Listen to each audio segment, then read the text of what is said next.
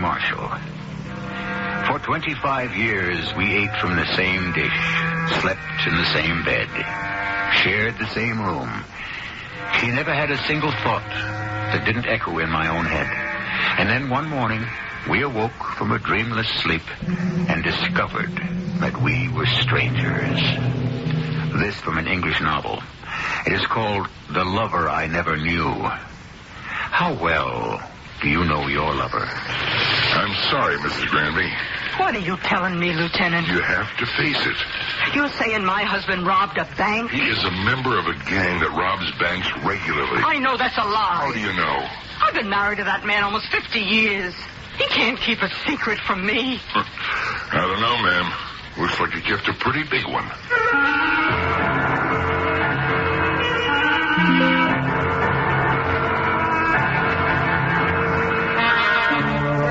Our mystery drama, The Sweet Smell of Murder, was written especially for the Mystery Theater by Sam Dan and stars Bryna Rayburn. I'll be back shortly with Act One.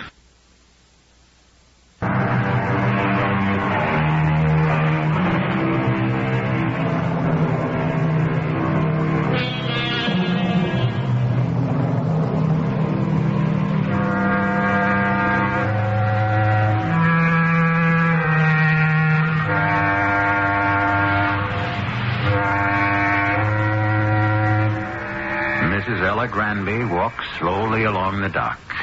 It isn't because she's 70. Oh, no. Ella, or Mom, as she's called by everybody, is still as spry as she ever was. It's just that she's thinking about something. What? Well, she doesn't really know. It's just that things have been different somehow between her and her husband, Tom, who everyone calls Pop. Different in what way? Well, she doesn't know that either. But it doesn't matter right now. She's going out in the boat with Pop, the old reliable Becky Ann, a 28-foot cabin cruiser that may be showing its age, but is still the soundest little vessel in the harbor. Hey, Skipper. It's crew coming aboard. Oh, what'd you bring for us? Why don't you wait and be surprised? Well, it smells good. Hop down, or do you need a helping hand? Still as spry as you was when you were 18. All right, cast off. Aye, Skipper. And we're away. What's running, Skipper? Blues. Well, that'll be supper. Hey, come forward. I want to show you something. Oh, what is it? Take a look. Why, it's a brand new ship-to-shore telephone. Give that lady a cigar. I'm not surprised I'd smoke it, too. Where'd you get it? What kind of question is that? I bought it, naturally. I seen that model in the store, in Braxy's. It cost $2,400. Well, I've done a little better than that. I hope you're feeling chilly. You know that cashmere coat you always wanted? Look at here. All right, Thomas Taylor Granby, all right. Now, you just tell me, where'd all this money come from? Where? Now, you just give me the answer. All right. You're entitled to an answer. Now, quit stalling, Thomas. I won it. You mean you were gambling? In a way, I guess that's right. I won it in the lottery. When? Last week. You never told me. That's right, I didn't. And why not? Well, I was afraid you'd want to do something foolish with the money. Something foolish? Huh. Yeah, like putting it in the bank, I suppose. Well, yeah, something like that. How much did you win? Quite a bit, you might say. How much is quite a bit? Now, there's no use pumping me, Ella. I'm not going to tell you. What are you saying? I decided if I told you, I'd destroy your peace of mind. You lay awake nights just worrying about it. But you gotta tell me. You can have everything your heart desires, but that's as far as it goes. This is going to be my secret. Now, we never had any secrets from each other. I figure it's about time we started. Now, Thomas, I'm not about to accept this from you. Oh, what you want to do? Some silly arguing or some serious fishing?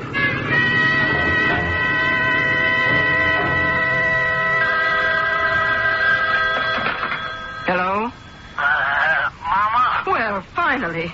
Why'd you let me ruin supper? You could have called sooner. Yes, but this is the first chance I got. Likely story, but we won't press it. Now, where you been? Oh, never mind. You won't tell the truth anyhow. When are you coming home? Or can't you tell me that neither? Matter of fact, I really can't tell you when I'm coming home. I don't know that myself. Thomas, have you been drinking? Oh, I'm stone cold sober. Well, where are you? I'm in jail, Mama. You're where? Oh, never mind. I heard you. I'll be right there.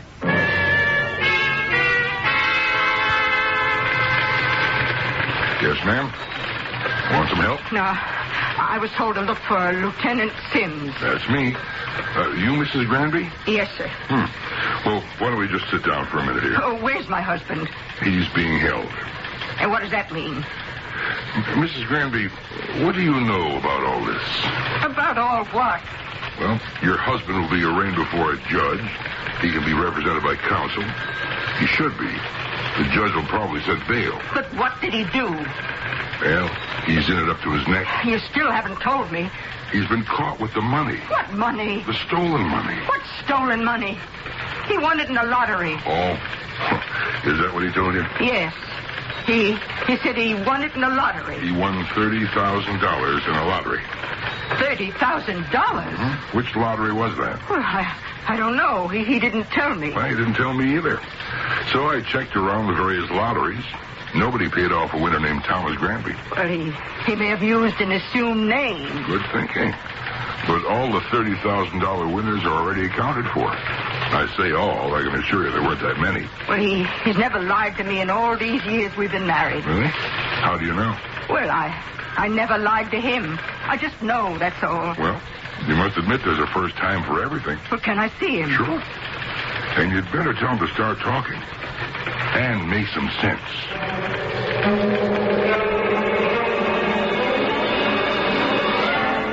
I know what you're going to say. But I don't know what you're going to say. I lied to you about the lottery. All right. The fact is, I found the money. Well, that doesn't sound much better. But it's true. $30,000. Please, Mama, I'm telling you the truth. I found it. Yes? I found it in a bag. A bag? Yeah, one of those big shopping bags. You know, the kind you get at milk sacks? Yeah, but where did you find it? I found it on the dock. All this money in this big paper bag on the dock? Yeah, I came across this bag, and I couldn't imagine what was in it. Maybe garbage. I looked inside, and it was just packed with these $10 bills. I didn't think there were so many $10 bills in the whole world. Well, didn't you bother to find out who the owner might be? Well, it was nighttime. There wasn't a soul on the dock. And besides, what was it doing there anyhow? And so? I figured it was stolen money. Thomas. Since they were tens, they probably wouldn't have been marked. They only do that with very big bills, you know. No, I don't know. Have you become an expert on crime? Please, Mama. It was wrong. All wrong. It's just that... I don't know. I worked hard. I thought we'd have enough to retire on comfortably. But things get tighter every year. That doesn't give us the right to steal other people's money. No, it doesn't give us the right. I know that. I don't know what got into me. I shouldn't have done it. But I did. Well, where's the rest of the money? I turned it all over to the police when they arrested me. I didn't try to hide anything. They didn't believe a word I'm saying. Well, do you believe me? Sure. I mean it. I mean it, too. I have an idea they're going to set a very high bail. They want to hold me here. Well, we'll get a lawyer. That's going to cost money. Don't worry, Skipper. We may have to sell the boat. No, we'll do something. We'll think of something.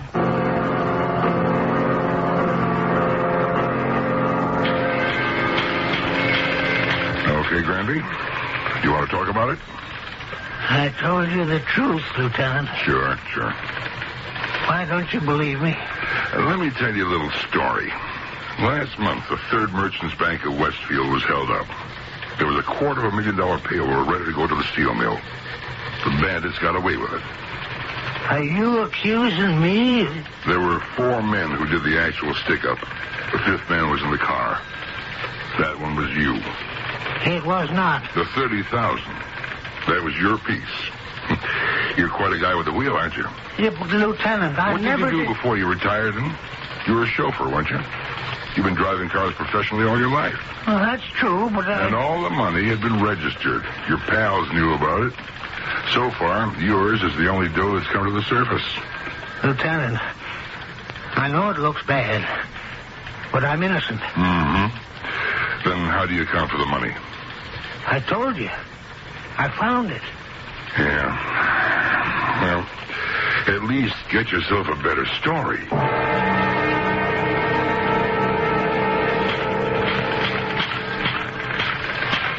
Lieutenant Sims? Hmm? Oh. You're what's-his-name's wife? Yeah, his name is Thomas Taylor Granby. Mm-hmm. So, what can I do for you? I owe you some money. Really? How do you figure you owe me money? Well, it's been established that the money my husband found was stolen. The money he found? I believe he found it. But that doesn't change the basic character of the money itself. I returned my cashmere coat and the new ship-to-shore telephone to the stores. Since I know now what kind of money bought them, I was able to get the refunds in full. Now, here you are. $2,840. Oh. Now, take it. It's yours. Mrs. Granby, you're quite a lady. Now, tell me, Lieutenant, the truth. Do you believe my husband is guilty? Mrs. Granby, I don't want to hurt your feelings, but the answer is yes. I see. Mrs. Granby? Mrs. Granby, you all right? Are you feeling all right? Well, do you mind if I just sit down Oh, sure. for a Here, minute? you're right here. Just right in this chair. That's it. Now, there you are. Take it easy now. Yeah. Here, let me get you a drink from the water cooler. No, I don't want to put you to any trouble. And the trouble is just right over here. There you are now. You take some of this. Oh, yes. Yes. Maybe Thank like you. a cup of coffee instead, huh? We always have some going around here. No, thank you. All right. You okay now? Yes, I think so. Hey, look, I'm sorry. It's my fault. Your fault? Well, I shouldn't have come out with it, bang, just like that. When you asked me if I thought he was guilty. Oh, you were only telling the truth, weren't you? Well, after all, I had no right to say it. A person is innocent until he's proven guilty by a court of law.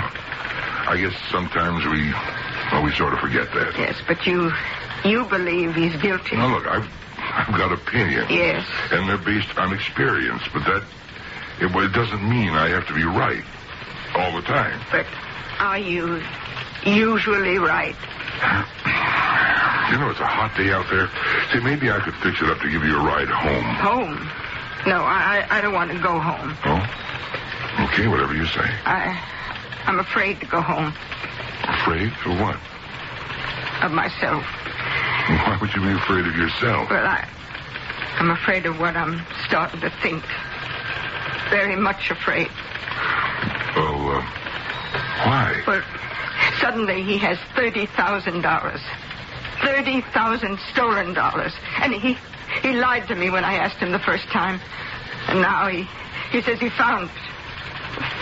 Well, maybe he did. You don't believe that, Lieutenant. Well, looking at it straight, facing up to the facts, Mrs. Granby, do you believe it? Now, I told you. I'm afraid of what I'm starting to think. Maybe I don't know him as well as I thought. Maybe no human being can ever really know another one, no matter how close you are. Is there always a part of you that is held back, that's closed off? Is he lying to me?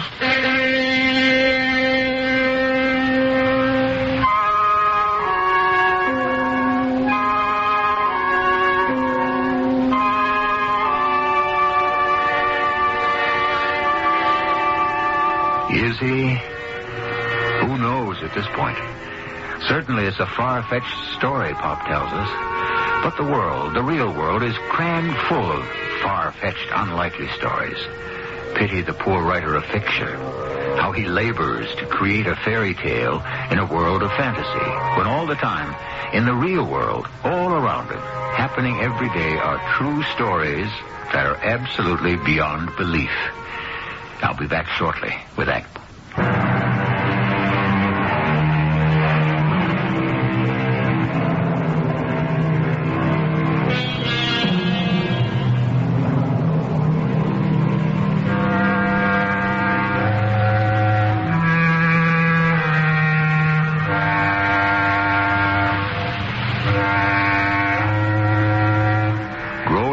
Together in perfect harmony and complete understanding. This has always been the dream of couples who are in love. It's been the devout belief of the poets and the dreamers that the longer lovers live together, the more they understand each other. And yet, experience has taught us that many times to grow closer together is also to grow further apart. I was talking to the lieutenant, Pop. Yeah? Well, he says... I know what he says. He wants me to confess. Confess to what? Confess to driving the getaway car in the bank robbery. Well, how can I confess to that? I didn't do it. Yeah. That don't sound like a vote of confidence. Well, why'd you say you won the money in the lottery? Can't a fellow lie to his wife about some money once in a while? Oh, not this kind of money. Okay. So I lost my head. It was money. Real money. For the first time in my life. I was tempted, and I gave in. Tell me, did you drive the getaway car? How can you ask that? You miss being active. You drove for Mr. Sloan. Was always up and around and on the go. And now you're retired. Oh, sure, there's the boat. But I can tell. You've been restless. I wasn't restless. I was just worried about money. You don't believe me? I'll stand by you. That's not the same thing. All right. I believe you. I wish you could say that a little more enthusiastically. I wish I could, too.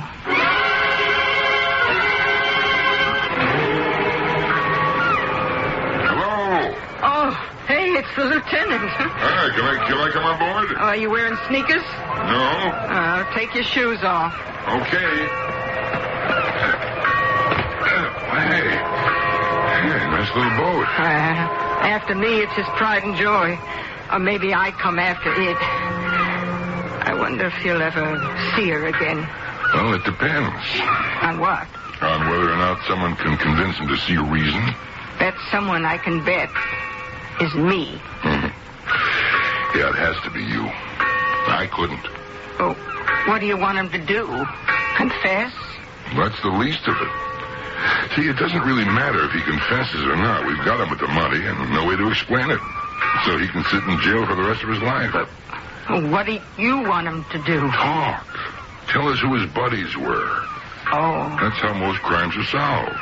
You get one of the perpetrators, then you deal with him, and he gives you the evidence you need to bag the rest. Usually a fellow like that can make a very good deal for himself. How good?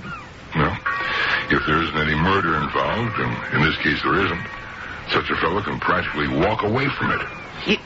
You mean he can go free? Mm-hmm. That or a very short sentence. And it usually gets suspended. Now, if your husband gave us the other people, he could be back on this boat before you know it.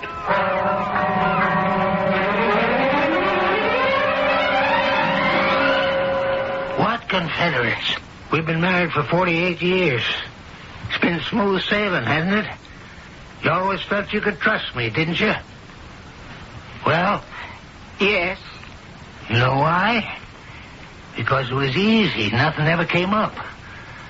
Now, for the first time, I find myself in trouble, and where are you? Where are you when I need you? I said I'd stand by you. And I said it isn't enough. What do you want me to say? I want you to say you believe I'm innocent. And if you can't say that, I don't want you to say anything at all to me ever again. Thomas. I don't care how bad it looks, how open and shut the cops may think it is. I'm innocent. And you either believe me or you don't. Oh, Thomas. Thomas. Oh, come on now. Don't get weepy on me. I'm so sorry. It's just I was so scared. Have we got it straightened out finally? Oh, yes, Thomas. Me help rob a bank? How could you believe... Thomas, please. We shouldn't talk about it anymore. We have more important things to do. We have to get you out of here. Yeah. Next time you come to visit, bring me a pie and hide a saw blade in it. Oh, Thomas. Make it a blueberry pie. Now, how did the money in that bag ever get on the dock? How do I know? Oh, we have to find out. How can we find out? I'm going to find out. How? I wish you wouldn't ask me that. Not just yet.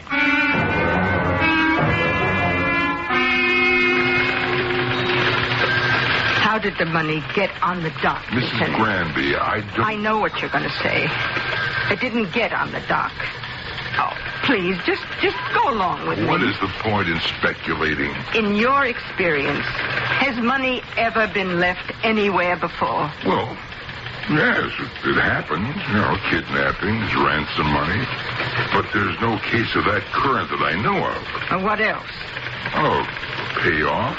What kind? Any kind. Political, maybe? But why on the dock? Like I said, this is all speculation. Now, tell me if this makes sense. Drugs.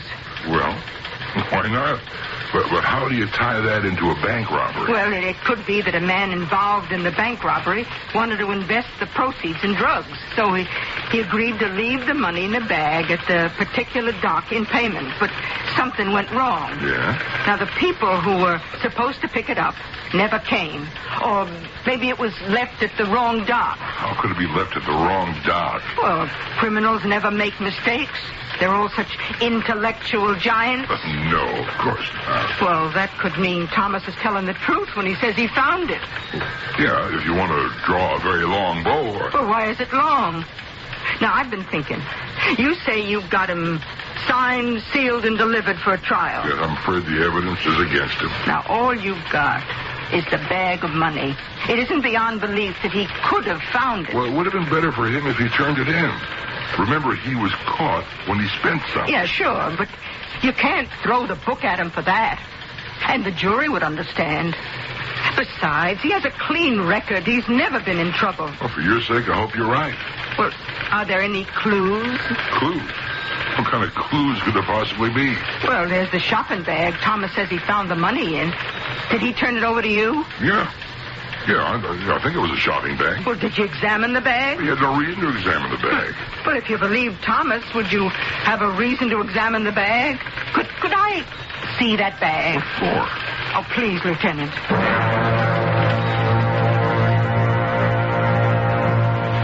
Millsaps. That's right. That's what Thomas told me. Now, why would this person put the money in a shopping bag from Millsaps? Why? Well, because it was handy. Is it handy? Would it be handy to you? Does your wife shop in Millsaps? Oh, not on the money I make. Well, who does shop in Millsaps? People like the Sloanes. Thomas and I were in service. I was housekeeper and he was chauffeur. Do you know the kind of people who shopped in Millsaps? Millionaires. Or people who were trying to make an impression. Well, anybody can get a shopping bag from anywhere. Well, this is the bag. Do you notice anything about it? It's just a bag. Smell it. What? Go ahead. Well, it does have a nice smell to it. Mm-hmm. Perfume. Do you notice anything distinctive about it? Nah. All perfume smells alike to me. Yeah, but they're not alike. And even though it's faint, you smell it again. It's very, fresh. Fresh, yeah. It smells like flowers. Mm-hmm. I mean fresh flowers, not phony ones. Yeah, well, it should. You couldn't buy a more expensive perfume. Mrs. Sloane used it. That's how I know it. For crying out loud. You mean this could be Mrs. Sloane's shopping bag? No. Both Sloanes are dead. Wonderful people. That's why Thomas and I retired early. Well, then why does this bag smell from that perfume? Why? Evidently, somebody bought some. Sure. But wouldn't it be wrapped up? And how would that odor last so long anyhow? Because I think it was improperly wrapped. And for some reason, the bottle may have been cracked. I think if you look closely, this might be a stain. Yeah? Now, whatever the reason, we still have the fragrance. Yeah, but where does this get you? Perhaps we could find out who bought the perfume. Yeah. And what would that prove? Well, it would prove who owned the shopping bag. Oh, please, Lieutenant, you must admit there could be something to it. The name of the perfume is Fleur de Nuit. Look, it doesn't add up to anything. Maybe. It all depends on who is doing the figuring.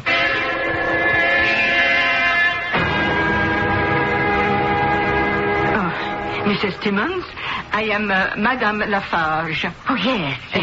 I have just come from France. I am associated with the company that manufactures Fleur de Nuit. Oh, of course. Well, I am traveling to visit all of the places that have been making such good sales for our perfume. And your store, Millsaps, it leads the rest. Well, thank you. We do a very good job with it. We are the most exclusive perfume. Oh, no question about it. And I should like, personally, to write a letter of appreciation to each and every one of our customers. I think that's a marvelous idea. Do you have for me a listing of those who have purchased Fleur de Nuit from this establishment? Oh, yes, of course. Oh, good. I can have it sent to your hotel, madam. Where are you staying? Oh, it is not a large list, no? It would have, 15, 20 names, I suppose. Oh, well then, perhaps, since I am here now, I could wait, if it is no trouble. Oh, it's no trouble at all. There's a young lady who had a problem, I remember. Oh, a problem? Oh, yes, you see, she'd been shopping in the store. She bought a bottle of perfume, and she claimed that when she arrived home, we had sold her broken bottle. Oh. We made good, naturally, but you might drop her a special note. Oh, I shall. Oh, she raised quite a fuss. Stormed into my office. She isn't our typical Millsaps customer. Oh. A rather brothy, if I do say so, vulgar young woman. But what can you do? It isn't the old days when you could simply refuse to sell that sort. Today there are laws. A pity. Anyone with money is as good as anyone else. I remember her name. Maudie Drake. Here, I'll write it down for you. A.T. Balboa. Oh, my, how that place has come down to. Maudie Drake. Yes. I suppose a letter from you would help matters considerably. Oh, but yes. After all, anyone who can spend $200 for a bottle of perfume is entitled to a letter, whether they deserve it or not.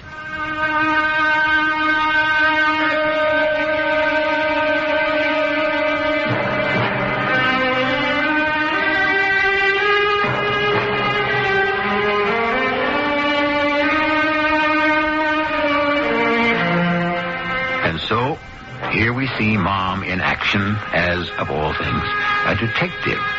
Of course, she doesn't have a license, which could get her into trouble with the law.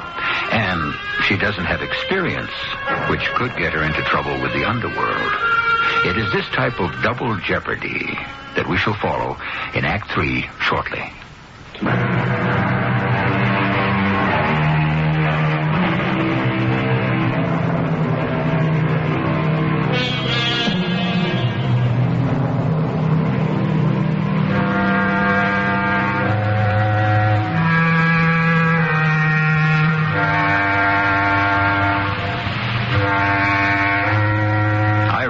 That do-it-yourself has become almost mandatory these days if one is to survive the financial crunch. We have more and more people learning how to cope with their autos, appliances, plumbing, electricity. However, it's one thing to be a do-it-yourself house painter. It's quite another to be a do-it-yourself detective. Yeah? I am Madame Lafarge. So? I am a directoire in the Fleur de Nuit perfumes. Oh, sure. Well, come on in. Oh, thank you. No, I am told you had the most unfortunate experience. Oh, yeah. Well, the store made it good. Oh, I am so happy. I mean, I had to straighten out that dame. The one in the store. Oh, then there are no more complaints. No. Everything's A-okay. Oh, may I ask, why do you purchase Fleur de Nuit? Because it is the most expensive perfume you can buy. Oh. You see, madame, I learned a lesson. Mm-hmm. You want a man to have respect for you? He's got to treat you to the best. Mm-hmm. Well, that's why I live in this apartment. You couldn't pay more for one like it. My clothes, everything. And that is why you buy things in Millsaps. Because it is the most expensive store in town. Oh, good. It is a philosophy of life that has its points. Well, thank you very much. And I hope you will continue to enjoy Fleur de Nuit. Until they come up with one that's more expensive.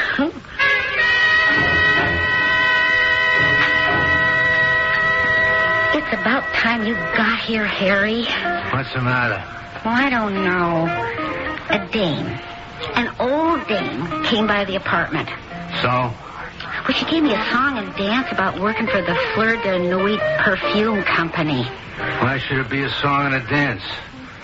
You throw away enough of my good dough on that slop. Well, she had a French accent.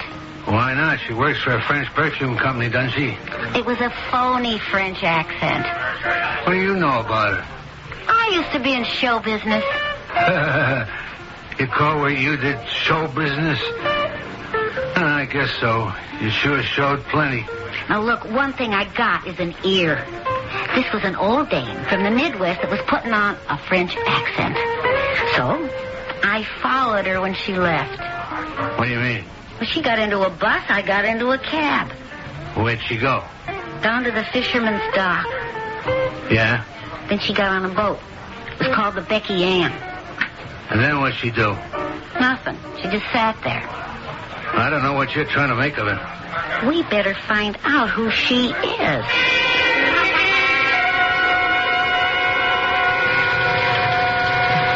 Lieutenant Sims? Oh, yeah. Come in. Sit down. Oh, thank you. Now, tell me, who's Maudie Drake? What do you know about Maudie Drake? Oh, nothing. Do you know anything about her? Why? Oh, that shopping bag? Yeah? Now, I traced it to a Miss Maudie Drake, 80 Balboa. What do you mean you traced it? How did you trace it? Well, I went to Millsaps. Yes? And they told me that the shopping bag must have been used by a Miss Maudie Drake. Well, no, I deduced that. You did? Well, how? Well, they told me she had bought a bottle of Fleur de Nuit perfume that turned out to have been broken. They told you that? Yeah. And the lady who was the manager told it to me. Yeah? What made her tell you that? I mean, how did the subject happen to come up? Well, you see, I told her that I was a representative of the perfume company. I wanted to write a letter of appreciation to all of our customers. Now, one thing just led to another. You're saying that you went in there under false pretenses? Now, if I'd have gone there under true pretenses, she wouldn't have talked to me at all. Well, what you did was illegal. You impersonated I didn't impersonate a police officer. Now, look, you just can't do this. Well, you're not doing anything. At least I located the bag for you. All right. I just hope you didn't do anything else. Well, I went to see Miss Maudie Drake. You what? Miss Maudie Drake at 80 Balboa. This girl, this Maudie Drake, runs around with some very tough people. Well, I assumed as much. But you just can't do things like that. Why not? Because you're not a police officer. Suppose she saw through you. For what reason? Look, these are tough, smart people. They suspect anything, everybody. How good was your French accent? Oh, well, it was good enough to fool Mrs. Timmons at Millsaps. Yeah? Well, I can only hope it fooled Miss Maudie Drake.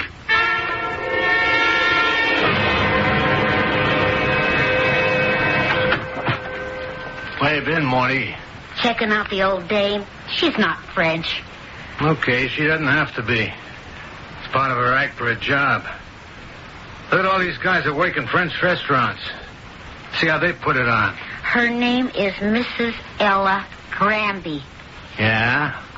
You never heard of before? Granby. Why is it familiar? Her husband picked up your dough that night on the dock. Wait a minute. Yeah, wait a minute. You left it there for Leo to pay for all that grass. But stupid Leo goes to the wrong pier. So that's who she is, huh? What's she poking around for? She's telling the cops her husband found the dough. She's trying to prove he's telling the truth. How'd she ever find you? The bag. The one you left the dough in. It's just a shopping bag. How could she trace it? It's not just a shopping bag. It's from Millsap's. Why did you have to use that? It was the only one in the house. And why did you have to insist we should buy that marijuana with the dough? Because the dough is hot. What else could we do with it? Whose idea was to stick up at that bank in the first place? You should have known they'd have the money registered. Who said not to worry about it? There were ways to wash it clean, huh? What's the use of all this talk? The old lady's got us over a barrel. Oh, let's get out of town. No, not yet. Ask yourself, why is the dame poking around? I don't know. Think. It's because the cops are cold on this. It's her idea. Why should the cops bother? They got this chump, her husband. He can take the fall for the stick-up. They're happy. No, she's freelancing on her own. Harry, what do we do if the cops begin to believe her? What can happen? Well, the cops will know I bought perfume in Millsap's. Yeah, and then what? Well, that'd mean I had a shopping bag like the one the money was found in. Yeah, so? Well, you and me, we're tied to it. Listen to the DA, will you? This is a trial now. Ladies and gentlemen of the jury, money from the bank stick-up was found in a shopping bag from Millsap's. Oh, Harry. It is a known fact that Morty Drake buys her stuff there. Ergo and to wit demonstrandum, this proves that Morty Drake and her paramour, one Harry Watts, are guilty of the crime. Now, what jury would believe that, huh? We gotta get rid of her. All we have to do is sit tight. Harry, all I know is this old dame was smart enough to find me. Therefore, she's got to be smart enough to convince the cops sooner or later.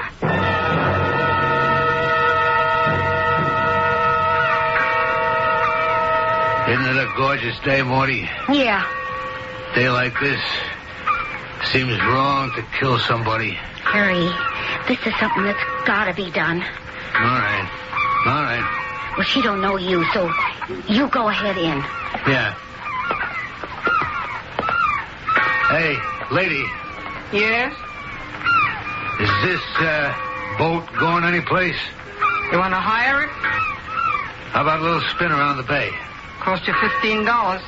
Why not? Well, come aboard then. You want to take those heavy shoes off, huh? Oh, yeah, sure. Ready to go?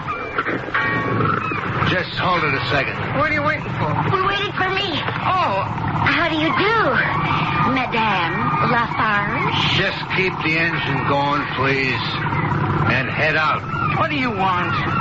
The way it is, your husband's got to be guilty of the bank holdup. And we can't have you freelancing around till the cops finally get wise. Well, what makes you think they're not wise now? You wouldn't be running around playing amateur Sherlock. Oh, no. You're in it all by yourself. So, you folks robbed that bank, huh? A little bit of help from a few friends. I guess you wanted to use some of the money to buy drugs. And, you got your signals mixed. Am I right?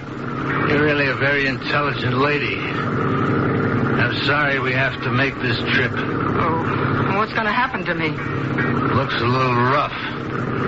You could fall overboard.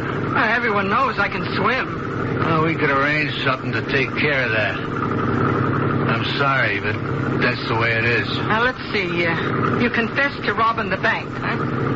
You threatened to kill me and throw me overboard. Like I say, I'm sorry. I don't go around looking for this kind of thing. So, now, everything you said is part of the record. What? what, Reagan? Well, all boats keep records of everything that happens. Or they should. It's called a ship's log. Now, mine is being kept by a crew member who's just below.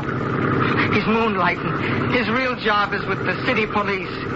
His name is Lieutenant Sims. Well, hello there. Is everybody having a nice trip?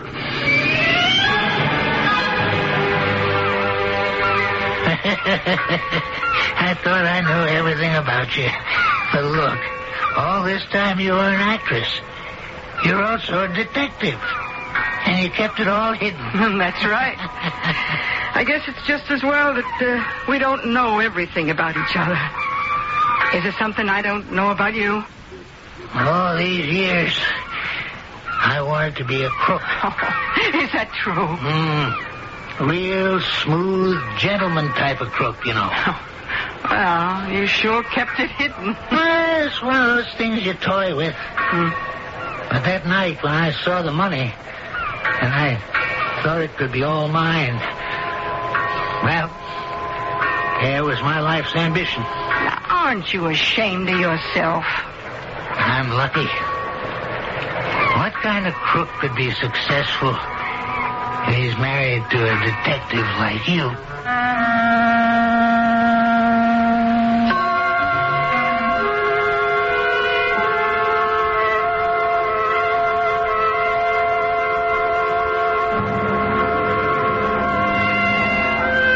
Not only are there things we don't know about each other, there is also so much we don't know about ourselves.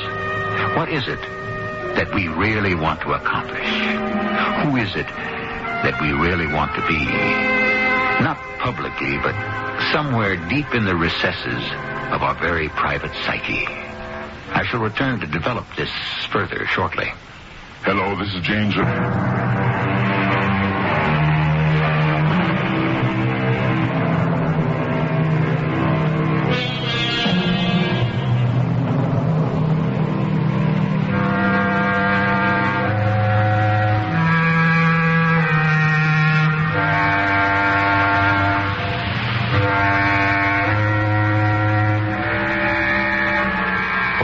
Perfumes of Araby shall not sweeten his hand, said Shakespeare, and so perfume once again figures in a story. Had the lady not had expensive tastes, she would have been free today. And there is a justice in this, because perfume, which is meant to hide and disguise, was used this time to expose and reveal. Our cast included Bryna Rayburn, Robert Dryden, Joe Silver, and Evie Juster. The entire production was under the direction of Hyman Brown. And now, a preview of our next tale. Well, all right, Frank. What is it that plagues you? Those bells there hanging over the west window. Yes, I was admiring them. Beautiful, beautiful ancient art. I am always waiting for one of them to ring. By yourself? Without anyone touching it or even being near it. They have rung by themselves? One of them has. Now, I know it sounds impossible, absurd, but I find I wake up at night trembling, and then I can't get back to sleep. I lie awake for hours waiting. Here, when I'm at work at this desk as I'm sitting now, I am filled with fear. Even as I talk to you, I'm waiting for that sound.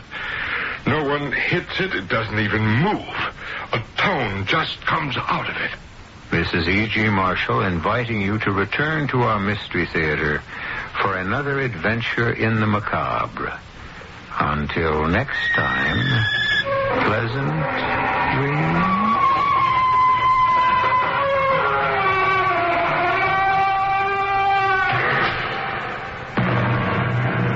Thanks for joining us for the WAKR Radio Mystery Theater. We hope you've enjoyed tonight's mystery and that you'll join us again tonight at 11:15 for the WAKR Radio Mystery Theater. Tell your friends about the best in radio drama, exclusively in Akron, Canton, on 1590 WAKR. Until... We present The Higher They Fly, the novel by Christopher Hodder Williams, freely adapted for broadcasting by Norman Edwards. The play opens in London Airport Control Tower.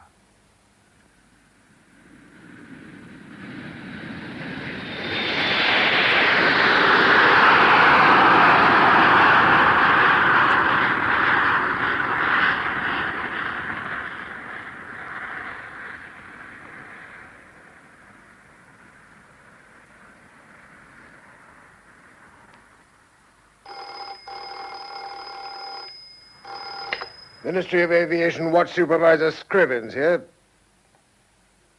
What? Oh, what sort of gear? Oh, very well. Come to my room and report. Well, Scrivens, I'll be on my way. Well, goodbye, Captain Fleming. You can drop the captain. Surely you know that I've been grounded. Not allowed to fly anymore. Oh, no. I showed the white feather on a check flight and had to let co-pilot Truman land the plane. There's no secret about it, is there? No, I'm sorry. So am I. Very sorry. Especially because I can't remember a thing about that flight. Amnesia. You're not well, Fleming. Sick leave's what you need. And the sack is what I'll get. Come in. Ah, Forbes. Now, what's all this about finding gear? This is part of the stuff, sir. I found it on the perimeter track as I crossed over by the boundary lights just after the last jet got off. But this is a piece of main undercarriage lock. Anything else? Well, there's the remains of a wheel out there and some other odds and ends. You didn't see the wheel fall? No, sir. Too dark. Well, Captain... Oh. Fleming, how bad is it? I'm grounded. I don't count anymore. Look, you're an engineer as well as a pilot. I'd value your technical opinion. How bad is it? I don't know yet. But I don't think the pilot can get down. But he must. 70 passengers. What you're holding, Scrivens, is part of the hydraulic gear from the undercarriage.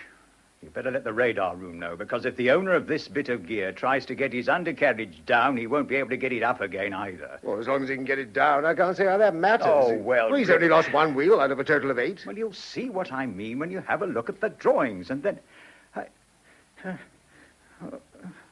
Fleming, you all right? Yes, I'm all right. Oh, I thought you were going to faint. You're in bad shape, Fleming. I'm a lot better off than those poor devils up there. I must radio the pilot. Oh, I'd like to help. Yes, Fleming, but I can't allow you to intervene officially. It'll be up to the pilot to decide what to do. Yes, I suppose so. I forgot that I'm the big failure around these parts. Oh, this is no time for self-pity. Forbes. Sir? Get along to the radar room, give them the facts, say I'll be along in a jiffy. Very good, sir. Fleming. Yes? Speaking unofficially. Yes? You checked through that Jet 4 a year ago, didn't you? Yes. I suppose you know that aircraft inside out. As a matter of fact, I do. But I certainly don't know how to land an aircraft that size with an undercarriage that's going to be at right angles to the line of flight when the pilot lowers it. Between you and me, what do you think the pilot should do? Well, all I can say at this stage is that he may have to try a belly landing and hope for the best. Hello? Hello, Woodford. Yes, Fleming's here. He wants to speak to you. Oh. Hello? Robert, Ken Woodford here. I'm in the country. Air traffic control phoned me just now and told me about the Jet 4. Oh, why the hell didn't you phone me yourself? I don't know. Wake up. What the devil's the matter with you? This is a matter of life or death. You must help. I don't see what can be done. Nor do I yet. But you know as well as I do what the chances of getting a Jet 4 down on his bare belly. It's just about nil. They'll have to do some engineering in flight. Oh, you're out of your mind. Possibly. Now, listen. Get hold of the drawings and work out from them what can be done. But how can they work on the undercarriage? They can't get near it. Well, they can get into number 3 systems bay and then smash their way through the floor. Now, put Scrivens on. He wants to talk to you again. Scrivens here. Fleming has just left the room. He's not feeling well. He's not feeling well, but... Look, you'll have to use him, Scrivens. I designed that aircraft, and Fleming knows it inside out. I'm sorry, Mr. Woodford. Fleming is in no shape to help in this situation. Scrivens, I would remind you that Fleming flew the Czech program for undercarriage endurance. As well as being a line captain, he's a creative engineer in his own right. Are you trying to tell me you don't need him? I tell you, the man is ill. He doesn't know what he's doing. In my opinion, he's the only person you're likely to get hold of tonight who can assess the trouble technically and advise the captain of the Jet 4 on the best landing technique. Now, if you can't handle him and get him to help, then got to help the passengers and crew of that aircraft. I'll do what I can. But it's obvious to me the fellow's on the verge of a breakdown. He's been going about in a half-dazed condition since he cracked up during that check flight and Truman had to take over the controls. Yes, I heard about it, but I must say I don't understand it. I've known Robert Fleming for a good many years, and he's the last person I would have thought to behave as Truman said he did. Now, what's your personal view? Well, if there's anything in rumor... What rumor? Or it's just catty gossip, I expect. Well, tell me to hell with tales out of school. This is an emergency. Whatever the gossip is, it may be a clue to Fleming's incredible behavior. Well, come on. Out with it, Scrivens. Well, it concerns Fleming's girlfriend. Julie, yes. I've met her. What about her? Well, I said that Truman's been poaching. Successfully? So rumor has it. Jimmy Truman has a reputation as a Don Juan, hasn't he? I believe so. Yeah, so do I. Now, listen, I'm stuck in the country, but keep in touch. But use Fleming somehow. It's your only chance. Keep me informed, please. I'll do all I can, Mr. Woodford.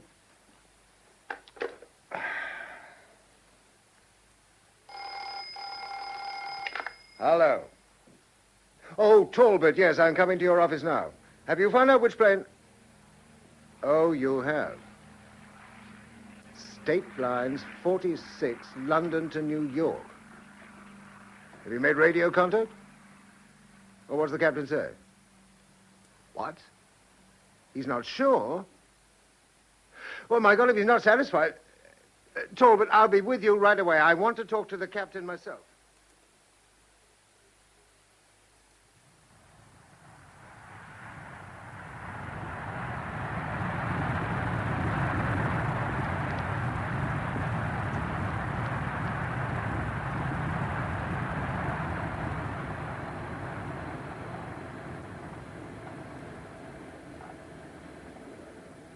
Is there anything I can get you, Mr. Hub? Oh, now I come to think of it, yes. There's a new club in New York you'd love. How about a date? I'm sorry, but a stewardess isn't allowed to have personal associations with passengers. Do you always stick to the rules? At times, Mr. Hub, the rules suit me very well.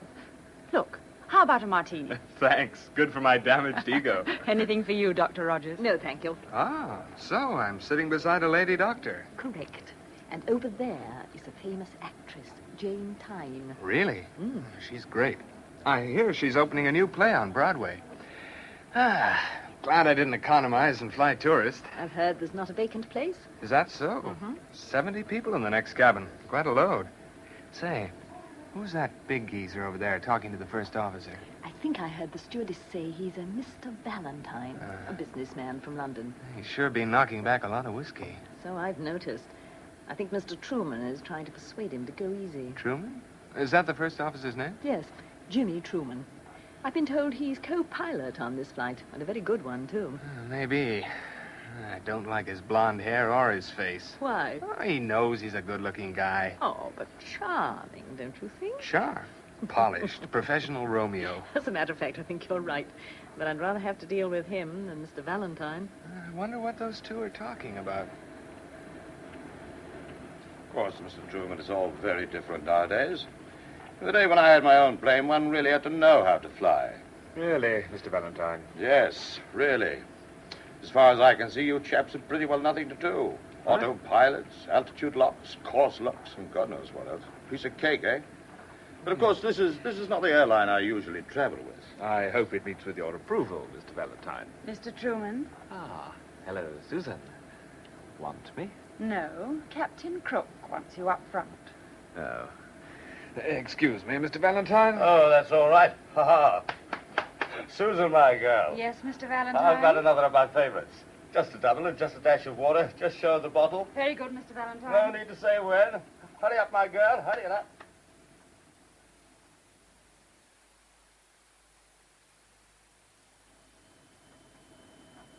Perfect idiots, Jimmy. That's what they are. Why? And who are they, Captain? I've just been talking to Scrivens on the RT. He wants to know if we still have an undercarriage. What? What do you think, Jimmy? Any wheels down there, do you think?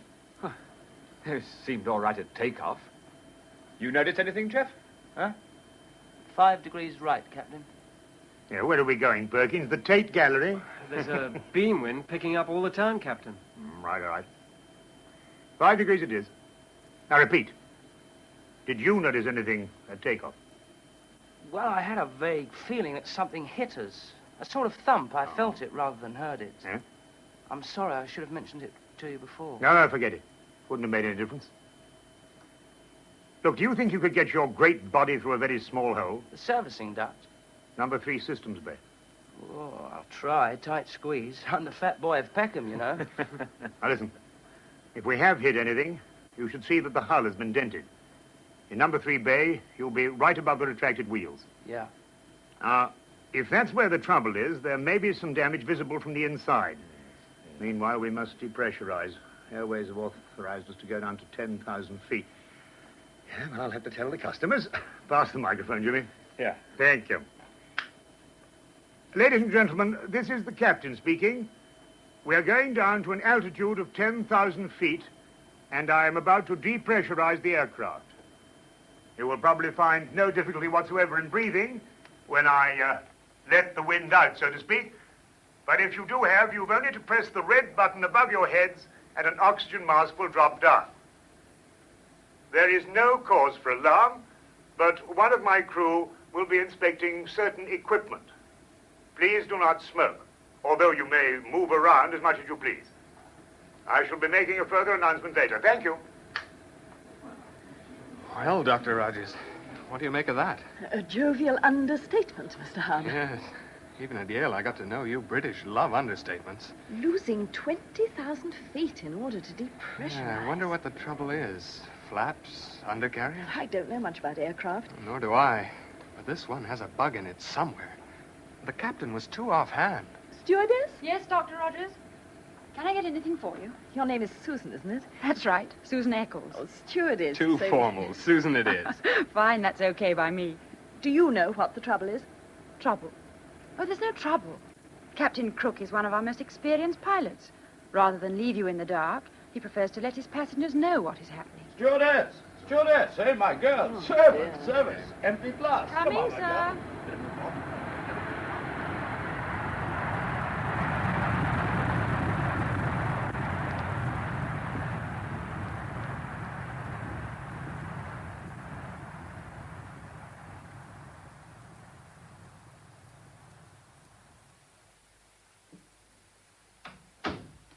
Julie, what are you doing here?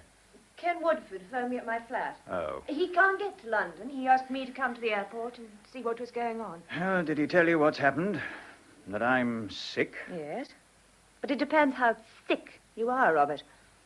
You probably talked yourself into it. You'd be sick indeed if you couldn't pull yourself together and do everything possible to help. I can't do anything officially. They won't let me. How long have they got? What are you talking? Fuel, I mean. About 8 hours. What they must be going through. You don't care, do you, Robert? You're too wrapped up in your self-pity. You haven't the imagination to understand how I feel. You hate me, don't you? Because of Jimmy Truman. You betrayed me for him. Oh, don't be so melodramatic. I fell in love with him. Do you know that the aircraft in trouble is State Lines Flight 46? No. Ken Woodford didn't tell me that. The pilot is Captain Crook. The co-pilot is your Jimmy Truman. Oh. Oh, I think I'll leave you now. Ken Woodford may be able to reason with you. I can't. You could try. I'm a good listener. You know the only thing you're good at in your present twisted state? What? I've got to see Greg in a minute. He might like to know, too. Hating. The thing that counts, Fleming, is the doctor's report. I discussed it with the board this morning. Yes, well, Greg, you are my boss. Are you going to sack me? No. You're valuable to us as a development engineer. But I am grounded. You're unfit to fly. But I'd like to see the doctor's report. No. The doctor feels you should see a psychiatrist. Oh, that's out of the question. What a triumph for Jimmy Truman. He's proved in his report that I'm a coward and an invalid. Invalids don't fly. Oh, wait a minute. Oh, wait. Fleming. Sorry. I thought my memory was coming back. Just for a moment, I remembered. What? What? Only that Truman lied in his report. He was the one who panicked. Go on. Yes, he... It's all blank again. Amnesia caused by shock. The doctor says your memory will return in time. In time? How long, oh Lord? Fleming. Yes? What's your opinion of Truman as a pilot? First rate. But he has his cracking point.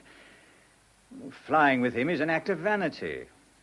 He sees himself as a Greek god flying. I wouldn't care to be with him again when he feels that image being destroyed. You want him to be destroyed, don't you? I mean, as a man. Because of Julie? Probably. Aye. Excuse me.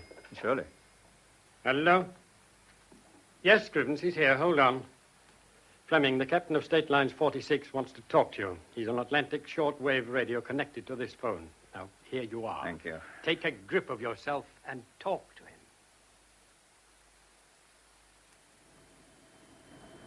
So that's what I propose doing, Fleming. Yes. I'll call you again as soon as I know the result of the inspection in Systems Bay number 3. Over. Have you ever met Fleming? No, Jimmy, no. Heard a bit about him.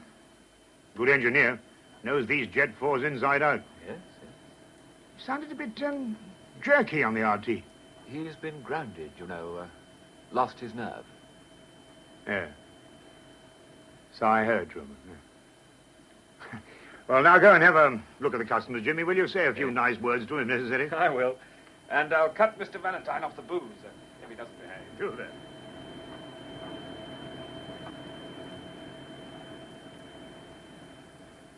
Valentine's thirsty again.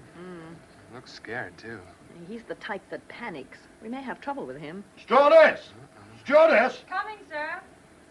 Can I get you anything? I want the other stewardess, not you. I'm afraid she's busy at the moment, sir. Young woman, I'm used to getting what I want. Get me a large whiskey and hurry. Very good, sir. Susan. Yes, Dr. Rogers. Can I get you anything? No, but don't let that creep get you down. I'll handle him for you if necessary. Thanks. He's scared, you know, and that makes him worse. He's one of those men who make you feel quite naked. But I've met his sort before. I can manage him. Oh, I wish I knew a girl who would manage me. Well, that shouldn't be difficult. Hello. Here's our handsome Mr. Truman again. Oh, I wonder what's cooking. He looks worried. And nervy. I wonder how the captain's feeling. Captain Crook has a first-class reputation, sir. Excuse me. Oh, Loyalty. I like her. me too. But if she calls me sir again, I'll burst into tears. What's that? Just Valentine again, ringing for service. He would. Gee, I'm beginning to dislike that guy.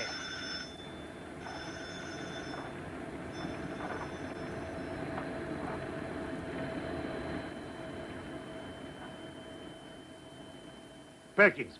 Yes, Captain? You're a very good navigator, my lad, but must you eat those filthy bananas? I like bananas, don't you? No. I was frightened by a banana at the age of 2. Now, how long can we stay at 10,000 feet and still have sufficient fuel reserve? Well, at this altitude, we're eating it up. But if we fly at our most economical speed, say 230 knots, we can still make Gander and the alternate if we go back to cruising altitude within 2 hours. Well, you'd better plot a course back to London Airport, just in case. Right, sir. Cut back speed to 230 knots. 230 knots it is. Well, Jeff, are you ready? Yeah, just about. All those sweaters and things you're wearing won't improve your chances of squeezing yourself through a hole into number 3 Systems Bay. Well, it'll be about minus 30 centigrade down in the bay. Cold. All I want you to do is to have a quick look. Now, no more. Oh. We've been warned not to lower the undercarriage, so we can't study the mechanism by operating it, so this is the only way. Well, if I don't see anything wrong, sir, it won't prove there is nothing wrong. No, I know. Now, we'll have to think again when you get back here and make your report. Off you go. Sir. Oh, and good luck, Jeff. I'll be seeing you.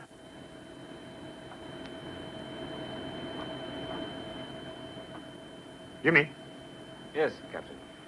I've a feeling Jeff won't make it. He's too big, too fat. He won't squeeze his way along the tunnel. Oh. Now, you're much slimmer than Jeff.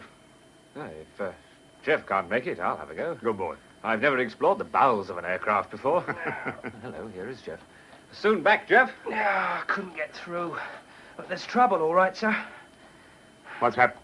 I don't know exactly, but when I opened the pressure hatch in the floor, just forward of the first-class cabin, there was a hell of a slipstream. So there's a hole somewhere. Yeah, there must be. There's a howling gale down there blowing along the tunnel. All right. Up to you now, Jimmy. Yeah. But if there's a hole, don't fall out. I lose more first officers that way. You're forgetting, Captain. My father was with the flying circus, too. All right, Cocky, all right. On your way, huh? Right, sir. Well, now I must say a few more sweet nothings to reassure the customers. Hand me the mic, Jeffrey. Sir. Thank you. Ladies and gentlemen, I thought you'd like to know that our routine check is proceeding satisfactorily and that I hope to return to our normal cruising altitude very shortly. Meanwhile...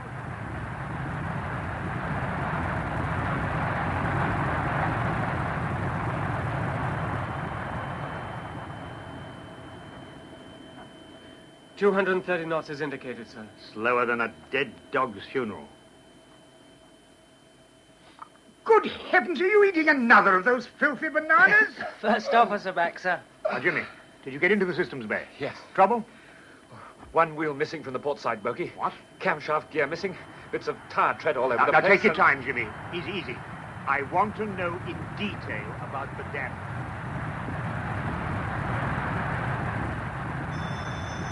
Stewardess! Stewardess! Stewardess! Stewardess!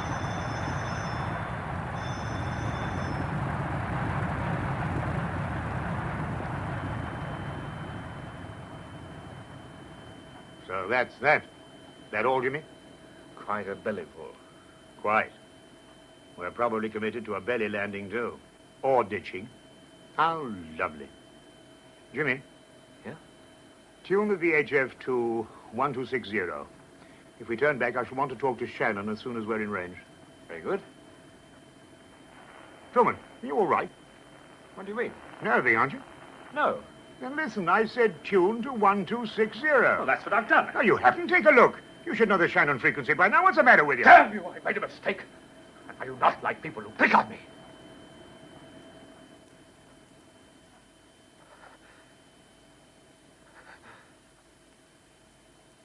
Sorry. I want to apologize. There isn't time for that. And it won't alter the contents of my report. I realize that. Now get out. I'm going to talk to Fleming again on the radio. It won't help him to know that you're listening. Look out. You want something to put it in your point. Put this! Hold it! Get out! It's crazy! Simmons, get out!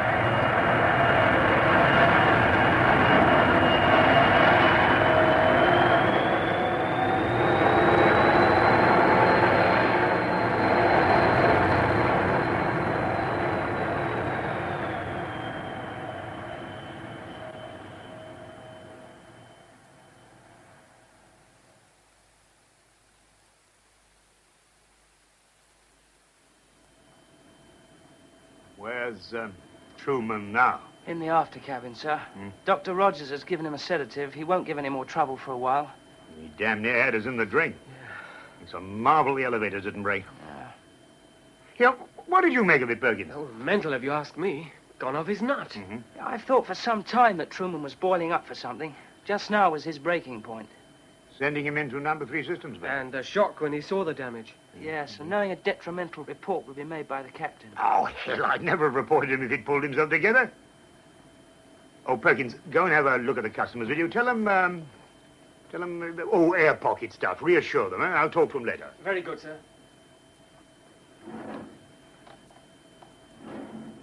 Now, Jeff, this is what we do. We beat it for home. I'll talk to Fleming in a minute about my plan A. Plan A, sir? Yes, plan A.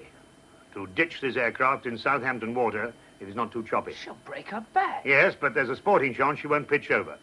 Now, plan B, if the sea is rough or for any other reasons, I'll belly land her at London Airport. It's a nasty bang and all that, but, well, you never know, do you? There'll be lots of foam available and ambulances. Very impressive if we make it. Why, we might even get mentioned in the newspapers. Oh, now you are being morbid, sir. Is there a plan C? Yes. Now, Jeff, you and I will evaluate this chap Fleming when I talk to him again, and we'll give ourselves a deadline. If we decide to try and do any mid-air engineering at all, I say we need a minimum time allowance of 4 hours. Agreed? Yeah, agreed. But who's going to tackle the job? I mean, I can't squeeze my fat body down there, and Perkins is a navigator, not an engineer. And Truman... Well, you can write him off. Well, I can't leave the control, so there's only one chance left. Is there one, sir? Yes. See if we can find a passenger volunteer with some engineering experience. Hardly a chance in a million. We haven't even looked for a volunteer yet. So, is it plan A or B? Or should we keep an open mind until you've heard from Fleming on the RT? If he has a plan, well, it'd better be good, that's all I can say. No, I agree with that. Isn't it damn silly? Here she is, flying as sweet as a migrating bird, and all that's wrong is something that hasn't got anything to do with flying at all. Yeah, pity about Truman. He's had engineering experience. Oh, you can bet about him, he's cracked up. How a bloke like that gets past a psychiatrist beats me. Hey, you know, Jeff, I'm beginning to wonder what really happened on that Czech flight. The one that grounded Fleming? Yes. Now, one of them's been lying. Now, switch on the RT, Jeff, will you? Sure. I'm ready to have another chat to the customers, and then I'll talk to Fleming again.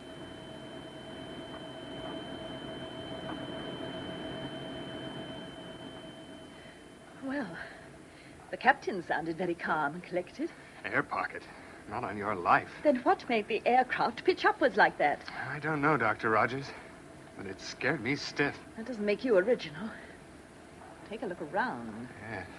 Valentine's going to have apoplexy by the look of him. And Miss Tyne had a shower of liquor all over the place she's studying. She's pretty calm, though. She looks annoyed. But most of the passengers seem frozen stiff. Shock. They'll chatter like magpies in a minute or two.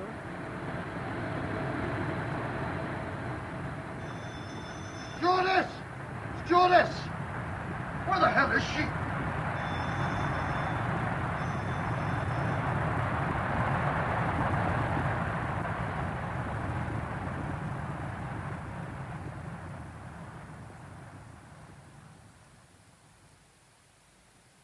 While you've been talking to Crook, Robert, I've been studying the drawings of State Line's Jet 446. Oh, Greg, so what? I see you've made some notes. Yes, a rough outline of what I think could be done.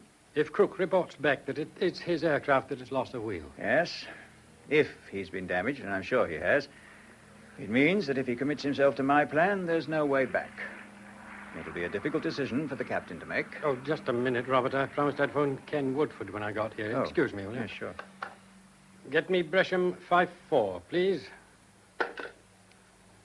Do you know Dawlish?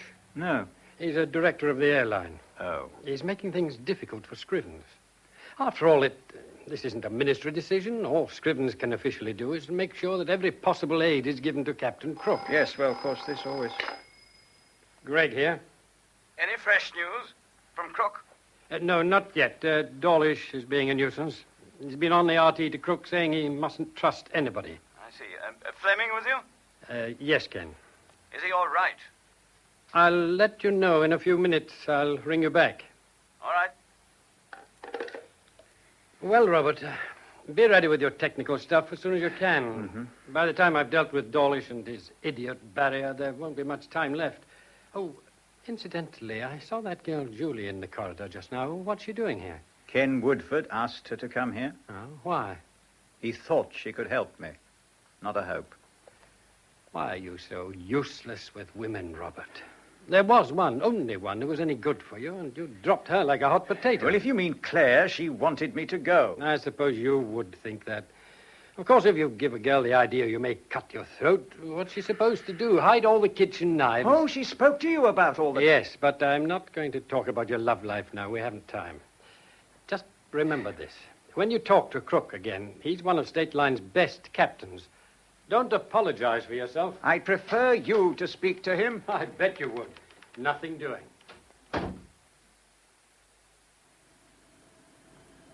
How many more flying hours, Perkins? Allowing for let time, 4 hours and 35 minutes. Right. That leaves no reserve for diversion. Do you agree, Jeff? Yes. I make it 4.5 with a bit to spare. I see. So if at all, we don't try any repair work for another 35 minutes. What's cooking downstairs? Well, roughly speaking, this chap, Gregg, is backing Fleming. Scrivens, the ministry man, is backing Dawlish, a State Line director. Oh.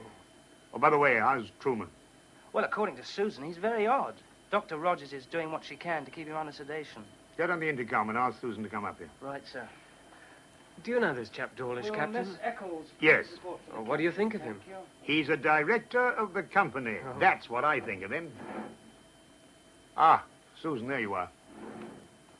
Now, you might be able to help. Yes, Captain. All this hoo-ha between Truman and Fleming. What do you know about it? Sir, I don't know what to think. Now, you've met Fleming. What do you make of him? Pretty nasty, I thought. He was absolutely ruthless about Jimmy Truman, especially about his flying. Why? There's a girl called Julie, and it's all mixed up with her. Well, how does she come into the picture? You see, sir, Jimmy was involved with another girl as well. 2 women at once? Yes. So there were battles between Truman and Fleming? Yes, sir. How? I did hear Fleming tell Truman once that flying an aeroplane wasn't a battle for supremacy. And he said something about fighting him on the controls. Right. If that means anything. What? It means plenty. Truman say anything? Yes. Well, he quoted a Greek saying, to destroy a man, find his weakest point, for therein lies the source of your own triumphs. Oh, I have a feeling I'd like a breath of clean, fresh air. And so would I. I knew Truman fancied himself as a Don Juan, but I never thought he was such a blackguard. All right, Susan, thanks. Very good, sir. Well, what now, sir? I'm going to call London Airport. Hand me the mic, please. I brought you some coffee, Robert. Oh, Julie, I thought you'd gone home. I changed my mind. Oh. Well, that's encouraging. I saw Mr. Gregg a few minutes ago. Did he talk to you?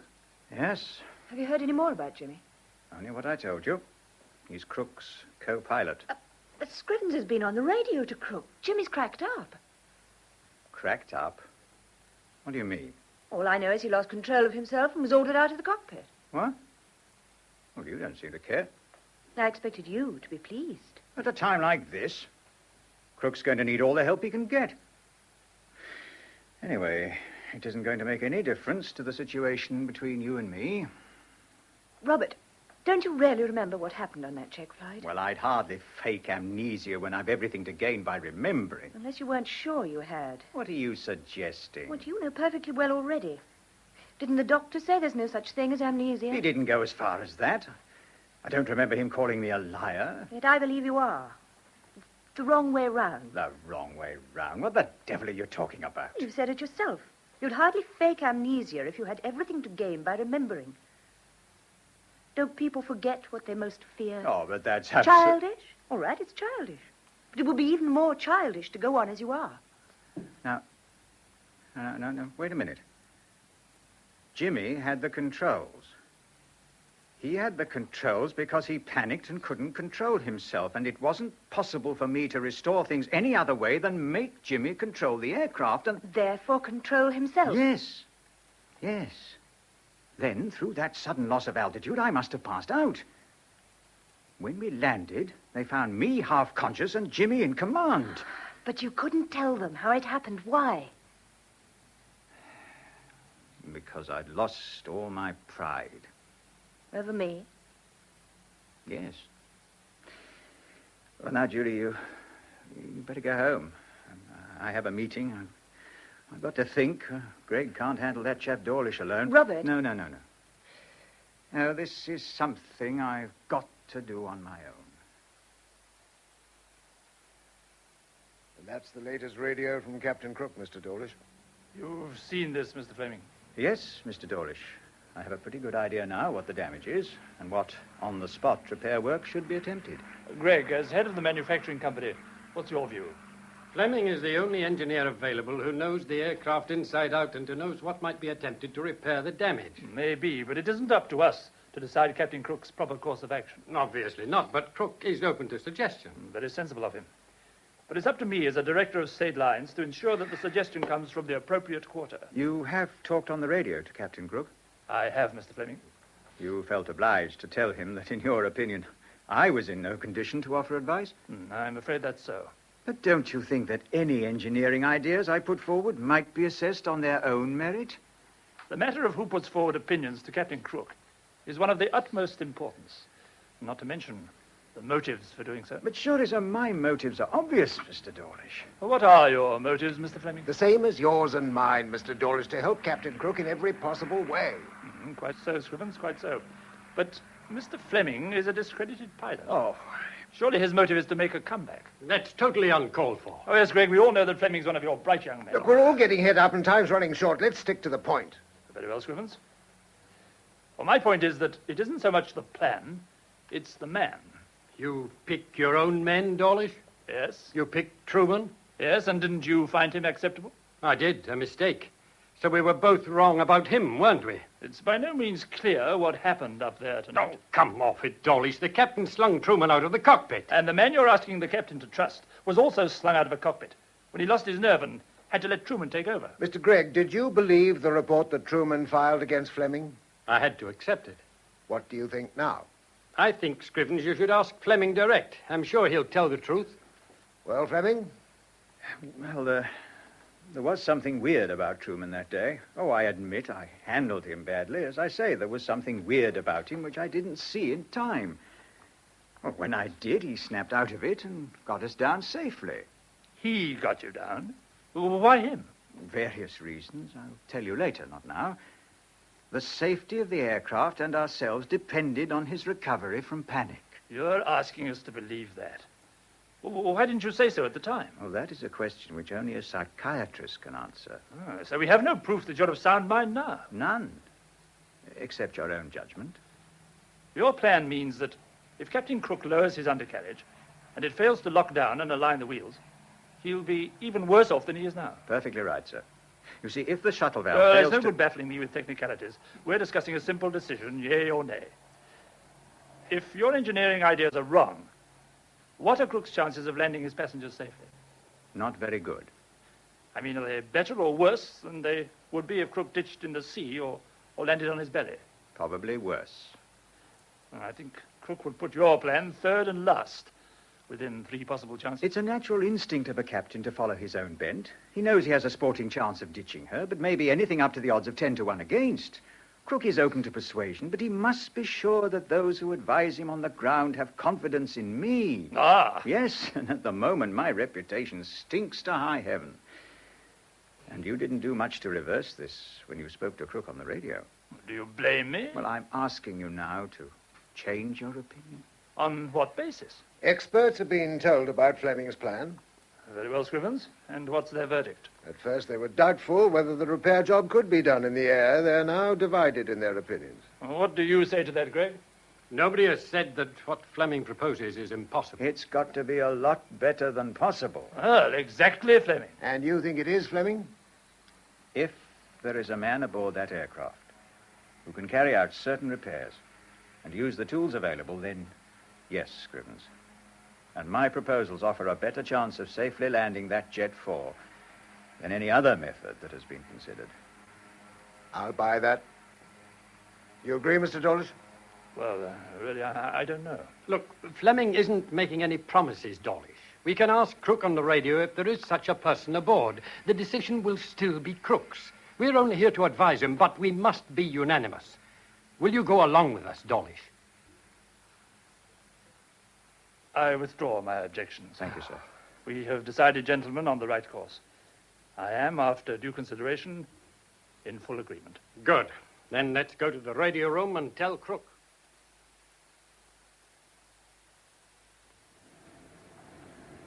On the contrary, Mr. Hub, you're an open book. You'll settle down and marry and rear children until you're blue in the face. Oh, if you know that about me, Doctor, it's a pretty damn depressing forecast.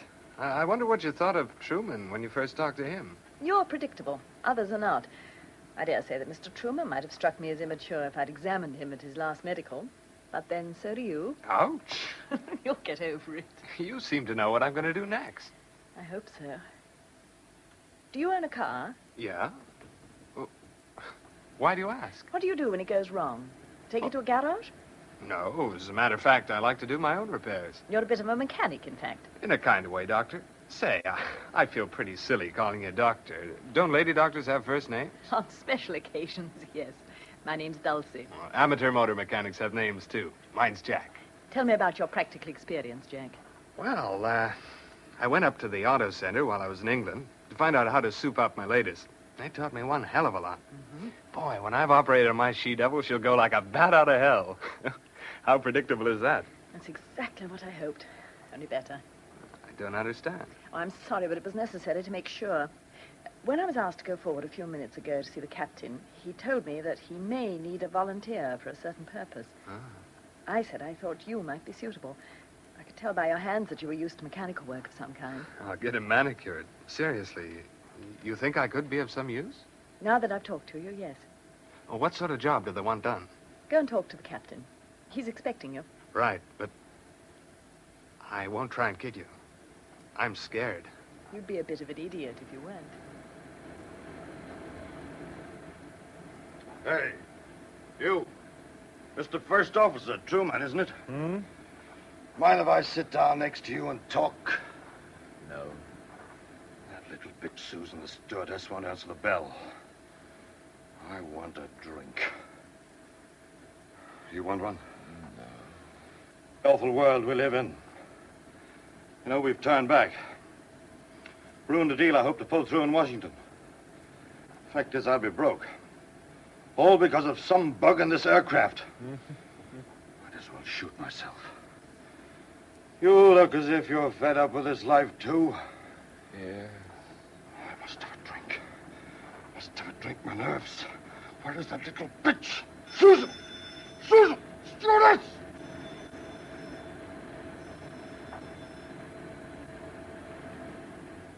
Susan. Yes, Dr. Rogers? That last drink you took to Mr. Valentine, how did it affect him? Well, it seems to have quietened him. At least he stopped shouting and swearing and trying to make Mr. Truman talk. And Mr. Truman? Oh, that sedative you gave him has almost sent him to sleep. Is Mr. Hubb still in the cockpit? Yes, he is. Dr. Rogers, Mr. Perkins told me just now that Mr. Hubb seems to be a bit of an engineer. He says he's volunteered to try to do some repairs. Do you know exactly what it is he's going to do? All I know is that they're fixing up a long lead to the radio so that Mr. Hubb can talk to someone at London Airport who will tell him how to make the repairs. Mr. Hubb will be working in number 3 Systems Bay, so the captain will be able to talk to him too. That's the tunnel that runs right along the aircraft under the floor, isn't it? Yes, I think so. I know there's something wrong with this aircraft, but I wonder what it is and how serious. Look, the light over the loudspeaker. The captain's going to talk to the passengers. Ladies and gentlemen, I want you to listen rather carefully to what I'm going to say, because you will all know by now that there's a bit of a snag with this aircraft, and I don't want you to get the idea that things are worse than they really are. That's why I'm going to tell you the facts. As a flying machine, I want to assure you that there is nothing whatsoever wrong with this aeroplane. She's in excellent form. And if we didn't have to land somewhere, sometime, there wouldn't be any problem. However, it gets monotonous if we don't come down sooner or later, and we prefer not to run out of fuel before we arrive somewhere. When we took off from London Airport, one of those rare faults occurred to do with the undercarriage wheels, which now means that we are faced with some difficulty in landing in the normal way. I can tell you now that myself and the rest of the crew, together with expert engineers on the ground, have worked out a means whereby the undercarriage can be repaired in flight. I hope you will forgive us for the inconvenience caused to you. We are now going to descend to an altitude suitable for the work that has to be done. Now, it may be a bit bumpy. If any of you feel the air a little rarefied for comfort, you can, as I told you before, obtain oxygen by pressing the red button overhead. It's all free. Thank you for listening. I shall be saying a few words later. That's all for now. Well, I thought you were going to end up by telling them to take their partners for the next dance. Oh, good heavens, did I ever do it, Jeff? Well, it might be an idea to play some music over the speakers. Oh, Perkins. If you walked into your bank to ask for an outrageous overdraft, would you put on a brand new suit? Look, you must never gild the lily, old boy. It makes people wonder why it's so necessary. I'll remember that. I'm going to need an overdraft pretty soon. Oh, why? My wife wants me to buy a house. Oh, Struth, at a time like this, Jeff, he has to go all domestic on me. Well, Perkins, just don't forget to put the stairs in like some friends of mine did in the heat of the moment. Oh, very funny. Fleming will be calling us any minute now, Jeff. I'll have everything ready, sir. What about the emergency axe? I'll grab one from the bulkhead. The one here's too big. Isn't Hub back from the loo yet? No, he's talking to Susan. Oh. Dr. Rogers was right when she said he was predictable. Do you think he can do the job, Jeff? In the time we have left? Well, according to Fleming, Hub faces a hell of a complicated program, including locating the correct place in the flooring of number 3 systems bays and cut through it with an axe. No mean task, that. Eventually, if all goes well, he'll tell you when the time has come for you to lower the undercarriage. The moment when there's no going back. Well, let's skip the details, huh? Now, if we can get the wheels locked down, the job is to get the wheels facing fore and aft. I've allowed half an hour per side for that. The bogies are eccentrically pivoted, aren't they? Yeah, but the slipstream will force them hard up against the stop. See, getting enough leverage is going to be the problem. So that leaves us with a time problem, doesn't it? Yeah, but we forgot one factor. The extent to which it matters depends on Hub and the capacity of his lungs. Altitude. The rarefied air will slow him down. Yeah, and he can't wear a mask. It'll impede him too much. How much would our fuel consumption increase if we flew lower? Oh, she'd drink fuel like a dried-up camel at an oasis. Wait a minute. Switch on the intercom. Yes, sir. Thanks. Oh, Susan, would you ask Dr. Rogers to come in and see me at once? Thank you. What's the idea, sir?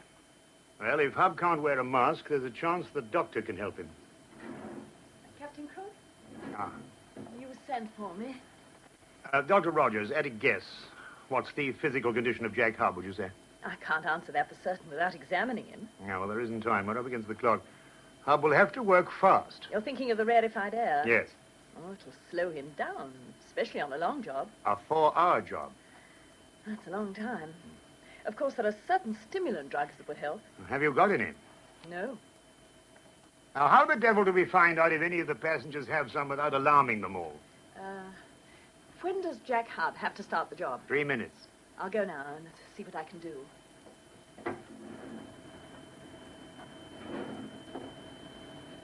Do you ever pray, sir? Eh? Do you ever pray? As a matter of fact, you just caught me at it.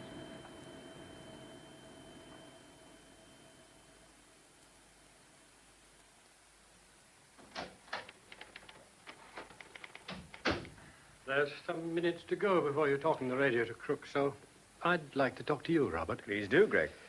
Dawlish was impressed by you at the conference. Oh, I'm not letting that fool me. If I last out the next 4 hours, it'll be something of a miracle. It was something of a miracle that Captain Crook discovered that young Hud had some engineering experience. When he was telling me on the radio, I really crossed my heart. I hope Hub knows enough to understand the instructions I give him. And I hope I last the course. Oh, look. Oh, you know damn well, Greg, that people don't make startling recoveries from my sort of illness. I'm not sure that you aren't just sorry for yourself, to be quite frank. And, oh, well, forget it. Go on, Greg. You needn't mince matters. You're like a man with a stammer. You trip over yourself when there's no need, no damn need at all. That isn't what the doctor thought when I was grounded. So the medical report really interests you? It would, if there was any hope of my being able to fly again. Now, first things first, Robert. Supposing this plan of yours fails through no fault of your own. I'm not considering failure. Quite right. Nevertheless, you mustn't make a life or death issue out of it for yourself. That's just using it. Using it? Then you think the same as Dawlish. No, Dawlish can't see the wheat from the chaff. I know you do the best job that can be done. So the issue of why you are doing it doesn't really matter so far as the aircraft is concerned. But a doctor doesn't give up practice because a patient dies of an incurable disease. Yet that's what you would do given the chance. Greg, if that undercarriage can't be fixed, I don't believe I can be either. Then you'd better make out. Right. Here you are, Robert. You're hooked up by radio. Now get on with it. Right. Hello? My name is Robert Fleming, Mr. Hub. I'm afraid we've never been formally introduced. So I think it would be a good idea if we started off by you telling me something about yourself. Any luck, Dr. Rogers? Sorry, no. I see. I've talked to all the passengers. You'd think they'd never taken so much as bicarbonate of soda, the indignant way they reacted to my question. I had an idea that chap Valentine might have been carrying the sort of stimulants we need for Hub. Oh, Valentine gets his out of a bottle. How is he? Drunk. Uh-huh. and very indignant when I asked him if he had any hexamine tablets, and then lecherous. Oh. That man thinks he can pop into bed with any woman he meets. I suppose Jack Hub has started on the job? Yes.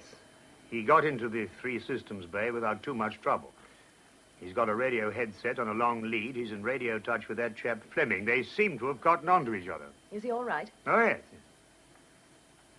You were right, Doctor. Predictable. Plenty of guts. I'm not worried about him. No sign of altitude fatigue? Not so far.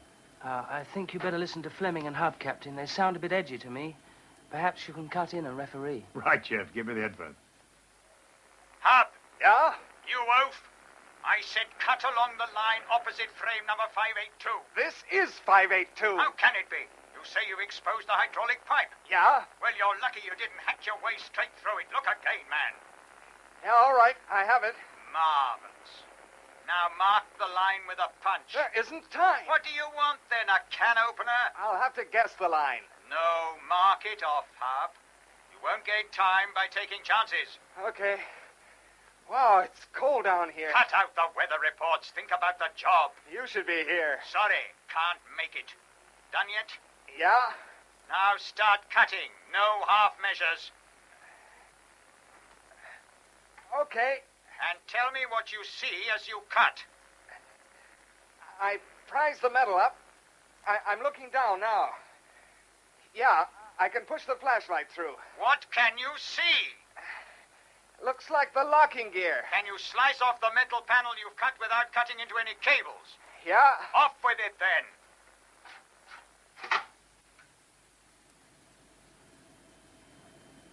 Captain. Yes, Jeff. I think Fleming is pushing him too much. No, Jeff. He's struck a good attitude. He's trying to make Hub more annoyed than frightened, and providing he keeps it up, it'll work. Well, Fleming made a bad start, sir. He wasted nearly 10 minutes talking to Hub. That wasn't time wasted, Jeff. Look what he found out. Hub responds to challenge, but no soft soaping. He's a bit sulky about taking orders because he's a rich young man. But when he finds he's got to, he accepts them. Now, he likes Susan, and he's thinking of her in the back of his mind. Hub's a bit of a stallion, you know, who's hard to break. Yeah. But he knows he's got to be a lot less wild if he's going to be useful. Now, Fleming assessed this in 10 minutes. It's not bad going. Now, let's listen to him again.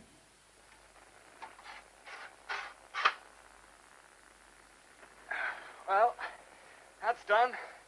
Piece of sheet metal. Anybody want it? Keep it as a souvenir. Now, is your rope secure? Yeah, it's okay. It had better be, because if you slip, those undercarriage doors will give right under you. Now, look at the starboard locking gear. Is there a lot of slipstream blowing up? Yeah, half a gale. A lot of fluid around, too. Only one jaw engaged. The other isn't biting. Now, listen. When the captain lowers the undercarriage, can you see a way of getting down? You won't be able to stand on the doors, but you've got to be able to work with your hands. Where will the knee joint be, relative to the hull? Just inside it. I think I can kneel just by the hinge of the door. There's not much room, though. But enough. There's going to have to be. That's the spirit. But look, I tell you what we'll do. I want to change the order of events a bit so that you can take the other side as far as this, okay? I feel... What's the matter? Kind of dizzy. Put your head between your knees. Fleming. Crook speaking. Sorry to butt in. Hub will be all right. Just wait a minute. Very well. I'm going to have a word with my engineer. Call you back in a few moments. Hang on. Very well. Hub's beginning to feel dizzy. But what the hell can we do, sir? Hub can't last out if he's feeling dizzy already. No, he won't. You know, Dr. Rogers has a suspicion that that tipsy tycoon Valentine may have got something useful on him, but he won't confess. Hexamine or something like that. It would help Hub a lot. We could search Valentine. Oh, see what you can do, Jeff. Yes, sir. I'm going to get Fleming again. Hello, Fleming? Hold it, Captain. Hub's talking. Sorry. I felt pain. I'm better now. Good, good. But, take it easy for a bit longer. You were telling me earlier about a girl named Susan. Where did you meet her? She's an air hostess. Nice. Very. How long have you known her? About 5 hours. Oh, fast worker, eh? I take it she's on board? Right, she is. Then let's get back to work. Okay. You feel up to it? Yeah. Right, well, mark off the panel to be cut on the port side. Only be sure to get the right frame number this time. What did you say, Truman? My body has never belonged to me. I feel that way at times. Huh? Who are you? Don't you remember? Name's Valentine, a passenger. Where are we? We're on an airplane. Oh, yes. Yes. Flight 46 and... Oh, yes, I'm the first officer. I ought to get back to the flight deck. Are you sure you want to go back? What do you mean? I mean, do you like the crew, the captain, all that? Oh, no. I don't like the crew. They wear suits, and they think they're men. What are they really? Victims.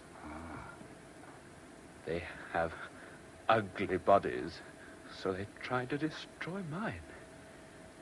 But what they don't know is that my body doesn't belong to me anyway.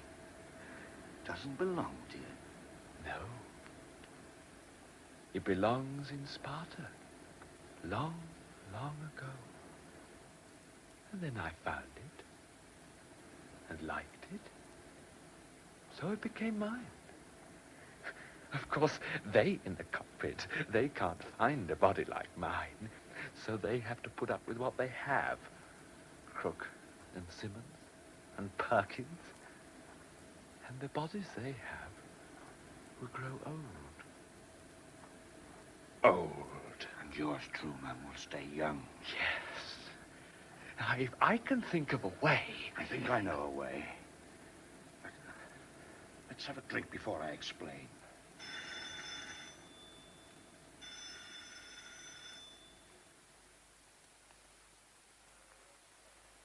That's it.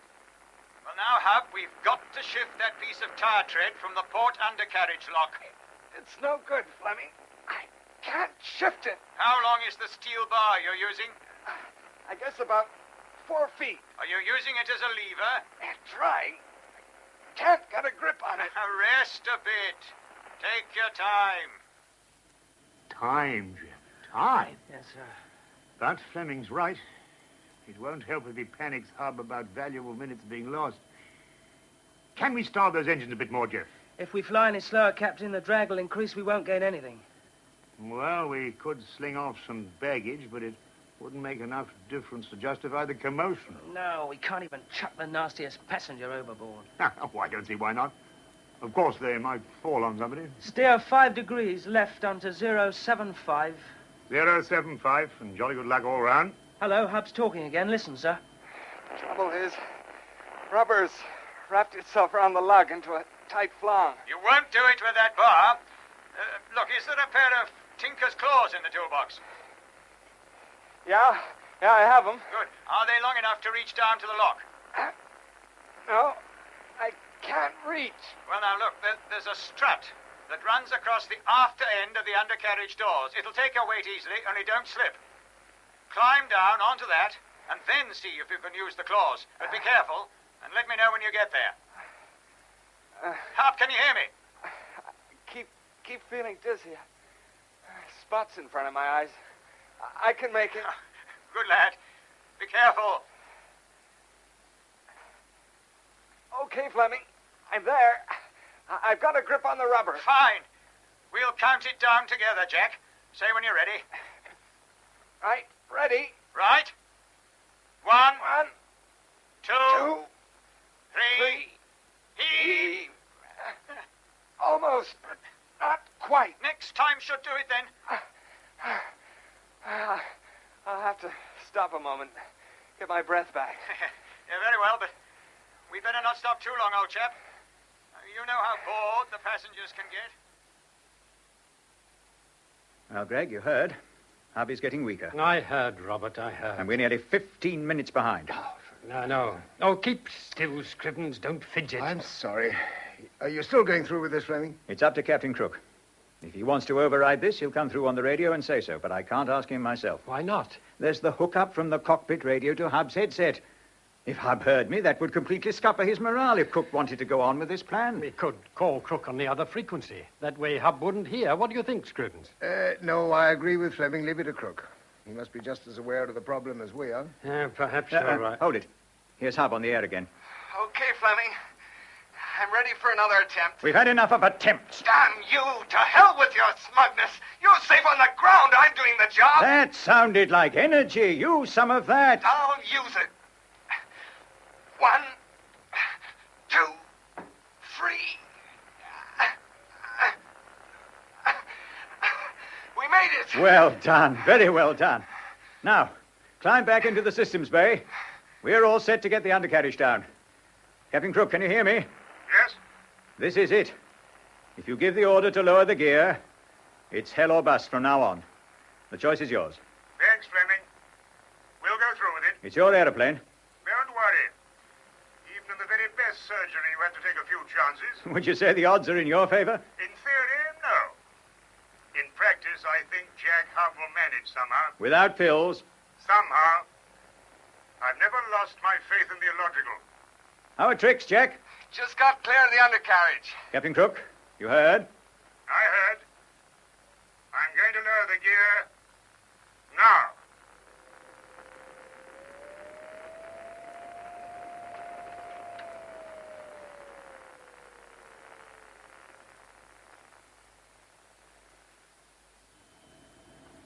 Captain. Yes, Jeff. Hydraulic pressure dropping. The wheels are down, the hydraulic fluid is drained from both tanks. Right. Now, we've committed ourselves, Jeff.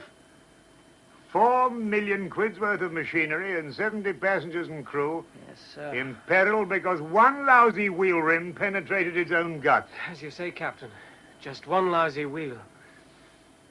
Must you start to eat another of those blasted bananas, Perkins, now of all time?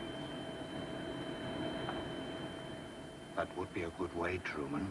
What do you think? Yes. Yes, the key to my immortality, Valentine. The gods are on my side. The instrument of retribution is in the cockpit. It hangs on 2 hooks. It's waiting for me, Valentine. Waiting for me. The axe. And go to the cockpit and use it. And we'll both forgive life for what it has done to us. Go on, Truman. Yes. Go on. Go on. Go on.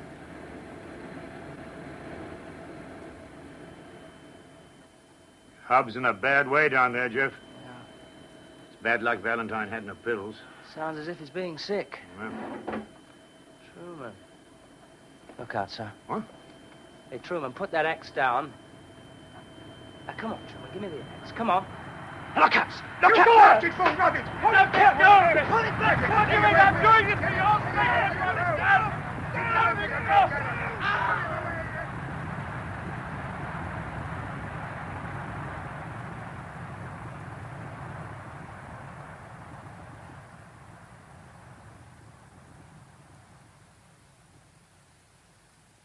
Captain Crook? Captain Crook? Hub? Hello? Hello, Flight 46, hello? No answer? No, Greg. That noise we heard before the radio cut out. Well, Scrivens, what did it sound like to you? Nothing I could interpret. Fantastic row. Who was it yelled, look out? It wasn't Crook. Try the radio again, Robert. Captain Crook? Hub? Fleming calling? Hello, Fleming. Crook here. Sorry for delay in answering. Oh, glad to hear you. We heard someone yell, look out, and then a damned awful noise. We were wondering what hit you. Nothing. Near miss. Truman went berserk. Grabbed the emergency axe in the cockpit and tried to smash the instrument panel. What? He's off his head, nuts. Good God, Truman, man. Go on, Captain. Well, Jeff Simmons spotted him just in time and warned me. I had to work fast, get him off balance, so I put the aircraft into a steep bank. I thought the wings would snap off, but they flipped back safely. And Truman? Toppled over and split his head open on the edge of the racks. Nasty mess, quite bloody. Literally. Is he unconscious? No, he's dead. Oh, no. Are the passengers behaving? Yes? And Jack Hub? Well, he's in a bad way, but he'll be all right again when Susan gets to him. Susan, the stewardess? Yes. We found some pills on Truman, not on Valentine. And a doctor, who's one of the passengers, says they're just the thing to put Hub on his feet again. Yes, but the stewardess, can she get to him? She's slim, and she fancies Hub. Shouldn't be surprised if Cupid hasn't lost an arrow or two. And now, if you'll excuse me, I must say a few words to the passengers. They deserve a nice fireside chat. They've been very good, all things considered. Over. Ladies and gentlemen, this is the captain speaking. It would be idle to pretend that the lurch you felt a few minutes ago never happened. I have a backache to prove it, and I expect some of you have, too. However, that's over, and we're still flying. I want you to realize that we do maneuvers a great deal more amusing than that one in the course of our check flights, and we've never managed to get one of these things to fall apart. As yet. I promise you a smoother time from now on. I'll give you more information in a few minutes. Thank you. Whoa, much more of that, Captain. You'll have the passengers passing the hat round for you. Well, I tried to cheer them up, Jeff. Have you any comments to make, Brackens? Have a banana, sir. Oh, I don't believe it. No. Switch on the radio, Jeff, and let's hear if Fleming and Hub are still on speaking terms. So, cheer up, Jack. Your girlfriend Susan's on her way with some pep pills. And you feel up to some light electrical work? Yeah, I think so, Fleming. Good. Have a look around and locate electrics panel number 18. Yeah, I have it. How many external contacts has it got? 7. Then that isn't it. You have your left hand on it now. How the hell did you know that? Remind me to tell you sometime. The contacts are color-coded. You want blue and yellow and green and yellow. Yeah, I have them. Now connect a piece of insulated wire to each. But whatever happens, don't let the two wires touch until the other jobs I'm going to ask you to do are completed, because if those wires touch prematurely, then you'll jam everything, and the wheels won't lock into the fore and aft position. Understand, Jack? Yeah, I understand. So it'll be best not to bare the ends of those wires until we're ready to make contact. That way you will be perfectly safe. Have your pliers ready? Okay. Oh, hang on. Susan's just got here with the pills. What's the joke? Susan says they're dangerous if you take more than 2. Dangerous how? Supposed to make one feel very loving. And as soon as she gets back to her normal work and you get on with the jobs I want you to do, the better for all of us. I wonder. Robert, are you feeling faint again? No, Greg, just difficult to concentrate. For heaven's sake, pull yourself together. You're Hub's eyes and hands. You've got to know what he's doing as he does it. Fleming! Listen, Hub's calling you. Captain Fleming, can't you hear me? Are you receiving me? Yes. Yes, Jack, you're coming over quite clearly. Hardly any static. Well, for heaven's sake, what do I do now? Do? Do what? Didn't you understand what I said?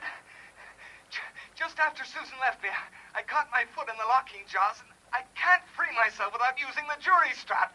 Try and use it. I can't reach the strut. Are you in pain? No, but what shall I do? What shall I do? Hold on a minute, Jack. I must study the drawings again. I'll think up something to help you. Hurry. Time's running out on us, and I'm freezing. Robert. Yes, Greg? Let me down now, and you'll never show your face again in a man's suit of clothes. Talk to Hub, sound cheerful, and think, man, think. Yes. Hub, are you getting me? Yes, clearly. Have you tried getting clear by leaving your shoe behind? Yeah, no good. The pressure's too tight. Is there any hydraulic fluid on the floor? It's lousy with it. Where exactly is the strut you want to use as a lever? I mean, relative to your position. It's about 6 feet to the left. Starboard side. Yeah? Stand by, Jack. Captain Crook, did you get that? Yes. Then will you swing your aircraft round to the left without banking her? That way, the strut should slide across the floor towards Hub. You're a cunning devil, Fleming. Good idea. Jeff, mic, please, and switch on to the cabin loudspeakers. I must have a word with the customers. Ladies and gentlemen, I'm going to maneuver this aircraft rather sharply. Nothing to worry about, but hang on to your drinks. Never waste liquor. Now, Jeff, give me full throttle. I don't want to stall her, and we need quite a whip round to make that strut slide towards Hub. Over to you, Blaine. Right. Now, Jack, be ready to catch the end of the strut. Yeah? Otherwise, it'll go clean through the undercarriage doors. Carry on, Captain Crook.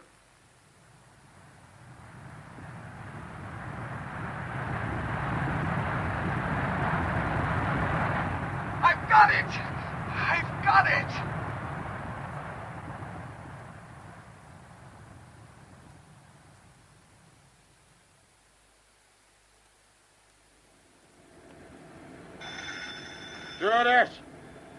Stewardess! That girl. Oh, who are you? I, sir, am the engineer officer of this aircraft. I want the stewardess, not you. Go. Now, look, no further alcohol, Valentine. Captain's orders. What? According to Dr. Rogers and other witnesses, you were heard talking to Truman before he attempted to sabotage this aircraft. What of it? No crime to talk to a man, is it? You were heard to incite Truman to act as he did. If you don't behave, you're going to be handcuffed. You'll be questioned more fully when we land. I don't give a damn. And there are a good many matters concerning this flight which I personally shall report to the airport police. As you please, sir. But from now on, behave.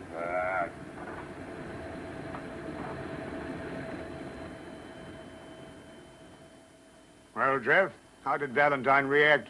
Bluffs and threats, sir, but he's cowed. He won't give any more trouble. He'd better not. Can you give me an exact figure for fuel, Jeff? How long will it last out?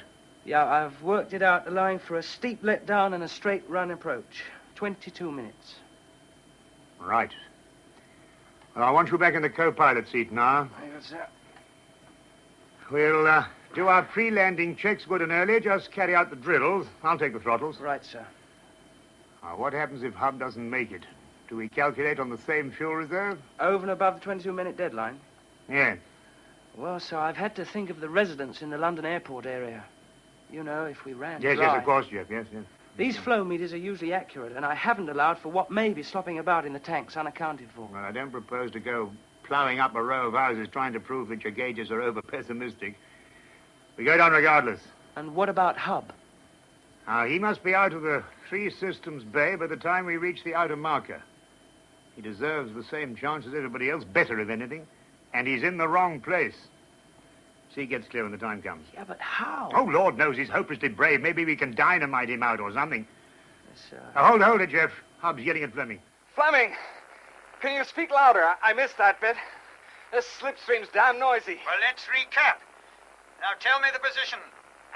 The legs are locked into place, but the wheels, damn them, are presented broadside to the direction of flight. So the fork will dig itself in upon landing. Meaning? The aircraft will be flung onto its back. Only 21 minutes to go. Look, Fleming, I'm going to try it with a safety rope. It's the only way. Agreed? Well, the situation is much worse. Worse than it would have been if the undercarriage had been left up and out of the way. I'm afraid the unforeseen has swung the stakes into the outsider range. An outsider always has a chance. I remember a horse in the Kentucky Derby yes, made it. You're right. Now, if the outsider is to have a chance, then risk capital must be spent lavishly. How will you do it, Jack? I'll secure an end to the crank, which turns the bogies. Then take the rope round a spare and pull like hell. No good. You must get maximum leverage. Use it like a block and tackle. How did you secure the rope at the other end? Round turn, 2.5 inches. Well, that'll hold. Undo the rope from your waist, but for God's sake, be careful. Yeah? We need you. Leave the rope secured as it is at the top end. Now take the free end and loop it round the crank. Do you see the groove near the outer end of the crank? Yeah, I have it. Use that. The rope will slip out of the groove. No, not if you pull in the right direction. Use brain as well as brawn, Jack, and get a damn rift on. What's that? Old English expression. Means take your finger out, which is another old English expression. Yeah, we know that one in the States. 19 minutes, Jack. I can't get enough leverage. There's a goddamn pipe in the way. What color? Pink. That's hydraulics to flaps. Captain Crook. Yeah? Do you mind losing flaps? I'm afraid it's that or nothing. I'm not going to lose them all. I'll take them down halfway first. All right, make it snappy. Jeff, flaps 50%. Aye, sir. Flaps 50. Fleming? Flaps fet, sir. All right. Right, Captain. Help you hear me? Clear as a bell. What's next? Slash that pipe out of your way, and the other one on the starboard side when you get to it. Okay. And keep off the radio from now on. It's up to you. Don't forget, you've got to twist those two wires together on electric panel 18. When? When you get the wheel in position. If I do. There's no if about it. Get busy. Over to you, Captain Crook. Thanks. Jeff? Sir. Hand me the graphs. Here you are, sir. I'll have to guess at our load, but it must be roughly along this line here with tanks emptied. Perkins. Sir? Does half flap affect the fuel position, do you reckon? No, sir. Aren't you at the same power setting? Do not make an ass out of your captain. You're quite right. Oh, no. Were you eating another banana? It's the last one, sir. Only a true word. Jeff? Sir. I make our stalling speed at half flap 121 knots. Agree? What's the margin going to be? Well, let's say 5 knots. The stick will shake a bit, but we must take time over the actual touchdown of the weak undercut, and we mustn't run out of runway. We haven't got an undercut yet. No gloom, please. Now, shallow approach. You maintain for 126 knots. Yes, sir. And when I say chop it, now you chop it. Sir. There'll be virtually no flare out, and we just fly her on. Yahoo! Yahoo! Hub, what the devil's the... Port wheel's in place. I've done it. Well. I say, Hub. Yeah? Just don't forget the other one, starboard. Not on your sweet life. Jeff, did that bit of news get out on the radio? I don't think so, sir. Hub was told to stay off the radio. Well, I'd better tell Fleming. He might like to know. Ladies and gentlemen, please look at the illuminated sign. Cigarettes out, please. Oh, sorry, Susan. I didn't notice. It's all right, Dr. Rogers. Just a normal precaution before we touch down. Any news of Jack? I'm just going to the cockpit now to find out. A new radar instruction, Captain. Go ahead. Turn left onto 120. Intercept localizer and report. Cleared for descent at your discretion. Understood, Perkins. Mr. Perkins, can you tell me... Oh, don't ask questions now, Susan. Quiet. Jeff. Sorry, sir. Now, we'll have to take it this time round the airport, but I'll spread the turn according to the fuel situation. Right, sir. When we land, we'll have to come in like a blasted rocket. Yeah, good chance of exploding like one, too. Now, Jeff, no gloom. Plug in and see if Hub is ready to make his getaway. Yes, sir. Fleming may have something to say to him.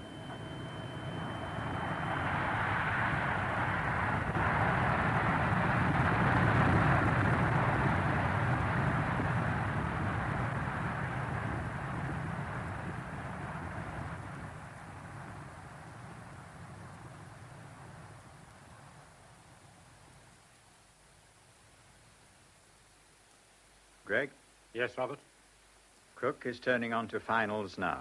Undercarriage still unserviceable? Yes. By a blasted millimeter. Can Crook go round? No. Doesn't want to rip up houses. Oh, he's right. Isn't that what you'd decide if you were him? Yes. Hub, come on, man. And if they don't make it, how will you feel then? Same as you, Greg. You know. It'll be tough after all this. They will have to do something about that undercarriage design. This has all been caused by insufficiently protected equipment. So you warned us 2 years ago, Robert, and we didn't listen. I was told your report was dynamite, and now I know. Hold it. Hold it. Simmons is calling Hub. Hub? Hub! Yeah? Get out of there. Captain's orders. We're crash landing, so get out now. No, I'll be damned if I do. I gotta find the pliers for those 2 lousy bits of wire first. I dropped them somewhere. Captain, he won't come out. Up to him. What's our airspeed? 127 knots, sir. Barely land with all that useless undercarriage hanging down. Don't make me laugh. If Hub can't fix that thing, well, Jeff, this is the Big Bang. Yes, sir. There are the runway lights now, sir. Nice and clear. Oh, God. Did ever a runway look so short?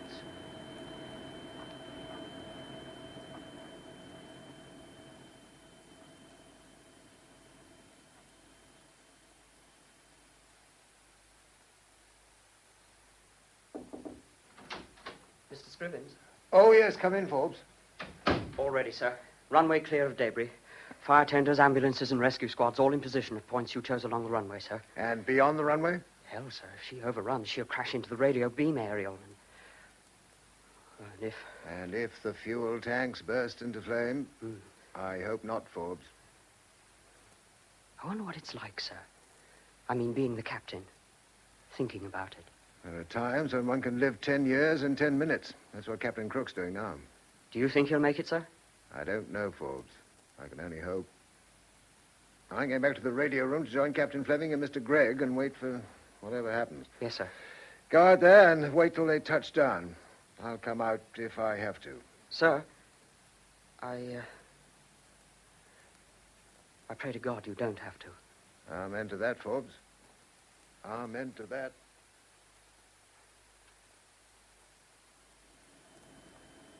One, 2-6 knots, Jeff. Hold at that. An unholy speed. You know, Jeff, this is the closest I've Ever been to hitting the approach lights? 6 balls for a penny. Let's see how many I can knock off. Landing on grass or concrete, sir? If we have to crash, I'll choose the grass. Yes, it looks as if it could take some mowing. Oh, what did Susan want? I saw her slip into the cockpit just now. She spoke to you, Perk, didn't she? Oh, something about Hub. She was worried about him. Aha, like that, is it? I thought so. Captain! Speaking, Hub, you on your way? I found the pliers. I'm stripping the insulation off the wires. You getting me, Fleming? Yes, good lad, but hurry. There's just time to avoid a belly landing. We are just flying, Fleming. Very close to a store.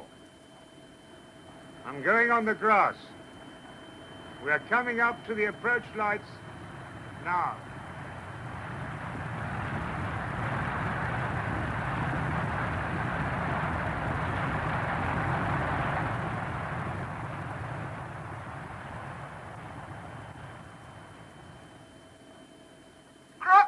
Crook, I've done it! The wires are on! Jack, well done in the nick of time as the hero said when he saved the girl from a fate worse than death. On the brunette! Pink! Are you out of your hole, Jack? Nearly. I'm taking off the headset now. It's no use. In the way. As you please, Jack. One thing, Captain. Yes, boy. The next time you almost lose your pants, you can damn well do up your own fly. Famous last words. I hope not. I'm landing now. And let's hope those blasted bogies stand the strain. Hey, dear Jeff. Sir. Here we go. And I only hope we don't run out of grass.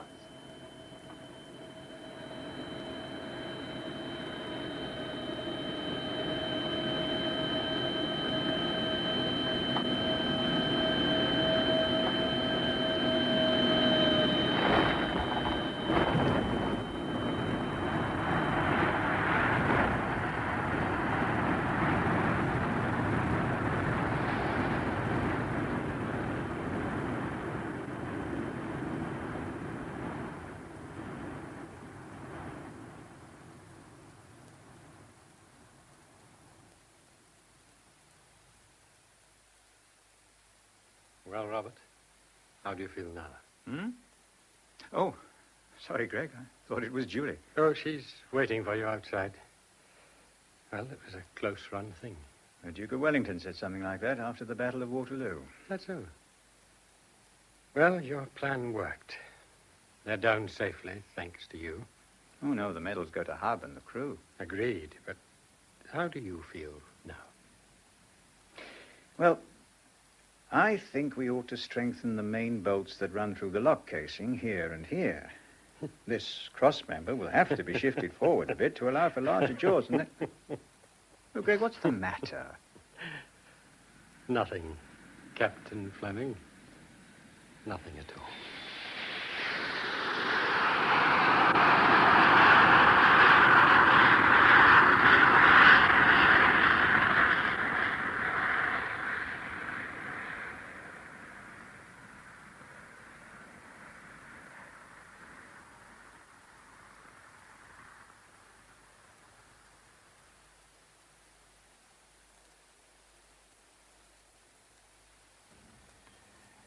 In The Higher They Fly by Christopher Hodder Williams, adapted for radio by Norman Edwards, Robert Fleming was played by Peter Claughton, Jack Hub by Peter Marinka, and Captain Crook by Howard Marion Crawford. Jimmy Truman, Christopher Greatorex, Susan Eccles, Shirley Dixon, Valentine, Barry Keegan, Dr. Dulcie Rogers, Betty Huntley Wright, Simmons, Colin Campbell, Perkins, Gordon Gardner, Scrivens, Patrick Barr, Gregg, Duncan McIntyre, Forbes, Brian Hewlett, Dawlish, Frank Partington, Woodford, Bruce Beebe, Julie, Sheila Grant.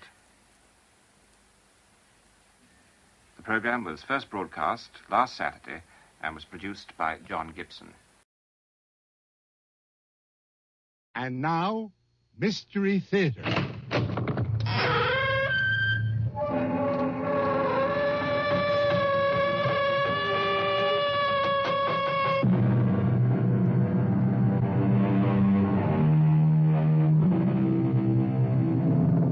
Come in.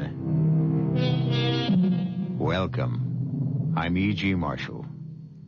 Most people look upon their own everyday lives as being routine, without much excitement.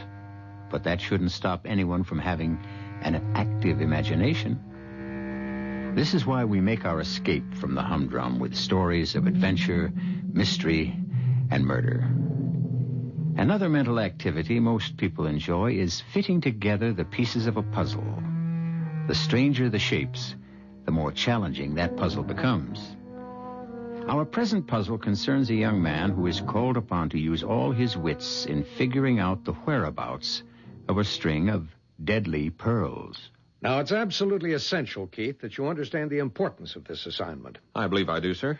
If those pearls aren't recovered, and recovered soon, it's an established fact that someone else will die. I understand. And no matter what happens, no one on that island must have any idea who you really are or what you're doing there. Check. You better be a good actor. I think I can manage that. What do I have to lose? You could lose your life.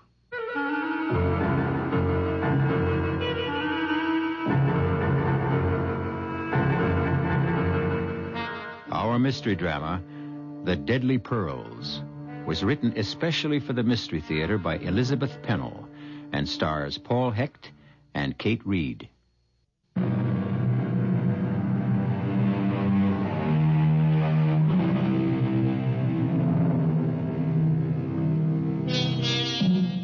Although the FBI and the Honolulu police were in on the case, because of certain peculiar circumstances, it was important that the criminal be apprehended by a private investigator. This hazardous assignment went to Keith Spencer, a young man who had proved his physical courage in wartime service. But other qualifications were required for the job, as explained when Keith had his final briefing in San Francisco with the head of the Gordon Investigating Service. Afraid we've given you a rough time these past few days. Oh, I didn't mind, sir. Only I am anxious to get going. You do type, don't you? Oh, sure. Well, I'm afraid you'll have to prove it, so let's do two things at once. Take over this typewriter, and I'll dictate some paragraphs. Okay, shoot. I, Keith Spencer, am unmarried, with no living relatives, and no dependents. From this day forward, and until the completion of this assignment, I have assumed the identity of Robert Keith Ryder, and under no circumstances will I reveal my true identity. Is that all? Yeah, if you'll sign it. Sure, got a pen? Here. Oh, I suppose you should have signed a statement about your ability to play bridge. What? You did assure us that you play at least an average game of contract. Well, sure, but I didn't realize it was all that important. It could be crucial. Our three suspects are avid bridge players, when they can find a fourth. Okay. Now, before I leave, let's go over the basic facts once more. All right. The missing pearls were cultured. A single strand, about 24 inches long. So they'd hang down about 12 inches if someone was wearing them. They don't sound very spectacular. Yeah, but they are. Jonathan Kohlmeyer, who bought them, was a partner in a watch company which made radium dials. And somehow he managed to have the pearls treated with radium so they would glow in the dark. When he first thought up this scheme, did he have an ulterior motive? Who knows? It was what happened later that we care about. And you don't think he started out as a murderer? Well, that's beside the point. He became one. And when he found out how easy it was, he did it again 3 times. Now, clue me in. Who did he bump off first? The first woman he gave the pearls to was said to be very frail. When she died in an accident, Kohlmeyer was in a state of shock. So no one accused him of complicity in her death. Yeah, but apparently he did retrieve whatever presents he'd given her. Oh, yeah. He was that type. Then he got married. He gave the pearls to his bride, who wore them constantly. She loved that string of pearls. How long did she last? Radium can be a slow death. But it caught up with her after a while, and when she was dying, the doctors suspected radium poisoning. So why didn't they nail her husband right then? It never occurred to anyone to suspect the pearls. How could any smart murderer pull the same stunt again? He fell in love with a young and brainless beauty. Must have really liked her because he didn't give her the pearls for a long time. Not till he retired and they moved to Hawaii. What did she do to deserve such a present? Started playing around with another man. That did it. Kohlmeyer gave her the pearls. She moved out, went off with the pearls and her new boyfriend to a scarcely inhabited island, a small one, well offshore from Oahu. And when she developed an unexplained malady, the boyfriend left her. Big-hearted guy. Well, after her death, there was an autopsy. And this time, no question. Radium poisoning. Now, why didn't the police move in and confiscate the pearls? There were no pearls to be found. Now, isn't it possible that Kohlmeyer had been there and gotten them? No way. Kohlmeyer committed suicide without returning to the island. Without a confession about what he'd done? Good Lord, no. He was a respected businessman. Now, you think the pearls are still on the island? We're sure of it. But more than that, Keith, we've narrowed down to 3 people who lived nearest the cottage where the last victim died. So my job, then, is to make friends with these 3 people and find out quietly which one of them has the deadly pearls. Well, you make it sound too easy. Each of these people is highly eccentric. The few people who come and go from that island are under constant surveillance. Including me. Naturally. The pearls were usually kept in a narrow box. It looked like an ordinary jeweler's box, but it was made of lead. Protection against the radium, of course. Means it would be heavier than most boxes that size. Well, that makes it seem more elegant. The box is covered with purple velvet and lined with satin. How original. I know. It won't look much different from any jewel box you've ever seen. I can't help thinking how useful a Geiger counter would be. That's totally out of the question. When you bring a Geiger near a suspected object, it starts ticking. Sure, I know. No gadgets to make life easier. Just your own ingenuity. And it better be damn good. Well, there's not much more I can say, except to wish you luck.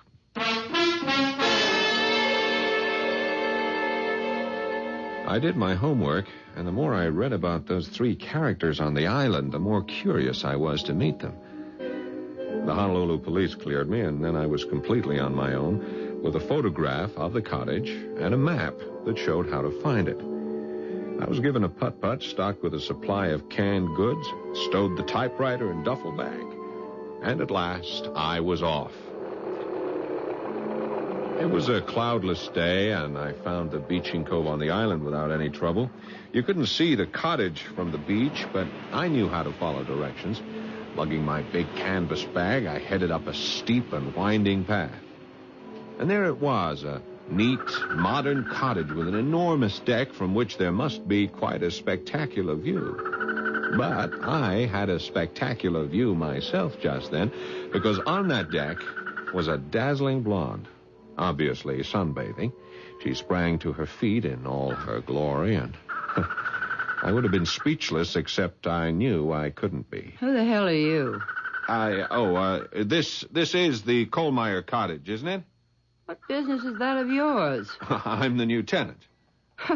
This place is not for rent. No, that's right, not anymore. I've signed the papers. It's mine, for at least a year. Who are you? Oh, I'm sorry. How rude of me not to introduce myself. I'm Robert Keith, a writer in search of a quiet place to hang a typewriter. I don't believe you. The last thing we need around here is a writer. Lady, I am planning to live here. Not if I can help it. Okay. I've answered your questions. How about answering one for me? Who are you? None of your business. Since you claim the house is yours, let's see you open the door. That's just what I was about to do. I understand it takes 2 keys. And here they are. Both of them. Where'd you get those keys? Now, do you believe me? Big deal. You opened the door. And now I know who you are. You're a policeman. They sent you here to spy on us. Well, I'm not going to stand for it. When the supply boat comes around tomorrow, I'll send a message back to my lawyer. No penny anti-flunky is going to be spying on me. I assure you I'm not Don't going to bother to unpack your things, Robert Keith, because tomorrow... really, Miss... Mrs. Walsh. Mrs. Barbara Walsh. And you'll find that I have protection against people like you. The gorgeously suntanned Mrs. Walsh slipped her feet into sandals, picked up her beach towel from the deck and started along the path which led from the north side of the cottage. You must understand that during our entire conversation, Barbara Walsh was completely in the buff. No bikini, nothing.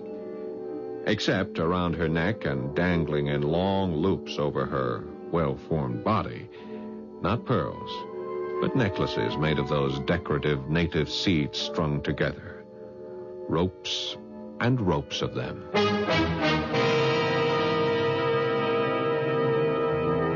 Robert Keith may have thought he was prepared for anything, but this introduction to his new home was an unsettling experience he hadn't counted on. He has now had a most revealing look at one of the three suspects.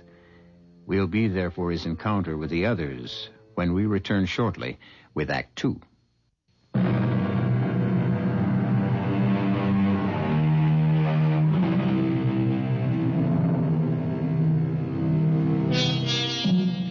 Robert Keith found the cottage very much to his liking.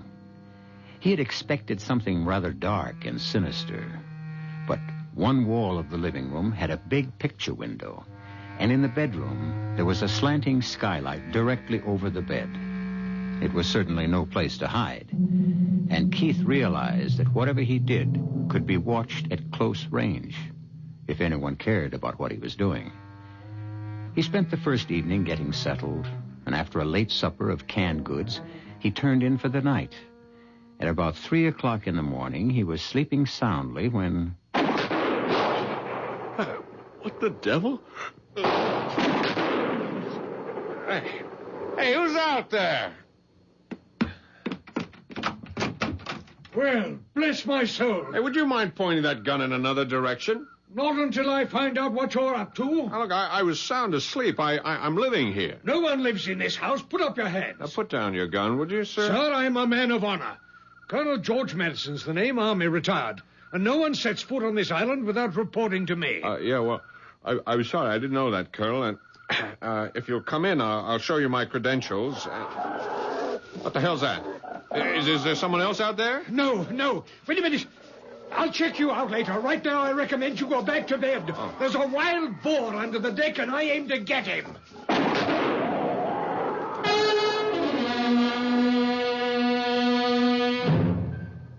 When the sun came up, it was another cloudless day. And after breakfast, I decided to pay a visit. Not eager to encounter either the gun-happy colonel or the wild-eyed lady with no clothes, it seemed wise to seek a formal introduction to the third island resident. The path to her property was overgrown with luxuriant shrubbery, but it opened up into an area dotted with palm trees surrounding a small stone house. Squatting in the midst of a flower bed was a gnome of a woman wearing one of those loose garments the Hawaiians call muumuus. I wondered when you were coming. You were expecting me? Of course. You're the writer who's moved into the death cottage. Moved into the what? Well, surely the rental agent told you that the 3 former tenants died there. I think you're just trying to frighten me, but I don't scare easily. You're very sure of yourself, aren't you, Mr. Keith? Oh, you know my name. Well, since we're going to be neighbors, perhaps you'll tell me... I'm Nora Babcock. And if you'll help me up, we'll go to my porch where the coffee's perking. I assisted Miss Babcock to her feet. The aging body was stooped and slow-moving, and her hands were badly crippled, yet she used them capably to pour the coffee when we were seated at a wicker table on her porch. Oh, yes, Mr. Keith. I've lived on this island for a long time. That house was just a shack when the poor man, a writer like yourself, was stabbed to death in a ghastly pool of blood. The cottage was rebuilt before an unfortunate woman was strangled there. And then it was fixed up with all that glass to let the sun in. But nothing could save the last dear lady who simply wasted away. Well, here's hoping I'll have better luck. That depends. When were you born, Mr. Keith? You mean what year? No. The date. The day. The hour. Oh, I was born in August. 14th of August. Oh. You sound disappointed. You certainly don't look like Leo. The lion. And I would have thought that a writer... but no matter. There may be other factors. You belong to the northern sign of the zodiac, the middle point of the magnet of the fire triplicity. Is that a fact? Oh, you'd better not laugh at me, Mr. Keith. I'll tell you right now that you and I are destined to be enemies. You belong with Sagittarius, Libra, or Aries. Oh, come on, Miss Babcock. I'm really not so bad. Now tell me about your sign. I'm Gemini, the positive people of the air triplicity. You mean air and fire don't mix? Dangerously, Mr. Keith, very dangerously. Your sign is governed by the sun, and your gems are carnelian and sardonyx. Well, I wouldn't know a sardonyx if I stumbled over one. My governing planet is Mercury. Emeralds, moonstones, and pearls are my sign. And I have a very special affinity for pearls. Mrs. Walsh had obviously passed along word of my arrival, which was why the colonel had come trying to flush me out, and the reason Miss Babcock knew my name and occupation. So, that afternoon, I became a spy, hidden in the underbrush with binoculars trained on the three of them walking along the beach. I was darn sure they were planning some strategy to get me evicted. Then, Colonel Madison left the two ladies and headed up the trail toward my house. I went quickly to the typewriter and pretended to be busily at work. Hello there, Mr. Keith. I hope I'm not disturbing you. Beautiful day, isn't it? Yes, that it is. How are you, Colonel? No, couldn't be better. Say, I'm sorry about last night. Wouldn't want you to think we're not hospitable around here. Do you mind if I sit down? No, please do. I was beginning to feel like an outcast. I gather you've met the ladies. Yes, they didn't exactly give me a warm welcome. Oh, pay no attention. Batty old Babcock won't be a problem. She's usually off in outer space, talking to the stars. I gather she's hipped on astrology. Oh, mad as a hatter, even though she does play a good game of bridge. You say you're also acquainted with Barbara Walsh? If you mean, have I had a good look at her, you're darn right. Stunning, isn't she? You said it. Well, look, tell me, Colonel, what's a woman like that doing all by herself way out here? Oh, but if this were a British colony, I'd say she's a remittance woman. She's being paid to stay away? Yeah, being paid very well. The big man in her life is a mafia type. They nabbed him. My guess is the family's afraid she'll talk unless she's kept well out of the way until he's released from jail. What's he in for? Oh, drug traffic, I think. I don't know. Dealing in stolen goods. Let's talk about you, Mr. Keith. You writer fellows interest me. What's your special subject? I'm a novelist, science fiction sometimes, but mostly light stuff. Know anything about pearls? No, not much. How'd you like to come over to the other side of the island and watch the pearl divers? Pearl divers? Here? Oh, well, it's not like Ceylon or the Sulu Sea, but they go through the motions here twice a week during the season. Occasionally they come up with a creditable pearl. Come along if you want to. Well, I'd like that very much. Fine. Oh, wear some stout walking shoes, and I'll pick you up in about an hour.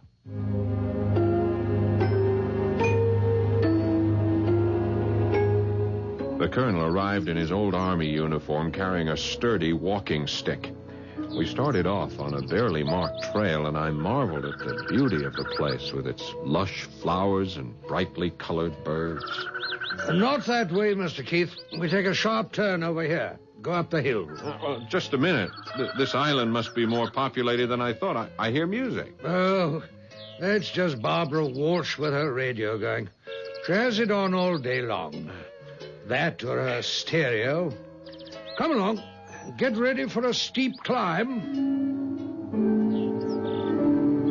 The path went straight up, and I had to scramble to keep the colonel from getting too far ahead. But quite suddenly, all the lush greenery ended, and we came out on a rocky promontory overlooking the sea. We made it. That's quite a view. Now, you see those small boats way out there? Yeah? Those are the oyster fishermen. The flat-bottomed boats are dragging nets. Uh-huh. And from those kayak-looking things.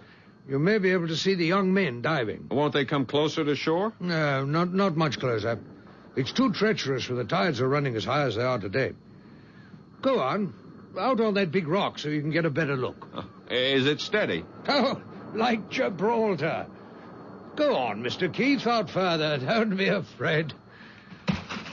Watch your step, Mr. Keith. Hey. Oh, merciful heavens. Help me, Colonel! Help me! Hang on, Keith, hang on. I'm trying to get a foothold. Here. Grab my walking stick. I grabbed the stick because I had to, even though I knew it was the same stick that had been pushed into the middle of my back just a moment before.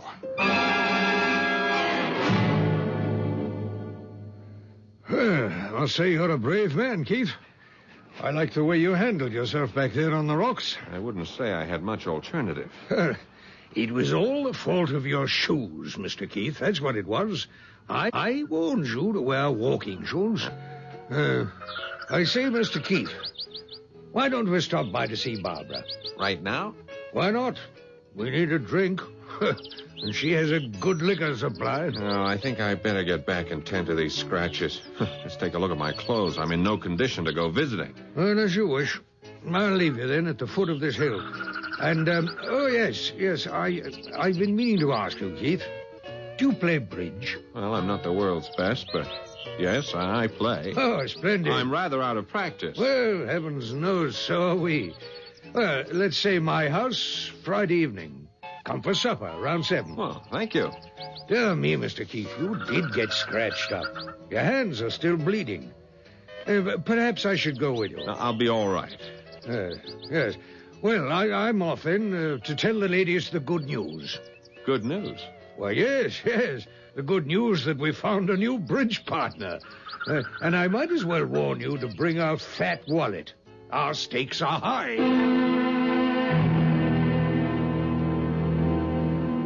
After a shower and some soothing applications of witch hazel and ointments, I rested on the big bed under the skylight. The front door was wide open for the benefit of a magnificent sea breeze. Suddenly I was on the alert. Someone was on the steps leading to the deck. Then there were slow, heavy footfalls and the tap of a cane. Mr. Keith? Mr. Keith? Are you all right? Oh, why, hello, Miss Babcock. Yes, come in. Oh, I heard you'd had an accident, and I thought you might not be able to fix your own supper. So I've brought you some nice oyster stew. Oh, well, that's very thoughtful of you. There. It's one of my specialties. Just warm it up. Oh, thank you very much. Sit down. Won't you share the stew with me? No. I've had my dinner. Let me see your injuries. They're nothing but scratches. I was lucky. Could be serious. And you are not lucky, Mr. Keith. I looked at the stars last night, and the heavens do not bode well for anyone born under the sign of Leo. But you see me alive and well. I could have crashed all the way down those rocks and into the sea. Look out for more danger ahead. That was simply the first warning. Miss Babcock knew what she was talking about, and it had nothing to do with the stars. I heated the oyster stew, and it was delicious. In fact, the best I've ever tasted. But about an hour later, I began to feel drained of all energy.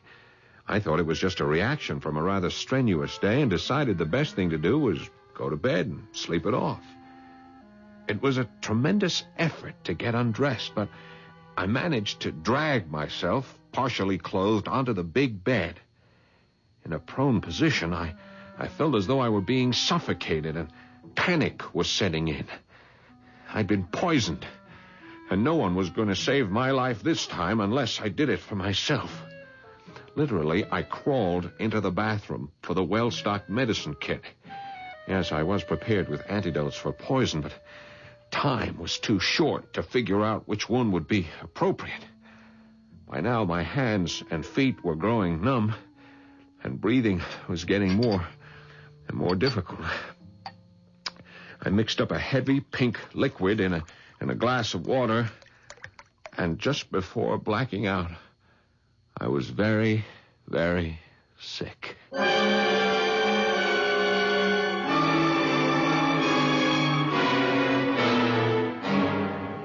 When I came to, I was lying on the bathroom floor, weak, but grateful to find I was still alive.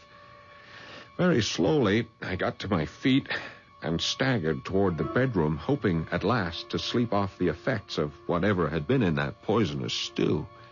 But my whole body sagged, and I knew I'd never make the bed, so I eased myself down on a narrow couch in the living room and fell instantly into a heavy slumber. Once again, it must have been about 3 o'clock in the morning when there was a sound which would have awakened the dead. The skylight in the bedroom, backed flat against the wall. I waited for minutes that seemed like an eternity. No movement.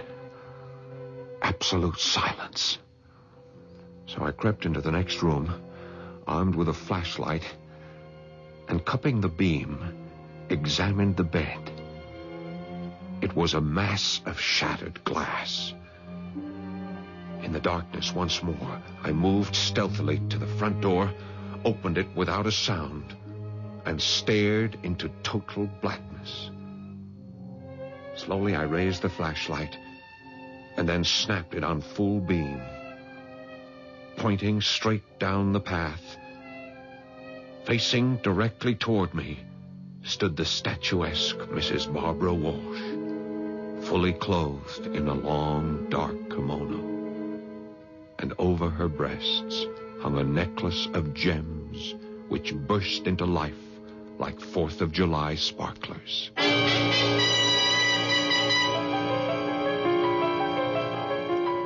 I must warn you not to jump to conclusions. If you imagine that Mrs. Walsh was wearing the stolen pearls, think again. Diamonds are the jewels that glitter when exposed to light. A pearl is sometimes a gem of great value, but it is not a precious stone. And one can scarcely say that pearls sparkle, while radium, remember the dial on your watch or bedside clock? Radium glows in the dark. We'll be back shortly with Act 3.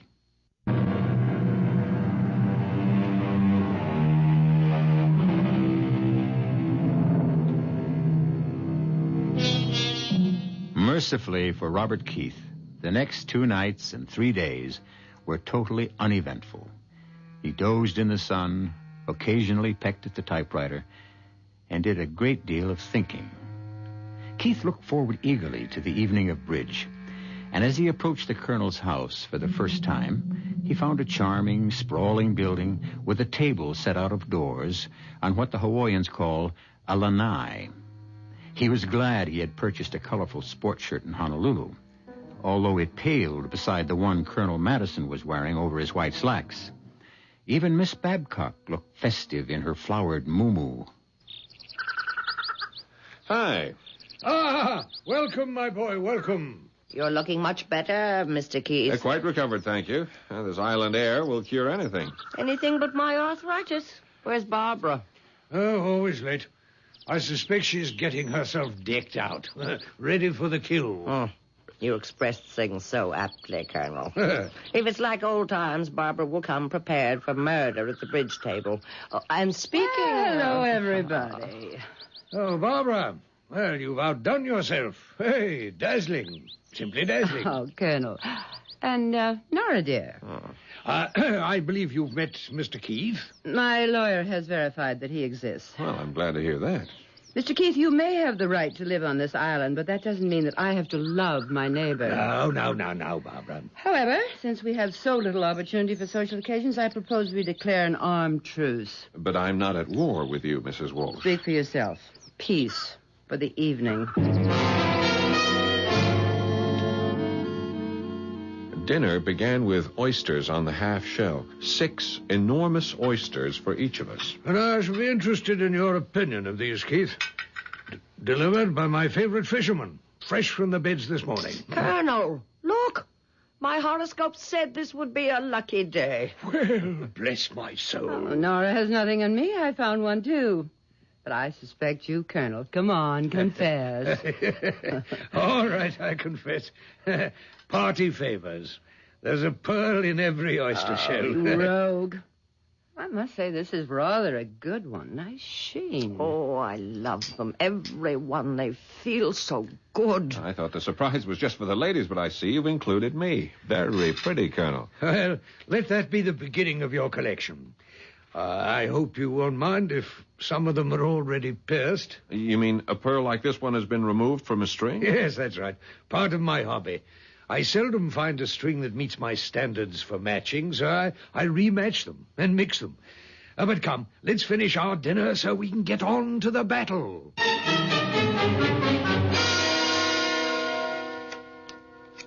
Afraid I'll have to pass. I say 3 no trump. Well, 4 hearts. 5 no trump. Barbara, do you have a ring on every finger? Only on 8. Oh, I wish I could wear them. But my poor crippled Oh, hands. shut up, Nora. You're just trying to distract me. I have a contract to make. It was a cutthroat game, no question about it. Only, strangely, we were quite evenly matched. We played 3 rubbers, so I had my chance with each one as a partner. By this time, we were on a first-name basis. Well, that's it. And as usual, top honors go to the ladies. In points, let's see. Barbara's first, then Nora, followed by Bob, and as is proper for a gracious host, I'm last. It'll take a minute to figure out who owes what here. I think the prize should go to Robert and me for that last small slam. I wouldn't have dreamed that a Leo and Gemini could work so well together. And tell me, Robert, never Bob. Isn't there some way you could find out the hour of your birth? What rubbish. Well, if it would please you, Miss Nora, I suppose I could write and ask my mother. Well, you do that. It's very important. Oh, Nora. Speaking of my mother, you've all given me a very good idea. Look, I'd like to send her a present. A present for your mother? You'll think I'm sentimental, but many years ago, my dad gave her a string of pearls as an anniversary present, and, well, they were her greatest treasure. Dad's been dead a long time now, and she was heartbroken when the pearls were stolen from her New York apartment. Oh, well, say no more. I'll fix you up. How much do you want to pay? Oh, now, just a minute, Colonel. I'm afraid you deal in merchandise that's too rich for my blood. I'm talking about a simple string of cultured pearls. Couple of $100? Now you're on the right track. Ridiculous. Excuse me, everybody, but I'm very tired. Time to go home. Well, I'll be happy to escort the ladies. Don't bother with me. Perhaps you're not aware that I spend most of every night wandering around the island alone. Oh, go with them, Barbara. Well, you'll have to help me with the dishes. That does it.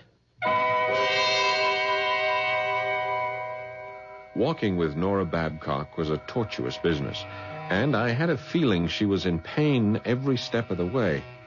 And we lost sight of Barbara, although she had an unsettling trick of appearing on the path, sometimes in front of us, sometimes behind.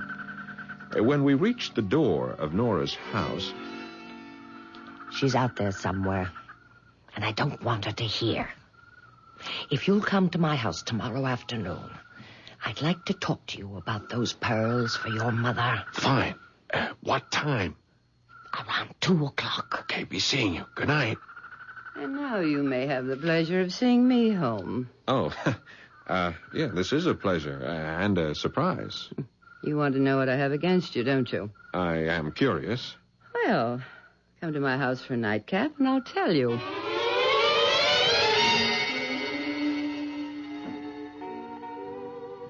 What do you think of my pad? Exotic luxury. You writers have a way with words. But you don't fit the pattern. And what pattern is that? Novelists, I despise them. Oh, come on. We're no different from anyone else. My husband was. A woman hater who wrote about women and knew nothing about them. Oh, that man crucified me in his books. I know, you're different. I could tell from the way you talked about your mother. Come over here. Sit on the couch. That's better. Hold my hand. You know, it's been frightfully dull around here. Pretty hands. But don't your fingers get tired under all those rocks? Take the rings off. It'll make you feel any more comfortable. Now, let's see. Rubies, diamonds, sapphires. Suppose you'd never stoop to wearing something as simple as a pearl. On the contrary, my most prized possession. I own a string of priceless pearls. Over there in that velvet box. May I see them? I don't put them on display for just anybody. If you're a good boy, I'll show them to you. Here, let me freshen your drink. You have some fascinating things in this room. That Buddha, for instance. It's carved from jade. And, are these the pearls? Put down that box. Oh, you said you'd show them to me. But it's locked, and I have to get the key. Oh, yes, Bob. I said I'd show you the pearls. If you're a good boy. And I will. Tomorrow morning. After you spent the night.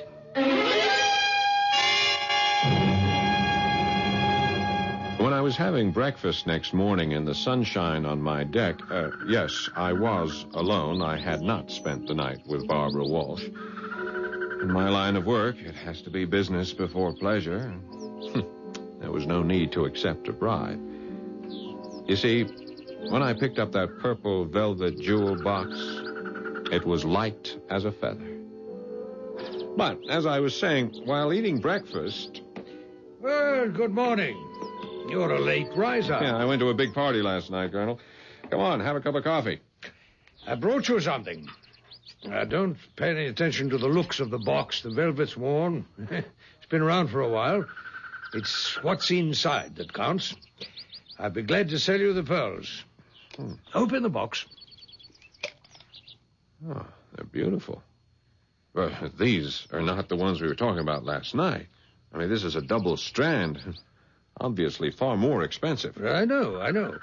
They can be sold for several $1,000s someday. But my price to you still stands. Oh, no, Colonel. I just can't accept it. My good man, I'm offering you the kind of bargain that comes once in a lifetime. But it'll never do for my mother. Don't you have something else? Yes, of course I do. I thought I owed you a favor. Oh, you owe me nothing. Now, please, Colonel, if you'll let me go to your house, perhaps you could show me another string that would be... I'll show you nothing right now. Good morning, sir. The Colonel stomped off, and I knew I would have to change my approach if I wanted to look at his collection. Then I'd think about that later, because my next appointment was with Nora Babcock. Come in, Robert. Didn't we have a good time last night? You can be my bridge partner anytime. That's very sweet. I meant to ask you, how did you like my oyster stew? Well, the taste was superb, but... Didn't it help you to go to sleep? Look, I'll level with you, Miss B. You put something in that stew, didn't you? Oh, the usual dash of chili sauce and plenty of rich cream. No. I mean something bad. I don't understand. That stew made me deathly ill. Why, I wanted you to sleep well after your accident, so I did put in a drop or two of my sedative. The kind that helps me. From one of those bottles. Perhaps it shouldn't have been combined with the seafood. Yeah, perhaps. I thought you were trying to poison me. How could you have such thoughts about a poor old lady? I take them all back. Mm-hmm. When is your mother's birthday? It's in June. Like yours. Oh, I knew it. My pearls were a present, and nothing would please me more than giving them to a Gemini. Oh, that's very generous of you, but Please, get the pearls for me, Robert. On that cabinet over there. Okay. You'll find the box is rather heavy. You say these pearls were given to you? Yes. Yes. By the dear lady who lived in your cottage. I took care of her, poor thing. And before she died, she gave me her dearest treasure. Open the box and tell me what you think. I think they're perfect. Oh, you don't know the best part. These pearls have a magical quality. Just wait until you see what happens to them at night. Uh-huh. Pick them up, examine them. I like the way they look against the satin. Oh, how I love them. Nora, just when do you wear these pearls? Oh, they're not for wearing. At least not for me. I like to fondle them. And before my hands got so bad, I used them the way the Greeks do. You know, worry beads. I've often taken them to bed with me. Nora, these hands of yours... Oh, it's not my hands. You see how hard it is for me to get around. Yes, I know. Have you been to a doctor? No use. I have my medicines, though they don't do much good. I know a fine doctor in Honolulu. I think he can help you. Will you let me take you to him? Oh, I couldn't let you do that, Robert. It's not in the stars. How many times have I told you? I've been warned never to trust a Leo. Look, Nora, for reasons I won't trouble you with, and that, of course, I wouldn't want the Colonel or Barbara to know, I'm not the person I've pretended to be. Would it make any difference to you if I told you I was actually born on January the 2nd? Why, all the difference in the world. I should have known. We were destined to be friends from the very beginning, Mr. Keith. Yes. Just Keith. That's my real first name. I'll go with you wherever you want me to go.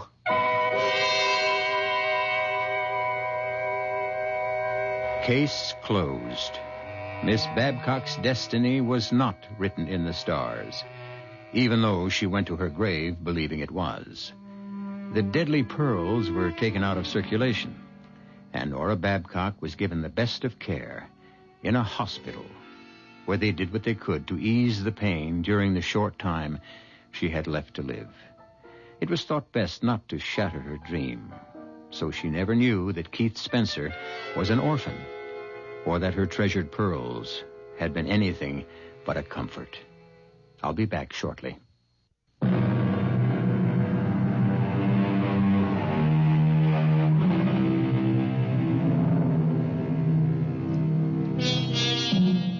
Keith Spencer found a good deal more on that island than the missing pearls.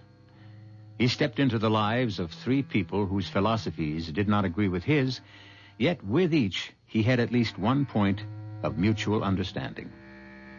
Our mystery was solved with the apprehension of a victim rather than a culprit. Our cast included Kate Reed, Paul Hecht, Grace Matthews, and Kurt Benson.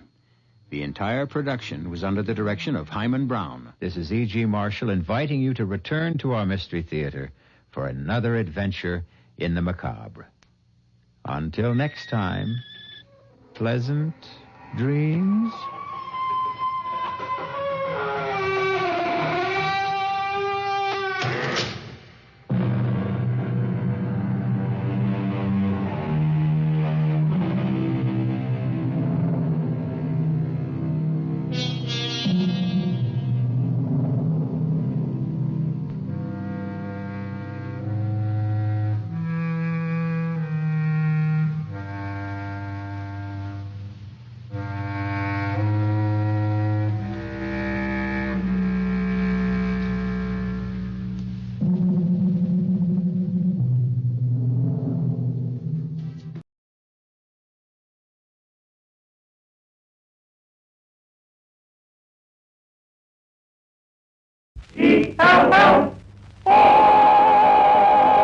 The Jell-O program, starring Jack Benny with Phil Harris and his orchestra. The orchestra opens the program with Here's Love in Your Eye from Jack's own picture, The Big Broadcast of 1937.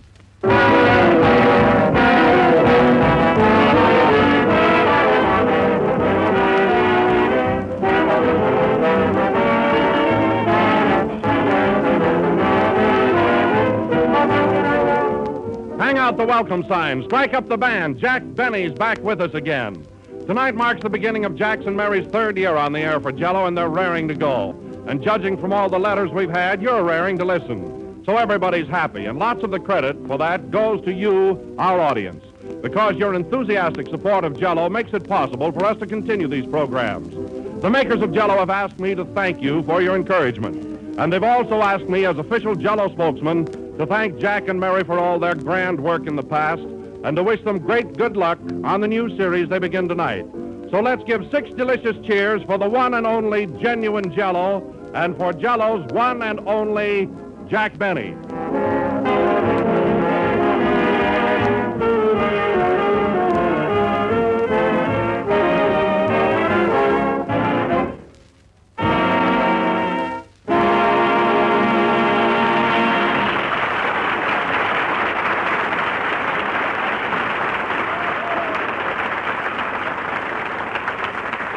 And now, ladies and gentlemen, after 4 months' vacation, we present to you the man the whole world is waiting to hear.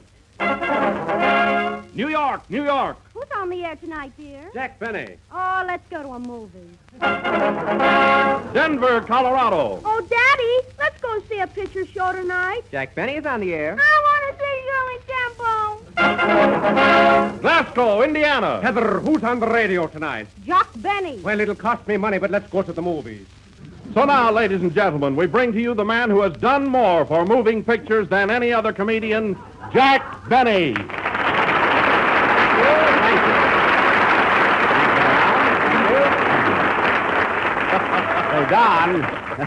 Don, would you mind trying one more town? Which one? Oh, anyone. Say Waukegan, Illinois. Okay. Waukegan, Illinois. Who's on the air tonight, Mr. Benny? My son, Jack. What a boy. Oh, then you're not going to the movies tonight. No, I saw the picture. Do you want me to tune in any other town? No, Don, that's enough. Well, hello again. This is Jack Benny, who has just returned from his vacation, and I want to tell you, it's great to be back again. Back with this old gang of mine. You mean me, Jack? I sure do. Let's give Wilson a nice big hand. Yes, sir. But no kidding, Don, you look swell. Fit as a bass fiddle. I don't know, you're so tan and rugged. Thanks, Jack. You look tan and rugged, too. Where did you spend your vacation? Well, Don, I worked most of the summer at the Paramount studio, but I did manage to get a couple of weeks off. So I went to Saratoga Springs to the races. I wasn't very lucky, though. Oh, Saratoga Springs. Oh, yes, I lost an uncle there once. Well, I had to put up cash. Oh, that's different.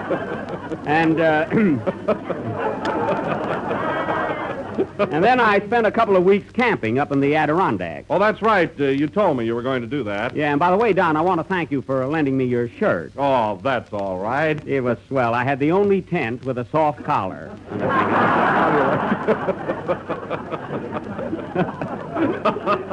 I told you that would go over, didn't I? I like that a lot. What have you been doing the last few months, Don? Well, I had your job. I was master of ceremonies on the Jell-O summer show. Oh, sure. You know, Jack, the Jell-O sales increased tremendously. They did, huh? Yes, sir. And that means that while I was telling jokes, more people than ever before went out and bought Jell-O. While you were telling jokes. Well, that's a boost for the product only, you know. Come in. Pardon me. Lewis is my name. I'm a reporter on the Radio Guide. Oh, yes. I'm here to get an interview. Oh, of course. Certainly. Pardon me, Don. Has Kenny Baker arrived yet? Not yet. Thanks. I'll wait. Hey, you know, I'm Jack Benny. Yes, I know. What were we talking about, Don? Oh, you were saying how tan and rugged I look. Oh, I thought we went further than that. Oh, Don, look who's here. Hello, Don. Hello, Jack. Hello, everybody. Hello, Mary. Hello, Mary.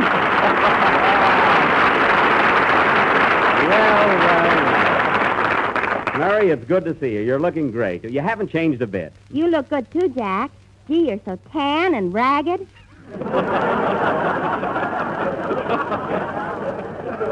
Mary, it's not ragged, it's rugged. I know, but who can get a laugh? Oh, Mary, always thinking of the program. Well, honey, have you had any fun? Did you have a nice vacation? I did until I had to go to the hospital. Oh, I didn't know that. Oh, I didn't either, Mary. Yeah, and you know, Jack, I had the cutest doctor you ever met. Yeah? You ought to see him. Blue eyes and a little mustache. What a doll. A doll, huh? Yeah.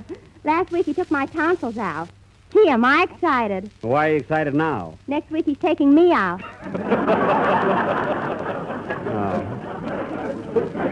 Oh, boy, is he handsome. Yeah. Say, Jack. What? How do you get more tonsils? You can't get any more. Gee, I wish I had something else I didn't need. Mary, cut it out, will you? Pardon me, has Kenny Baker arrived yet? No, Mr. Lewis, but if there's any information you want, I'm always glad to talk to a reporter. No, thanks. I'll wait. Who is that, Jack? Oh, some fellow. Well, Mary, didn't you take a vacation at all last summer? Oh, sure, Jack. I went to Coronado Beach for 3 weeks. You did, huh? Yeah, and I brought you a little present. Here. Oh, Mary, my, what a pretty seashell. My goodness, huh? See, just what I needed. Well, let's see what it says on it. Oh, souvenir of Coronado Beach. Oh, gee. And you know, Jack, if you put it up to your ear, you can hear music. No kidding, I'll try it. Mary, I don't hear any music. You don't? No. Oh, I forgot to tell you got to put your other ear up to a radio. Oh, I see. Oh, Jack. Yes, Don? Phil Harris is here. You haven't forgotten about him, have you? Oh, Phil, of course. Gee, I'm sorry. Ladies and gentlemen, I want you to meet a new addition to our little group, that famous orchestra leader, Phil Harris.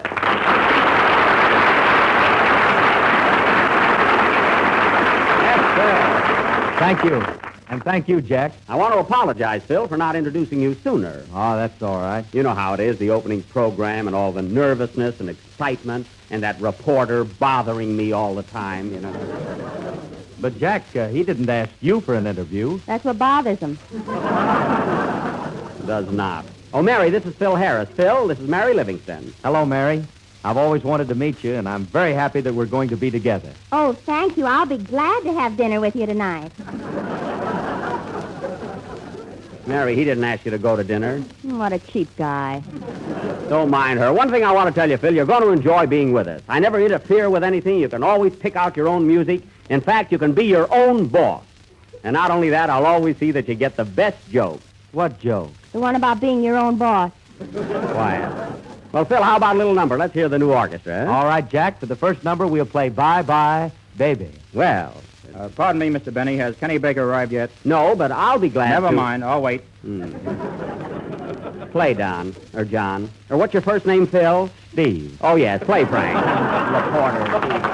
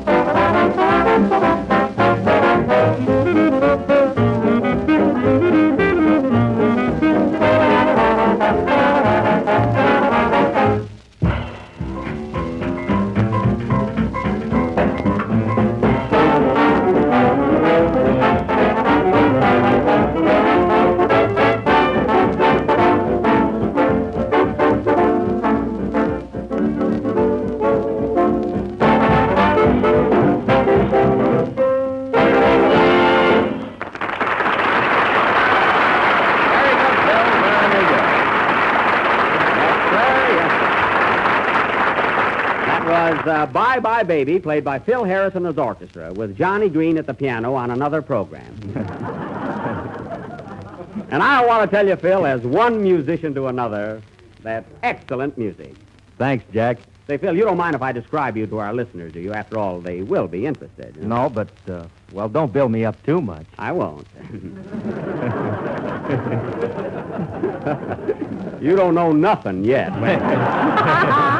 Well, anyway, folks, in describing Phil, I might say he's tall, rather good-looking. The ladies like him. But still, he's the kind of a guy you can trust with your best girl.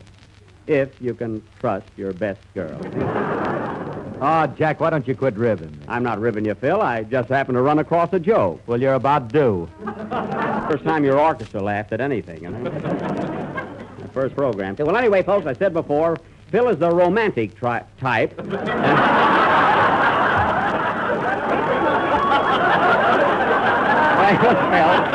I didn't mean that, Phil. That was really a slip. I didn't mean that. Phil is the romantic type. Yes, sir. He's got fire in his eyes, a wave in his hair, a smile on his face. And rhythm on the range.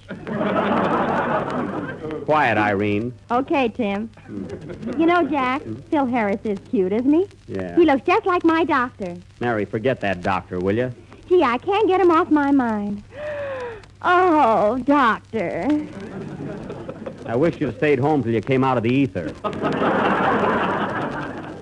Suppose I'm going to hear about that guy all season, huh? Pardon me, are you sure Kenny Baker hasn't arrived yet? No, Mr. Lewis, I know he hasn't. Then you, Mr. Benny, tell me. Do you think radio is here to stay? Yes, sir. Well, I'm not. Goodbye. I knew I'd get an interview. Say, Don. Yes, Jack? Open the closet and let Kenny out. Okay. Here he is.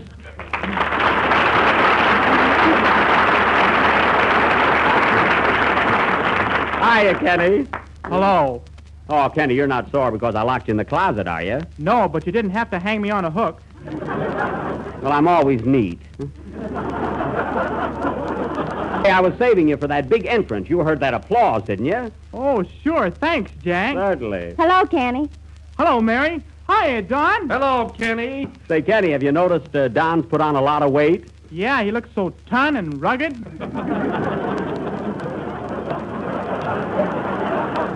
I think we've carried that joke far enough. And, Kenny, I want you to shake hands with our new orchestra leader, Mr. Harris. Glad to know you, Kenny. Gee, it's a Phil. I knew he was going to say that. And why didn't you stop him? Oh, I took your line. I'm sorry, man. Well, tell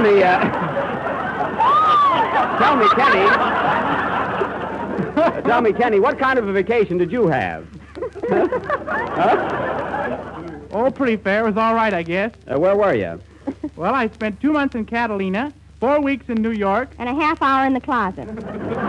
Well, it wasn't his fault. Boy, is he dumb. He is not. He is, too. He didn't even notice I had my tonsils out. Yeah, go ahead, Mary. Why don't you tell him about that doctor you're so crazy about? He's crazy about me, too. Yeah. Well, Kenny, it's been a long time since we heard you sing. How about a little number right now? All right, Jack. I'll sing The Way You Look Tonight. Oh, your voice is better than that, Kenny, huh?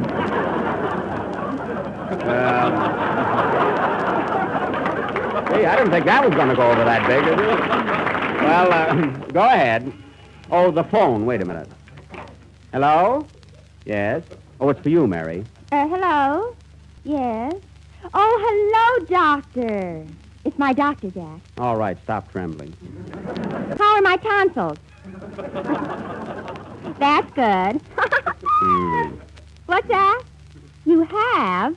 Well, I've been thinking of you, too. Wish you'd leave her romance out of this program. What? Oh, doctor. No. No, Doc, you'll have to coax me.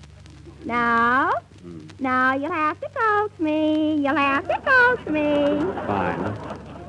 Oh, doctor, this is so sudden. What does he want, Mary? A check for the operation. Oh. Some nerve. I'm glad I met Phil Harris. Yeah, sing, Kenny.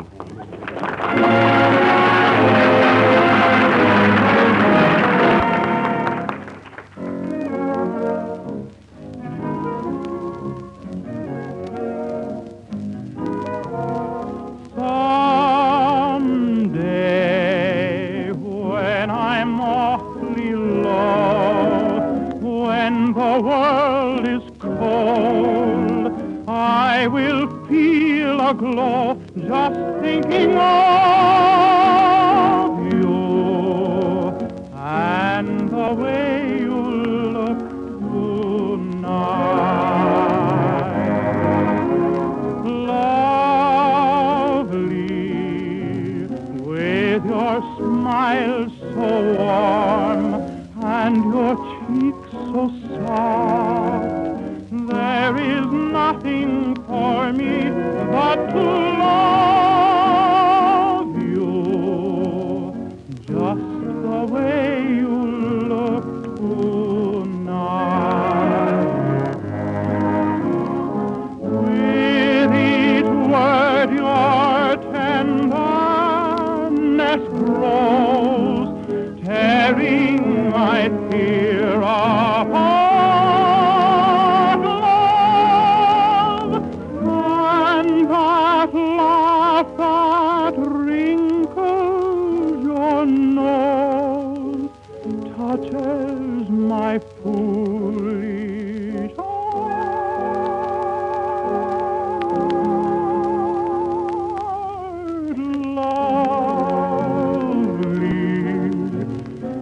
Lovely, never change.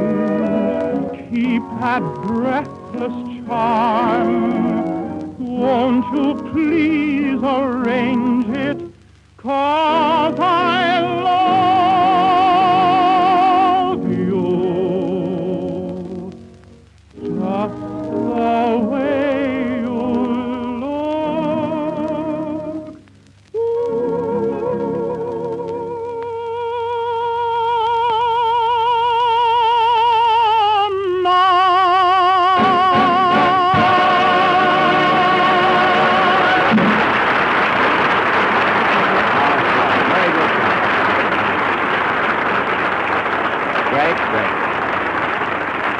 That was Kenny Baker singing The Way You Look Tonight, written by Jerome Kern for the picture Swing Time. Well, Kenny, your vacation must have done you a lot of good because you're singing better than ever. I mean, your voice has a better quality. It's clearer and sweeter. Thanks, kid. Kid, well, time marches backward. Say, Jack, will you do me a favor? What is it? I brought my girl over to our first broadcast, and she's dying to meet you.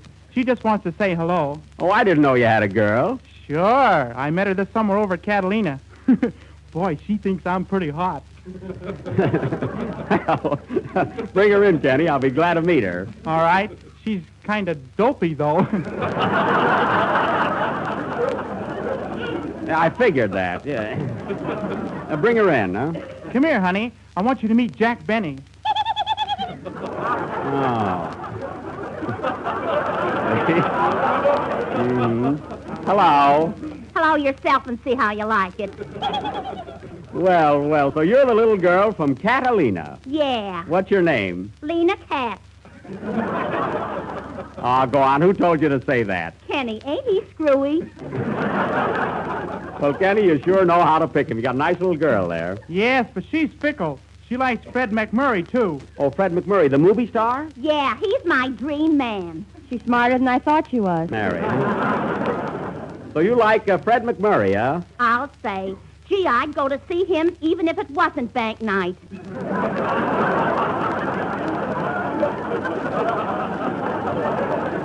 Well, I don't blame you. Oh, Mr. Benny, I hope you don't think I'm too fresh, but, What is it? Come on, don't be bashful. would you give me a lock of your hair for a souvenir? Ah, you are fickle.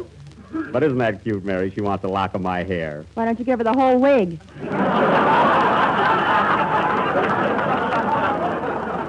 What, and catch a cold?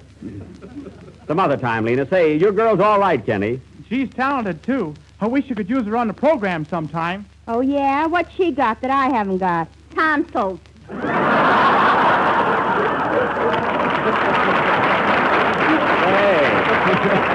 Hey, that's good, you know. Well, Jack. What is it, Don? Your guest star's just arrived. Oh, did he get here? Gee, I was worried there for a minute. Keep him in the entrance till I introduce him. Ladies and gentlemen, I know that all of you have heard and read about that hazardous transatlantic flight made by Harry Richmond and Dick Merrill, one of the greatest achievements of mechanical skill and human daring the world has ever known. This round-trip flight was made in exactly 39 hours and 17 minutes. What courage, what stamina to endure the rigors of such a flight. So now, ladies and gentlemen, it is with great honor and distinction that I present to you the man who drove the truck that carried the gas that filled the tank of Harry Richmond's plane. None other than Mr. Samuel T. Butchviner.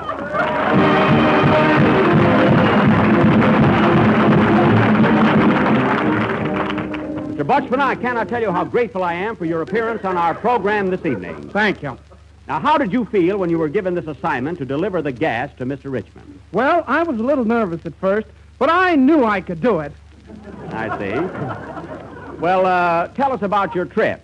Well, after a light breakfast consisting of a New England boiled dinner, I took on a big cargo of gasoline. How much? Oh, just oodles of it.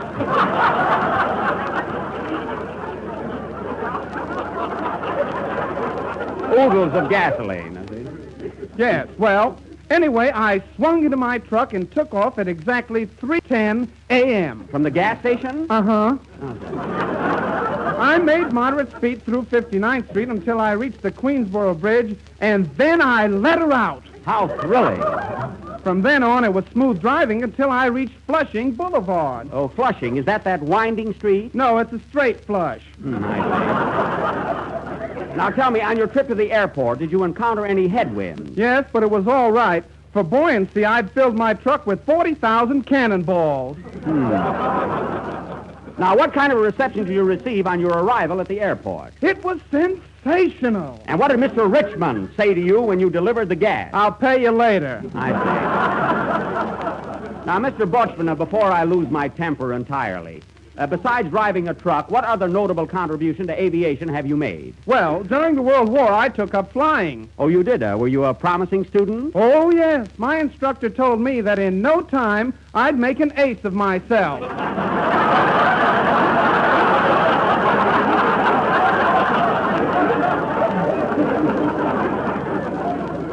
Getting back to your journey, did you have any trouble on your return trip? Yes, I hit a road pocket and was thrown out of my truck into an open manhole. Oh, my goodness. Mary, what are you laughing at? An ace in the hole. Okay, now just one more question. Did you make this trip alone? No, I had my assistant driver with me, Mr. Borscht. Well, I don't want to appear personal, but there has been a report that you and your co-driver have been on rather unfriendly terms, especially on this last trip. Is there any truth to that? Definitely no. Well, I'm glad to hear that. In fact, there's never been any jealous flow. See? I get it. So do I, and thank you. Is Mr. Borscht here with you? Yes, he's sitting right in the audience. Well, put him on a plate and bring him up. Mr. Borscht, will you come up here, please? I wish I had known this sooner. So you also made this trip, huh? Yes, sir. Well, tell me, when you get behind the wheel of a truck, what road do you like to travel best? You mean my favorite highway? Yes. Oh, Jack, give me the road, the white winding highway.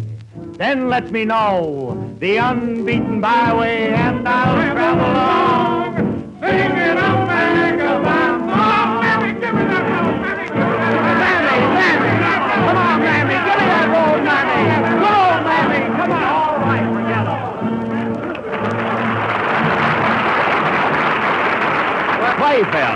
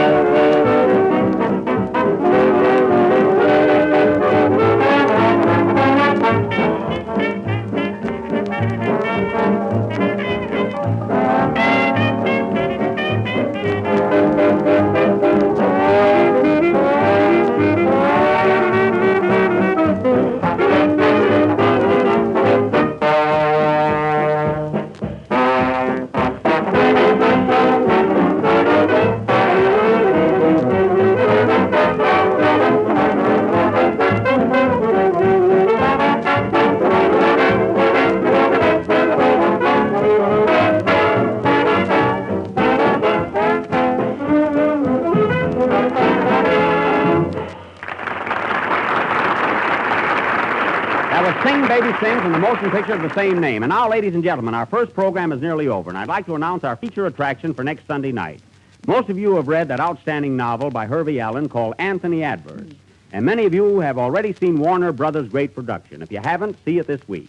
Because next Sunday night, we are going to present our version of that famous classic. Our own super, gigantic, stupendous, colossal presentation, Anthony Adverse. Don't miss it, folks. Next Sunday night, you'll cheer. Hooray! You'll laugh. You'll cry. You'll sneeze. Gesundheit. Next Sunday night, folks, when we bring you Anthony Adverse, in addition to the regular newsreel, short subjects, and bank night. Bring your own bank. What thrills, what chills, what glamour. What are you talking about? I don't know. Next Sunday night, Anthony Adverse.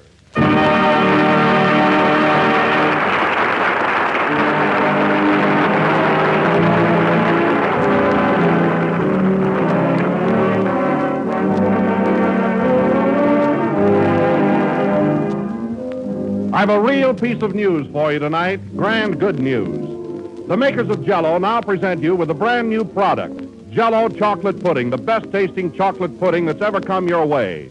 It's smoother, it's creamier, it's more chocolatey. Jell-O chocolate pudding has that swell homemade flavor, the same goodness you used to enjoy when your grandmother made chocolate pudding. And Jell-O chocolate pudding is so easy to make. Just mix the contents of the package with some milk in the top of your double boiler and let it cook until it becomes thick and satin smooth. Then when the mixture's cooled, pour it into the sherbet glasses. And you're ready to surprise your friends and family with a fine, rich, thoroughly delicious chocolate pudding. Each package gives you 6 servings and sells for the same low price as Jell-O. Ask your grocer for Jell-O chocolate pudding in the morning. Remember the name, Jell-O chocolate pudding.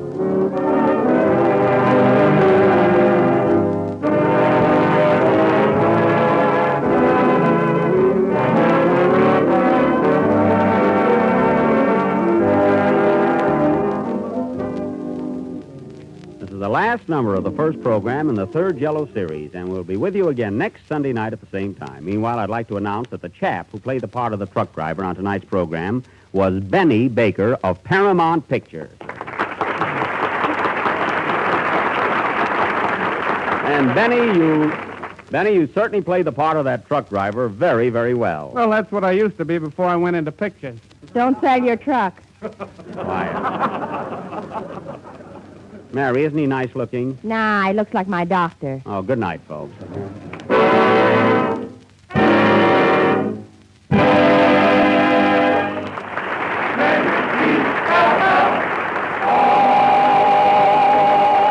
The Jell-O program starring Jack Benny has originated in the NBC studios in Hollywood over the Red Network. This is the National Broadcasting Company.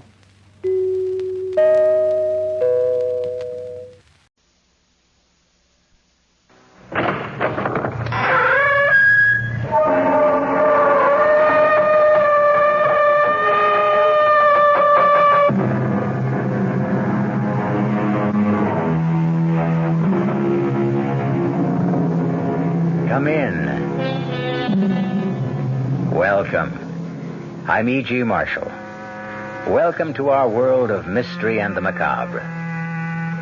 The Romans called her Venus. The Greeks knew her as Aphrodite. To other ancient peoples, she was Ishtar, Isis, and Astarte.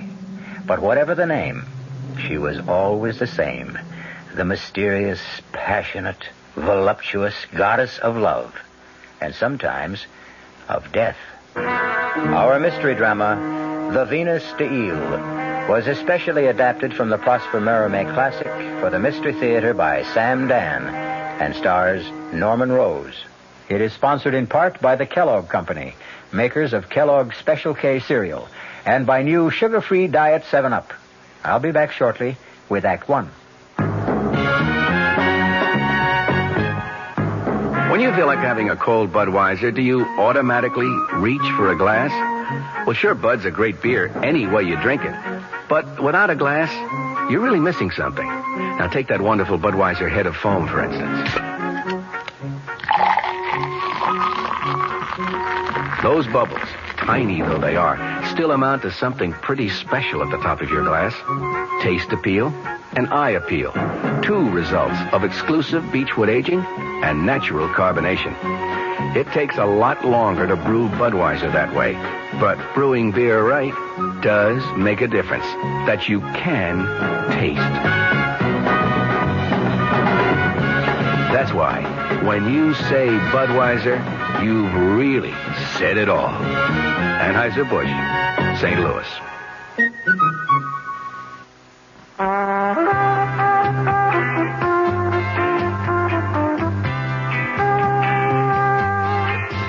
No matter what you're saving for, that's what Suburban Savings for Suburban.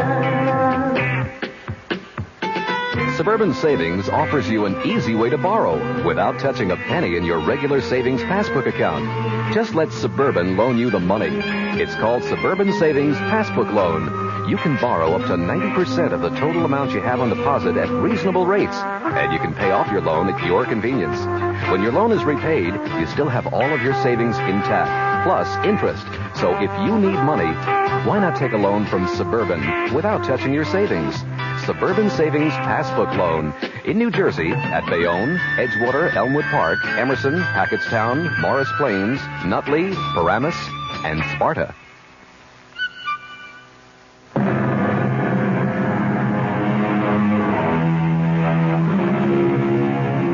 Place your bets, ladies and gentlemen. Thank you. And now, mesdames et messieurs, we play. And it is 13 rouge, 13 red. There, you see? It's always rouge when I bet noir. But how can you change horses in midstream? No, I have faith. 50,000 francs on the black. I'm sorry, Monsieur le Vicomte. About what?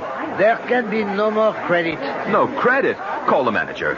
It was the manager himself who gave the order. Oh, I see. I'm sorry, monsieur. Save my place at the table.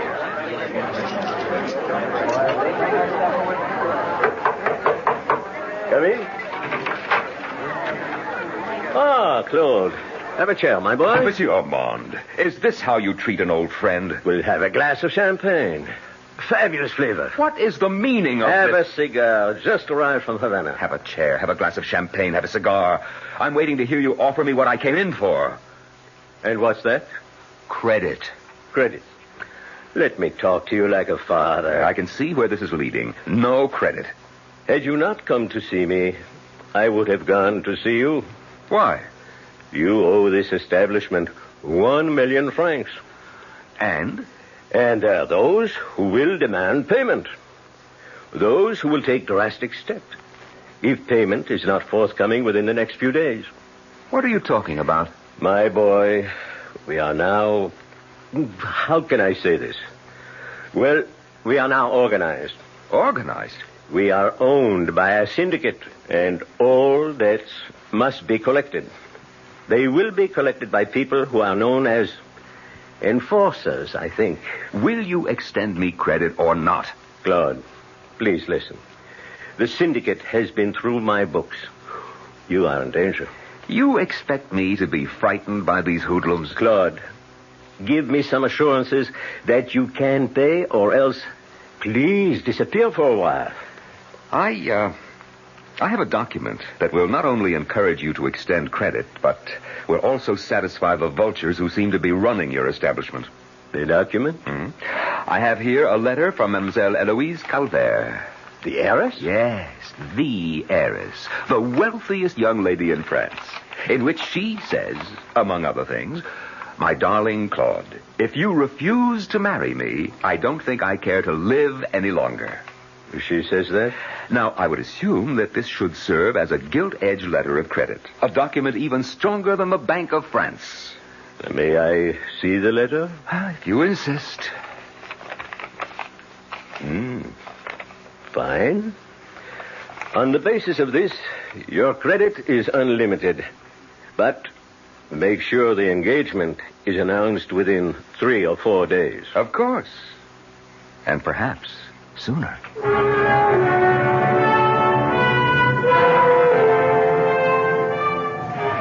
Good morning, darling. Good morning, Eloise. Oh, it's only you, Henri. I'm sorry you're disappointed. Well, you're not bad. And if there were no Claude Louis, you might even do. Henri, have you seen him? He's probably still fast asleep. No, he promised to play tennis with me this morning. No, then he'll be along. Where did you get this amazing statue? Oh, I don't know. Monsieur Delon, who bought all that art for my father, my dear departed father, advised me to pick it up. It's fantastic. A bronze 8-foot Venus. She should be worth more than the one at the Louvre. At least this one has arms. Why do you place her here, at the entrance to your tennis court? Why not? We always have a crowd here. Why should she be lonesome? Do you know that in Greek and Roman times, our very town of Eyre had a temple sacred to Venus? Yes, right here. Well, now, how and why should I know a thing like that? And this was the great statue of Venus that stood in the shrine of the temple. Really? The same one? Look at the air of mystery that surrounds the face. This is a woman of many moods and passions. Here comes Claude Louis. Good morning, Eloise. Hello, darling. And Cousin Henri. Have you examined this statue, Claude? Great big girl, isn't she? She's, magnificent, too. The goddess of love. The fickle, jealous, unpredictable goddess of love. Well, I came down to play tennis. And I am ready for you. You're not really very good this morning. Well, wait till I warm up. I'm just toying with you. You can hardly hit the ball. What will you do in the game? I'll tell you what it is, darling. An excuse coming up. Make it good. Well, it's this ring. This ring I'm wearing. That big, ostentatious, vulgar ring. Now. It belonged to my father. Well, I never liked it. Stop. Stop for a minute. I want to take it off. I can't grip the racket properly. Now, where can I put it? I don't have a pocket in these trousers.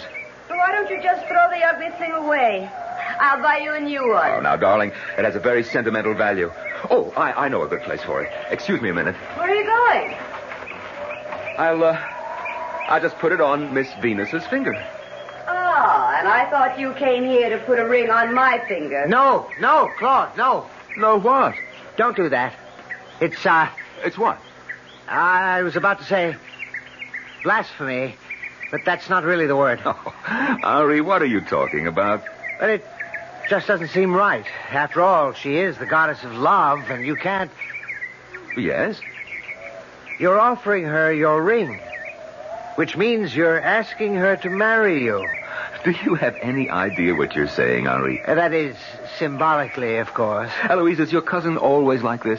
Well, he's a very deep person. Claude, I wouldn't do that if I were you. Don't put that ring on her finger. Why not? There we are. It fits her perfectly. Looks good on her, too. All right. Now let's see if that ring really was what cramped your style, Claude. Let's see you get that one. Oh, dear. Nice. But you'll have to do it again. Watch out. You were better than last time, but still not good enough. Well, if all I did was play tennis all day... Why don't you? Uh-oh. It's going to come down any minute. Let's run for the house. We shouldn't be out here in the lightning. Hey, Henri, get my ring, will you? And meet us in the house, Henri. Come on, Claude. Wait a minute. Oh, he's just standing there. Darling, it's going to pour any second. What's the matter with him? Henri! Eloise, is he all right? Well, let's go see. Henri? Henri, what are you staring at? Your ring, Claude. Well, what about my ring? It won't come off her finger. What? Try it. Try it yourself. Just try to take it off. All right, I will. Oh, please hurry. We'll be drenched. See what I mean, Claude? What does he mean, Claude? This ring, my ring, for some reason, I can't seem to get it off her finger. What on earth are you talking about? Just take it off. Well, it seems to be stuck. Why? I don't know. Wait.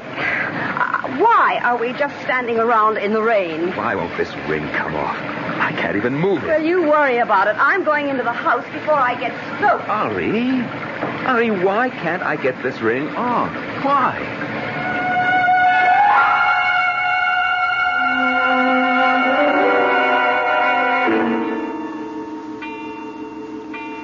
Dinner will be ready in a few minutes.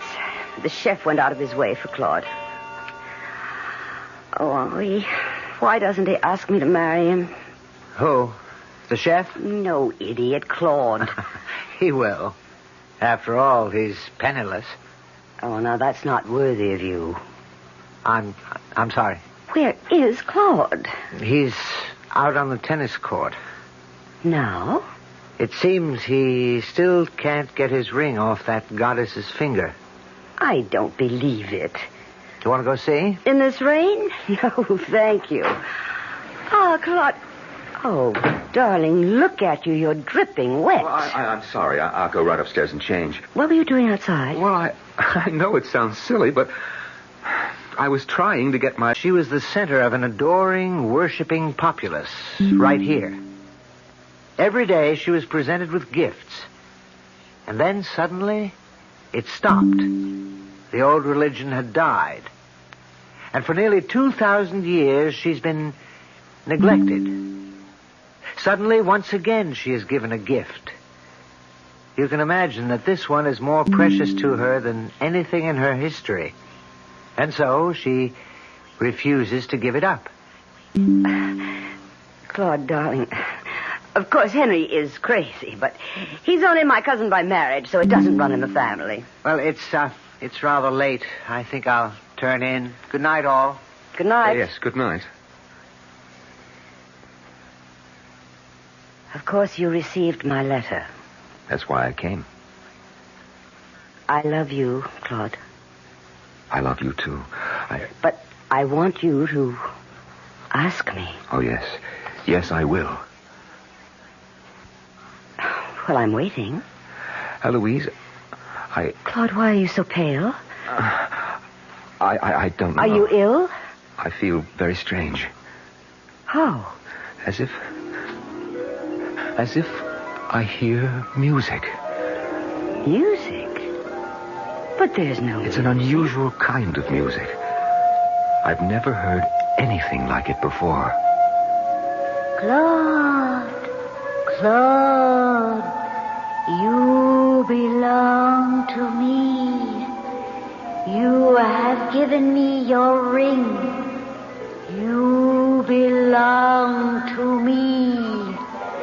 You belong to me forever.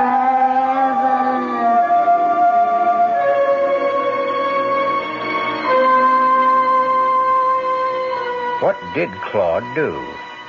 Did he really awaken this sleeping goddess after so many centuries? And now another story of the ball and chain as Kellogg's Special K presents Veronica and Jeff. Oh, Jeffrey, isn't this romantic? Out in a quiet lake at night with you rowing the boat. Yes, Veronica, it's really neat. Jeffrey, what was that? Frogs. Frogs that go bonk? They're pretty weird frogs. Oh, Jeffrey, you're such a car. You have a ball and chain, like the ones they use in those Special K commercials. Yes, Veronica, it symbolizes my few pounds of extra weight. But I'm going to get rid of it. How? By exercising. You know, like rowing this boat and eating smart at every meal, starting with a Special K breakfast. You mean a 1-ounce bowl of high-protein Special K, 4 ounces of skim milk, orange juice, and coffee? Precisely. It's less than 240 calories, and it tastes delicious. It'll help me get rid of this ball and chain. I'll help too, Jeff. After all, we're all in the same boat. You have a ball and chain, too. Your happy ending could begin with the Special K breakfast from Kellogg's. Hey, Mom, what's for dinner? Hey, Mom, what you got? It's time to get ready for the great outdoors, and your ShopRite supermarket has everything you'll need for cookout dinners and fun in the sun. And for this week's dinners, ShopRite is featuring whole grade A frying chickens, just 37 cents a pound. Roasting chickens up to 4 pounds, 47 cents a pound. Choice beef rib steaks, $1.19 a pound. ShopRite Franks, 89 cents a pound.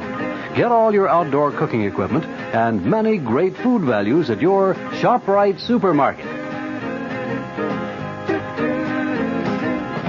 She loves her family. She wants wants the best.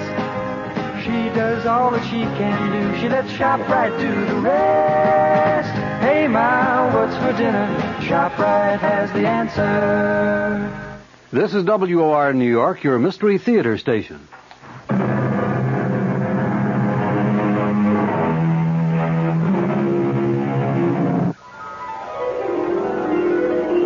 You belong to me, Claude Louis. You are mine. No other woman can ever have you. Claude? Claude? Yes? Darling, something's wrong. I have a feeling... I'm going to call the doctor. Oh, no. But you're ill. No, I'm not ill. Darling, please, get some rest. I'm sure you'll feel better in the morning. Yes, I'm sure of it. I'll just sit here for a few minutes and smoke a pipe. All right. Good night, Claude. Good night. My beloved Claude Louis. My beloved. Who is that? Who's there? Claude, you will come with me. You will live with the gods. You will live like a god. Leave this house. Leave this foolish mortal woman and come with me. No. Claude, I am the goddess of love. I am also the goddess of death. No. Let me alone.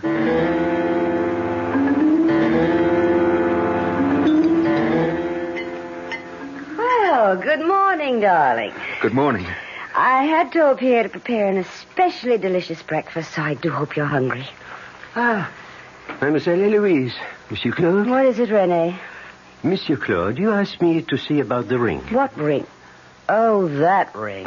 Were you able to... The ring just won't come off. It's like fused to the metal. Oh, could that be possible somehow? No, sir. It is not possible unless you welded it on there, which you didn't. Well, then what's to be done? Nothing. Unless you want to cut the finger off. Oh, no. I am so tired of all this chatter about that silly ring. Oh, thank you, René. I appreciate what you've done. Yes, Monsieur Claude. Good day. I tried my best. I'm sorry I bought that ridiculous statue. She's hardly ridiculous. And now you're starting to talk like Henri. I'm sorry. I keep asking myself, why did I have to fall in love with you? Because I'm charming and handsome. No, the sensible thing would have been to fall in love with Henri. Darling, I'll go up and change and meet you at the tennis court.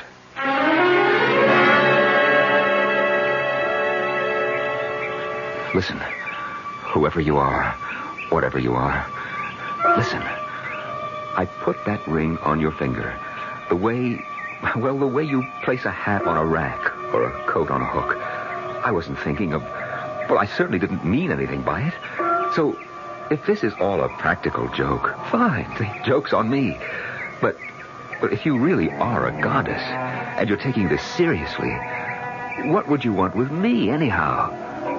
You are my beloved. I'm trying to explain. I must marry Eloise Calvert. I have no choice. I am your bride. I will share you with no mortal woman. I will see you dead first. I didn't know you were in the habit of talking to yourself. Oh, Henri, what are you doing here? Eloise sent me. Her lawyer has just arrived from Paris. He has papers for her to sign. Oh. In anticipation of your coming marriage, she's having considerable property signed over to you. Oh. Something wrong with you this morning? Well, yes, well, it's that damn statue. Claude, I shouldn't say this. Shouldn't say what? I have good advice for you, even if it goes against my own interest. Please, forget about that statue. Forget?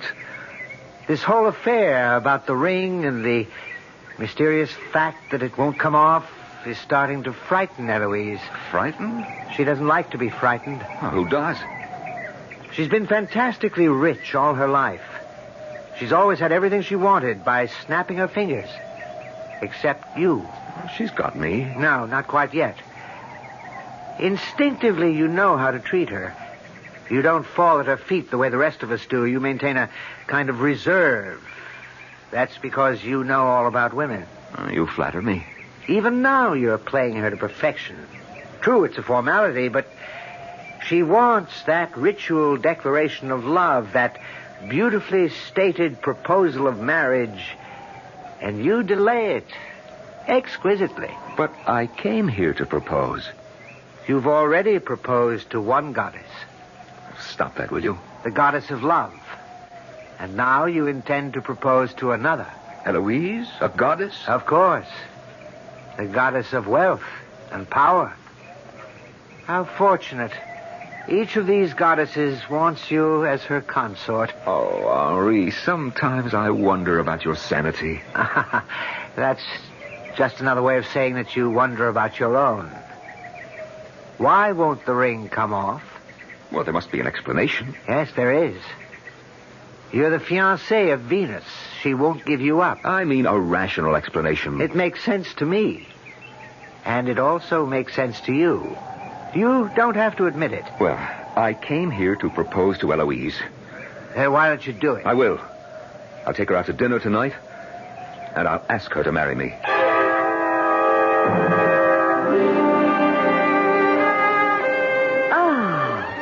What a lovely place. A bit off the beaten track, darling. And the food. I wanted a perfect setting. For what? For the most important statement of my life. Flatterer. Of course I'm a flatterer. And you love flattery. Doesn't every woman? Oh, I can see we're going to be a very straightforward couple. Yes. Eloise, Yes? I want to ask you to... I'm waiting. You're mine, Claude. You gave me your ring. But I told you... Claude, you may play with other women. You may deceive other women. But no man in the history of the world has ever deceived me and lived. I am Venus. I am Aphrodite. I am Astarte. I am Isis. I am Ishtar. But I only... Hundreds, thousands, numberless races of men on this planet have worshipped me under numberless names. And now, I choose you. I choose you, Claude Louis. You belong to me. You are mine. You must leave this woman. Claude. I must... Darling, something is wrong. No, I just feel very... Very what? See, you can't say. You don't know. But I know. Do you? I spoke to Dr. Legrand. He told me all about men like you. Men like me? Yes. It has to do with the fear of becoming a husband. But I have no fear of... Yes, you do. Oh, you do. Way down, deep down in the subconscious where you're unaware of it. You're giving up the old, wild freedom. And you're just not sure you want to... Oh, but I am... Well, I intend to be patient. I love you. Good evening, Claude. Oh, well, good evening, Monsieur Armand. I was dining here with some associates, and I thought I would come over to pay my respects. Oh, yes. Darling, may I present Monsieur Armand? I am honored, mademoiselle. Enchanté. Well, Claude, I had expected... Yes? Apropos of our last discussion, I had expected a settlement or a statement. Yes, I know. As a matter of fact, my associates were saying just now. Why do you suppose we have not heard? Reassure your associates for me, monsieur, that everything is in order. Of course.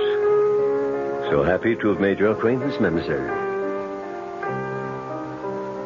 Darling, what was he talking about? Oh, business proposition. Claude, Monsieur Armand, he's sitting at that table. Look, over to the right, you see? Well, what about it? Well, look at those two men at the table with him. He called them his business associates. I suppose they are. Well, then I cannot imagine what sort of business he could be engaged in. Those two men are the worst-looking thugs I've ever seen in my life. Now, darling, you shouldn't judge by appearance.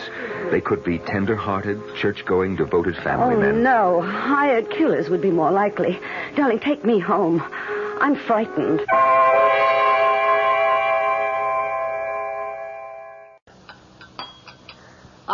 Good morning, Claude. Morning, Henri. You seem to have quite an appetite this morning. What do they say? The condemned man ate a hearty meal. What does that mean? I'm not sure. Have you seen Eloise? No, she's still asleep. Well, that's not like her. She's worried about you. Well, everything's all right. We can be married tomorrow if she wants. Oh? You've decided? Of course. And what about the other one? What other one? As if you don't know.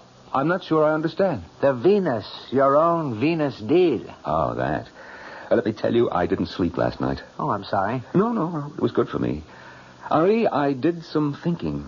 And? And I called myself every stupid name I could remember. Why? If I keep this up, this groundless, mindless, idiotic fear or apprehension, if I keep imagining she talks to me, well, I can very well lose Eloise. Eloise is very much in love with you. Love. Love is an illusion. You fall in, you fall out. I can read women. This ring business is beginning to irritate her. Worse, it's starting to bore her. I've been warning you. What really happened? I needed a resting place for a ring, so I absently placed it on the finger of a statue. A lifeless metal statue. You follow me? You're telling the story. Due to some phenomenon that probably has a rational explanation, if we ever find it, the ring seems to adhere to the finger of the statue.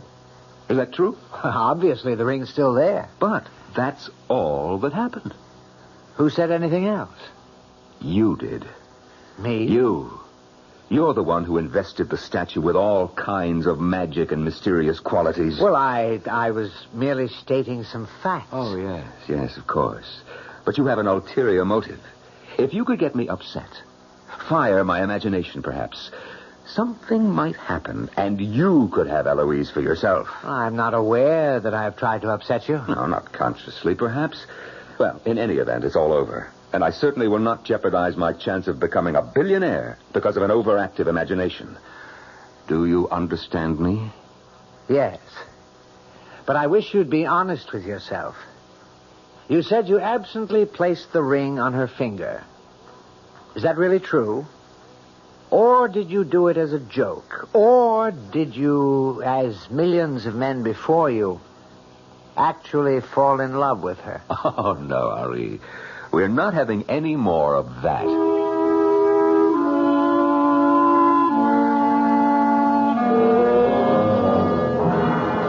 Well, old girl, I must say it was exciting. It was even fun for a while. Venus deal. Oh, you must have been something in your day. All woman. Oh, no. No, madame. I'm wise to these little tricks of the mind. Not this time. Not again. Claude. Of course, Claude. But you're in my head. You're part of my imagination. Claude, you belong to me. I belong to no one. I belong to myself. Foolish Claude. Do you think you can fight me? You're just an image in my own brain. Claude, you don't love Eloise. You're in love with love. Claude, I am love. I don't believe. Yes. Yes, Claude, you believe. You believe. The love I offer you is beyond dreams, beyond imagination. No, I'm not listening. A glorious love. No, please. Don't be frightened. Come with me. Live with me. Live like a god. A god. Live on love. No. You asked me, Claude. You gave me your ring. You wanted me. You always wanted me. Say it. No. Say it, Claude. Say the truth. Yes. Yes. Then, come with me. Now.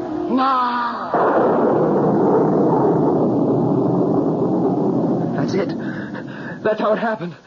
I know how it happened. Claude. What are you doing standing out here and yelling like a maniac? It's another electrical storm. We'd better get inside. Oh, yes. Come, Claude. Now I know. What do you know? I know why the ring is stuck on her finger. Oh, do you? Is it so important after all? Oh, yes, it's important. Do you remember what Rene said? He said it looked as if the ring is fused to the metal. Well, look closely. Doesn't it appear that way? Well, what's the difference? He also said it was impossible unless you welded it on. And, of course, you didn't. No, I didn't. But someone else did. Who? Perhaps not a who, but a what. What did happen? We were playing tennis. I took the ring off, placed it on her finger. Well, we already know all that. Tell us the rest of it. You know the rest of it, too. Claude. Of course you do. We kept playing tennis, and then suddenly there was a peal of thunder, a flash of lightning. Well, don't you see? No. The lightning, it must have struck the statue in such a way as to have fused the ring to her finger. Well, that's impossible. No, it's not impossible. It could have happened. Well, then it answers the question. And finally settles the problem. It's the only way we can account for it. Unless? No, Henri, no more of these unlesses. So now, can we forget about it? Absolutely, my darling. Eloise, marry me. What? I said marry me. But I was expecting... You were expecting a romantic speech, poetry, sweet music, sparkling wine. Yes. Shall I try again? Oh, no. No, I accept. May I be the first to offer congratulations? Of course, Henri. You fought a good fight. But the better man won. Eloise, my darling, may I ask for a wedding present now? Oh, anything. Good. Could you get rid of this statue? My rival? Well? Of course. We'll donate her to a museum. No, I mean get rid of her. How? Have her destroyed, melted down. Oh? But Claude, she's priceless. Well, I'll have it taken care of tomorrow. Well, can it be done today? Well, yes. Rene will be back in the morning and... Oh, well, I suppose it'll be all right. He'll take care of her. First thing. Ladies and gentlemen, your attention, please. Toast to the happy couple. Oh. Congratulations. Long life. Thank you all. Claude and I are so happy. Please, everybody, eat, drink, dance. Help us enjoy this glorious occasion. You look beautiful, my dear. Oh, I always dreamed of a night like this. Are you happy? Oh, yes. Completely? Yes. It's odd. You look so thoughtful. Do I? Very. I'm only thinking of us. Only of us? My darling, in this whole wide world, there are only the two of us. But, Claude, is something the matter? You're frowning. I wasn't aware. You're not ill? No, of course not. You don't look very comfortable. Well, perhaps it's a bit close in here. I may just need a breath of fresh air.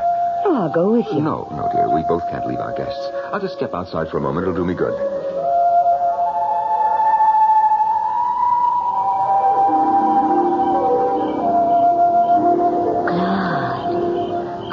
about Louis. No. You fool. I won't believe it. What won't you believe?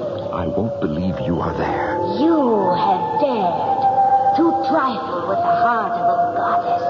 I don't know what you're saying. I offered you my love. I would have given myself to you. I've got to fight this. I am not mad. I've got to fight. Of all the uncounted millions since the very beginning of the human race, I offered myself to you. I accept this as a hallucination. Fool! Look at me. Look at me. No. It can't be. It can't be. You're human. You're flesh and blood. You're a woman. Yes. A woman. A woman spurned. A woman scorned. I didn't know. How was I to know? I told you. Forgive me. Please, forgive me. Forgive you. Come to my arms. Embrace me. Know what you might have had. And know what you have lost forever. I love you. I love you. Fool. Please. You're crushing me. You love me. But now you can only die for the love of me. Oh, please. Let me love you. Let me go. No. Help. Claude, where are you? Eloise is worried about... Claude? Oh, no. Don't come close, Eloise. Don't look, Eloise, don't. The statue, it fell on him. He's... Yes. He's dead. The statue just crushed him. Oh, look. What is it? Look at the ring. That ring. I don't see the ring. Look. Where? On Claude's finger. Oh. The ring is back on Claude's finger.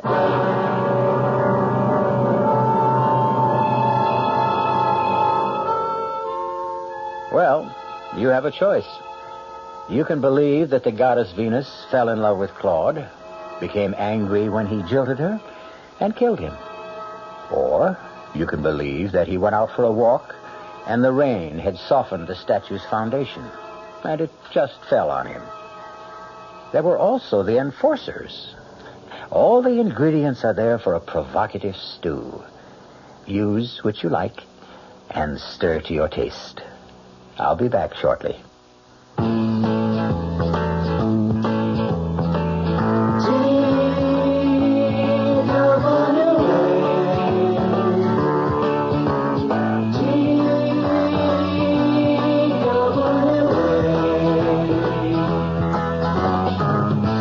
Thought you couldn't afford to fly to California this summer, TWA has some good news for you. You can. Thanks to TWA's demand schedule service, you can fly to California for only $125. Just make your reservations 90 days before you want to go and put down a $20 deposit for each way. For all the details, call your travel agent. TWA's demand schedule service. Now you can afford to fly to California.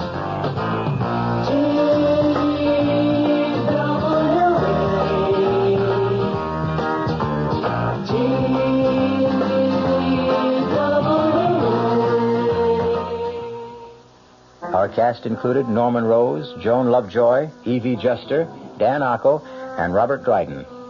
The entire production was under the direction of Hyman Brown. Radio Mystery Theater was sponsored in part by Anheuser-Busch Incorporated, brewers of Budweiser. This is E.G. Marshall inviting you to return to our Mystery Theater for another adventure in the macabre. Until next time, pleasant dreams.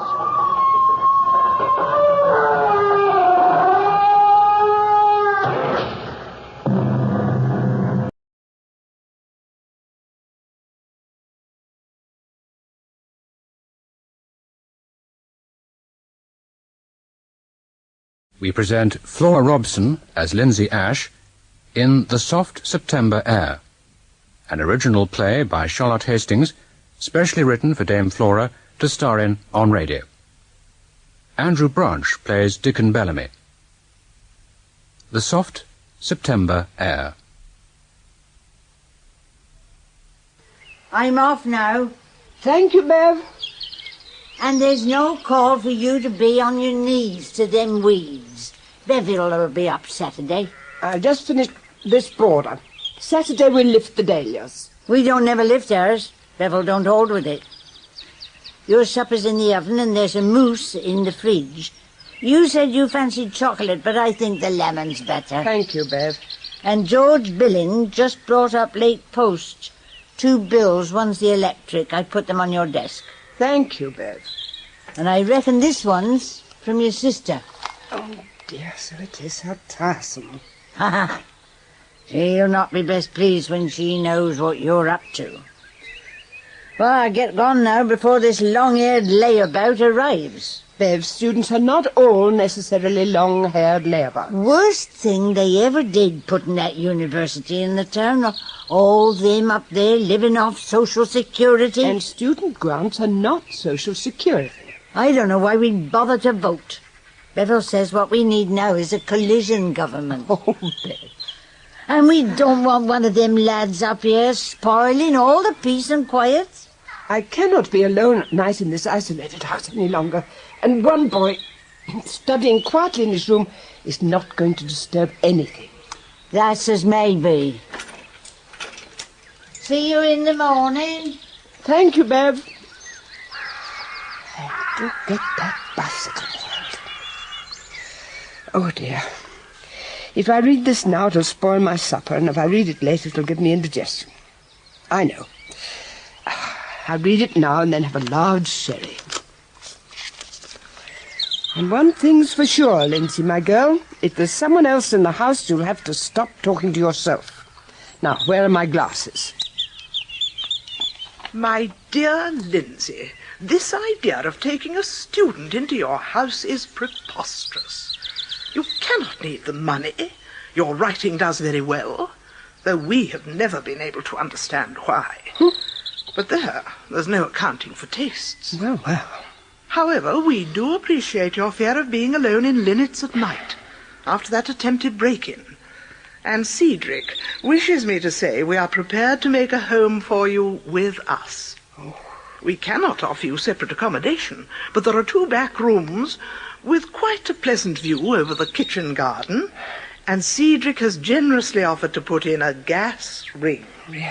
Think it over, and let us know when you will come. Your affectionate sister, Millicent. P.S. It's a pity you're not more domesticated. You never did know one end of a dishcloth from another. Oh, damnation. Hello. I'm sorry, I'm from the university. The housing office sent me. Oh, my God. What is the matter? The house. I've never seen anything so beautiful. The thatch and the walls with that sort of scroll pattern. Pargeting. Pargeting, made with a pointed stick while the plaster is still wet. One of the medieval building crafts. How old is it? So far as we've been able to ascertain, it's 15th century. I can't wait to come here. Please, dear lady, take me in. Look, on my knees. I do entreat thee in compassion's name. Don't be an idiot. Get up. Dear lady. No, I don't want my hand kissed. Get up and sit down here beside me. That's better. Now, just a few details. Bellamy, Richard Paul, known as Dickon. 21 in 2 months' time, 3rd year reading English. Honest, sober, and reasonably industrious. Only vice playing the guitar. I think you were as beautiful as your house. And please, may I now kiss your hand? Lindsay Ash, novelist, widowed 5 years. As I desire above all things to remain in this cottage, I need someone in the house at night, because... I will defend you to the death and beyond. May I move in now? I haven't yet said you may move in at all. Then I will hang myself from one of those willows, and you may gaze from your window at my dangling, twitching body. What with? Sorry? There must be something to support your dangling, twitching body. Oh, do you have a clothesline? We couldn't spare it. It's in constant use. I see. No other piece of rope available? Thick string or garden twine? Regretfully, no. This is a thrifty house. Then I will drown myself in that beautiful pond. There is a willow grows aslant a brook. It's only 2 feet deep. So you condemn me to live? It would appear so. Why don't you want to live at the university? On campus? You must be joking. I've stuck it for 2 years. 2 years of hell. Please let me come here. I think I might find peace in this place. The front door is at the side. Will you come with me? Oh, yes. Oh, who's this? I say, is this Linnets? Yes, do you want me? I'm from the university. The housing office said I'm afraid you're just too late. Oh, this is Dickon Bellamy. Chris Conway, hi. Hi. Wow, what a marvellous place. Couldn't you possibly fit me in somewhere? Wouldn't a house like this have more than 2 bedrooms? 2 double rooms and a bit of an attic. A double? 2 beds? I suppose you wouldn't share? Well, And now, just a moment. I've left it late. Honestly, I can't find a dog kennel. And you must know what it's like on campus these days. Yes. Well, then? It's up to Mrs. Ash. Dear lady, could we perhaps see the room? I really hadn't considered. Very well. Come this way.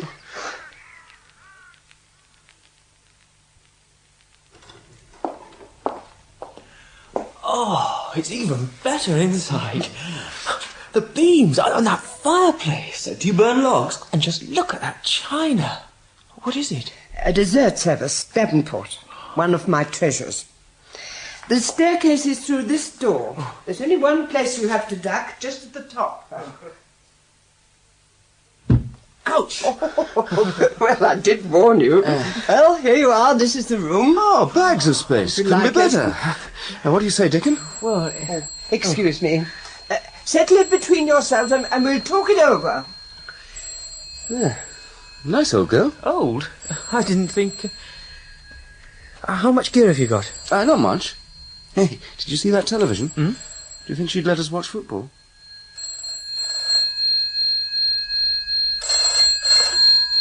Westfield 37? Mrs. Ash, my name's Marsh, Westfield University. The housing office said, well, I've left it late and I can't find anywhere. Oh, no.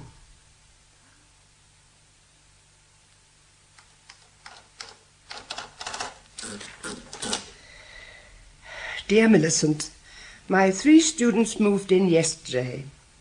They are Dickon, Chris, and Gavin, who is called Blitz, apparently because he has red hair and politics to match. They're not quite so worldly as they would like to think, but they're young and gay, and I think we shall deal peacefully together without personal involvement. I hope the view over the kitchen garden continues pleasant. Your affectionate sister, Lindsay. P.S. Reassure Cedric that I use the word gay in its archaic sense. P.P.S. Who wants to know anything about a dishcloth anyway?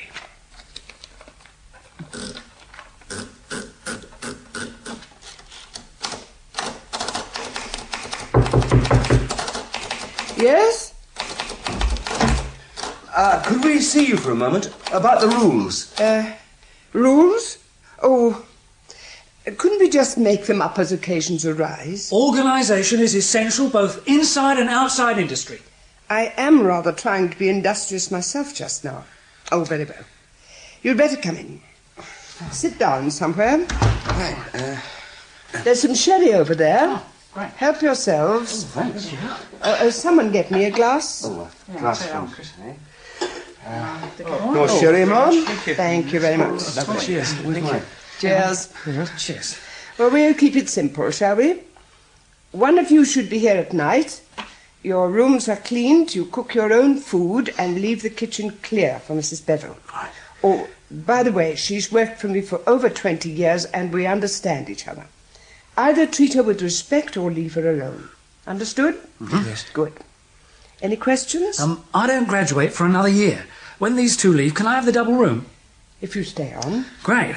Di'll like that. And who is Di? My girlfriend. Will she pay the same rent? Are you proposing this girlfriend should, I believe the current term is, shack up with you? Sure. Oh, you'll like Di, she's... No. No? Again, to use your own expression, no way. Why ever not? Leave it, Blitz. This applies to all three of you. You must certainly invite your girlfriends in for a drink or a snack. If you want them to share your beds, you must go elsewhere. Oh, didn't you ever? Since I enjoyed nearly 30 years of happy marriage, one may assume that I did. Sexual fulfillment is not the prerogative of your generation. Wow. I only said... It would be all round the village in 48 hours. And undoubtedly Mrs. Bevel would leave, which I couldn't for a moment contemplate. All right, you've made your point, and I beg your pardon. Thank you. Now, if there's nothing else, I have to concentrate.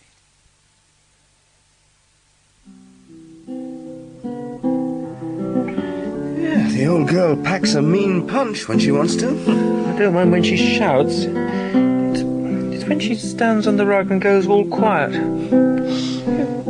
Why do you keep calling her old? 62. Sorry? 62. Her age. I borrowed her dictionary yesterday. It said to my dear daughter Lindsay Margaret on her 21st birthday. And it gave the date. Like I said, 62. Old as God. How would you know his age? You're an atheist. Dear Lindsay, I don't want to harry you, but if I am to show Love Me Long to Regius Films, I must have the finished MS in the next 6 weeks. We shall be all right for Blaine's spring list. I hope things are not too hectic. Bianca sends her love, and I add mine. Yours ever, Philip.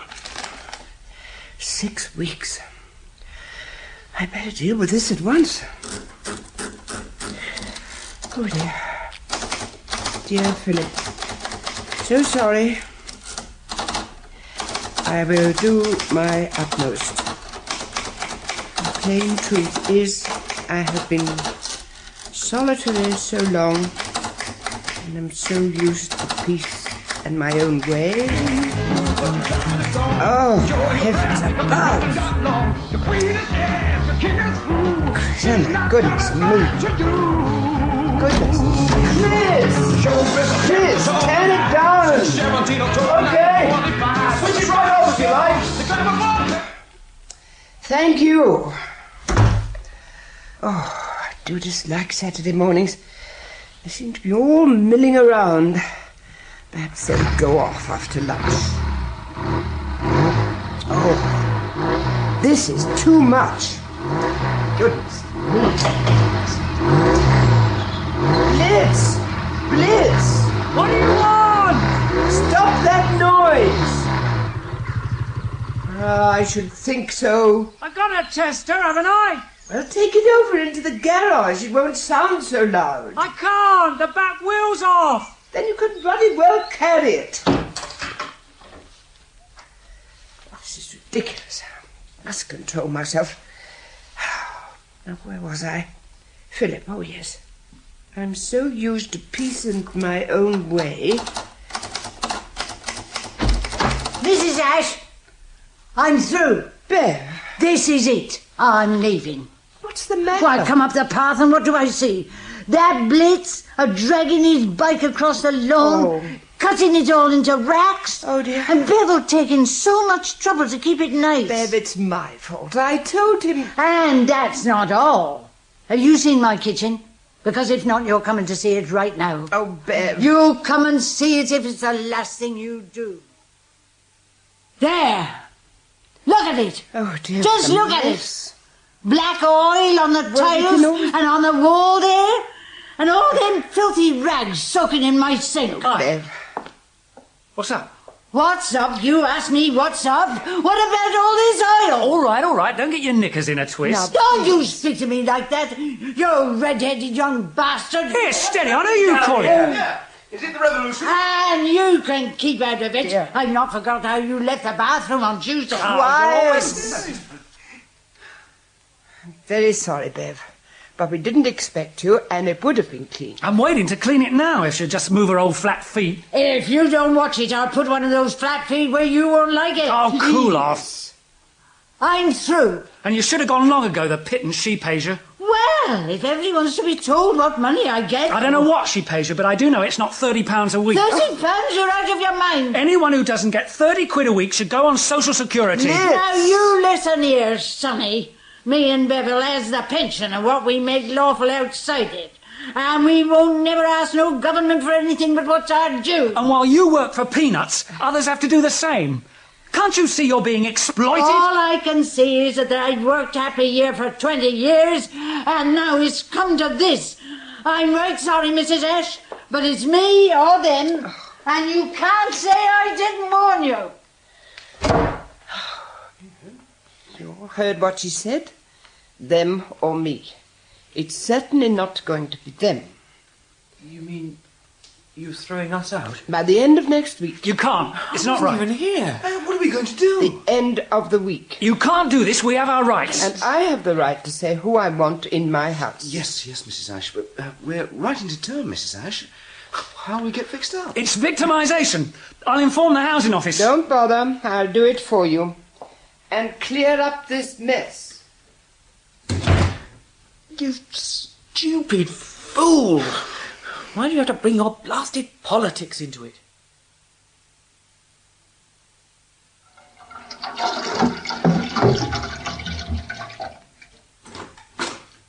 Oh, hello. Hello.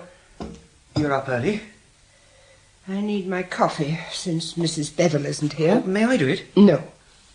You are mad at us, aren't you? Yes. Look, suppose she agreed to come back, with us still here. Suppose the moon fell right out of the sky. Last night I went to see her. You did what? What did she say? Actually, I did most of the talking.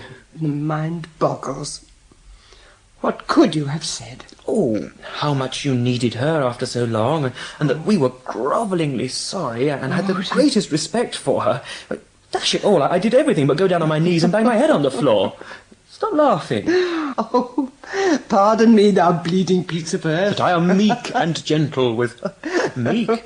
I'll say I was meek. I tell you, Lady Friendship can go no further. Didn't she say anything? Oh, yes. Thus as may be. There's something else I ought to tell you. Something... Dickon, what else did you say? Oh, well, I had to lay it on a bit. Dickon. I said... I passed your room last night, and I heard you sobbing quietly into your pillow. Dickon.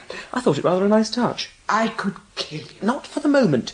I think she's coming up the drive, with a thumping great bunch of flowers on the handlebars. Upstairs, quick. Here, take your coffee. Thank you. And if you must listen, at least keep quiet. Okay. Good morning. Good morning, Bev. I was, just making some coffee. Oh, well, if I'm to find I'm not wanted... No. Oh, Bev, dear, I'm so glad to see you. Then you get back to bed and I'll bring up some fresh coffee. Oh. And why are you using the powdered stuff? Haven't we any proper graduals?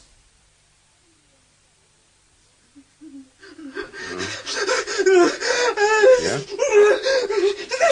Dick? What's the matter? Half a minute, I'll light on. Hey, wake up. Come on, wake up. It's Chris. The sheet is dead. What? Are you having a nightmare, Dick? I'm so cold. Oh, no wonder. All the bedclothes on the floor. Here, come on. Right? I'll go down and make a cuppa. Is that you, Chris? Oh, sorry I woke you. Dickens had a bad dream. Oh, dear. I'm making a cuppa. A good idea. I could do with one myself. Oh. Chris. About Dickon. Do you think he's stable? Good Lord, yes. A bit emotional, perhaps. He hasn't quite left it all behind yet. Left what behind? All the adolescent bit. Chris, dear, are you over it? I'm not bothered. Lucky old you. And don't forget, he's got his finals in June. So have you. Aren't you bothered about that either? Well, I may sweat a bit the last few weeks. The way I look at it, you do the work and get good marks, or you don't work and get what you deserve. Hello. Hey, Dick, go back to bed. I'm too cold. Can we put a log on the drawing room fire? All right, but not for long. I'll take the tray, Chris. There's a rug in the hall chest. That log's fading. Here will we sit before a dying fire. I'm too tired for any sad stories of the death of kings. If you two are going to start quoting, I'm going to bed. You make me feel a proper ignoramus. Good night. Good night. Good night, Chris. He doesn't know how often we make them up ourselves. No need to disillusion him. Drink that tea and get to bed. There's something I must tell you. Another time, another place. No. Now, please. It's all so hopeless. So hopeless. Dickon, stop wallowing. Wallowing? Working up a nice little personal drama and enjoying every minute of it. You pour it all out and go to bed relaxed and happy. And I'll be left like a drained cistern. The sheeted dead. What? My dream. Rows and rows. Just shapes, no faces. And a frightful bell booming. Too late. Too late. Jag. I have to talk to you. Will you hold my hands? They'll be warmer under the rug. My last year at school, I had a breakdown. I was in a psychiatric place for a year, ECT the lot. Hard luck. Aren't you even sorry? My sympathies are with your parents. My mother died when I was 2. My father, he said all the conventional things. Pull yourself together, only you can help yourself. Actually, I think... What started all this? I don't know. Oh, come on. I don't. Really, I don't. I suppose... pressures. Aren't you going to say the usual things? That inevitable bit about a wasted life? And the waste of public money which provides your grant. Oh, my grant is minimal. My father's a rich man. He's Bellamy of Bellamy's Brass. And how rich is rich? He owns a vast works and a sizable chunk of the north. And me, I'm the young muster what's going to take it all over. And I can't see you have anything to worry about. Last year I tried to kill myself. Are you shocked? Curious. I suppose you want to tell me... I got over the first part, and I looked forward. Oh, God, how I looked forward to university. Everything going, people to talk to. What went wrong? I got in with the drug lot. Oh, Dickon, you're not still... Oh, no. It didn't go very far anyway. So I had treatment, and then one night it all went clean over the top of my head. I swallowed a whole lot of my antidepressant pills. Unfortunately, a whole lot wasn't enough. They rushed me to hospital. Where I hope they taught you a harsh lesson with a stomach pump. It might have been better and quicker if they had. How do you mean? There was this young doctor. He said, I don't know what you've taken, you young fool, but I do know you're not dying. So you'll lie and sweat it out until you can name the drug, and then I'll give you the antidote. God, it was tough. Did you sweat it out? All the whole long night. My jaws were so stiff I couldn't speak. And I shook like I was being racked. You're wallowing? Oh, yes. Sorry. So, next morning I managed to write down the name of the drug, and he gave me the antidote. And what did your father say this time? He never knew. I wouldn't let them tell him. But Dickon... So now you see what it's meant to me to come to this place. Will you throw me out? No, but you must make me a promise. Not to do it again? Not to do it here. I don't particularly want to find you like the sheeted dead in my back bedroom. Nor do I want to break the news to your father. I'll promise. But you'll have to help me. How? I'm still taking the pills.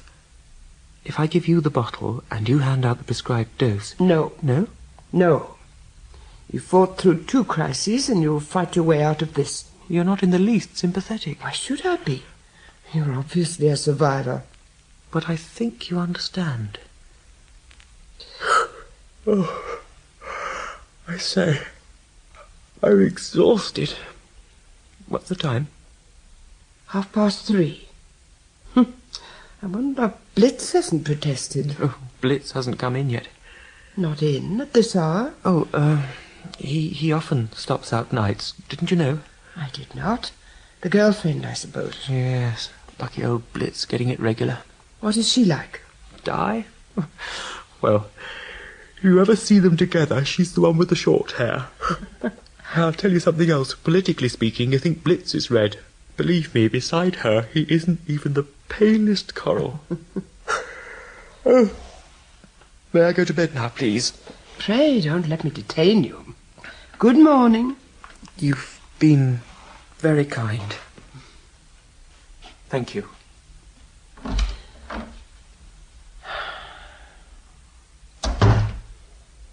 You poor, stupid child. Of course I'd like to hold your hand and say all the useless, comforting things. And what good would that do either of us? Sentiment has no part in my life now. Or has it?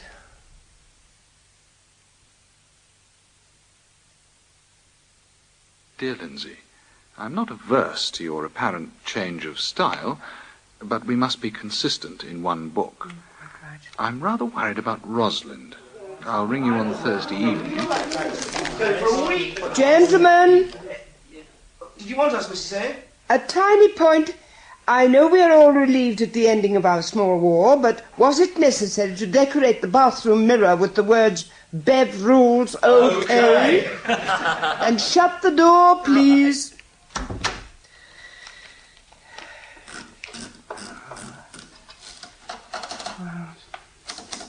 Dear Philip, I wish I had never created Rosalind. She's a dead ball. No, don't ring me on Thursday. One of my students is 21, and his father is taking us all out to dinner at the Royal Hotel. Come in. Hi. Could I borrow the car this afternoon? I've got to get it parked for the bike, and neither Chris nor Dickon are able to... very well. You'll have to put in some petrol.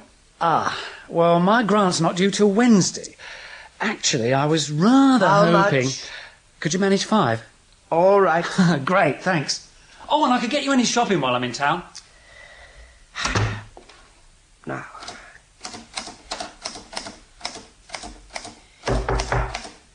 Next, please. Yes, Chris?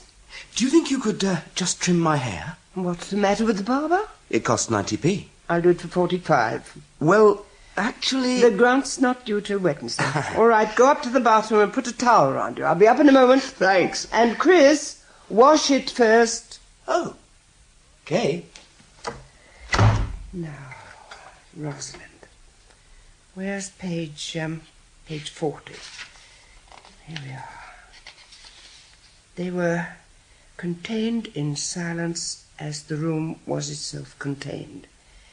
She felt all his strength flowing into her. My little love, he said.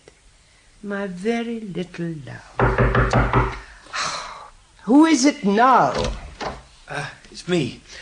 This dinner on Thursday, I shall have to wear my suit. I should hope you don't intend to go in your jeans. Well, the pants are split. From the waist to the crutch, as usual. Leave them over there, I'll see to it. Oh, thank you. Out! Yes, Mom. Wretched boys. Now then. Rosalind, my little love. Oh, for heaven's sake, how could anyone possibly fall in love with a creature like Rosalind? And I must say, Mrs. Ashe, it's a pleasure to have you with us. My boy speaks that highly of you in his letters. Though we just say you have to give him a bit of stick now and again. Quiet, Dickon. Let's just say, Mr. Bellamy, that the instinct of survival is very strong. Well, if my lad ever gets you down, either throw him out or let me know. Now, everybody satisfied? That ducked your liking? Excellent. So then we'll get down to business. Waiter, sir, open that other bottle. And, Mrs. Ash, you see that supervisor chap over there, by the band? Yes. Well, when we've drunk the toast, I want you to catch his eye. That's it. Fill him up. Oops. And when you catch his eye, give the signal. Father... He's waiting for it. Just raise your hand. Everybody ready then? Right. To Dick. To Dick. Cheers. Dick. Cheers, Dick. Cheers, Dick. Happy birthday. Right, Mrs. Ash. Now. So, Dick. Go. Happy birthday to you. Happy birthday to you. Happy birthday, dear Dickon. Happy birthday to you. Stand up, lad. Stand up. Come on, feet again. Stand up, let them see you. We'll have the 21 again. Thank you. Thank you all very much. Fill them up again, waiter. Come on, right up. Yes, sir. Aye. Oh, and here's your check, Dickon. Oh, excuse me, Mrs. Asher. Yes, sir. What we agreed. Thank you, Father. He gets his car later, Mrs. Ash, when he finishes his degree and comes home. A car? Aye, nice little automatic, brand new. Oh, you lucky devil. I can't wait to see it. Well, no sense in racketing about in it down here. And if he takes it over when he joins the firm, he can run it on expenses straight away. Expenses. Did you say something, Kevin? No. Oh, you haven't said much all evening, have you? Well, one of the quiet ones, maybe. Oh, Blitz, quiet. You should hear him at the Union. And why shouldn't I be heard at the Union? I have just decided that the duck was cooked in pure orange liqueur. Yes, I think you're right. We went to a monastery in France once where the monks make a special liqueur of their own. With herbs and honey. Near Anjou, isn't it? Yes, I've been there with my husband. They all looked so busy and peaceful. I very nearly joined them and gave up my degree. Oh, what are you studying? Biology. And what'll you do? I mean, when you've graduated? Well, I begin to think it'll be medicine. Chris, how splendid. Yes, indeed. Worthwhile. And you, Gavin, what are your plans? Oh, Blitz isn't... I'm reading politics, and I'm going to work for the party. Oh, Parliament, eh? Ambitious, are you? Got your sights on cabinet rank, eh? The Socialist Workers' Party. Blitz, dear, this is a birthday celebration. No, just one thing I'd like to know before we leave it. What are you personally working for? The structure of a classless society. Blitz, I insist. The bosses must be destroyed. Oh, well, I'm one of them. How will you destroy me? By violence? If necessary. Would it surprise you to know that I'm a socialist? You? Aye, me. And a strong union man as well. I recognise the men must have representation. And we need the unions. The thing is to use them as little as possible. How do you mean? Now, you listen to me, young Lenin. I'm Bellamy, of Bellamy's Brass. You know what I always say? No. I say, I make good brass, and it makes good brass for me. How's that? It makes good brass for me. You mean it makes good profits? I employ nigh on 2,000 men. What do you think I pay them with? Buttons? Money has no place in a... Blitz, once and for all, this is enough. Nay, he's a right to speak up for what he believes in. Well, I can see why they call you Blitz. So come along now. Have another drink from your enemy's profits, and let's declare a truce. Look, I only... Bellamy, do you dance? Mrs. Ash, in the days of my youth, I was reckoned the best waltzer in the county. Good. So, if you'll do me the honour...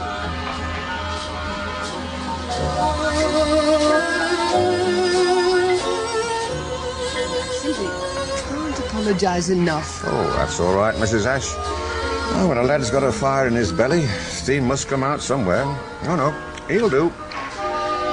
I could wish my boy had a bit of fire in him. He has his own kind of fire. He's just a little oversensitive as yet. Ah, well, perhaps that's it.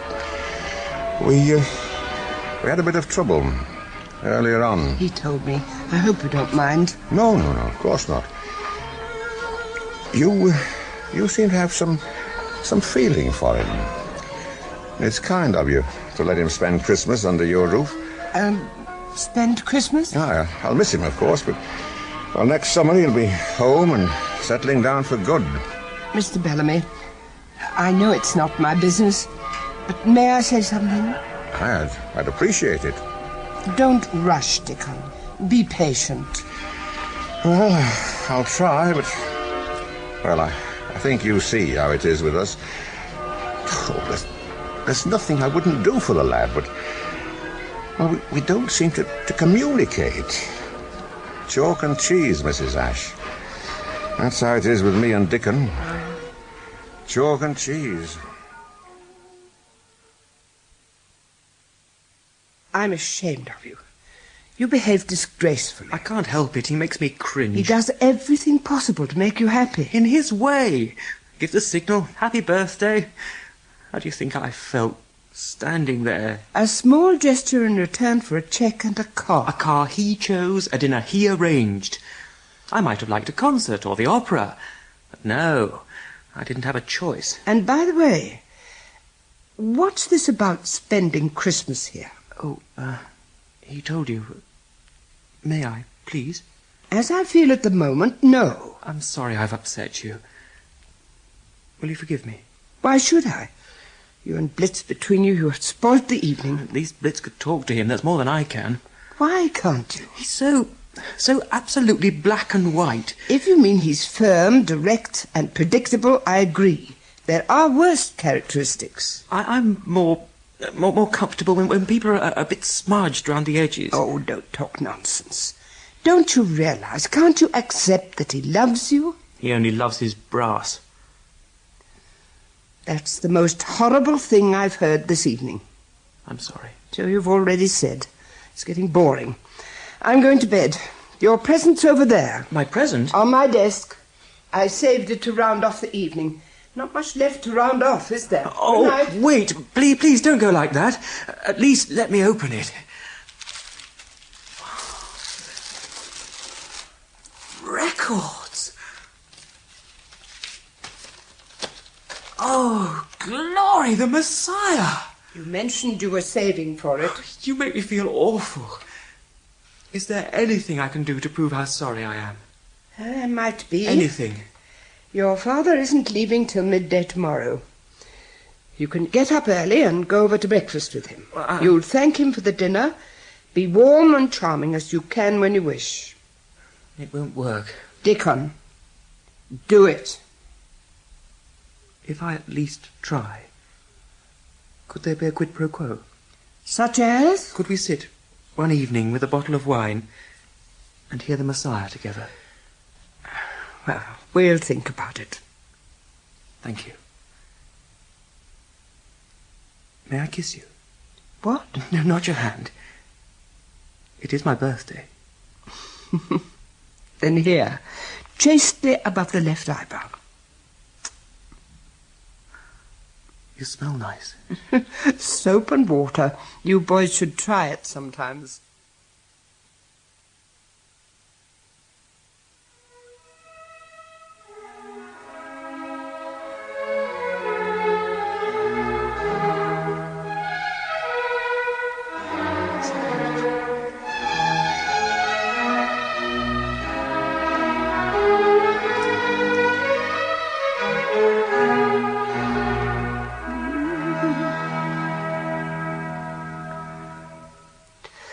Lovely. It's genius. The power, the supreme confidence, and the accent absolutely firm on the musical statement. Yes. I know, see? I know that my... Oh, it's the great Handelian declaration. Oh, hell, let it ring. No, I'm expecting a call from Philip. Put on comfort tea. Oh, right. Westfield 37. Mrs. Ash? Dr. Porteous, Dean of Students, Westfield University. I believe you have a Gavin Marsh staying with you. Blitz, he's not here at the moment. No. He's asked us to let you know he won't be back till sometime tomorrow, and I'd better just warn you he'll be a bit battered. Don't say he's come off that wretched bike. Something like that.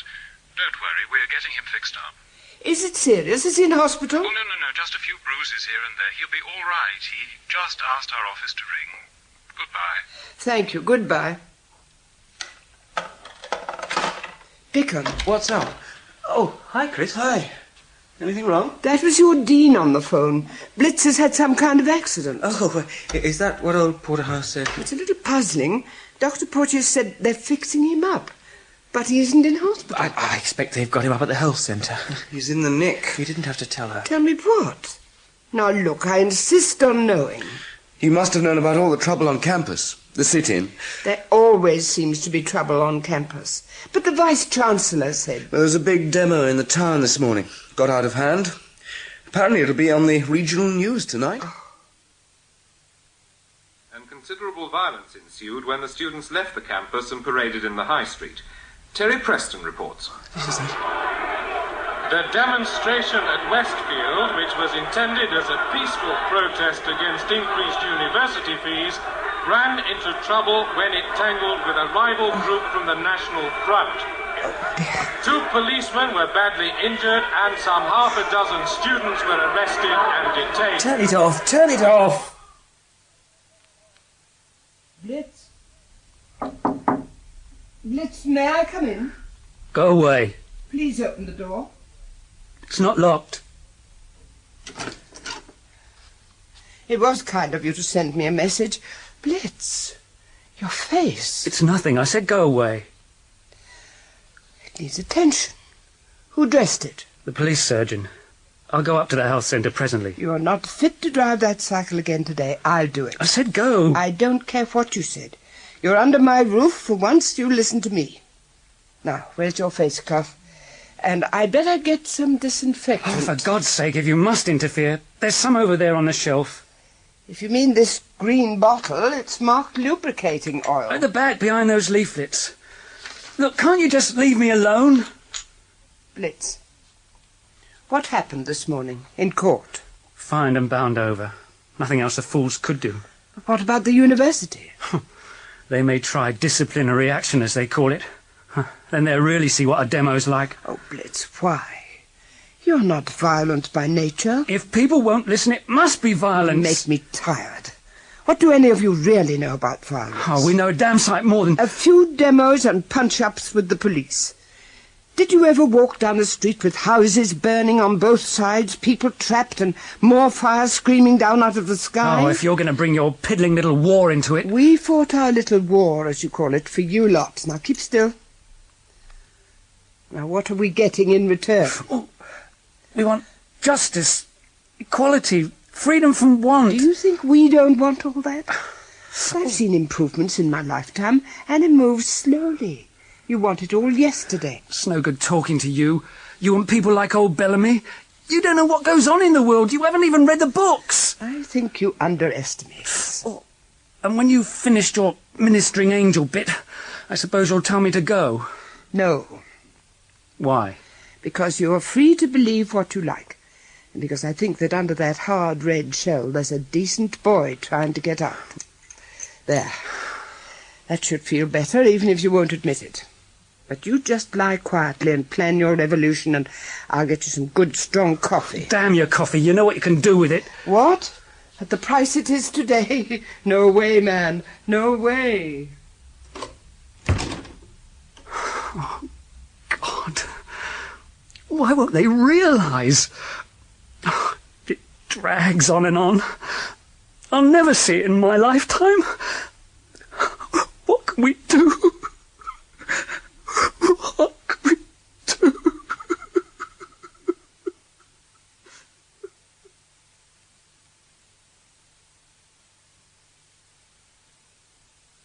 The rising of the sun and the running of the deer, the playing of the merry organ, sweet singing in the choir.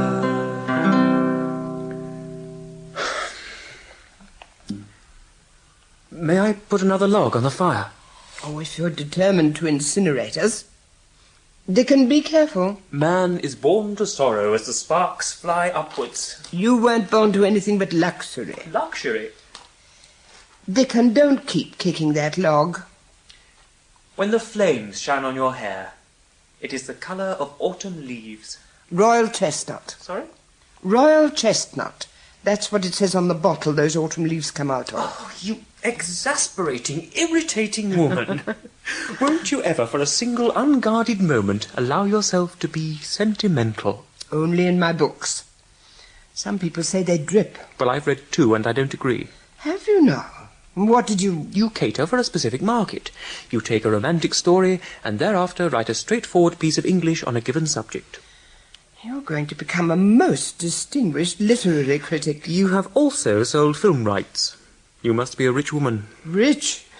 Take away agent's commission, expenses, and the tax man, and I can just about keep my ears above water. So, don't submerge them for a moment. I want to give you your Christmas present. Present? You've already given me about 2 gallons of expensive perfume. Dickon, I hope you haven't spent any more money. No, this hasn't cost anything. I've made you a song. And I'm going to hear it now? There's something I ought to tell you first. It started in my mind when I first came. You were sitting in the garden, in the autumn air, quiet and peaceful. Actually, I remember I was... No more fuss and fret. At the end of her life. No, just a moment. I wondered if it was really like that. No emotions, no regret. I made the song. Listen.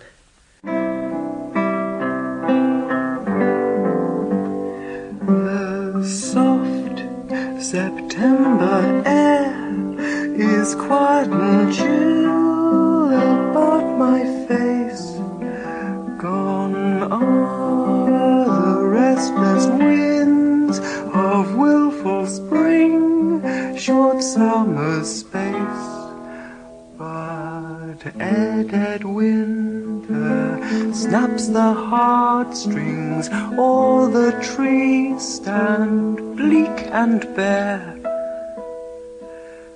Let the quiet mind remember the soft September air, the soft September air.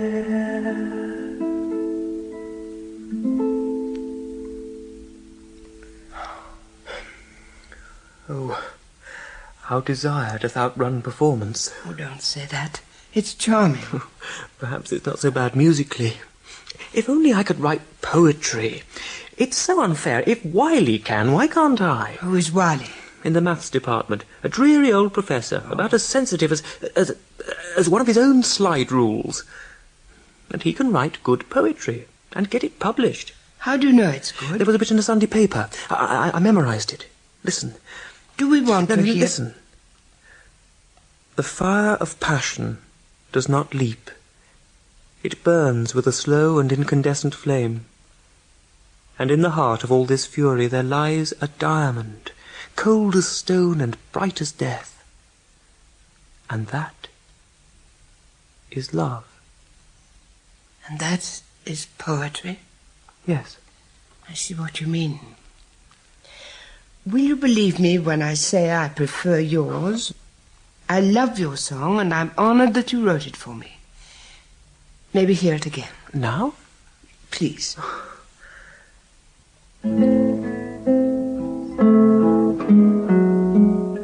The soft September air is cool and still, all passion spent, as go the withered leaves, so go at joy and sweet content.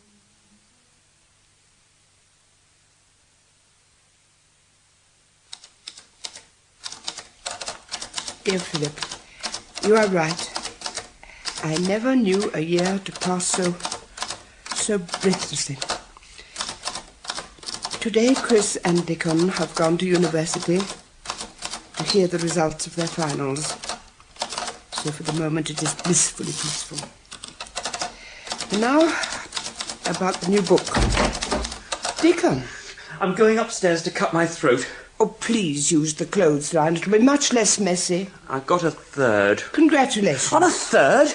It's tantamount to a failure. Nonsense. You can write B.A. after your name. Who cares? I do, and so does your father. He'll be so proud at the ceremony. He isn't coming. Oh, Dickon, why not? He has to go to Brussels. The EEC can't spare him. But surely... The young master will wear a cap and gown and touch hands with the Chancellor. For the old master, it'll be business as usual. Long live Bellamy's brass. Just for once, couldn't he delegate? He has. He suggests you come with me. I should like that. I've never seen a degree ceremony, and afterwards we can have our own celebration. Oh, he's prepared to celebrate. He's coming down on Tuesday before he goes to Brussels. We seem to have made a breakthrough. He actually asked me what I would like. And have you told him? Well, not yet. It depends on you. On me? I would like to dine here.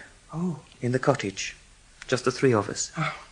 With a white lace cloth and all the silver. And to eat our dessert of the Davenport service. And if you think that's childish, you only have to say so. I say! I've got a first! I've got a running first! Oh, Chris, I'm so glad. Oh, I can't believe it. I honestly didn't expect.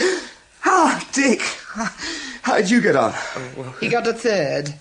Now, how about opening a bottle? It was that blasted Viva that did it. Anyway, Chris, congratulations. Thanks. I thought you said the Viva was a walkover. There were three of them. Old Porterhouse, I don't mind him, and Fisher, and the external examiner. I never knew his name. Mouth like a plum, unripe. I thought you were sound enough on your subject. You're always quoting. It was fine at first. Just routine stuff. Lawrence and Russell. And then this Plum character says, Mr. Bellamy, would you expound? Expound, I ask you, for a few seconds on Shakespeare's political views. Now that is interesting. It's ludicrous. Shakespeare never had any political beliefs. Oh, what do you base that on? Oh, for God's sake. You're a working author. Where would he get time? Time? All that output, years of it, magnificent, immortal verse, written by hand with a quill pen, page after page, often by rushlight. With indications in the text. Julius Caesar. That was history. Oh, he gave his characters politics, but he was above it. He had to be. I told them. I even threw Arnold at them. Arnold? You mean... Arnold's sonnet to Shakespeare. Oh. Others abide the question, thou art free, or topping knowledge. This See? I should have appreciated. Well, they didn't. Suddenly Plummouth said, an imaginative concept, Mr. Bellamy, but quite inconclusive, and not what you were asked. Huh? And you said? I said, oh, there has been much throwing about of brains. Then I bowed and left. Oh, God. But what is wrong with an imaginative concept? Dick's right, Mrs. Ash. It isn't the sort of thing they want. Read the set books and repeat the contents. The academic regurgitation. Dick, cool it. Stop shaking. Now listen.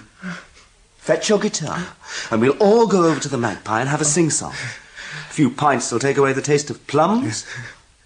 Go on now. Okay. I'm sorry.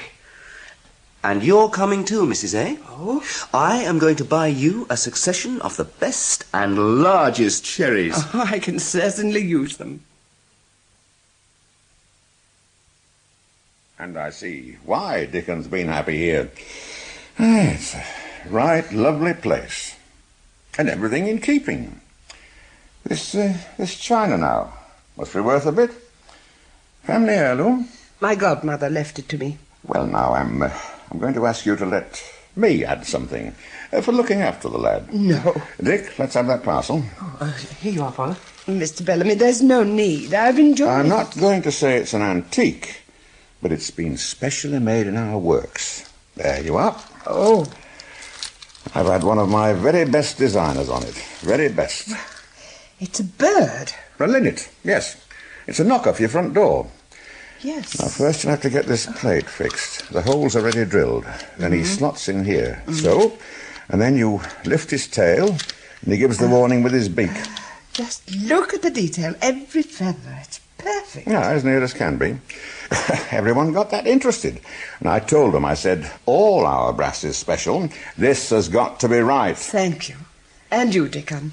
I didn't know about it. No, I thought it might be a surprise for both of you. It's a complete craftsman's job. Aye, and a craftsman saw it through. My works manager, Joe Heaton. Aye, old Joe Heaton with his little flat hat. That'll do. You treat Joe with respect. You'll be seeing a lot of him in the next few months. Listen, Father... I thought when you've taken your degree, you'd like to come out to Brussels for the last 2 days. Give you an insight into how they run these things. Father, Or you can go off somewhere on your own, if you want to. But come beginning of September, we start you on the job. Right from foundations. Eh, Mrs. Ash? Man's got to know how it's done before he can tell others to do it. Certainly. So Joe's got a short works course set out, about 3 months. And you'll go through accounts and dispatch, have a good spell on overseas sales, say 18 months. Then we should have you on the board by... I'm not coming into the business. Now, lad, what's this? I said... I heard what you said. Maybe I didn't hear right. You heard right. Mr. Bellamy, I think I should leave you and Dickon alone. I especially want you to stay. Why? You've often called me erratic, hysterical. I want you to see I'm absolutely serious. And it'll save me having to say it all twice.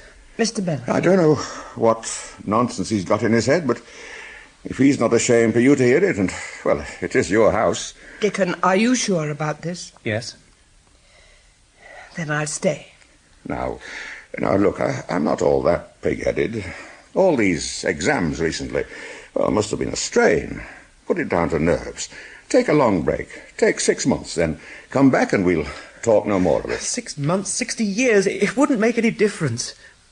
So, you're passing up ownership of one of the biggest industrial setups in the North? Yes.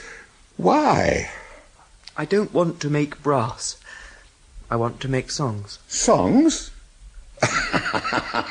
Well, fair enough. I've nothing against that. Then Everyone needs a bit of a hobby. Oh. Your time from 9 till 5 is my business. What you do with your evenings and weekends is yours. I can't spend 3/4 of my life in a cage. I must be free, be my own man. Well, of course you're your own man. No. Let me tell you something. Remember, about 3 years ago, you took me to the corporation banquet. I bought you your first dinner suit. From my own tailor. I was standing by the bar. There was a bit of a crush. Someone said, "Over there? That's Bellamy's boy." Well, what's the matter with that? You are my son. Oh, don't misjudge me, Father. I've every respect and admiration for you. I'm proud to be your son. I won't be Bellamy's boy. Words. Some fool with too many gins under his belt, and now to curb his tongue. Must we go on like this? Can't you see my point and let me go? Let you go? Am I to put a life's work into my son and then just see him walk away from me? Not from you. From what you stand for. It's the same bloody thing, isn't it? I've tried to tell you for years. I could never make any impression. Now, plain and straight. You mean this? Yes. All right. But I'll not see you go down.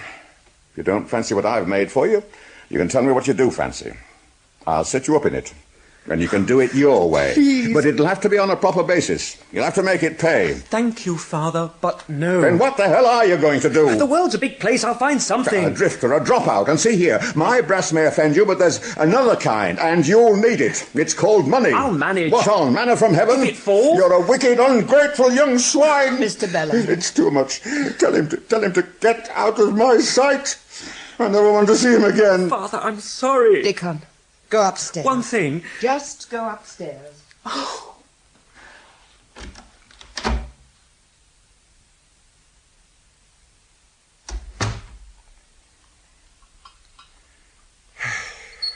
My God. This is a face. Take this brandy. Well, I don't know what to do. Don't talk for a moment. Drink it down. That better? Thank you. I apologize for losing my temper. As you said, it's a facer. What am I going to do? I think you'll have to let him go. When I look at him tonight, I can't believe he's my flesh and blood. He's got nothing of me, nor his mother neither. I had wondered about that. What? Whether he were like Anne? Yes. Lord, no. No, fine, strong lass she was. Got above me socially. County people. Father was Lord Lieutenant. I see. Always full of life. And that forthright. Bellamy, she'd say. Called me Bellamy, you see. Couldn't bear Horace. She'd say, "No one can say I married you for your money. I wonder why they think I did take you." And she knew. So did I. How long were you married? 5 splendid years. Then Dickon. Who would have thought a strong, healthy lass like that wasn't built for childbearing? So that was it? Aye. Never picked up. She said, "There's your boy, Bellamy. Take care of him. I'm not going to give you another." Then, 2 more years, watching her slip away from me. Does Dickon know this? Nay, I wouldn't want him told. Forgive me for rambling on like this, but, well, it's peaceful, sitting here, and you're a good listener. I wish I could do more. Aye. Well, I'll be at the Royal till 8 tomorrow morning. If he likes to come over, the door's open. No more than that. Will you tell him? Yes. And now, if I might use your phone, I'll ring Masters to fetch me. I'll drive you back. Oh, there's really no need. I don't think you should be alone. I'll drive you back and we'll have some coffee. And then you'll take 2 of my tablets. They're only mild, but you must have some sleep. That's true. And once you're on that plane, you won't have much time to brood. At least not for a day or 2. Right? Right. You know, Mrs. Ash, you're a good lass yourself. A right good lass.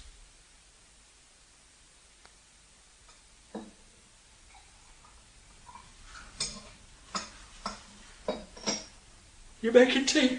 Yes. Make enough for 2. Right. Had some trouble with your old man. How did you know that? Heard him shout his head off. Then you rushed up. I suppose they've been chewing it over. Anyway, they've gone off now. Both of them? Saw him from my window, went in her car. Oh. What's he done? Cut you off with a shilling? Or just pinch your girlfriend? What the hell do you mean? Oh, Lord, don't blow your top over nothing. You must have heard the talk. What did you mean? Nothing. Always gossip in villages, round the cottages, in the pubs. Doesn't mean a thing, just a laugh. Gossip about what? Oh, come on. Everyone knows she's your girlfriend. What? Nothing wrong with that if you like her mature. You filthy little beast. Hold on, I was only needling saying you. such vile things with no possible reason. Well, you've always been friendly. And you were here for those 3 weeks at Christmas. It's ridiculous. Apart from anything else, she could be my grandmother. Of course she could. So that's it, innit? Nothing to get in a state about. You and your rotten ideas. You drag people down, reduce them. You smear everything. You're taking it all too seriously. Look, I'm sorry, I shouldn't have told you. Well, you have told me, haven't you? So it's too late. That's what the bell said. What do you want about? What bell? In my dream. Too late. Dickon, don't look like that. It's all right. Sit down and drink your tea. You're shivering. Get away from me. Dickon, listen. Damn and blast you! Come back. Dickon, come back. Hey, what the devil do you think you're doing? Watch it. What's happening? I was just putting the hood on the car because they forecast rain again. And Dickon tore past me like a bat out of hell. Yeah, well, how was I to know he couldn't take a joke? Joke? What kind of a joke? Oh, nothing. I think he's out of his mind. Blitz, what have you been saying to him?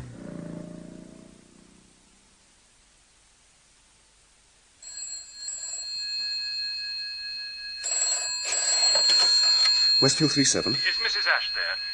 Dr. Porteous, Westfield. Oh, Dr. Porteous, it's Conway here. Chris Conway. Is it about Dickon? Yes. I was out looking for over an hour. Is he on campus? He's in Westfield General Hospital. Oh, I knew he'd come off that bike. A night watchman found him in one of the storerooms. He's taken a massive overdose. An overdose? My God, he's not... Well, they're working on it. Does Mrs. Ash know where we could find his parents? We tried his home, but there's only an answering... His father's here, at the Royal, and Mrs. Ash. Are you at the hospital? Yes. I'll go and fetch them over. Where will we find you? Casualty? Reception. Park Street entrance. I'll get going. Thank you. Chris. Yes? Don't panic them, but step on it. All right, sister, he'll do. A ruddy young fool. Send him out to the ward for the night. Oh, what's left of it. Yes, Doctor. Oh, Doctor? And tell them to throw him out before 10. Can't fill up beds with cries for help. I think he meant it. It's the second time. It's what? Well, I thought I recognised him when they brought him in. I asked records for any file. Let's have it. Oh, yeah. Well. Oh, look at this. Oh, why do they do it? Are his parents here? Oh, his father's in reception. And a lady, I don't think she's his mother. Well, in the circumstances, she can count herself lucky. Yes, all right, sister. I'll go and see the dad.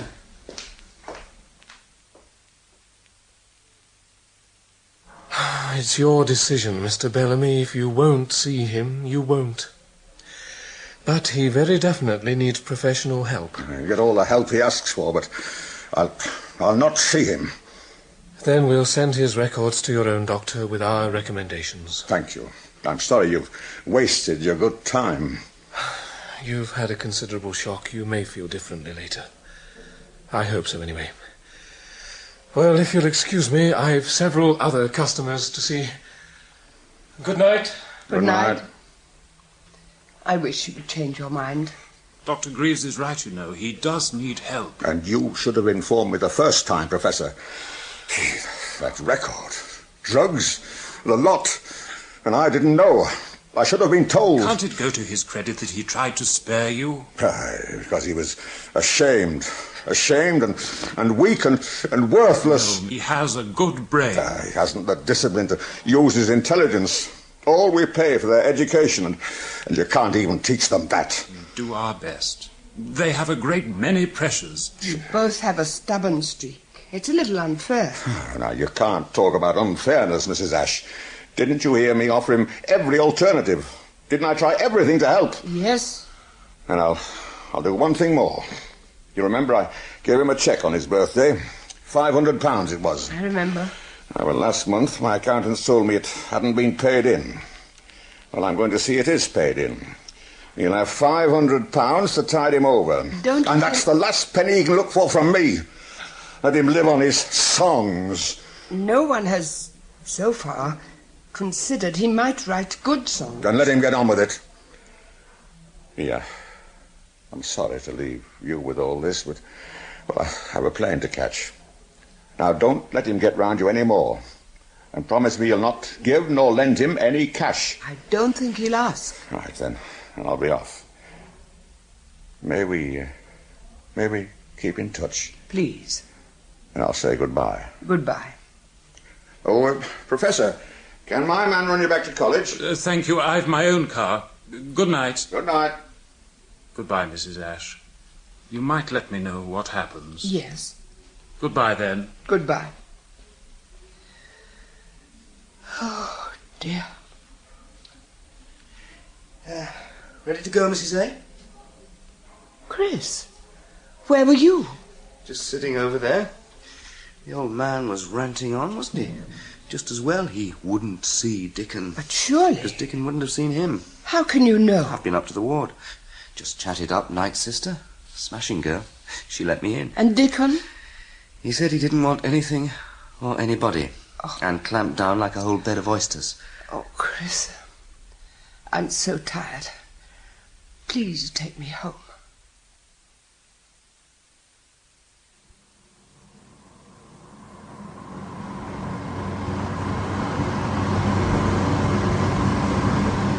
You asleep, Mrs. A? No. I've come through that tunnel of exhaustion when you emerge at the other end and know you'll never sleep again. Well, by the time we're home, Mrs. Bev will be due. She'll cosset you and put you to bed. There's Dickon to be faced. And Blitz. Want me to do it? No, why should you? I'm not bothered. Chris. And we'll all be gone by the end of the week. Don't you take any more of us? Students? Definitely no. I'm too old for all this emotion. It passes. Yes, it does. Chris, you're going to make a splendid doctor. So stable. Oh. And not bothered. Well, this time last year, I was very bothered indeed. Girl trouble? No, not trouble. It's the strange part. How strange?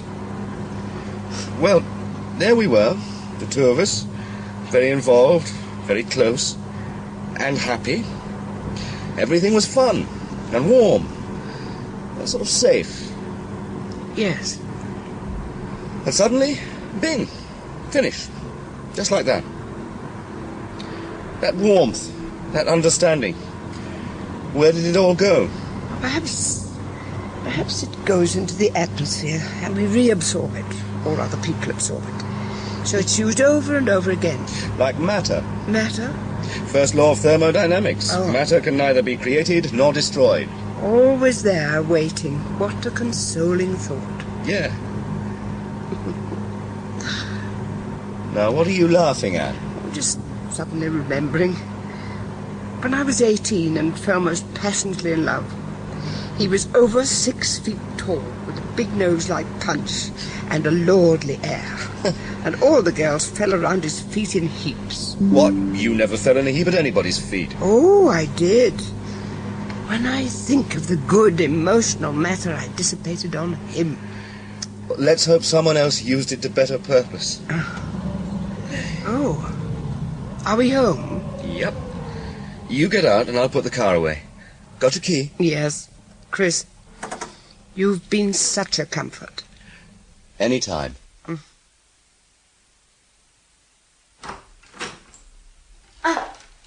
Hello. Just going to get some coffee. Do you want a cup? What are you looking so bug-eyed about? Did you never see a naked body before? Certainly. But so far they have always been clean. Why, you old... Blitz! Blitz! What is it? Your landlady's back. You better come. I think I'm going to slay her. You what? Oh, Lord. Here, hang about. Oh, come on, Put Blitz. this round you. Do I have to? You will get dressed and leave my house, both of you. We'll go when we've had breakfast. You go now. You're going to make us? I don't make a thing about it. I'm not. I'm off next week anyway. Just let's get going. What right has she to order us out? This is my house. Your house? This? You're that? What divine arrangement says anything is yours? Why should you have all these possessions? Because I worked for them. Writing a lot of dandy-necked books. No style, no content, no social significance. I hardly think your judgment... She knows what she's talking about. Creative writing's her thing. And has she published so far? I'll publish when I'm good and ready. I see. Well, there are plenty of precedents for late starters. You're second-rate. Leave it. I have never pretended to be anything else. I have an ability. Note, I do not even say talent. A small ability to tell tales. Rubbish which should never have been printed in the And first if you place. care to look around, I can assure you that everything you see has been bought by my pen. Oh, has it? You and your precious bits and pieces. You shouldn't be allowed to... Oh, look at this. Be careful. Di, you're going too far. Fancy plates. Oh. Do you know how many people in the other world, yes, how many people haven't even food, let alone arty-tarty plates to put it on? Put that down. Stop it. Oh, nice, isn't it? All flowers are. Here is a pretty thing, and a very pretty thing. No, Di, please. And what shall we do with this very pretty thing? Stop it, stop. Look at that now. It just fell out of my hand. You wicked. Go in pairs, better keep them together. Come on, Tit. I don't just stand there. Cool it, Di. For God's sake, cool it. Bring that Miss Lee, ring the police. 999. Quick, ring the police. You just tell me in your own words, he said, and I'll write it down. Then we'll read it over and you can sign it. Yes, well, if... Sign? I told him, not me, I said. I'm not signing anything without I get my glasses. Well, as things turned out, it wasn't necessary. Murdering young devils, letting them get away with it. She didn't want to fuss. Oh, her so quiet. Inspector, can't we treat this as a private matter? Inspector, I'm sorry you was called. And they done nothing. You must get it clear, Bev. If Mrs. Ash wouldn't make a statement and sign it, the police couldn't make a charge. Charge? They should have put them two in a cell and birched them till they squealed. And that Blitz walking out as free as a bird. They've kept Di. Well, I should hope so. Screaming, fighting, smashing window of police car, and poor Constable Stanley with that girl's nails raked down his face. Where do you want that box of broken china stored? Back of the pantry. Mind you, I think she's insane. I told the inspector. I reckon that one's insane, I said. And you know what he said to me? No? He said, not at all, Mrs. Bevel. She's what they call liberated. Liberated. What do you think about that? I don't know why you women keep on about liberation. As far as I can see, you've all been getting your own way ever since Eve had her chat with the snake. Well, snakes indeed. Oh, hello, Mrs. A. Chris. Oh, Mrs. Ash, what are you coming down for? I was going to fetch you up a tray. I'll have it here, Bev. You shouldn't have let me sleep so long. You should be in your bed, knocked about like that. I'm all right, Bev. Just a bump on the head. Bev, dear, bring me some strong coffee. Oh, Bevel's boarded them windows, says he'll be in Westfield tomorrow to get the glass. Thank you, Bev. And I've cleaned the little room and put it back as 'twas. Chris cleared out Blitz's stuff and he's taking it up to college. Come in. Could I speak to you, please? Oh, come in, Blitz. Bev, coffee, and would you please bring 2 cups? What? After I saw them a-crashing and a-smashing? I didn't smash anything. I was trying to stop her. Well, it didn't look like that to me. Yes, Blitz? I wanted to say... Well, obviously I can't come back here next term. I thought you might prefer it if I moved in with Di today. Then that might be best. Thank you. You're being very considerate. I didn't mean all this to happen. Dickon got things all wrong and Di just went over the top. Are the police bringing charges? They seem to think they can, but we'll look after her. We know our rights. Why didn't you make a statement? It wouldn't have helped, and I think you've enough to work out. I'm very sorry. And I want to pay for the damage. I don't want your money, Blitz. Forget it. I'd rather. Keep it for the party funds. I might have known you wouldn't understand. Well, it's goodbye then. Goodbye, Blitz. Good luck. You know, I have liked being here, but Linnets, perhaps all things being equal... Equal? You talk about being equal? Bev. I'll tell you straight to your face. Me and Bevel has brought up 3 sons. They haven't been to no university nor read no clever books, but they've all got good jobs and decent wives. And if I thought they had to be equal to creatures like you, I'd break my heart. Well, goodbye then. Goodbye. Bev, you shouldn't have... Here's your coffee. Now you drink it while it's hot. Oh, thank you, Bev. Well, I put some of the best cups on the cabinet. I fetched three old plates from Bevel's family. Thought it'd look a bit less bare. Yes. Yes, and let's hope that will be the last of them. Oh, I expect Dickon will be back. He has been back. Back and packed and gone. Gone? Bev, when? Oh, about midday. Quiet he was and looked so pinched as a bone. But didn't he say anything? Only that you weren't to be disturbed, and I didn't have time to listen. I was sweeping up the glass. But surely... And lie on a solid hour to get the splinters out of the carpet. Did he leave a message? No. Bev, listen. He wouldn't go off without a word. Was there a note? Oh, come to think of it, there was some words on a paper. Now there, I must have scrinched it up and put it out with the rubbish. Then it has to be found. Well, it's not as if it were a proper letter. It's just wrote on a bit of an old sugar bag on the kitchen counter. Go and look. Oh, wait now. Now, this just might be it in my apron pocket. There. Parting is such sweet sorrow. Such a fuss about a few silly words. Will you want me for anything else? No, thank you. You get along, I'll be all right. I've got a lot of work to do. Oh, all them write-ins. See you in the morning, then. Thank you, Bev. Parting is such sweet sorrow. What could we have said to each other? No sweetness and perhaps not much sorrow. Just sick embarrassment. Oh, how wise, how very wise to do it like this. I wonder what will happen to him. To all of them. I shall miss it. All that young life flowing through the house. You're wallowing. Wallowing? What made me think of that? Work is the answer. Work. I'll start now. I'll do 2,000 words and then I'll have a gin.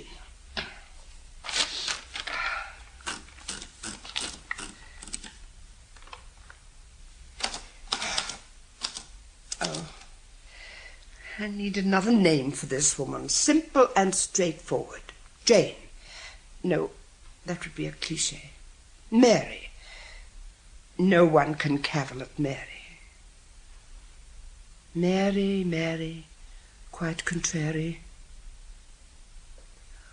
Holy Mary, Mother of God. I wonder if she was simple and sensible. Well, she'd have to be, wouldn't she? She had other children to bring up besides him.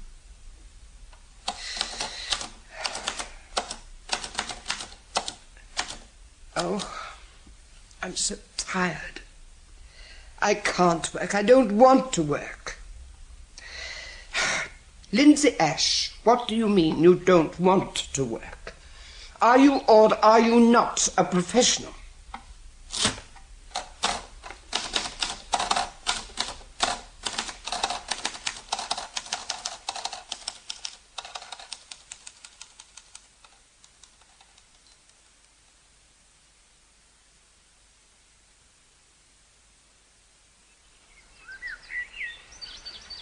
I'm off now. Thank you, Bev. Now leave them weeds. Bev will have them in 2 minutes with a hoe. Your supper's in the oven, but I didn't make a pudding. The apple pie has to be ate up. It shall be duly ate. And Billings has just brung this up. From your sister. Only the one? That's all. Well, see you in the morning. Thank you, Bev. Why do I keep expecting a letter? And why should he write anyway? If he hasn't written to his father, oh well. What's... I say, this is Linnet's cottage. Are you Mrs. Ash? I'm from the university. Oh, no. I've got a package for you. From Dickon Bellamy. Dickon? He left it with me at the end of last term. I had to promise to bring it up on this particular day. Anniversary or something. Your birthday, perhaps? No. Anyway, here it is.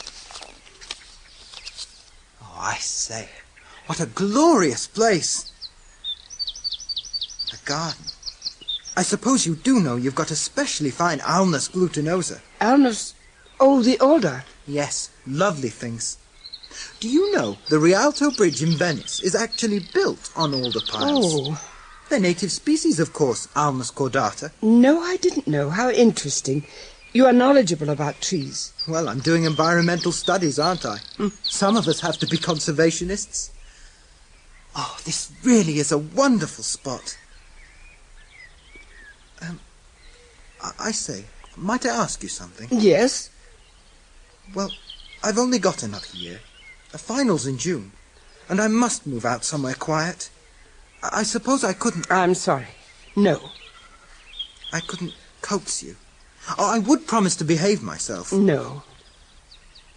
Well, while I am here, would you allow me to look round the garden?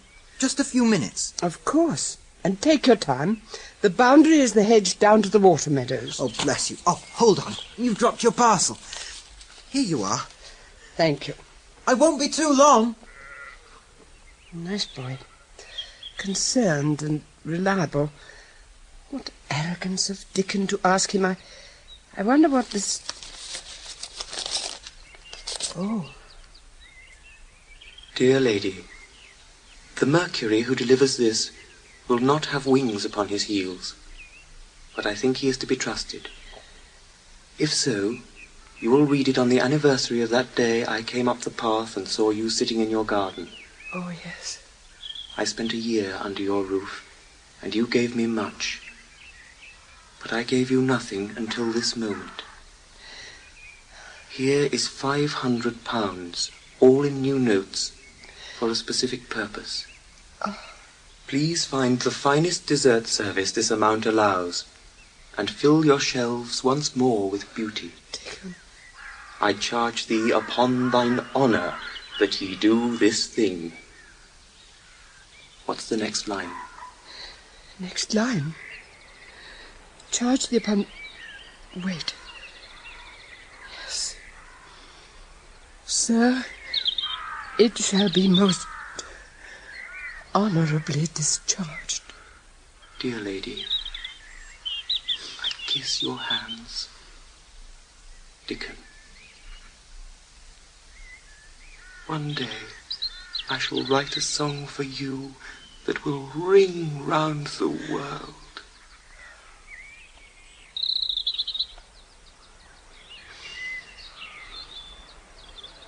Oh, it gets more beautiful round every corner.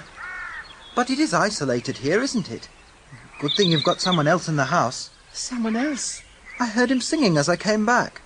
Plays that guitar well, doesn't he? Did you say singing? Yes. Perhaps you didn't hear it outside. It was a bit faint. Something about autumn. September. I'll be going now. Got to get fixed up somewhere. Pity I couldn't have come here. It's such hell on campus. I think I could have found peace in this place. Just a moment. The front door is at the side. Will you come with me?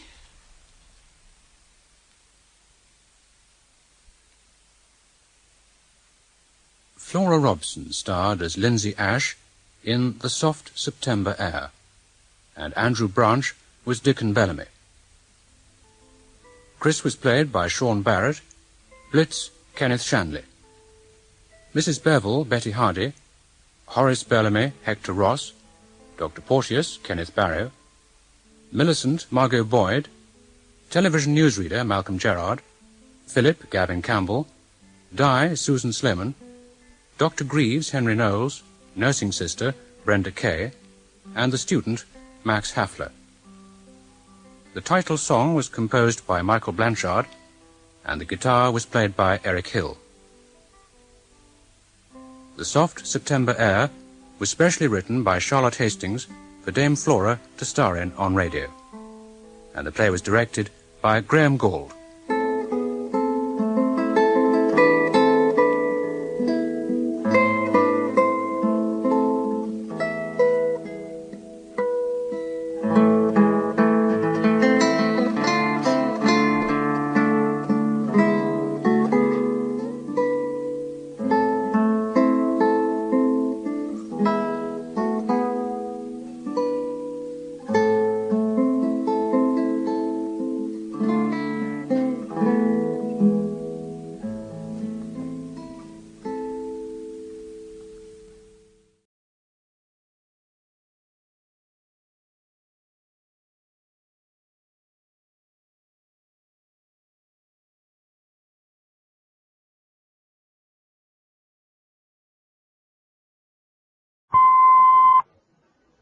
I'm Rod Serling.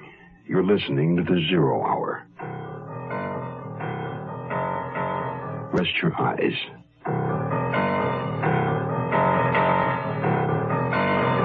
Exercise your imagination.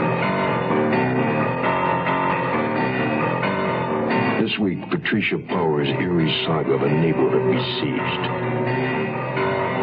Face of the foe.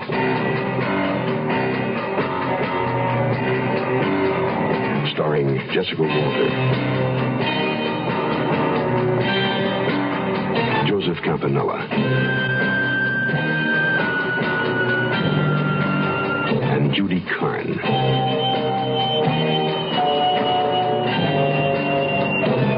In Elliot Lewis's production of The Zero Hour.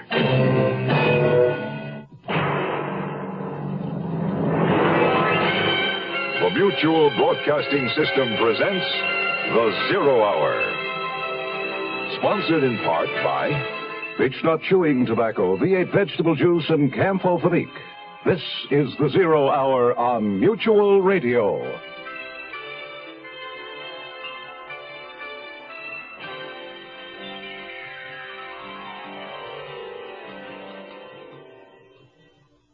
This week, A Winter's Tale, set in a pleasant residential neighborhood in the Canadian city of Montreal, where two attractive young women share a cozy, stylish apartment, their workaday problems and pleasures, and their dreams and uncertainties of the future. For Nicole Nugent, there's the question of whether or not she should marry the budding young novelist, Christopher Galloway. For Laura Prescott, still smarting from a broken love affair, there is her current plan to start a beer garden restaurant, to put her penchant for German cooking profitably to work. But for Nicole Nugent and Laura Prescott, there will soon be a far more immediate and vital concern. There's a psychopath loose in the neighborhood. He's murdering people. And his victims all are women. Our story, Face of the Foe, begins after this word. Josephine, open up! It's me, Napoleon Bonaparte, Emperor of all France, much of the civilized world, and Louisiana if the deal falls through. Quick, Pierre, hide in the closet. Napoleon must not find you here. Coming now, Pete. Ah, Josephine, I had to see you. Napoleon, my dearest heart, what are you doing here? I thought you were at Waterloo. I was, but it ended early. What is that? I smell cigarette smoke. You know I hate you to smoke. I didn't. I don't. I started again. Aha! The smoke coming from that closet. Come out of there, you scoundrel, and on guard. It was only in there to pick up the dry cleaning. Take that, you filthy escargot. This World History lesson was brought to you by your American Cancer Society, which says smoking can be injurious to your health. Touché! In more ways than one. Asphalt and concrete, neon and steel. Nowhere, anything real. Bolted doors on the houses, shutter doors on the hearts. Broken dreams in the concrete, murder dreams in the steel. Grief in the darkness, grief in the space. Picture this. A cold, blustery winter's evening in the city of Montreal. In front of a cozy fire in the living room of their shared apartment, Nicole Nugent and Laura Prescott sit over their after-dinner coffee. Till Eulenspiegel. How does that sound to you as a name for my restaurant? Till Eulenspiegel? What is it? It's not a what is it, it's a who is it. A collection of satirical tales were written about him back in the 1500s. He was kind of a German hippie of his time. Liked to play tricks on the establishment, including innkeepers. Now that you've told me, it's a great name. But will the customers know who he is? His legend will be proclaimed on a plaque outside the door and on the back of our menu. I just hope this place I have an appointment to see tomorrow turns out to be as ideal as it sounds. It's a delicatessen restaurant with modern equipment, even an area at the side for outdoor tables and chairs, and it's right across from the university. A beer garden should have great appeal to college students. It sounds perfect. How come the owner is giving it up? He's retiring. What time is your appointment with him? Not until late tomorrow afternoon, so I have to try to get my mind off it. I'm going to a movie with Amy tonight. Want to join us? No, thank you.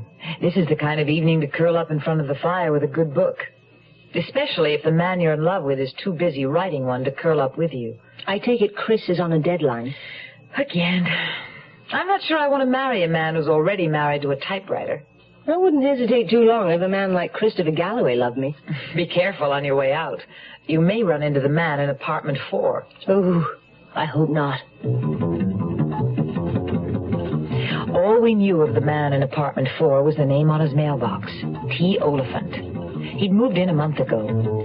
A tall, stooped, cadaverous-looking character with a bald, high-domed head and a gray prison pallor look to his skin. Every time Laura and I encountered him in the lobby, he looked at us through his thick-lensed glasses in a way that gave us both the creeps. A cold, sneering look, as though we were reacting to something that thoroughly disgusted him. He's a woman hater. I'm sure of that. Sybil Hepworth thinks he's the mad bomber. It's ridiculous to even ask where Sybil Hepworth gets any of her ideas. But where did she get that one from? Well, you know how he's always carrying a brown carton under his arm when he goes out? And she says she hears him hammering on something in his apartment all the time. So she figures he's in there making bombs. Well, you know Sybil. Sybil Hepworth was our apartment house busybody. Unfortunately, her apartment was right across the hall from ours. And now, as Laura left for her movie date, Sybil came flying out of her door to corner me with an idle comment about the weather, which was always her devious way of trying to strike up a gossip-laden conversation. Real wintry night out, isn't it? Yes, it is. Not fit for man or beast. But I notice it didn't daunt Miss Prescott none. She must have a very important engagement to go out to a night like this. Very. She's a beautiful girl. Used to see her going out all the time with a gentleman friend. But he doesn't seem to come around anymore. I suppose things between them must have gone as they say. Gone what? You know, like they write in the gossip columns. Oh, do you read the gossip columns, Miss Hepworth? I shouldn't think you'd have the time. Good night. I'd long ago reached the conclusion that Sybil Hepworth moved her bed out into the lobby at bedtime. But she was right about one thing. It was a real wintry night outside. I stirred up the flames in the fireplace, kicked off my shoes, and settled down on the sofa with my book. It was a murder mystery, a good one. I was so absorbed in the story I was reading that the sudden frantic pounding on the door gave me a start that nearly sent me out of my skin. Who could it be, and what was wrong? No one had rung the buzzer. Whoever it was, how had they gotten in? I was almost afraid to open the door, but the urgent hammering went on like a cry for help. I turned the catch and cautiously opened the door. The colorless, terrified face of a woman peered in at me. Please let me in. Someone's after me. My daddy was a mighty fine man. He taught me a thing or two. A woman can hurt, so you stay on your guard, and beechnuts the tobacco you chew. Them times we'd go fishing, my daddy and me. He'd tell me everything he ever knew. You go after big mouth in close to the bank, and beechnuts the tobacco you chew. Around here, beechnut's the word for chewing tobacco, and it's been that way, father and son, for a long, long time. What's the secret? It's the way beechnut just keeps getting better. Like beechnut's a lot moister these days, with more taste and less stems. Big improvements. You ought to try today's beechnut chewing tobacco. And now I'm a daddy with a son who's full grown, and I tell him a thing or two. Scared money don't win, evil women drink gin, and beechnut's the tobacco you chew. We'll return to our story in a moment. Here's a tip from your Better Business Bureau.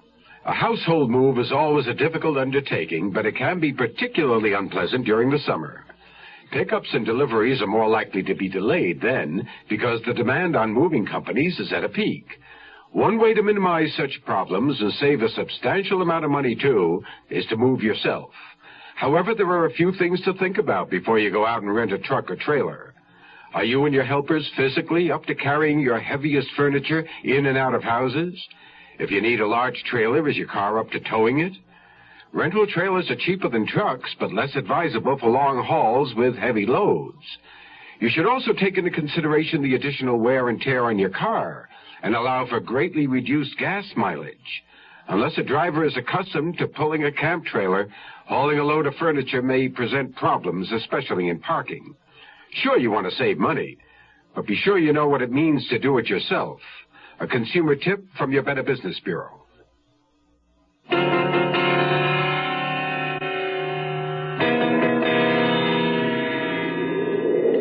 Oh, let me in, please. Yes, of course.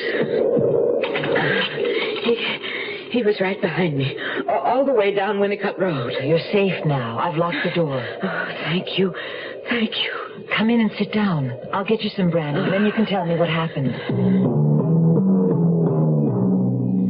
With shaking hands, she put the armful of sheet music and books she was carrying on the coffee table and sat down heavily on the sofa. A big, ungainly woman with a round, childlike face framed by black sausage curls. In her late 30s, I figured, and well-to-do, judging by the pastel mink, velvet pantsuit, and pearl necklace she was wearing. I went into the kitchen and poured a generous measure of brandy into a glass, noting by my watch that it was 10:30. And at that moment, I suddenly remembered something that sent a shiver of fear down my spine. Only 4 nights ago, a woman had been found strangled inside a garage on Winnicott Road. Thank you, Miss Nugent, Nicole Nugent. I'm Kathleen Windsor. I live on Winnicott Road, close to Queen Mary. I was on my way home. And someone was following you? Yes. He followed me along Côte Saint-Luc from Girouard and then down Winnicott.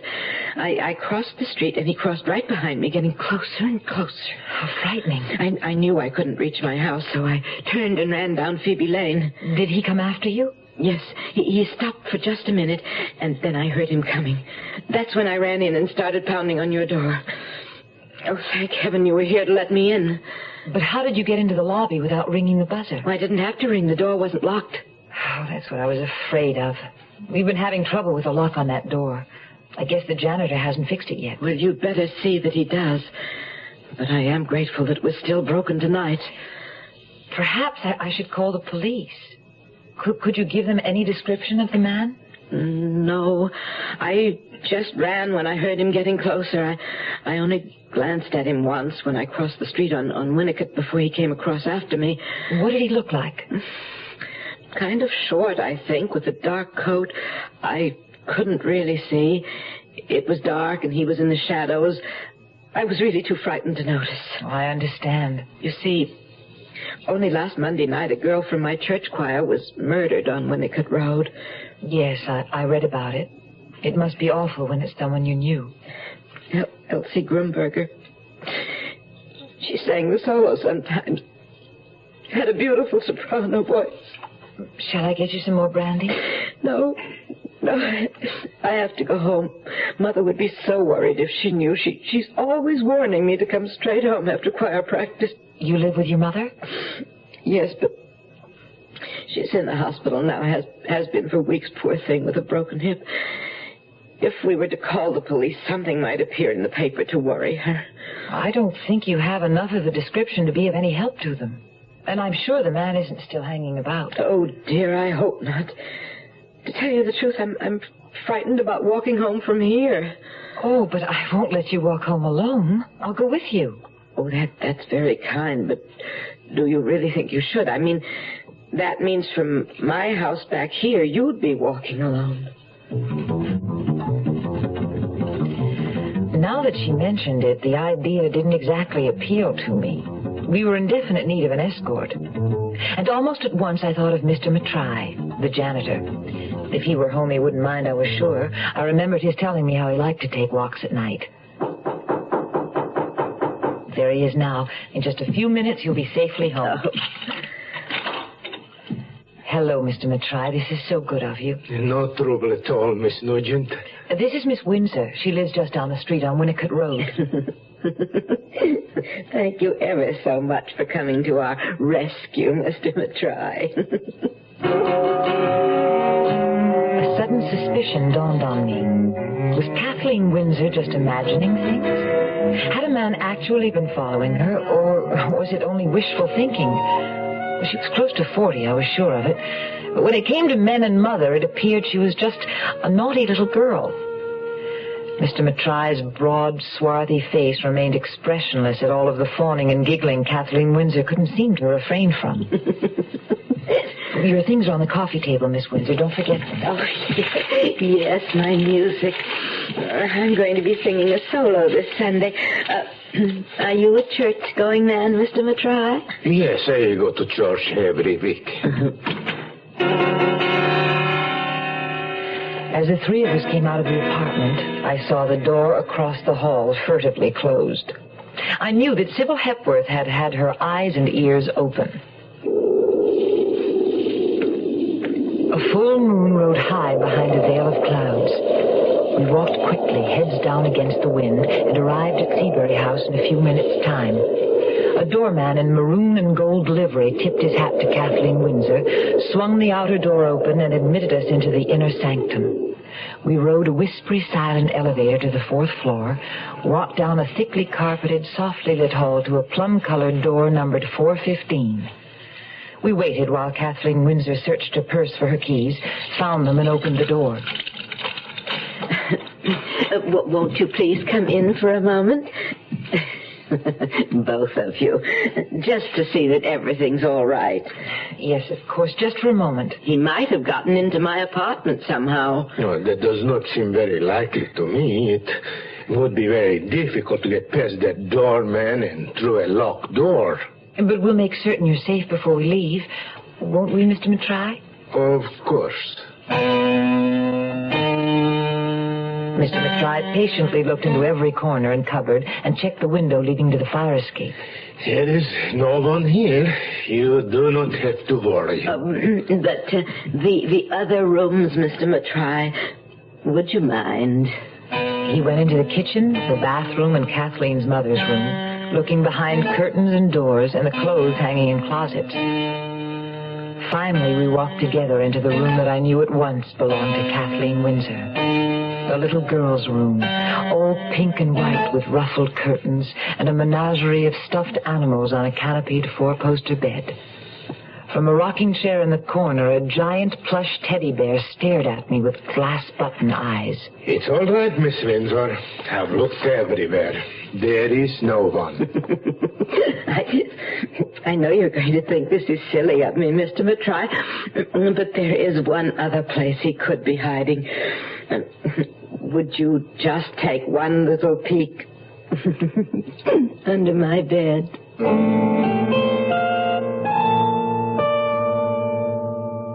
Hey, what you got there? It looks like tomato juice. It's V8. What you got there? It's V8. Looks like tomato juice. It's V8. Try it. Wow! It sure doesn't taste like tomato juice. It tastes like V8. A great natural blend of 8 garden vegetables. V8 cocktail vegetable juice. V8. When a skin injury makes your child cry out in pain, Ow! It hurts! remember Camphofenique. Camphofenique is the multi-purpose family medication that instantly stops the pain of minor cuts, scrapes, burns, even cold sores and fever blisters. Camphofenique gently penetrates skin injuries to kill germs, protect against infection, helps nature heal skin injuries. Camphofenique, the penetrating first aid medication, stops pain instantly. Camphofenique. The 0 Hour continues after this. Be prepared. Are you ready to get going? Be prepared. Are you ready to take the lead? 'Cause if you ain't, who'll take care of the futures of our sons? Well, let me ask you now, who's gonna tell them about the pusher man? Who's gonna show them how to clean the land? Who's gonna tell them why they shouldn't drop out? Who's gonna show them what it's all about? You know you can if you want to. You can. Right now. Well, let me lay it on you. Well, let me tell them, you know, if you're 18 or older, you can help a lot of guys be prepared by being a leader in scouting. I mean it, fella, scouting today's a lot more than you think.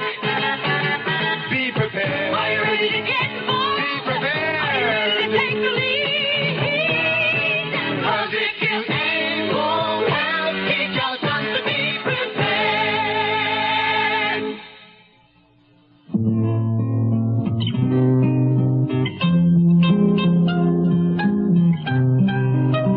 In retrospect, my adventurous evening with Kathleen Windsor seemed rather ludicrous.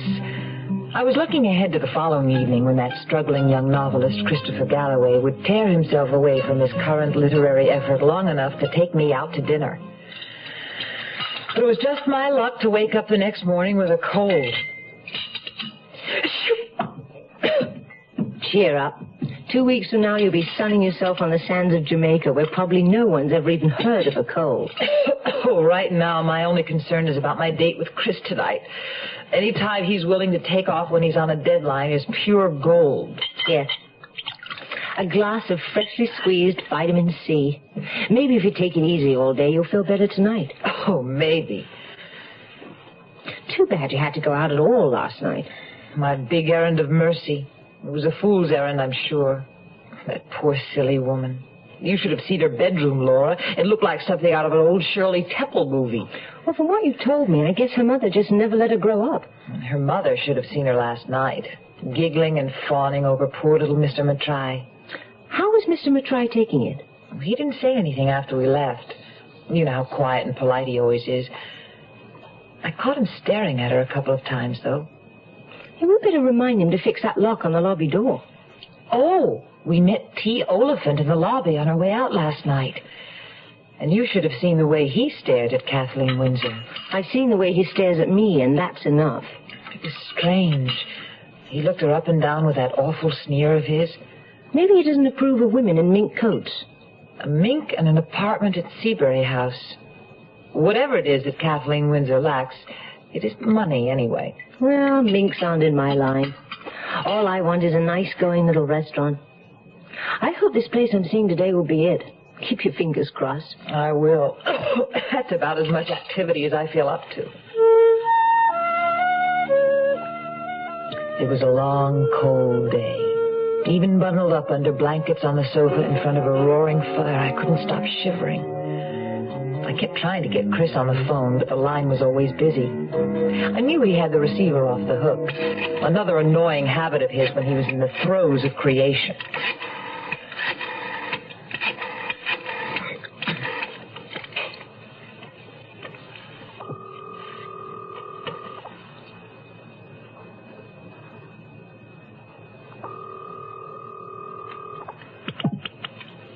Hello? Finally, I've been trying to ring you all day. Oh, you know I sometimes take the phone off the hook when I'm writing. Yes, I know. It's very frustrating. What's the matter, Muffet? You sound a little out of sorts. Oh, I'm sorry, Chris. I have a cold, that's all. Oh, poor Miss Muffet. I thought you sounded a little fuzzy. Hey, what does this do to our dinner date? It cancels it, I'm afraid. I just don't think I should go out tonight. Oh, well then how about me bringing dinner in? Your favorite Chinese food. Or would you rather not have any company at all? Not just any company, but you and Chinese food sound perfect. I'm rallying already. Good girl. I'll be there soon, and I won't stay too late. Oh, it's just as well. Probably full of germs. Seeing as how they're your germs, I'll risk it. I'll see you about it. Muffet. Chris always called me that. With affection, but also with a twinkle of amusement in his eye that he wouldn't explain. I couldn't honestly say why I didn't jump at the chance to marry Chris. I loved him and he loved me. We both knew it without having to say it all the time. But I also knew his commitment to his work might sometimes come between us. Was that the real reason I put off saying yes? Right now, with the man of my life due any minute, I thought I'd better try to make myself as appealing as anybody with a cold of the nose could be. About all I could manage was a touch of eye makeup and a few strokes of the hairbrush. At least it took some of the lackluster from my eyes and returned a little of the sheen to my hair. Hello, darling. How's my muffet feel, huh? I'll live, especially now that help's arrived. With provisions. Now, here we are. Beef, wonton, lobster, shrimp, fried rice, pineapple chicken, and pork chop suey. Sounds fantastic, even to my poor dull taste buds. Hey, where's Laura? I brought dinner for 3. Well, she should be back any time. She went to check out a location for her restaurant. It sounded perfect. Oh, good. Well, let's get everything all ready. She may be in the mood for celebration when she comes in.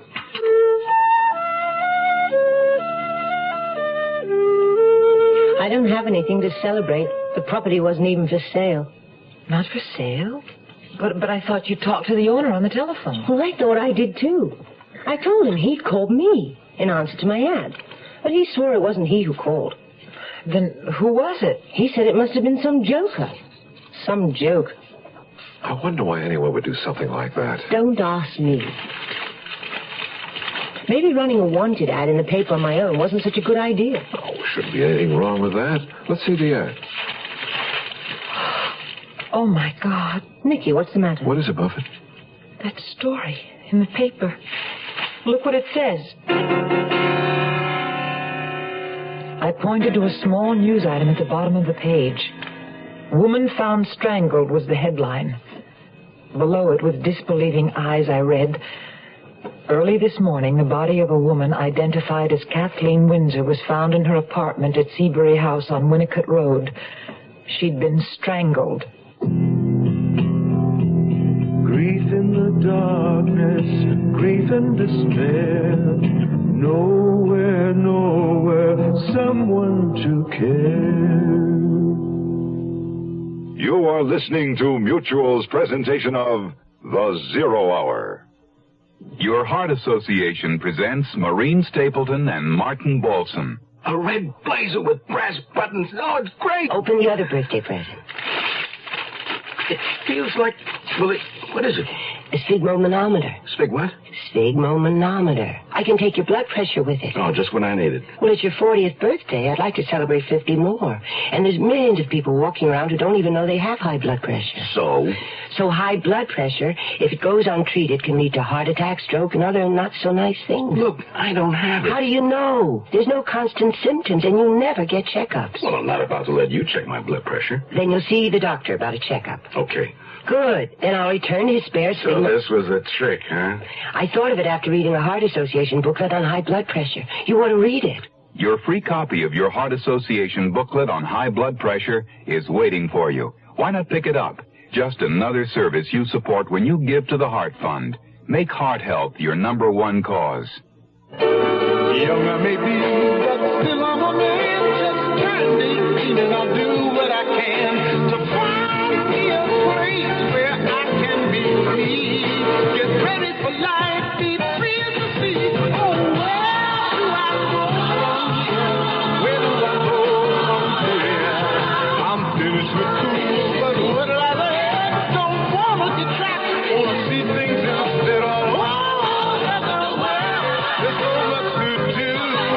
The call of the sea, don't you hear it too? Oh, where do I go from here? Where do I go from here? What about the new Navy? You'll get your chance at success. Learn an exciting job and see the world. Call toll-free 800-841-8000 or see your Navy recruiter. Be someone special in the new Navy.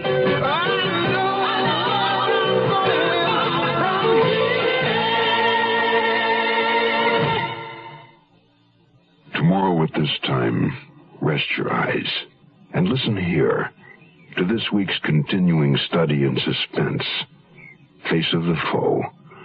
I'm Rod Serling, and this is The Zero Hour. This episode brought to you in part by Beach Nut, V8 and Campo Felipe. This is The Zero Hour on Mutual Radio.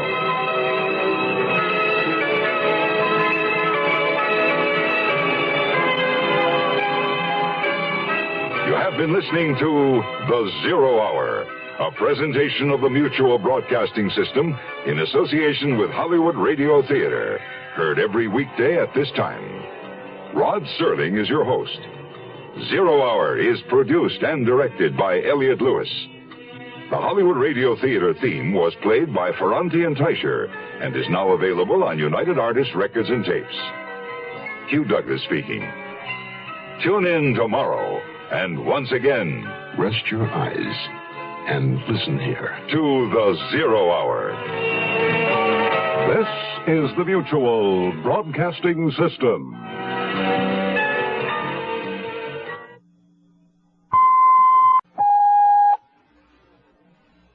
I'm Rod Serling. You're listening to The Zero Hour. Rest your eyes.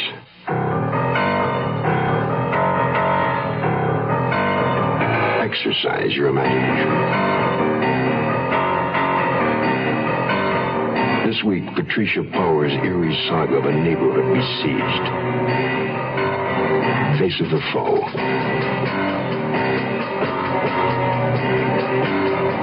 Starring Jessica Walter, Joseph Campanella, and and Judy Carn.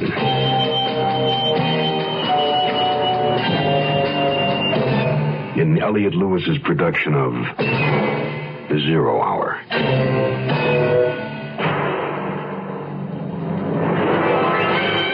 The Mutual Broadcasting System presents The Zero Hour. Sponsored in part by Quaker State Motor Oil and State Farm Insurance. This is The Zero Hour on Mutual Radio.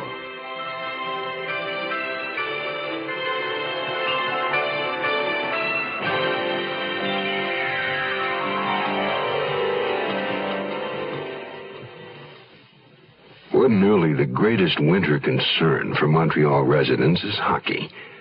But this is no ordinary winter in Montreal. Only the climate is as usual, and Canadians have learned to deal with inclement weather. But in one particular neighborhood, there's something outside more terrible than snow, or so it would seem to young Nicole Nugent. She enlisted the company of the gentle-mannered janitor of her building to join her in walking an hysterical woman, one Kathleen Windsor, safely home.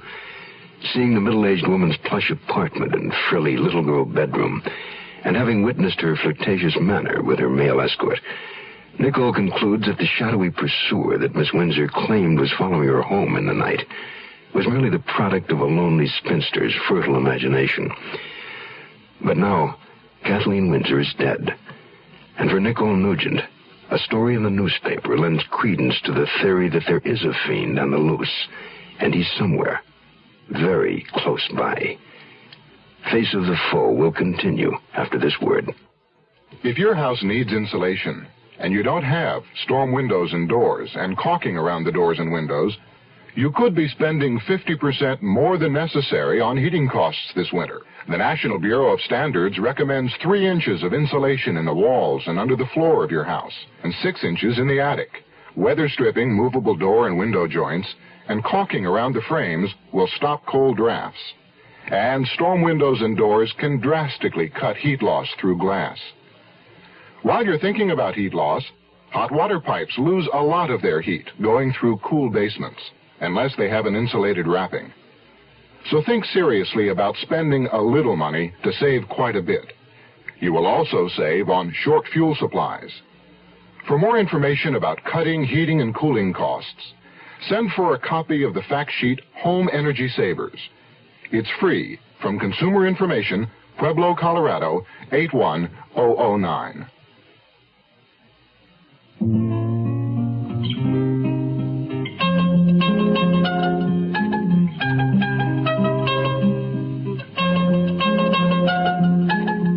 Maybe the man who killed her was someone else, someone she knew.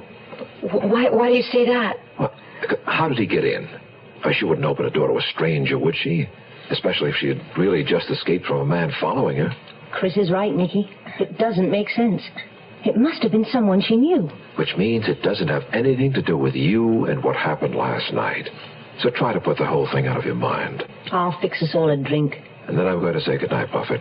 Let you put that poor stuffy head of yours to bed. Bed was one thing, but sleep was another.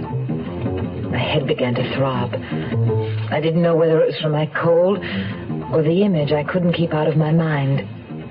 Kathleen Windsor with her little girl curls and big blue please-like-me eyes, lying lifeless beneath the ruffled canopy of her 4-poster bed, under the sightless glass-button stare of the giant plush teddy bear in the corner.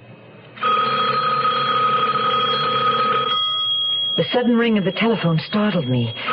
Laura was evidently sleeping too soundly to hear it. Lucky Laura. Hello? Miss Prescott. No, this isn't... Where is she? Who is this? Is she out with a boyfriend? Who is this calling? I'll call again. Who was that, I wondered? As far as I knew, Laura had no man in her life. And the man on the phone, whoever he was, sounded like someone she wouldn't want to have in it. In the morning, I mentioned what happened. Norman Roxburgh. I'm sure that's who it was. Only what a nerve. Calling and asking questions about my business. As if he had a right to know. Who is he?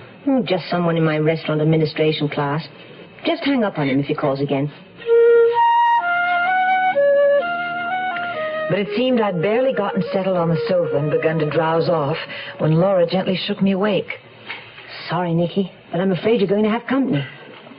Oh, no. Who? Your Aunt Emily. She just phoned. I tried to put her off, but you know your Aunt Emily. I wouldn't trade my Aunt Emily for a round dozen of anybody else's aunts. And granted, she was a little eccentric. Some people might even say crazy. The truth of the matter was, she was just gloriously herself. A blithe spirit.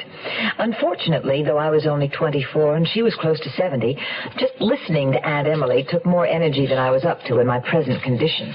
You sound like a frog, dear. But never mind. They turn into princes, you know. As bad as I felt, I had to admit the sight of Aunt Emily was like a spring tonic. Lately, she'd been attending Sunday feasts at the Park Avenue Hare Krishna Temple. She loved the food, the incense, the dancing, the hand-clapping, and she generally dropped in at our apartment afterward, swathed in a sheet, with tilax painted on her forehead, and 108 japa prayer beads adorning her scrawny neck. Today, however, she'd just come from her regular attendance at St. Simon's Church, for which she wore the slightly more conventional attire of a jaunty bright wool cape over knickers and argyle knee socks. Laura, do you suppose I could have a drop or two of brandy? Of course, we'll all have some. Be good for Nicky's cold. I had some shocking news at church today, and I'm quite unstrung. What news, Aunt Emily? Murder. The second member of our church choir in a week. First Elsie, and now Kathleen. Kathleen Windsor sang in the choir at your church? And now she's been strangled by someone, the same as Elsie was. And both of them on Winnicott Road, where I live. Oh, Aunt Emily. I know, it's a bit unnerving.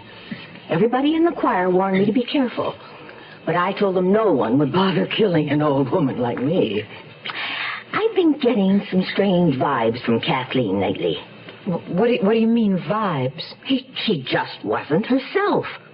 She was usually so quiet and subdued. A good little girl, as her mother would say.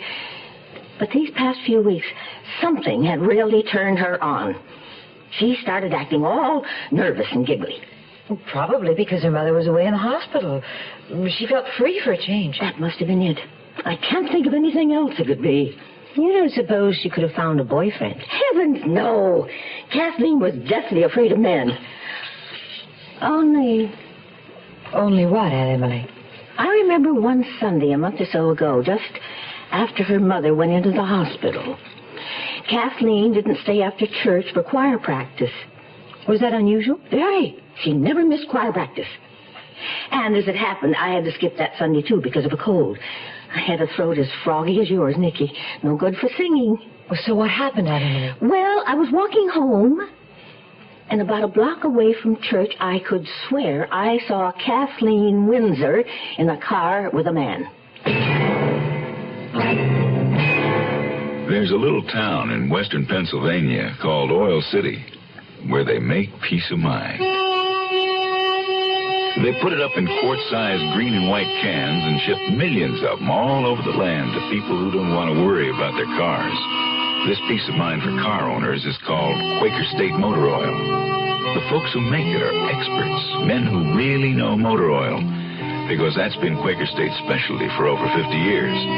Quaker State starts with the finest natural petroleum the earth provides, 100% pure Pennsylvania-grade crude oil. Then they put it through step after step of refining and fortify it to fight heat and rust and dirt and wear and give your engine the protection it needs. Quaker State Motor Oil. Who says you can't buy peace of mind? Quaker State your car to keep it running, yeah, to keep it running. We'll return to our story in a moment. Your Heart Association presents Stiller and Mira. Honey, I'm going to test you. Mm-hmm. Now, if you have high blood pressure, what are the things you should do? Watch your weight. Right. Follow your doctor's instructions on smoking. Yeah. Take your medicine. Good. Get plenty of rest. Terrific. Hey, honey, let's stay home tonight, huh? And exercise, but don't overdo it. Right. We'll stay home tonight, okay? Okay? Yeah, and you got to rest before you get tired, right? Exactly. So we'll stay home tonight, okay? Okay, we'll stay home tonight. Terrific. Hey, wait a minute. What? You don't happen to have high blood pressure, do you? Me? Of course not. I have my checkup at the doctor. I'm terrific. And I made an appointment for you. Why? Because I love you. And only a doctor can tell. Another way to protect your loved ones is to give to the Heart Fund.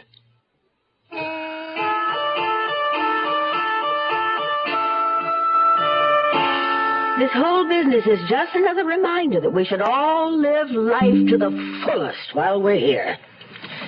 So hurry and get rid of that cold, Nicky, and give that man of yours a kiss for me when you see him. I will, Aunt Emily. Don't disturb yourself, dears. I'll see myself out. Oh, he wore flowing robes and sandals, and he came with love for all. With a flourish of her cape, she pirouetted across the room and was gone. I was glad it was winter. With the streets frozen over with snow and sleet, Aunt Emily had temporarily stored away her favorite mode of transportation, a gleaming red motorcycle. I spent the rest of Sunday catching snatches of fevered sleep. Monday morning, I felt slightly more human, but not quite up to my job as secretary to the principal of Kensington School for Girls. When Laura left for work, I called in sick and went through my ritual of lighting the fire in the living room, bringing a blanket and Kleenex in from the bedroom, and curling up on the sofa again. I didn't stay curled up long.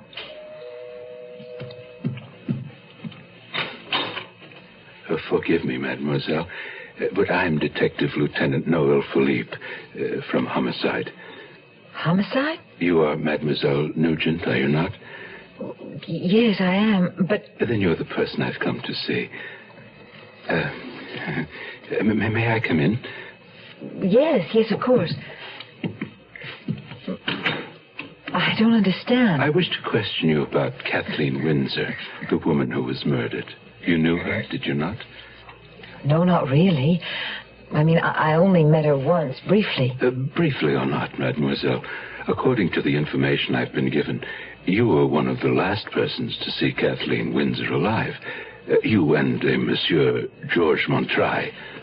Yes, that's true. But how did you... Apparently, you didn't consider such a fact of sufficient importance to inform the police? I'm sorry. I suppose I should have. Yes, mademoiselle, you should have. But now I think you and I must have our little conversation, tardy though it may be. Lieutenant Philippe was of medium height with a weary face and bleak gray eyes that looked as though they'd seen too much of the seamy side of life. He looked like a tired bloodhound as he trailed me into the living room and sank heavily into the chair by the fire. So please tell me everything that happened when Miss Windsor came here last Friday night. Do not omit anything, no matter how trivial it may seem. Lieutenant? Yes, mademoiselle? The two murders on Winnicott Road, do you think the same person committed them both? It is too soon to draw such conclusions. A psychopath may read of a murder in the paper, and his feverish brain is inspired to duplicate the act. Thus, one murder often leads to another. What a terrible thought. In the two incidents on Winnicott Road, there is the similarity in the method of murder, strangulation. But there is also an important difference. The Grunberger woman had not been sexually molested. The Windsor woman was. Of course, in the Grunberger case, the killer may have intended to molest his victim, but did not have the time. The car in the garage was running, and he knew the owner might return at any moment. It's all too terrible to think about. Yes, murder is never pleasant to contemplate, mademoiselle. But in the event of two murders of women in your immediate vicinity, I suggest you must give it some thought. Oh, yes, we will. We'll be careful. There is sometimes a sexual element in murders by strangulation. We may be dealing with a sexual deviant. Have you talked to Mr. Montreuil, Lieutenant? Perhaps he might remember something I've forgotten. I was wondering when you would think to bring up Monsieur Mattrai. He was, after all, the only other known person to be with Kathleen Windsor just before her death. He's a very nice man, Lieutenant. I'm sure you'd find him most obliging. I'm afraid, Mademoiselle Nugent, at this moment we do not find him so. Mr. Mattrai, it seems, has disappeared before we could question him. Disappeared?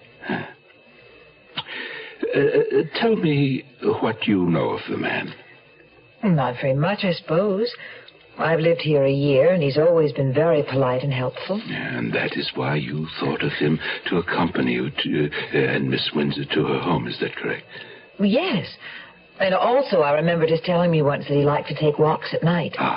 But, Lieutenant, that doesn't mean he walked around murdering women. Oh, perhaps not. Perhaps not. But then, what reason do you suggest he had for not wanting to be questioned by the police? A very good one, as a matter of fact. I'm thinking of a conversation I had with him last summer. He was working outside in the garden, and I was admiring the flowers he planted.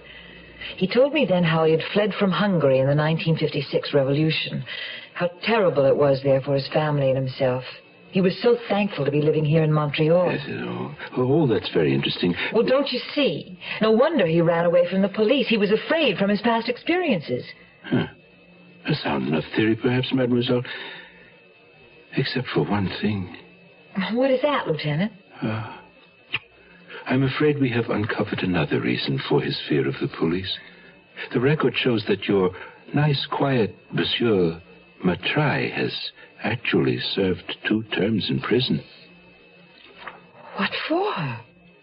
For molesting women, Mademoiselle.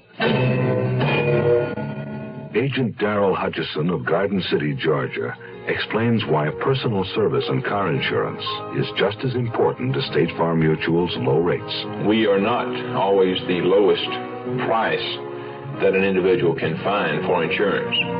I have had people come by that have already gotten prices from other companies. They come by, and this particular time we were a little higher than they were. But after talking with them, tell them that I can give them one thing that the other company cannot give them, and that is my personalized service. They know that I am here. I'm here to stay as an agent, and these points make a difference. They don't want to be treated as a number. They still want to be treated as an individual, especially when they have a claim problem. They want to be given service because that's what they're paying for. A good neighbor.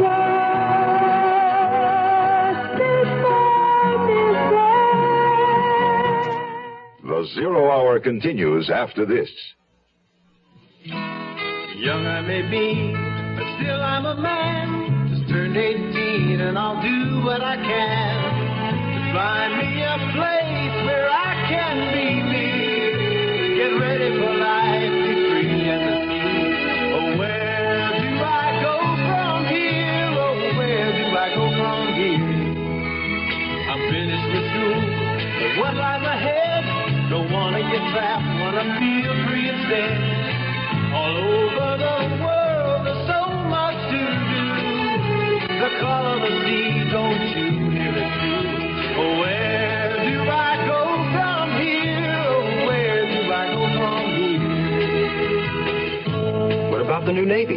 You'll get your chance at success, learn an exciting job, and see the world. Call toll-free 800-841-8000 or see your Navy recruiter. Be someone special in the new Navy. I know where I'm going from here.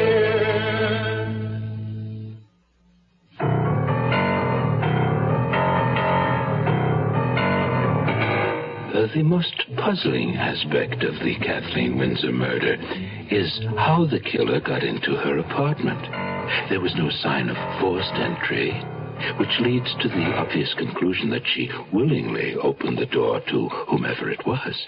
And do you think it might have been George Mattrai?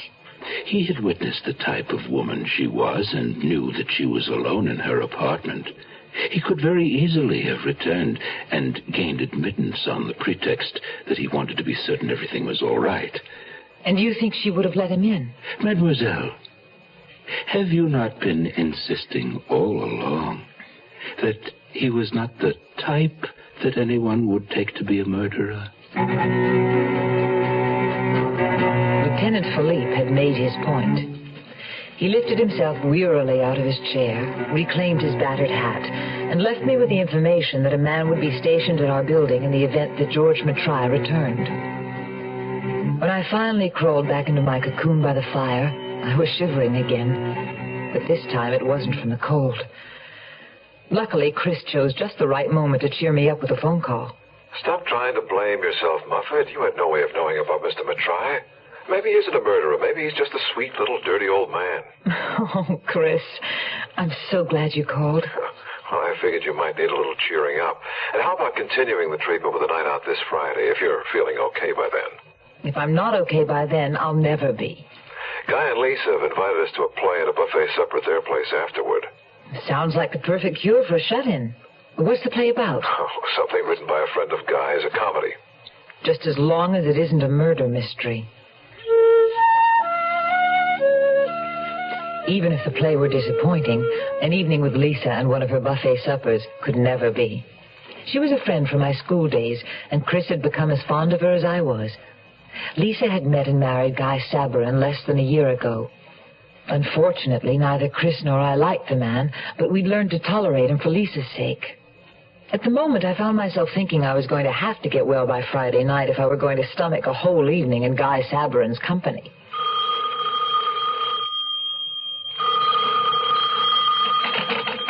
Hello? Aunt Emily, Nicky. How are you feeling? Oh, getting better, and you? Splendid. Nicky, I was wondering, do you suppose Laura will be willing to bake a birthday cake for me? I'd pay her for the ingredients, of course. Laura makes such beautiful cakes. And Donald's such a nice boy. So much soul. Oh, I'm sure Laura would love to, Aunt Emily. But who is Donald? Donald Hamill. I got him from the drop-in center for homeless youth on Leary. He comes from Windsor. Couldn't stand it at home and ran away. Says he won't go back again, and I don't blame him for what he tells me. Aunt Emily, you didn't... Bring him home with me? Well, of course I did. Where else was there for the poor boy to go? I'm going to keep him with me until he finds a job and can look after himself. Aunt Emily, I don't think it's very wise of you to take in some strange boy like that. Oh, Donald isn't strange. He's a very good boy. Awfully quiet and shy, but not sullen like Tony. Now, you're right about Tony. He is a strange boy, and I'm not so sure I should have let him come home with me. Who is Tony, Aunt Emily? Tony Bartha, Donald's friend. Although I wonder if he really is. I know for a fact Tony's going steady with Mary Jane, and I'm afraid he has Donald flirting with her. Mary Jane? Is that someone else you brought home with you? Oh, dear, no. Mary Jane is marijuana, dear. You mean Tony Bartha's into drugs? Oh, Aunt Emily, I don't think you should let him stay with you. Don't worry, I'm not going to for long. I don't like his attitude. Cheers. The rest of the day passed uneventfully, except for another encounter with T. Oliphant when I went to the lobby to get the mail. I was wearing a cable knit sweater and my oldest pair of corduroy slacks for warmth, and T. Oliphant looked me up and down in the same manner that he had Kathleen Windsor. A new thought occurred to me. Maybe he just didn't approve of women wearing pants. I scuttled past him quickly and hurried back to the sheltering circle of my fire like primitive man huddling against evil spirits. A few moments later, I had fallen sound asleep. It was dark in the room when I woke up. Laura had her class on Monday nights and didn't come home for dinner. The room was chilly. I put more wood on the fire and turned on the lamp. I thought of all the things I needed to do before I left on my trip to Jamaica. Clothes to sew, laundry to do, Christmas presents to wrap. I still didn't have the energy. I picked up a book to read, making certain it wasn't the one I'd been reading the night Kathleen Windsor had come pounding on my door. Laura came in so quietly I didn't hear her. I gave a start when she suddenly materialized beside me. She looked strange, her face pale, her eyes staring. Laura, is something wrong? There's someone with me, Nicky. May I ask him in? Of course. She walked to the hall and in a moment returned with a man at her side. Pleasant looking, sensitive features with dark blonde hair that just brushed the collar of his expensively tailored suit. Mr. Brooke, this is my roommate, Nicole Nugent. Nicky, this is Julian Brooke. How do you do? I'm pleased to meet you, Mr. Brooke. Laura, what's wrong? Something is, I can tell. I'm afraid Miss Prescott doesn't feel yet like talking about it, Miss Nugent. You see, she's just had a ruddy bad scare. Laura, what happened? A man attacked her on the street. Tried to drag her off into the park. Got to get out of this city of night. Find me, oh find me, my city of light. You are listening to Mutual's presentation of The Zero Hour. Once upon a time, there was a beautiful forest where everything was all lovely and green and peaceful. Sunlight fell in ribbons of daylight through its trees. Birds flew in the quiet air above it. Deer and rabbits found secret hiding places to play, for it was truly a beautiful place. And then one day, into this beautiful emerald forest, a new creature came, a creature called man. And man brought with him fire to warm him against the night. Only with his fire, man did not bring caution, and the fire got away from him suddenly. And the beautiful forest was no more. And yet there might easily be a different ending.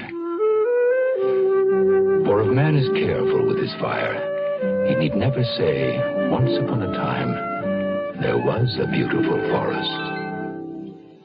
I'm Lucille Maness, an unsuccessful big businesswoman, and I'd like to tell you a little bit about my unsuccessful business. Well, I was the co-founder of this women's book club, but we ran into a little trouble. We had all kinds of problems, so I called SCORE. That's the Service Corps of Retired Executives. They're retired executives who volunteer to help small businesses. I went over and discovered Lucille was in deep trouble. I made several simple business suggestions.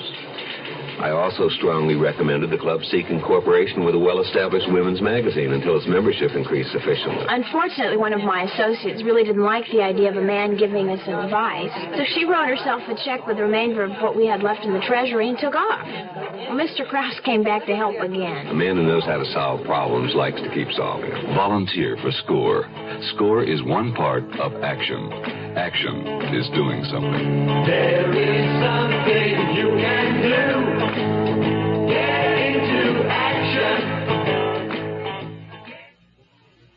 Tomorrow at this time, rest your eyes and listen here to this week's continuing study in suspense, Face of the Foe. I'm Rod Serling, and this is The Zero Hour.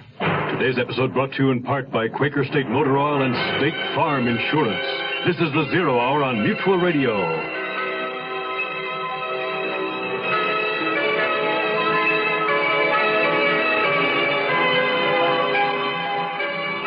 You have been listening to The Zero Hour, a presentation of the Mutual Broadcasting System in association with Hollywood Radio Theater. Heard every weekday at this time. Rod Serling is your host. Zero Hour is produced and directed by Elliott Lewis. The Hollywood Radio Theater theme was played by Ferranti and Teicher and is now available on United Artists Records and Tapes. Hugh Douglas speaking. Tune in tomorrow, and once again, rest your eyes and listen here to The Zero Hour. This is the Mutual Broadcasting System.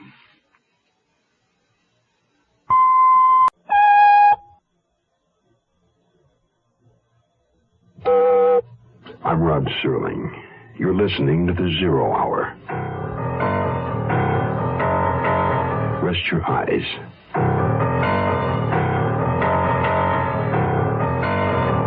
Exercise your imagination. This week, Patricia Power's eerie saga of a neighborhood besieged. Face of the Foe.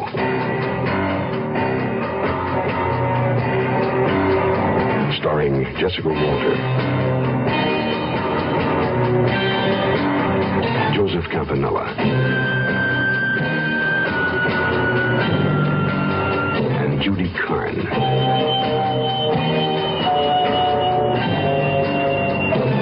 In Elliot Lewis's production of The Zero Hour.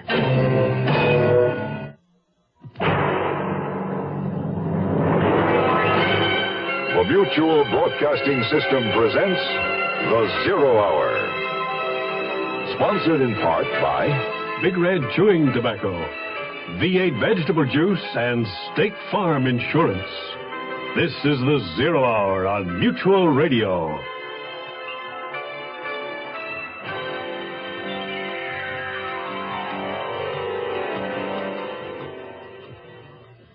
Winter in Montreal. Cold, blustery. A good time to stay indoors around a warm fire. Especially if you're a young woman like Nicole Nugent and living with a female friend like Laura Prescott.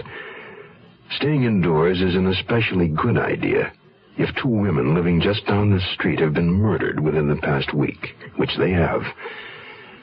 Some male companionship, a shoulder to lean on, would perhaps be a comfort. Nicole has Christopher Galloway, but he's off working on a novel. And Laura has just returned home, accompanied by a gentle-mannered young Englishman named Julian Brooke. A comfort? Hardly. For Laura Prescott met the man while on her way home, while another man, whose face she couldn't see, was about to drag her off into the park. Face of the Foe continues after this message.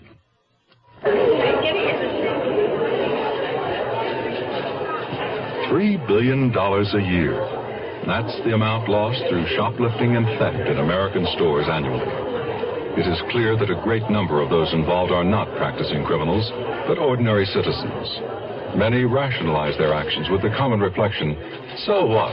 They're insured. A phrase that justifies nothing. It is not only property that's at issue, it is the sacredness of all things within the community of man. Ecologists and conservationists are making the point of the interdependence of all plant and animal life. Pollution breaks the cycle. So, too, when we break the trust we owe one another in the community of man, we contribute to moral pollution. The community of man, God's club. Be an active member. This message has been brought to you by Religion and American Life in cooperation with this station.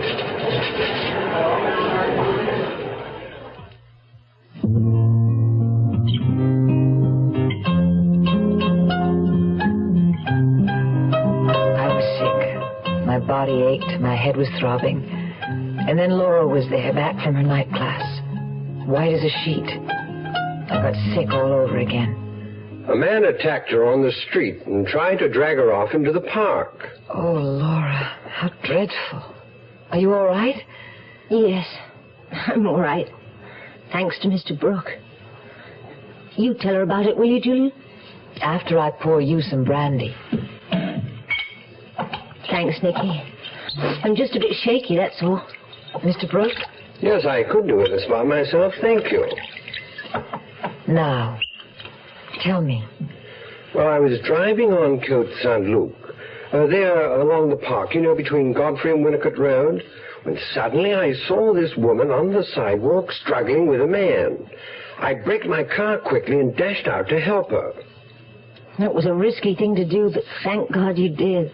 By then, the blackguard was trying to drag her off into the park. I shouted a warning, and he let go of her and ran off. Left poor Laura here shaking and sobbing on the grass. Did he hurt you, Laura? No, he just handled me roughly, that's all. She'll have a few bruises, I should imagine. But Lord knows what he would have done if Julian hadn't stopped to help me. It was foolish of me to be walking by it, especially after two women have just been murdered in this area. And considering the man who accosted you might possibly have been the murderer, I think we'd better call the police. I was expecting the battered little figure of Lieutenant Detective Philippe to reappear at our door and answer to Julian's call. But instead, a pair of lesser police officers arrived to take notes on the incident and firmly caution Laura and me to do no more walking the streets alone at night. Later in the week, I was especially glad that Julian Brooke had come into Laura's life, because Norman Roxburgh, the obnoxious man in her restaurant administration class, was still giving her trouble. He even grabbed my arm and tried to keep me from getting into the taxi last night after class. I can't reason with him, Nicky. He really hurt me. As if I didn't have enough black and blue marks from that awful little encounter in the park. That is awful, but what can you do about him? I've already done the only thing I can. Switch classes. They're on the same nights, but begin and end an hour earlier. So hopefully I won't have to see anything more of Mr. Roxburgh. But a lot more of Julian Brooke? Laura only smiled, but the look in her sea-green eyes answered my question. It was Friday evening, and we were both dressing for our dates, hers with Julian, mine with Chris and Lisa and Guy Sabrin. Aunt Emily was also coming by to pick up the birthday cake she'd asked Laura to bake. Do you think your Aunt Emily's friend will like it? Oh, he should love it. According to Aunt Emily, Donald Hamill is a nice boy with a lot of soul. Leave it to your Aunt Emily to take in a couple of homeless boys off the street. That worries me, especially from the way she describes the other one. She thinks he may be using drugs. That could be risky. You know Aunt Emily. We should all live life to the fullest while we... That's probably her now. I'll get it. But it was Julian Brooke, looking youthful and attractive, in a narrow-cut royal blue coat that set off his fair skin and dark blonde hair. I ushered him into the living room and told him Laura would be out in a few moments. He settled on the sofa with a cocktail, and as I left the room, I saw him bring out a pad of paper and a pen and start sketching.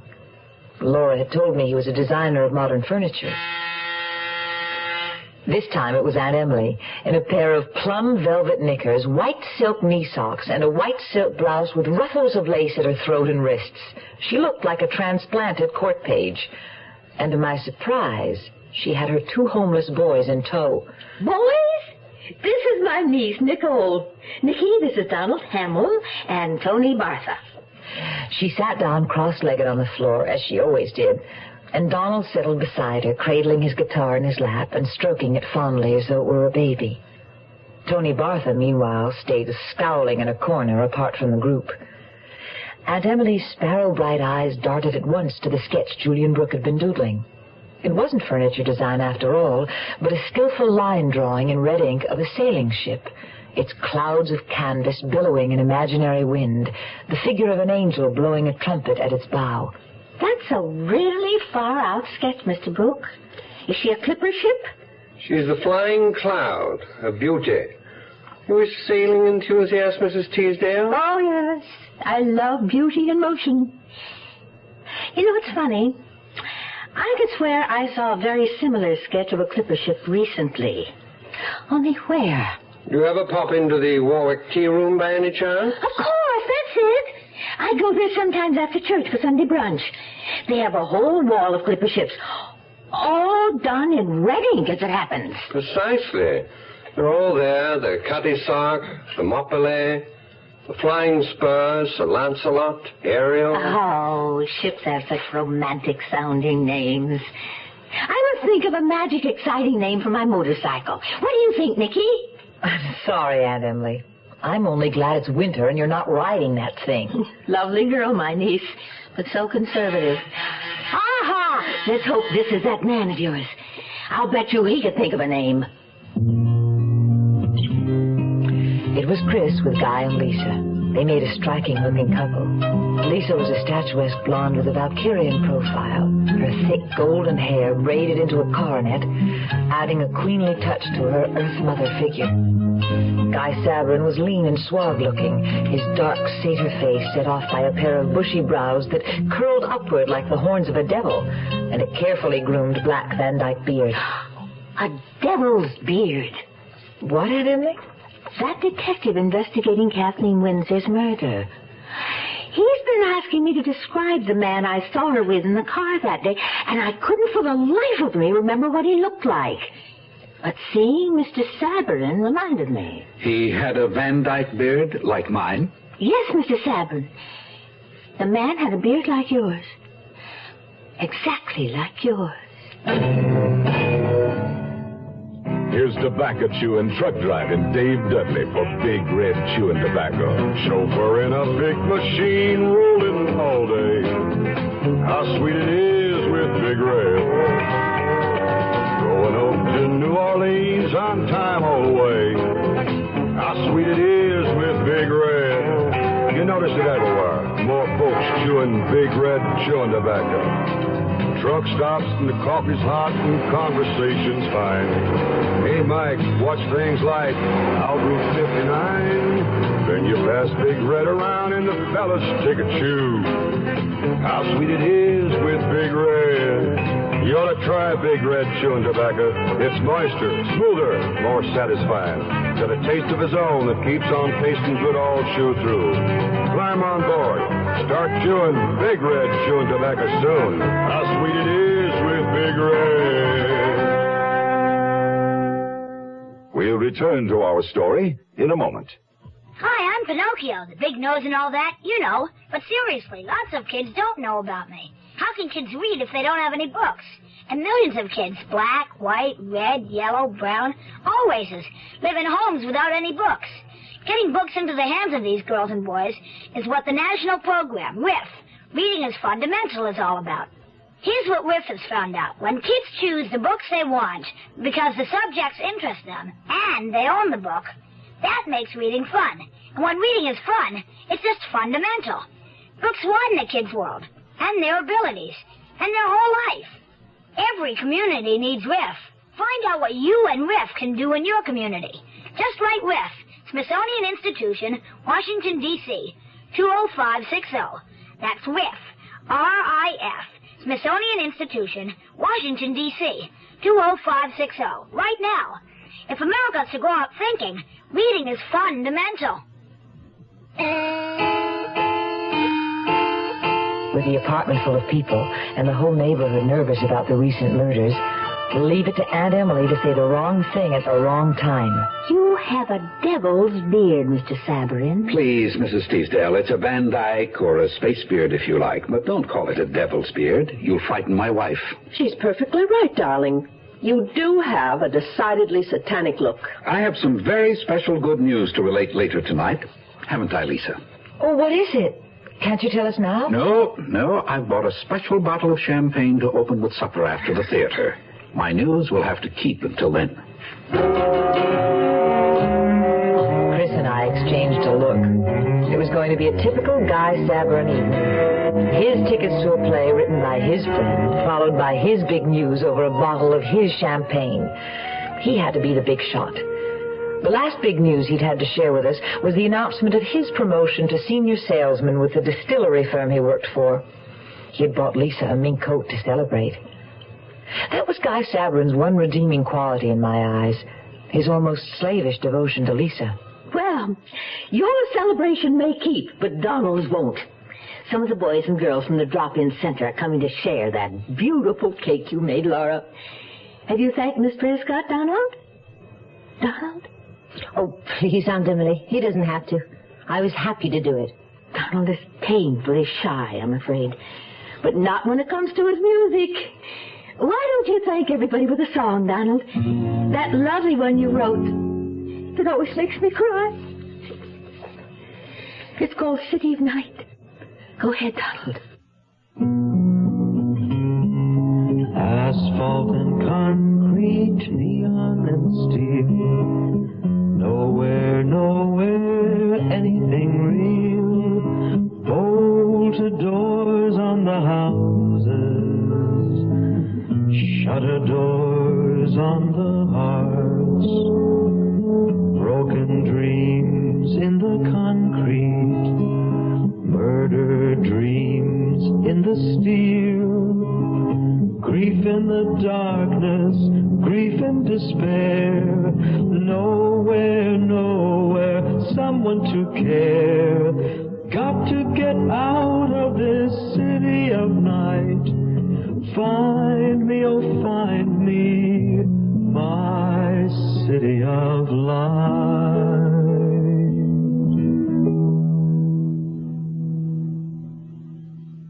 No one spoke for a moment. Aunt Emily was wiping the tears from her eyes. and I felt a lump in my throat. I'd found myself thinking about poor Kathleen Windsor alone in her apartment, the lonely, love-starved prey of a depraved killer. Then I looked at Donald and saw his sensitive mouth begin to tremble and moisture brimming in his own eyes. Donald's not used to people being good to him. My thoughtful Chris moved over to talk to the boy, while Laura put the cake in a hat box for Aunt Emily to carry home. It seemed Aunt Emily was right about Donald Hamill. He was a nice boy with a lot of soul. She was equally right about Tony Bartha, who had done nothing but stand in the corner and look sullen the whole time. I didn't care much for his attitude either. The so-called comedy by Guy Sabrin's friend turned out to be a dismal tragedy. But Lisa's buffet dinner was more than making up for it. If there was any humor in that comedy, I'm afraid it was too sick to live. Of course, the rising young novelist Christopher Galloway is a far better judge than an unpublished amateur playwright like myself. Well, I've never written anything more than an occasional postcard. But I judged the play tonight to be an unqualified bomb. I guess you're right. My old buddy missed the mark with that one. Darling, why don't you bring out your champagne now? Right. We've been waiting all evening for this big news of yours, Guy. It's worth waiting for, I promise you. Here we go. Very special champagne for a very special occasion. Oh, look at those beautiful bubbles. And I'm ready to toast, if you'll just tell us what we're toasting. A toast to my beautiful wife, Lisa, who is soon to make me a father. Oh, Lisa, that's wonderful. Congratulations, Guy. Now, that is big news. Ah, that isn't all. I have a little something else that's a surprise to Lisa as well. A small present, my love, in honor of the occasion. Guy, what is it? Open it and see.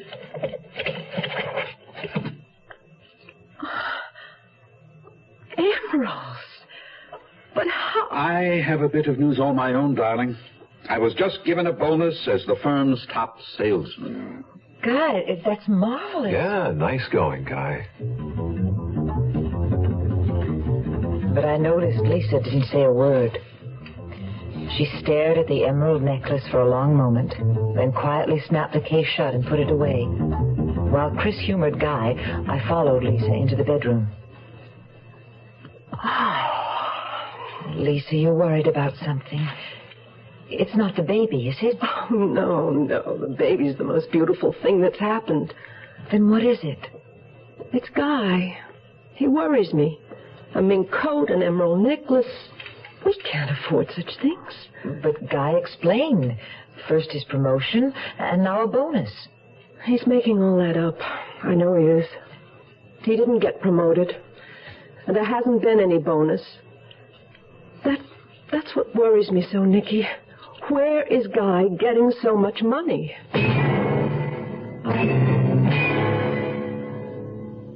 Hey, what you got there? It looks like tomato juice. It's V8. What you got there? It's V8. Looks like tomato juice. It's V8. Try it. Wow. It sure doesn't taste like tomato juice. It tastes like V8. A great natural blend of 8 garden vegetables. V8 cocktail vegetable juice. V8. Certainly, State Farm has been one of the most competitive companies when it comes to rates. State Farm agent Bob Westbrook talks about car insurance value. But I think even more important than rates to most people is the service they know they're buying. With State Farm, you're in a position to get more service from more agents throughout the entire country than any other company in the industry. Like a good neighbor.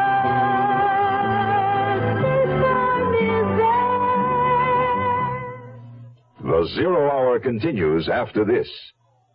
Charlotte, I'm home. The supper's not ready, Chester. Should I go back to the office? No, stay. Well, what are we having? Tuna casserole. Sure. We had tuna casserole last week. It's the same one. There was some left over. I'm not hungry. You said we have to start watching our pennies. I would rather starve than eat tuna casserole again. Well, when we got married, you said you loved tuna casserole. And before you get married, you love everything. Oh, I'll put it on a different plate. Maybe it'll taste different. Charlotte, you know I hate tuna casserole. Well, close your eyes and pretend it's steak. Sure. Well, why don't I close my eyes and pretend I'm a retired millionaire and you're the galloping gourmet? Gourmet. Social Security can't help Charlotte's cooking, but it can help Chester's retirement plans. Today, nearly 17 million retired workers and their dependents are getting Social Security retirement benefits. And for nearly everyone 65 or over, Medicare benefits are available to help pay hospital and doctor bills. For more information, call your nearest Social Security office.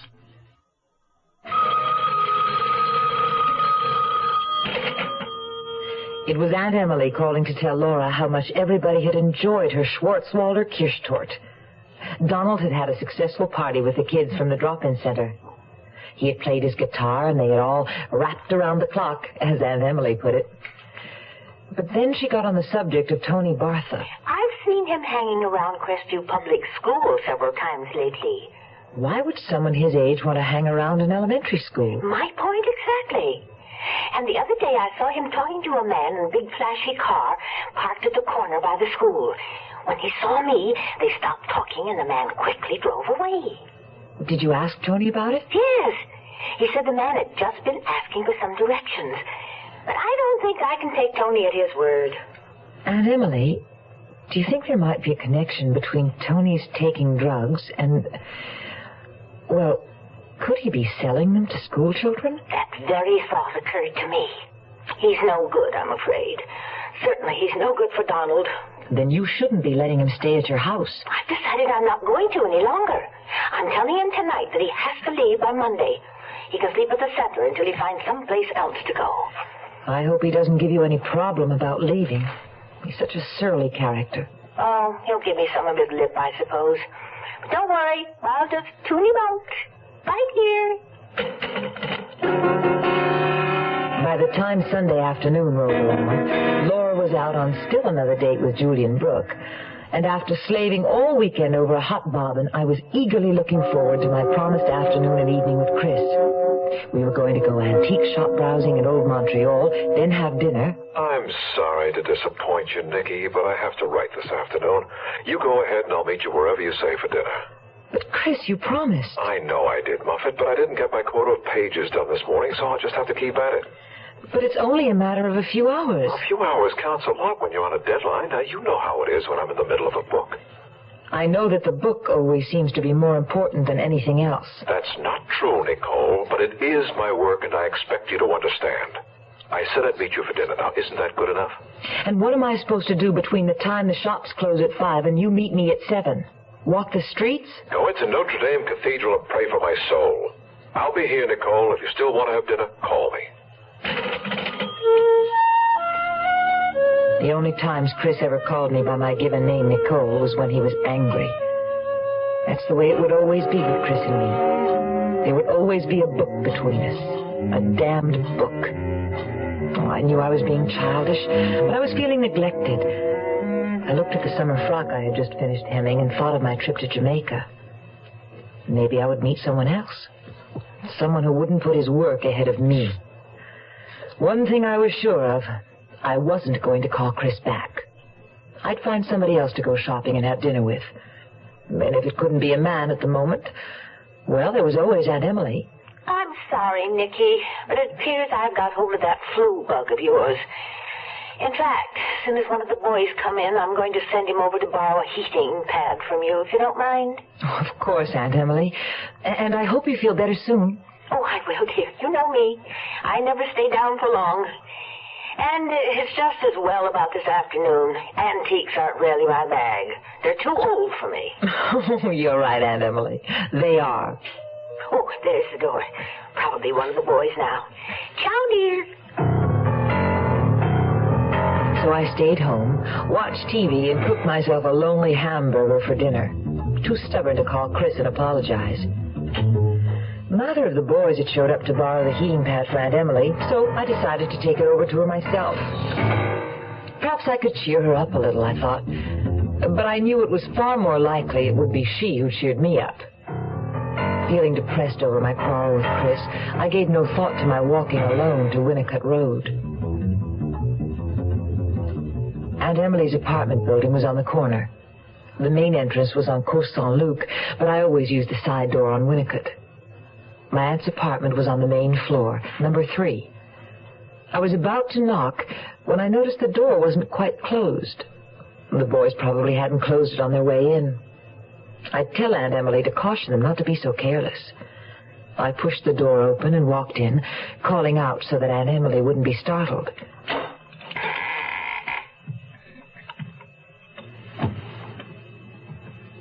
Aunt Emily? Aunt Emily? It's Nicky. The apartment was deathly quiet. Aunt Emily must be asleep, I thought. I crossed the living room, passed the door to the kitchen, and stopped dead. I saw her lying there on the cold linoleum, lying stiffly on her back with her bluish-tinged, fear-contorted face staring up at me. The realization slapped me across the face.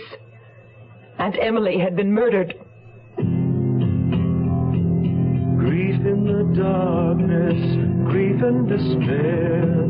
Nowhere, nowhere, someone to care.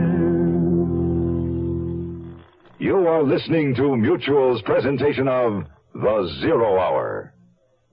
Now, here are the bunkers, Gene Stapleton and Carol O'Connor. The house we liked the best wasn't the one we ended up buying.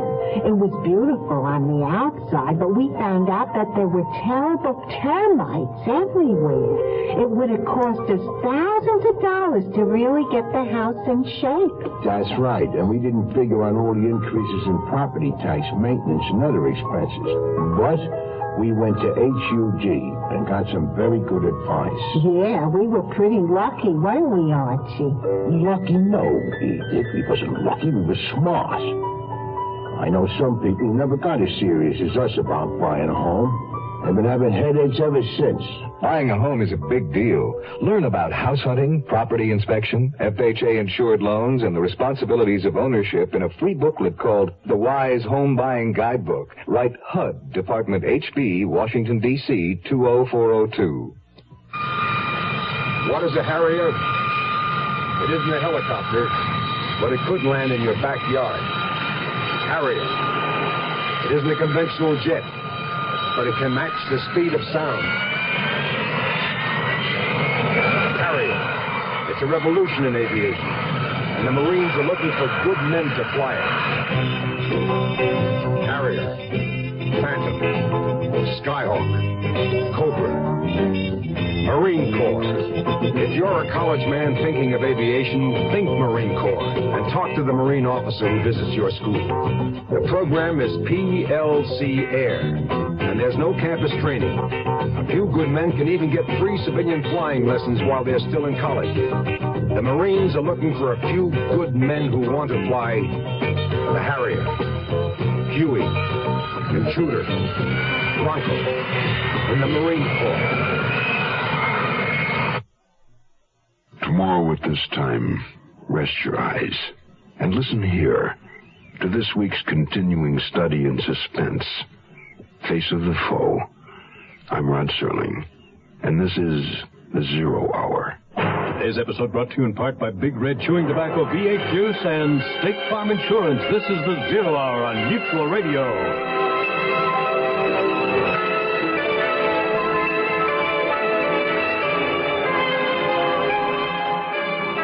You have been listening to The Zero Hour, a presentation of the Mutual Broadcasting System in association with Hollywood Radio Theater. Heard every weekday at this time. Rod Serling is your host. Zero Hour is produced and directed by Elliot Lewis. The Hollywood Radio Theater theme was played by Ferranti and Teicher and is now available on United Artists Records and Tapes. Hugh Douglas speaking. Tune in tomorrow, and once again, rest your eyes and listen here to The Zero Hour.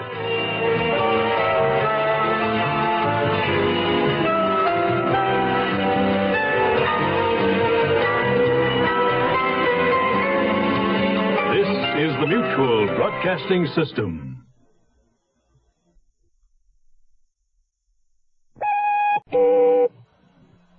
Rod Serling. You're listening to the Zero Hour. Rest your eyes.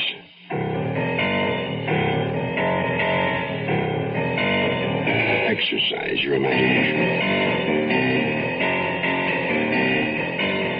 This week, Patricia Power's eerie saga of a neighborhood besieged.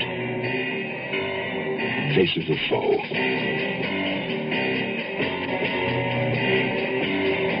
Starring Jessica Walter, Joseph Campanella, and Judy Carn.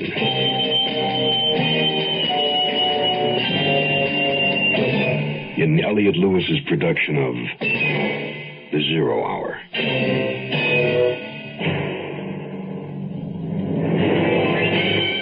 The Mutual Broadcasting System presents The Zero Hour.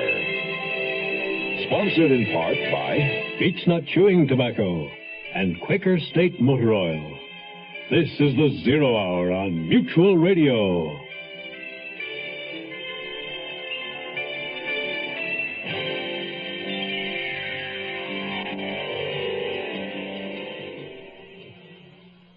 As in every winter, Montreal is crippled by seasonal blizzards. But residents along Winnicott Road are also paralyzed by something they're not accustomed to. The threat of being raped and murdered. Tension in the vicinity is running high. Doors are locked and chained. Friends and neighbors eye one another with suspicion. For Laura Prescott, having been assaulted in the park, a new boyfriend has brought an element of security into her life. But for her roommate, Nicole Nugent, the killer, whoever he may be, has struck tragically close to home. The third murder victim is Nicole's own Aunt Emily, the picturesque, blithe spirit who was apparently loved by all. 3 questions linger in the minds of all concerned. Who is this madman lurking about? Why is he doing these terrible things? And finally, and most desperately, who will be his next victim? Face of the Foe continues in a moment. Hello, this is William Conrad. If you're planning a trip abroad this year, you'll be returning to the United States through customs. You'll be asked to declare, either orally or in writing, everything you've acquired abroad and have in your possession at the time. Your baggage and belongings will be examined, and during thorough examinations for illegal narcotics, you may experience a slight delay. In order to clear customs more quickly, it's a good idea to keep all sales slips and have them handy when you make your declaration. Also, do your best to pack the articles you've acquired abroad in the same suitcase. Know before you go about customs rules and regulations. For free information, contact the U.S. Treasury Department's Bureau of Customs District Office nearest you and ask for Customs Hints for Returning U.S. Residents. You'll find the Customs Office listed in your phone book under U.S. Government.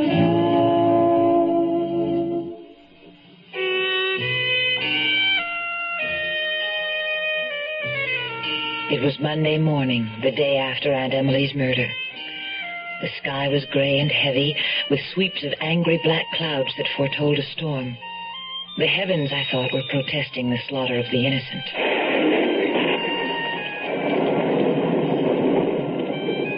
Chris was with me, our quarrel forgotten and his book willingly set aside. Laura was there, along with Julian Brooke, his gentlemanly manner abandoned as he expressed outrage over Aunt Emily's murder, with his mouth set in a firm, hard line. And Lisa and Guy had come. Guy, for a change, silent and subdued. Lisa, beautiful and serene as ever, had taken me in her arms and rocked me gently, urging me to cry. But the tears wouldn't come.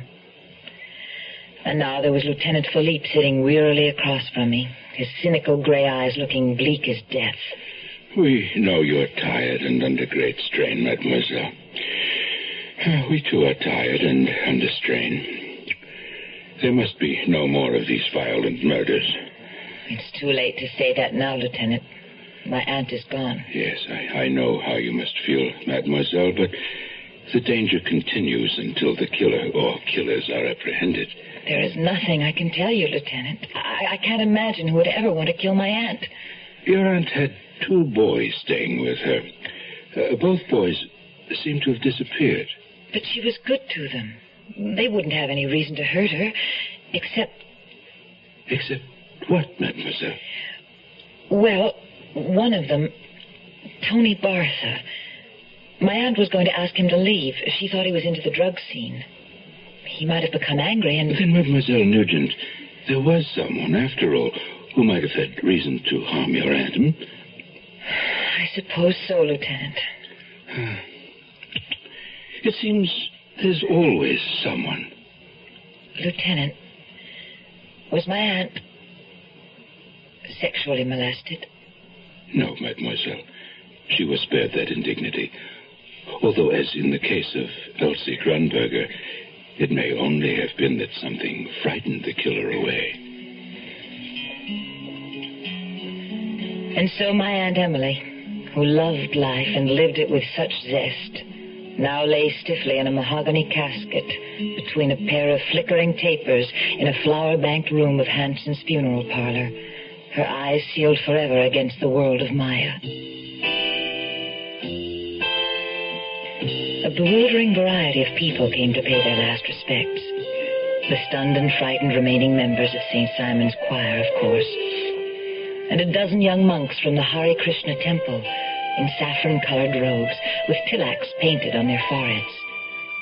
A group from the drop-in center with Donald Hamill and Tony Bartha conspicuously absent. A supermarket clerk, the woman from the cleaning shop, the tea importer on Blurry where Aunt Emily had gone every month for her special blend of Darjeeling tea, who told me Aunt Emily had known almost as much about tea as he did, and a grizzled old shoemaker who said that Aunt Emily had been a woman after his own heart. She had always demanded that thick, stout soles be put on her shoes, none of those fashionable skinny ones that wore out in no time. The shoes were for walking, weren't they? And she always had him put cleats on her heels so people could hear her coming. That was my Aunt Emily. I thought of her gleaming red motorcycle, stored away for the winter in her garage, and I knew what Aunt Emily would want me to do with it. If Donald Hamill ever returned, it would be his. It was the night following Aunt Emily's funeral, and Chris had suggested supper for just the 2 of us by the fire in his comfortable bachelor apartment. You're not eating anything, Nicky. What are you thinking about? Oh, I was thinking about my trip. Oh, this has certainly taken the shine out of it. Oh, but your Aunt Emily would be the first to urge you to go, despite everything. I know. That's why I'm going, despite everything. 3 weeks in Jamaica is just what you need. But it seems a bad time for me to go away and leave Laura alone in the apartment. Well, if you think she's nervous about it, why don't you suggest she go and stay with a friend while you're gone? Here, I think I will. Well, one thing we've decided, we're having a peephole installed in our apartment door. That's a good idea. You know, there's still that question of whether or not Kathleen Windsor and your Aunt Emily willingly admitted the murder or someone they knew and trusted. I'm exhausted from trying to figure out who did it and how. I'll just have to trust that Lieutenant Philippe will eventually catch the murderer. Lieutenant Philippe looks too tired to catch anybody. But you're right, Muffet. You try to put everything out of your mind except your trip. And giving you my answer when I get back. You don't even have to worry about that. Considering all that's happened, I can wait a little longer for your answer. Oh, Chris, you're so dear. I don't know why I keep putting you off. Little Miss Muffet sat on a tuffet eating her curds and whey. Along came a spider and sat down beside her and frightened Miss Muffet away. Is that why you've always called me Muffet? Because you elude me. It's not just my preoccupation with writing that bothers you, Nicky. That's just part of it. You're afraid of love. You like the shallows, the quiet waters. But you're afraid of the whirlpools of love, afraid of being caught up, whirled away, lost in the maelstrom. You're right, Chris. I am afraid. But you have to take chances in life, Muffet. Make an act of faith and surrender yourself to the whirlpool without fear. That's what living is all about. I knew Chris's words about life and love were true, and I was going to do a lot of thinking about them all the time I was gone. The trouble with me was I was a coward about life and love and death.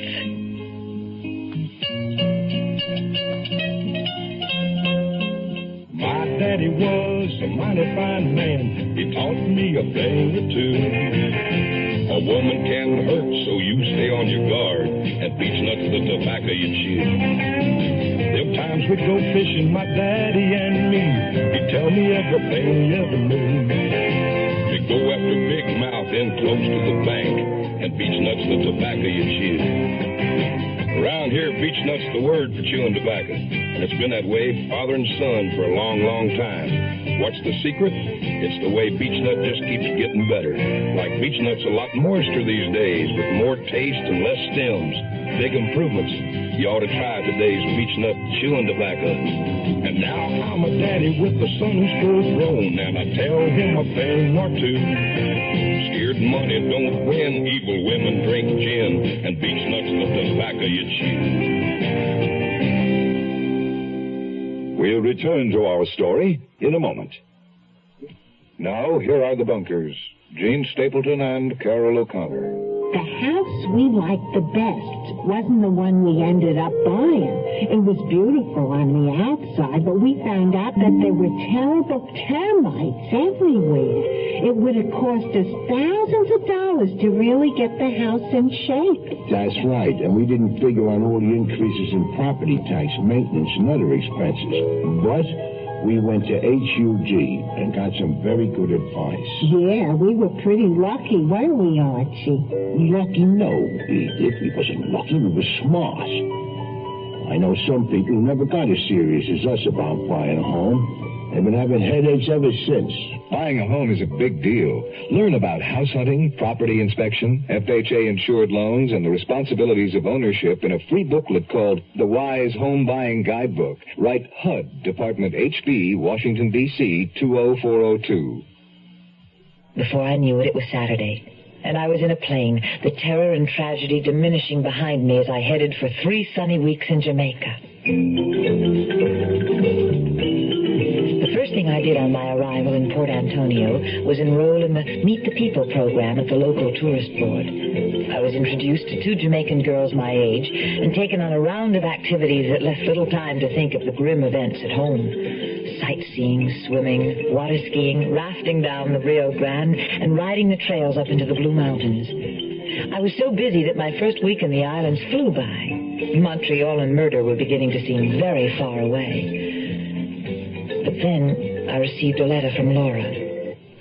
Dear Nicky, we've been having sleet, snow, rain, and cold ever since you left. Doesn't that make you feel smug from where you sit under the Caribbean sun? No need to worry about me. Every time I peek through our new peephole, it's into the smiling face of my handsome English escort. The more I'm with Julian Brooke, the better I like him.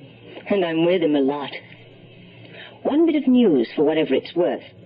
Guess who I saw coming out of the parish house next to St. Simon's Church? None other than our scowling neighbor from apartment 4, T. Oliphant. But without the mysterious brown cotton under his arm for a change. What do you make of that? Love, Laura. I wasn't sure what to make of it. Aunt Emily and the 2 other murder victims had been members of St. Simon's Choir. Lieutenant Philippe had suggested the killer therefore might very possibly be associated with St. Simon's. And now it appeared T. Oliphant was. Yet neither Kathleen Windsor nor Aunt Emily had shown any sign of recognizing him when he passed by them in the lobby of our apartment building. Then with a shudder, I recalled how he had looked at both of them in the same way, with that ugly sneer of his. I was glad to be so far away from Montreal at the moment, and relieved to know that Julian Brooke was looking after Laura. I was determined to enjoy my final week in Jamaica. I had splurged in a plush hotel suite, overlooking the dazzling white sandy beach and sparkling blue sea at Montego Bay. I took a leisurely breakfast on the balcony each morning, lazed on the beach until the afternoon when I went sightseeing. I thought about Chris hard at work on his book, but my mind refused to dwell on anything so serious as the question of our marriage. Then, all too soon it seemed, my vacation was over. And on my very last day in Jamaica, I received another letter from Laura. Dear Nicky, I decided to take your advice after all and stay with a friend until you come back. There's been the bother of several anonymous phone calls. You know, the kind where you pick up the receiver and only hear someone breathing on the other end.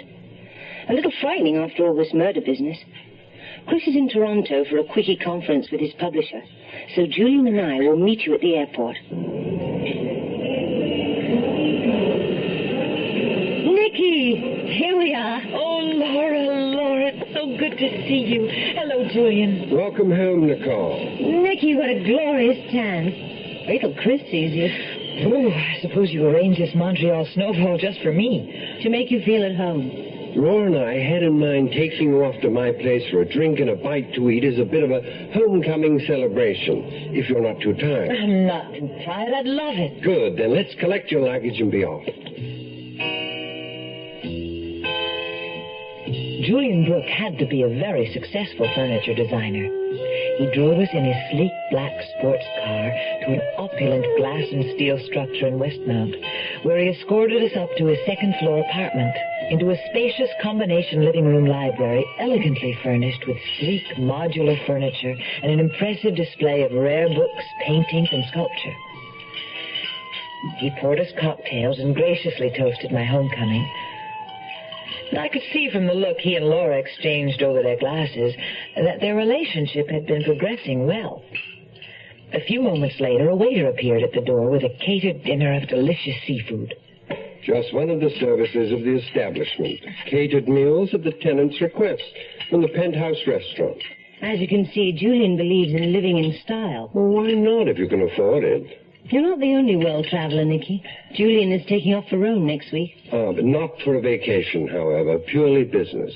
I'm going to see Giorgio Bartoli, the Italian designer, about that new plant I'm opening. Oh, it sounds exciting. Don't get him started, Nicky. His passion for innovative furniture is almost equal to his passion for boats. And speaking of passions, I'm taking Laura to see her favorite Spanish dance company at the Club Midnight next Saturday evening. Do you suppose you and Chris might join us? It'll be my leave-taking party just before my plane takes off. Well, sounds lovely to me, but I'll have to check with Chris, of course. Julian will be going right to the airport, so if you and Chris come, I can ride home with you. Laura, tell me about the phone calls, the ones you mentioned in your last letter. Oh, I imagine whoever it was has become discouraged by now, since I haven't been there to pick up the phone. I'm afraid it isn't so much those calls that caused Laura to abandon the apartment while you were away. Then what was it? What else has happened? I didn't want to write you about it while you were still on your vacation, Nicky. But now that you're back, you'll have to know. Know what? There's been another murder, I'm afraid. Oh, God, that makes 4. Was it another poor woman strangled? Yes. In an apartment on Queen Mary near Godfrey. Just a block over from Winnicott Road. Was she a member of St. Simon's Choir like the others? I don't know. The papers didn't say. It was a very sparse account. The police are under a tremendous amount of pressure, I suspect. 4 murders, and they don't seem any closer to an answer.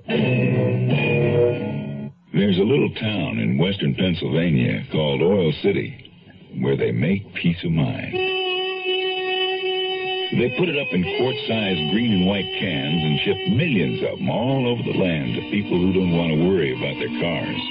This peace of mind for car owners is called Quaker State Motor Oil.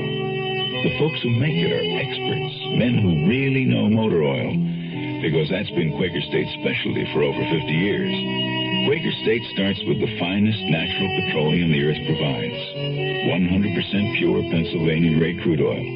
Then they put it through step after step of refining and fortify it to fight heat and rust and dirt and wear and give your engine the protection it needs. Quaker State Motor Oil. Who says you can't buy peace of mind? Quaker State your car to keep it running, yeah. To keep it running. The Zero Hour continues after this. What is a Harrier? It isn't a helicopter, but it could land in your backyard. Harrier. It isn't a conventional jet, but it can match the speed of sound. Harrier. It's a revolution in aviation, and the Marines are looking for good men to fly it. Harrier. Phantom. Skyhawk. Hawk. Cobra. Marine Corps. If you're a college man thinking of aviation, think Marine Corps and talk to the Marine officer who visits your school. The program is PLC Eyre, and there's no campus training. Few good men can even get free civilian flying lessons while they're still in college. The Marines are looking for a few good men who want to fly the Harrier, Huey, Intruder, Bronco in the Marine Corps.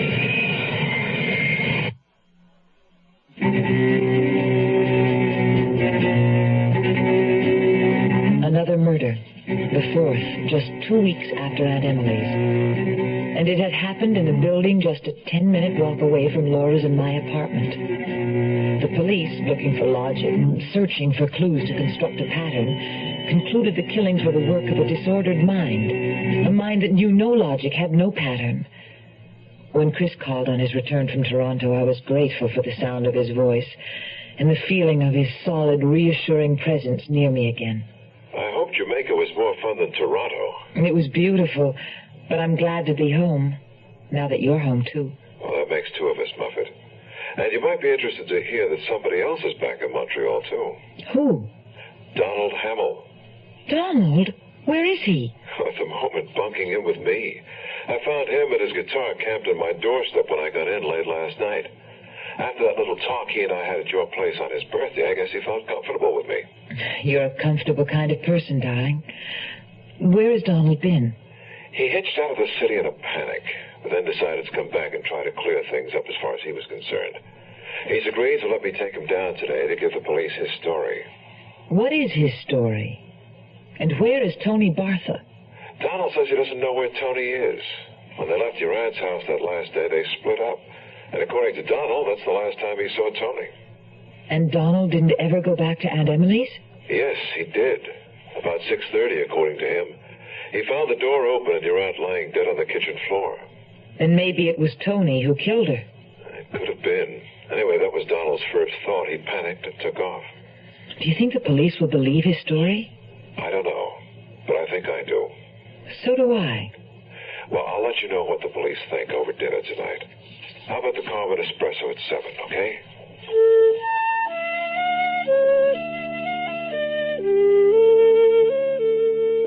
Oh, Nicky, was that tan, you're more gorgeous than ever.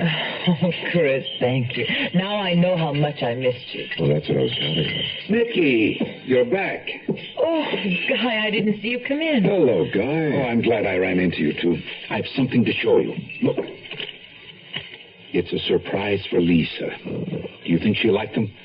Why, they're really beautiful earrings, Guy. Those green stones are emeralds, in case you're wondering. I hope Lisa likes them. How is Lisa? More beautiful than ever. Maternity becomes her. Lisa could never be anything but beautiful. I know. Every time I look at her, I find it hard to believe she's my wife. Do you really think she'll like the earrings? That was Guy Saverin's big problem. He was so unsure of himself that he could never stop putting on a big show, even with his wife. Poor Lisa. I knew how she was going to feel about another of Guy's expensive gifts. Where was he getting the money to buy them? That's what I wondered. Fortunately, for the sake of my intimate reunion dinner with Chris, Guy was too eager to spring his latest surprise on Lisa to linger long at our table. Between his deadline and the extra work I found piled up at the office after my 3 weeks away, Chris and I had no other chance to be together the rest of the week. By Friday evening, I felt up to nothing more than a light dinner and early to bed. As I opened the door on the quiet apartment, I realized it was the first time I'd been home alone since I came back, since the police had issued their grisly warning. I closed the door firmly and slid the chain lock into place. As I started for the kitchen...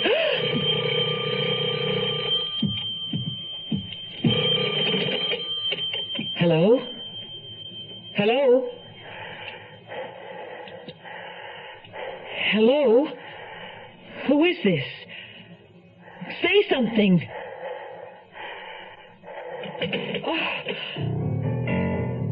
I dropped the receiver back on the hook, drawing my hands away as though the phone were on fire. A chill shot up the length of my spine. I should have let the receiver off. But perhaps this time it was Chris or Laura calling home for some reason. Why be frightened of a silly telephone? Even if it was that creep calling back, I could just tell him to bug off. Hello?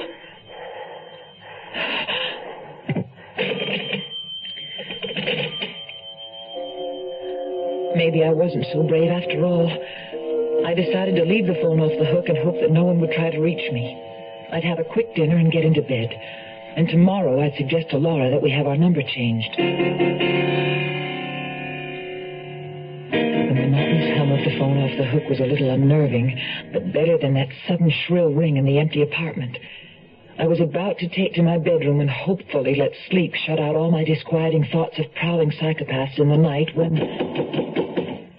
It was someone at the door. But who? No one had pressed the buzzer from the lobby. If it were Laura without her key, she would call out, not frighten me with that strange soft knocking. Who is it? Why didn't they answer?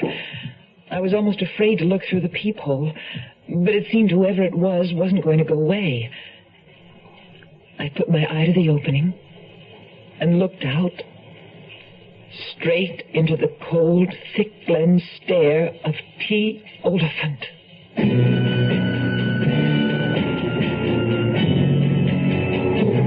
You are listening to Mutual's presentation of The Zero Hour. At 19, Jill Kinmont was one of America's top women skiers, till an accident on an icy slope left her paralyzed. Now, 17 years later, she's a teacher, a good teacher. I guess you can say I've overcome my handicap, but I couldn't have done it alone. I had family, friends, people who accepted me, believed in me, and helped me believe in myself. Yet there are millions of handicapped people in this country who aren't getting the acceptance they deserve because some people think that a handicapped person can't hold down a job, can't pay the rent, can't learn, can't be a human being. Well, unless you recognize that we are human beings with feelings, with skills, with a sense of responsibility, then you're adding a handicap we can't overcome. This public service message brought to you on behalf of the Department of Health, Education, and Welfare and the Advertising Council. One more for the road. He took just one more for the road. He took just two more for the road. Who knows why? Three more for the road. He wanted four more for the road. Who knows why? Five more for the road. He needed six more for the road. Who knows why? Well, the road was shining like a silver ribbon, and the family was looking at the view, and the kids were laughing, and they all were living, and they never even knew what hit 'em. What hit 'em? What hit 'em? What hit 'em? The road was shining like a silver ribbon, and the Get the problem drinker off the road, for his sake and yours. Write to Drunk Driver, Lux 1969, Washington, D.C. We'll tell you how you can help. A public service message on behalf of the U.S. Department of Transportation. Tomorrow at this time, rest your eyes and listen here to this week's continuing study in suspense, Case of the Foe. I'm Rod Serling, and this is The Zero Hour. Today's episode brought to you in part by Beechnut Chewing Tobacco and Quaker State Motor Oil. This is The Zero Hour on Mutual Radio.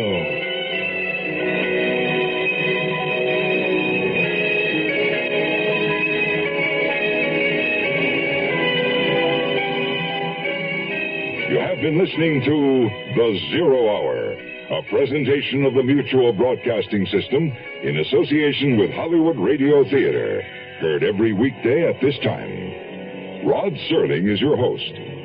Zero Hour is produced and directed by Elliott Lewis. The Hollywood Radio Theater theme was played by Ferranti and Teicher and is now available on United Artists Records and Tapes. Hugh Douglas speaking. This is the Mutual Broadcasting System. I'm Rod Serling. You're listening to the Zero Hour. Rest your eyes.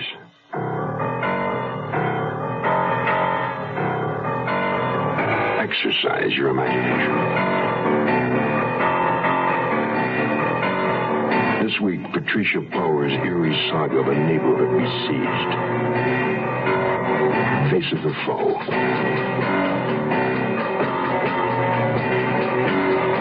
Starring Jessica Walter, Joseph Campanella, and Judy Carn.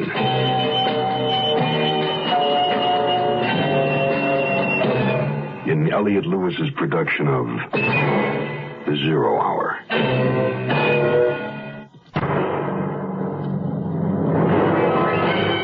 The Mutual Broadcasting System presents The Zero Hour. Sponsored in part by State Farm Insurance and Big Red Chewing Tobacco. This is The Zero Hour on Mutual Radio.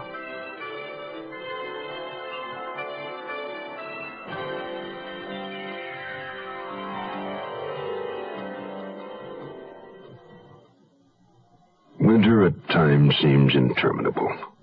After the first snowfall, the excitement is gone and it's all the same. Cold, bleak, and dreary. For Nicole Nugent, a 3-week vacation in sunny Jamaica was just what the doctor ordered. And she returned to Montreal well-tanned, well-rested, and well-healed. She had missed her friends, and that was good. Friends are everything. But she'd also missed something else. A fourth unsolved, inexplicable murder. And that was bad. It was the fourth such grisly event in a very short period of time. The victims were all women. All belonged to the same church. All lived in the same neighborhood. Nicole's. And now Nicole Nugent is spending the evening at home, alone. There's a muffled knocking at the door. And she's looking through the peephole at a face. And one that she suspects might be the face of the foe. The conclusion of our story follows after this word. Hello, my real name is Florencia Vicenta de Garcias Martinez Cardona Moss. No, it's not a new rock group. I'm known professionally as Vicky Carr. But my real message today sings out good news for all of you. A new federal aid program to provide education and training after high school, especially if you don't have the money for it. It's called Basic Grants, and helps provide money for full-time students entering for the first time a college or university, vocational school, technical institute, or a hospital school of nursing. It helps you pay for tuition, books, and other expenses. Basic Grants makes it possible now to prepare for the special vocation or career you've been hoping for. And best of all, it's not a loan. That's right. You don't have to pay it back. So apply right away. Simply contact the school or college you're planning to enter, or post office, or write Basic Grants, Box 84, Washington, D.C. Buena suerte, mis amigos.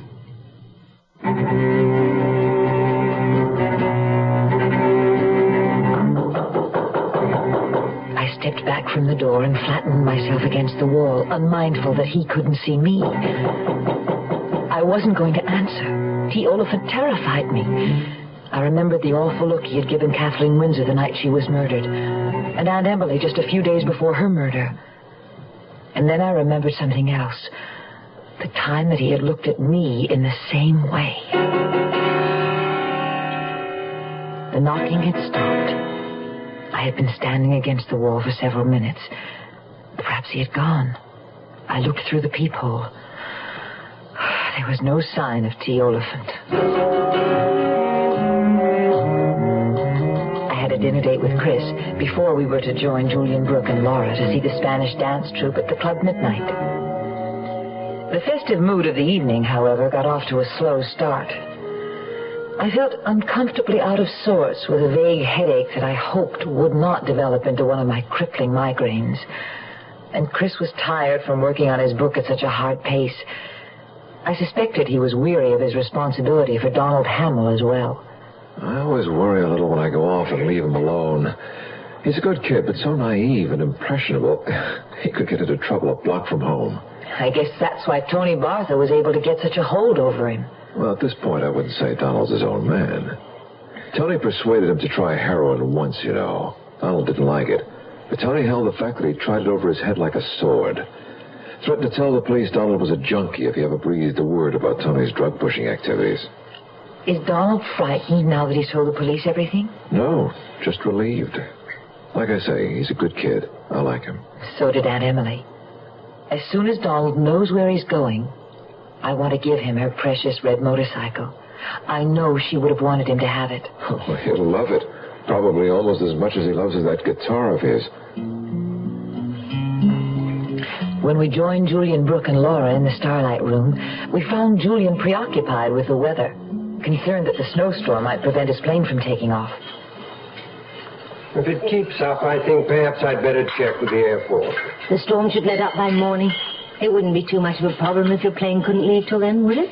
No, I suppose not. Well, let's not let a little snow dampen our party. Now, what would you two like to drink? Nicky?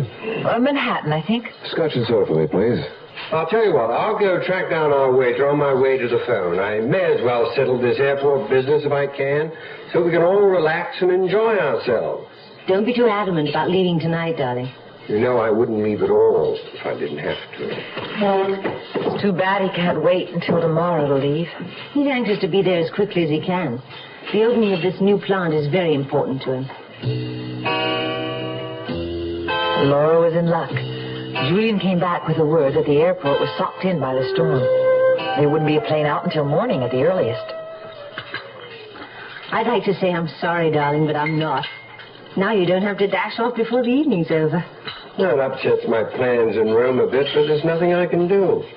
And of course, I'm not in any hurry to leave you alone. Well, no reason then why we shouldn't settle down to a pleasant evening. But only a few moments later, Chris was called away from the table to answer a telephone page. Julian had finished his drink and was doodling on a cocktail napkin, another ship in red ink, when Chris returned. Chris's face was set in a deep, worried frown. I'm sorry. I'm going to have to leave. It's Donald. He's in trouble. Got to get out of this city of night. Find me, oh, find me, my city of light. Agent Darrell Hutchison of Garden City, Georgia, explains why personal service and car insurance is just as important as State Farm Mutual's low rates. We are not always the lowest price that an individual can find for insurance. So I have had people come by that have already gotten prices from other companies. They come by, and this particular time, we were a little higher than they were. But after talking with them, tell them that I can give them one thing that the other company cannot give them, and that is my personalized service. They know that I am here. I'm here to stay as an agent, and these points make a difference. They don't want to be treated as a number. They still want to be treated as an individual, especially when they have a claim problem. They want to be given service because that's what they're paying for. Like a good neighbor.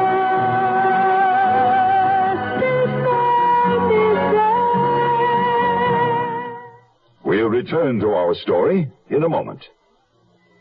Hi, I'm Pinocchio, the big nose and all that, you know. But seriously, lots of kids don't know about me. How can kids read if they don't have any books? And millions of kids, black, white, red, yellow, brown, all races, live in homes without any books. Getting books into the hands of these girls and boys is what the national program, RIF, Reading is Fundamental, is all about. Here's what RIF has found out. When kids choose the books they want because the subjects interest them and they own the book, that makes reading fun. And when reading is fun, it's just fundamental. Books widen the kids' world and their abilities and their whole life. Every community needs RIF. Find out what you and RIF can do in your community. Just like RIF, Smithsonian Institution, Washington, D.C., 20560. That's RIF, R-I-F.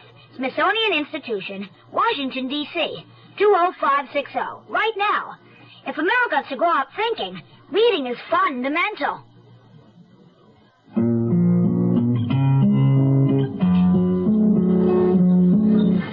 back if I can, or I'll coordinate another. It's all right, Chris.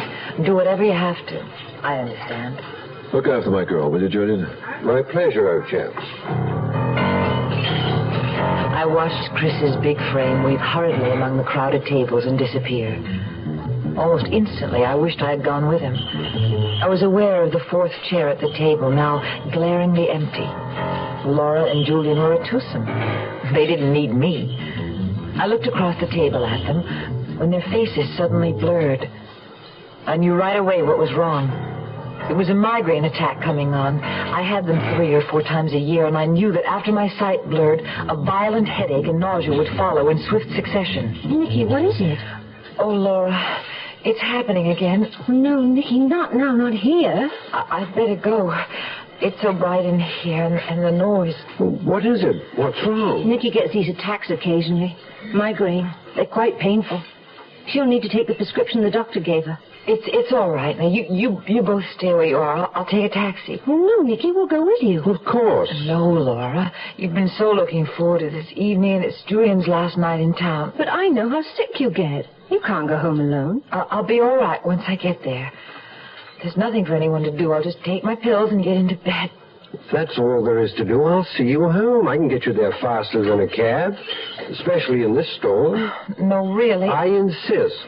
Laura can wait here so she won't miss any of the show, and I'll return as soon as I know you're comfortably bedded down. Are you sure you'll be all right alone, Nicky? Of course. Once the medicine takes hold, I'll sleep. Help her out quickly, Julian. She looks faint. I'll ask the head waiter to look out for you, Laura, and I'll be back in about 30 minutes.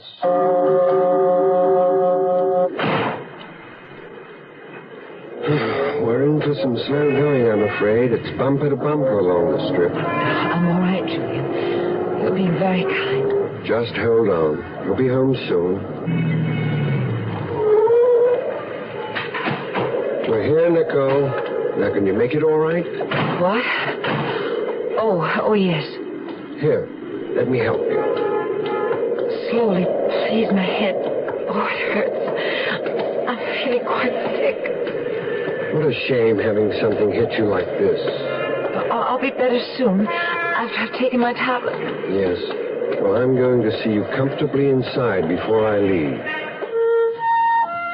I fumbled in my purse for my key, but with my blurred vision, I couldn't fit it into the lock. Julian took the key from me, led us into the lobby, and guided me gently to the door of the apartment.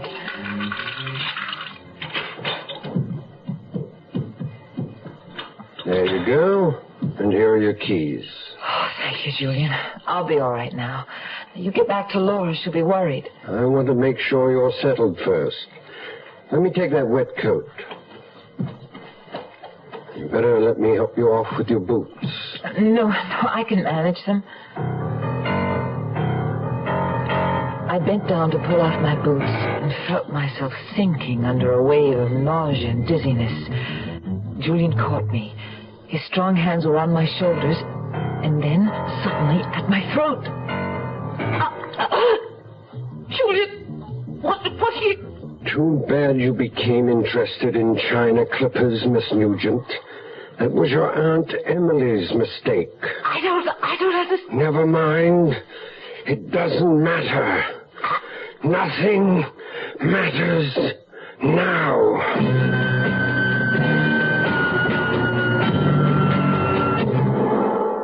Here's tobacco chewing, truck driving Dave Dudley for Big Red Chewing Tobacco. Chauffeur in a big machine rolling all day.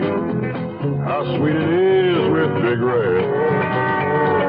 Going up to New Orleans on time all the way. How sweet it is with Big Red. You notice it everywhere. More folks chewing Big Red Chewing Tobacco. Truck stops and the coffee's hot and conversation's fine. Hey, Mike, what's things like out Route 59? Then you pass Big Red around and the fellas take a chew. How sweet it is with Big Red. You ought to try Big Red Chewing Tobacco. It's moister, smoother, more satisfying. Got a taste of its own that keeps on tasting good all chew through. Climb on board. Start chewing Big Red Chewing Tobacco soon. How sweet it is with Big Red. The Zero Hour continues after this. Charlotte, I'm home. The supper's not ready, Chester. Should I go back to the office? No, stay. Well, what are we having? Tuna casserole. Sure. We had tuna casserole last week. It's the same one. There was some left over. I'm not hungry. You said we have to start watching our pennies. I would rather starve than eat tuna casserole again. Well, when we got married, you said you loved tuna casserole. Well, before you get married, you love everything. Oh, I'll put it on a different plate. Maybe it'll taste different. Charlotte, you know I hate tuna casserole. Well, close your eyes and pretend it's steak. Sure. Well, why don't I close my eyes and pretend I'm a retired millionaire and you're the galloping gourmet? Gourmet. Social Security can't help Charlotte's cooking, but it can help Chester's retirement plans. Today, nearly 17 million retired workers and their dependents are getting Social Security retirement benefits. And for nearly everyone 65 or over, Medicare benefits are available to help pay hospital and doctor bills. For more information, call your nearest Social Security office.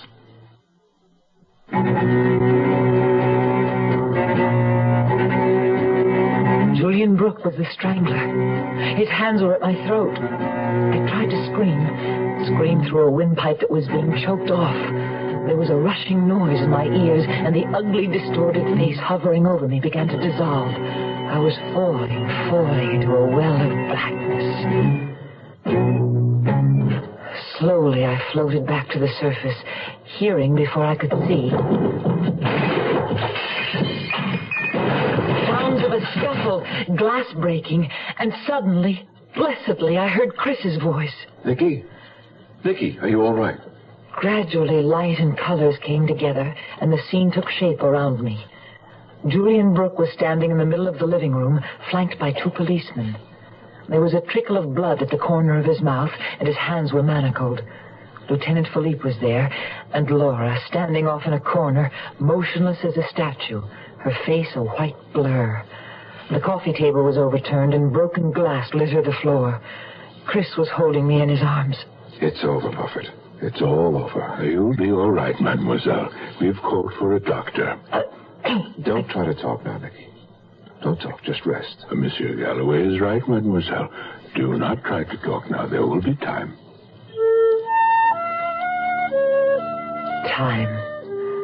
Time to sort out the terrible puzzle whirling round in my brain. Charming, well-bred Julian Brooke had tried to kill me. He had killed my Aunt Emily. Why? What did he mean about China clippers? How did Chris and the police arrive in time to save me? And poor Laura, how was she going to take all this? Somehow that concerned me more than anything else. It's just so hard to believe that it was Julian all along.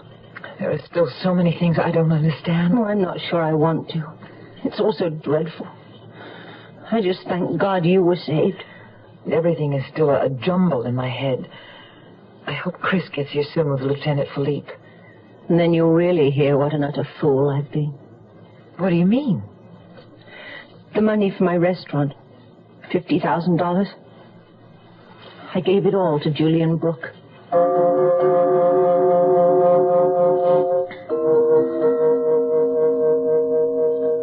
Do not worry, Mademoiselle Prescott. Your money is safe and it will be returned to you. But to begin with, Mademoiselle Nugent, let us hear the exact words Julian Brooke spoke to you as he was making the attempt on your life. He said, "Too bad you became interested in China clippers, Miss Nugent. That was your Aunt Emily's mistake." Mm-hmm. And you had no idea what he meant by that? I still don't, Lieutenant. Monsieur Galloway will explain. You see, Nicky, Julian Brooke thought that you had the sketch. What sketch? Well, let me begin at the beginning, darling. Remember the night after Kathleen Winds's murder? You had the flu and I brought in some Chinese food for us? Yes, I remember. Well, you had just read about the murder in the paper and were pretty upset. You went in to take an aspirin. That's when I noticed the sheet music on your coffee table, just one sheet. And it had Kathleen Winds's name on it. She'd just come from choir rehearsal, and she had an armful of music and books that she put down on the table. Yes. Well, I thought you were upset enough about the murder. You didn't need anything around to remind you of it. So I just stuck the sheet of music in my pocket. I was wearing an old jacket that Saturday that I haven't worn since. So there was nothing to remind me of the music until last night, What happened last night to remind you of it? I saw a sketch Julian had been doodling at the table, a sailing ship done in red ink. I picked it up. He drew one here when he was waiting for you one night, Laura. I thought it was just a hobby. And his downfall. You see, Monsieur Galloway here remembered he had seen what he thought was a similar sketch on the back of Kathleen Windsor's piece of sheet music. Which would suggest that Julian Brooke knew her. We had been ferreting about all this time for a man in Kathleen Windsor's life. When Monsieur Galloway informed me of his discovery, I felt certain we'd found him. But, Chris, how did you and the police get here so quickly? How did you even know Julian brought me home? Well, I got to the police station directly from the club and answered a Donald's call, remember? Oh, yes, Donald. Well, the police had finally gotten Tony Barth on a drug charge, and Tony had tried his bit about implicating Donald. But it's okay now. Tony was exposed for what he is, a liar. Donald's in the clear. As it turned out, Monsieur Galloway and I had other fish to fry. When Lieutenant Philippe confirmed my suspicions, I called the club midnight to warn you about Julian. Laura answered the page and told us Julian had taken you home. I took a taxi from the club. And the police and I got here as soon as we could. And you got here just in time. If we hadn't got caught in traffic. Yeah, well, thank God for icy roads. Brooke tried to make a run for it, of course, headed for your balcony. But the lieutenant here brought him down with a beautiful flying tackle. At the expense of your glass coffee table, I'm afraid. But I still don't understand. Why did Julian Brooke try to kill me? When he saw his sketch was gone from the table at the club, he thought you had taken it, that you must have connected it with the sketch on the back of Kathleen Windsor's music, as he knew your Aunt Emily had. Then that's what he meant when he talked about China clippers and Aunt Emily's mistake. Precisely, mademoiselle.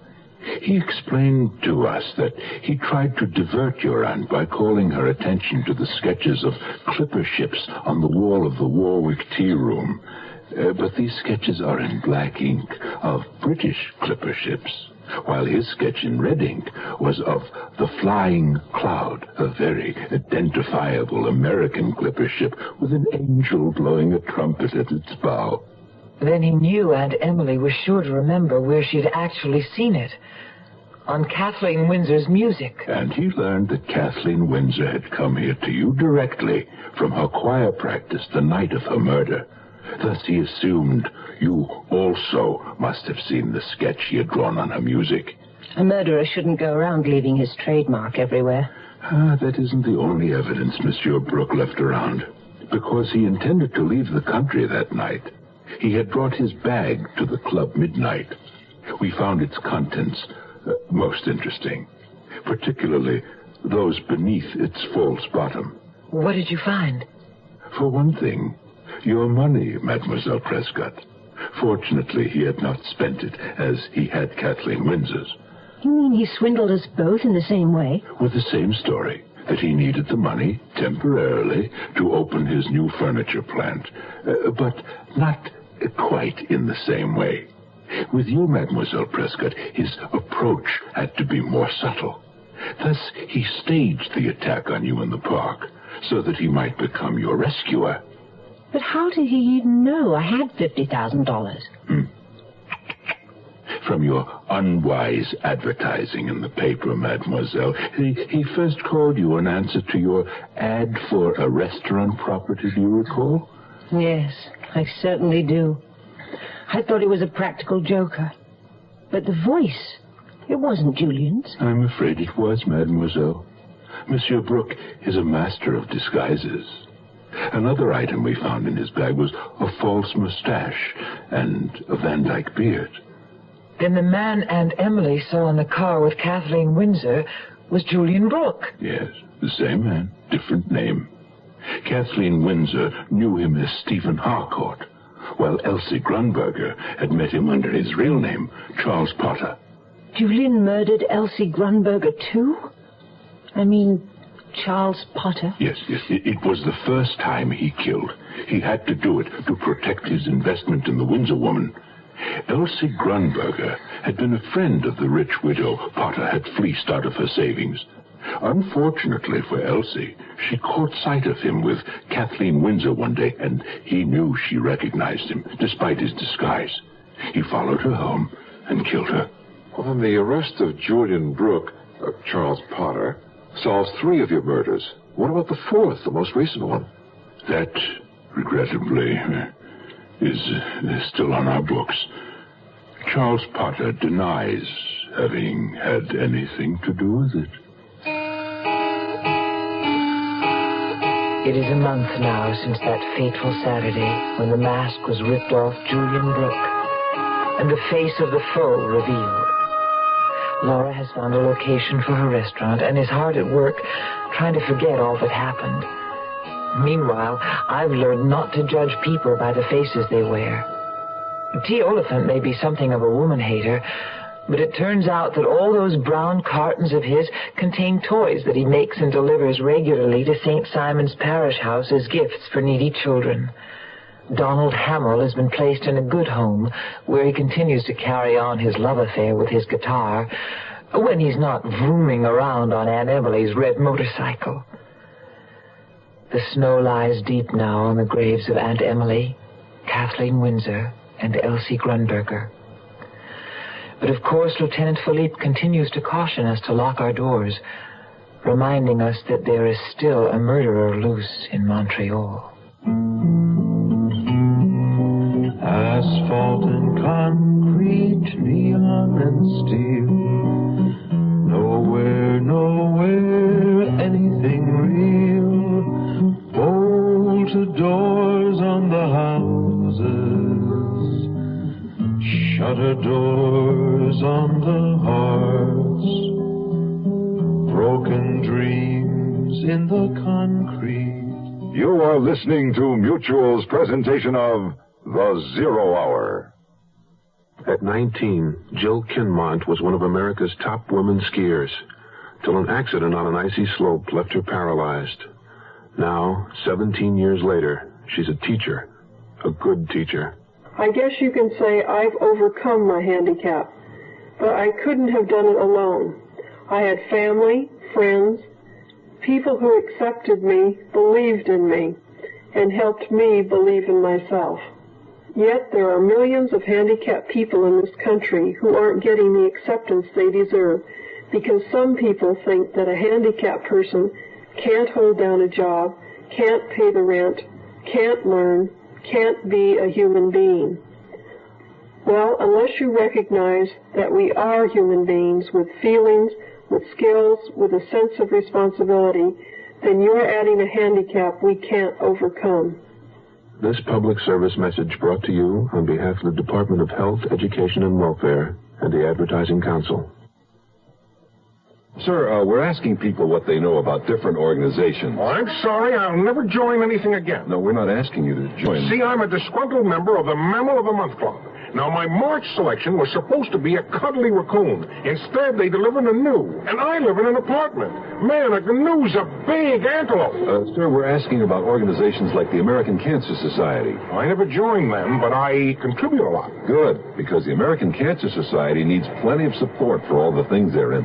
For instance, there are numerous educational activities like telling people how important checkups are and knowing cancer's warning signals. That helps save lives. I thought the Cancer Society was mostly research. No, it's service, education, research, and then some. Well, maybe I'll join the American Cancer Society. Good. The society needs volunteers as well as contributions. You know what my June mammal selection was? A South American sloth. Hangs around upside down all day long from my chandelier, my drapes, the wall sconce. Imagine a sloth on a sconce. Or was the sconce on a sloth? I don't know, but they were both. That concludes this week's production of The Zero Hour. Patricia Powers' Face of the Foe. Next week we'll begin another exciting dramatization of a tale of mystery and suspense. We'll tell our story in 5 days, at the same time, Monday through Friday. So, on Monday, rest your eyes and listen here to The Zero Hour. Today's episode brought to you in part by State Farm Insurance and Big Red Chewing Tobacco. This is The Zero Hour on Mutual Radio.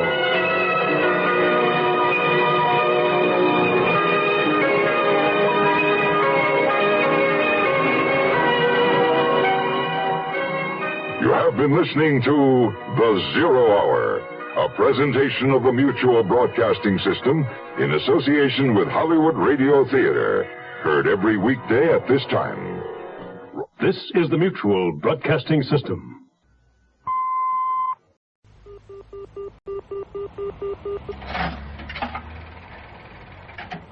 Hello? Oh, Eva?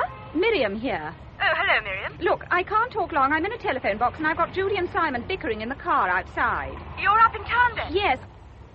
You can probably guess why I phoned. Yes. Well, it's about time we fixed a date, you know.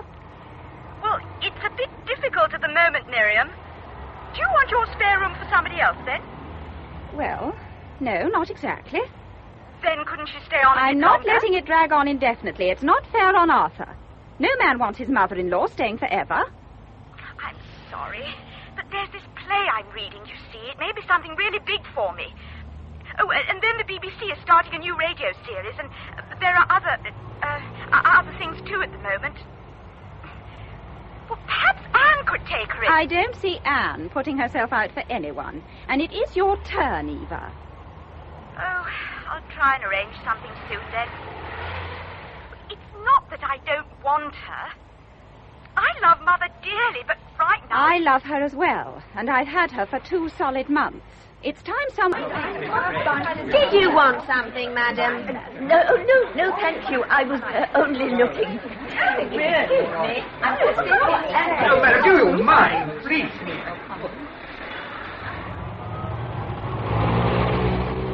Oh, my hat! Oh, catch it for me, someone, quick! Quick!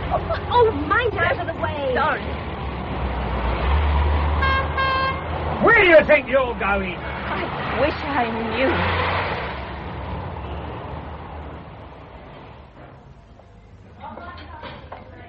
What is it? Tea or coffee? Oh, a tea, please. Thank you.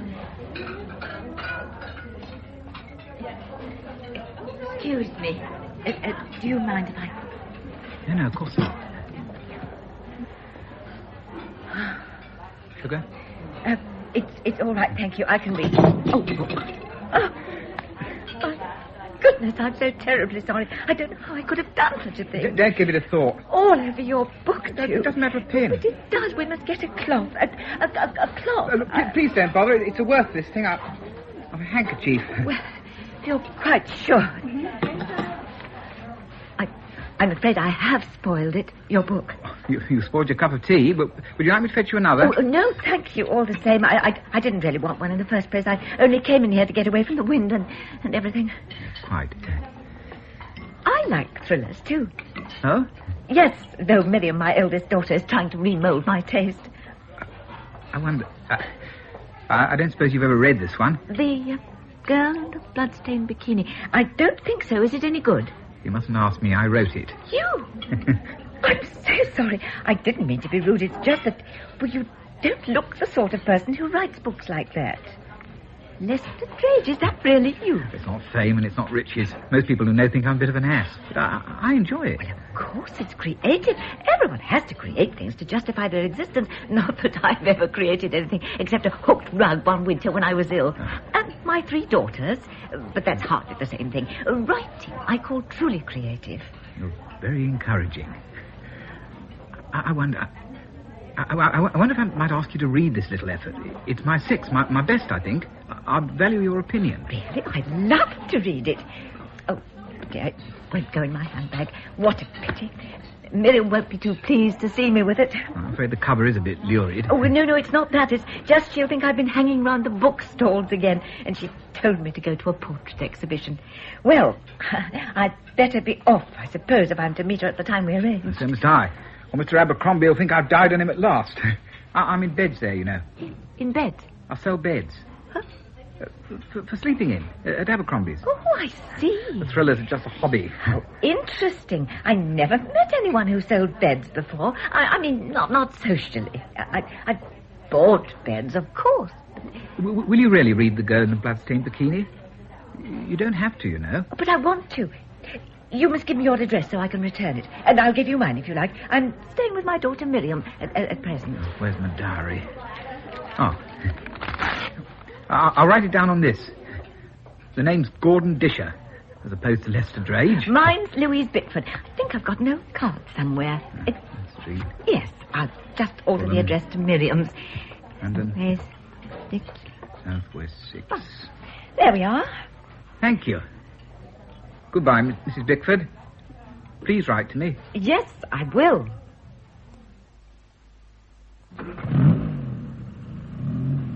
Oh, why is it, Mother, that you're never in the place we agreed to meet? I always seem to forget. Oh, Granny. Oh, here, Simon. I bought you each a bar of chocolate. Gosh, super.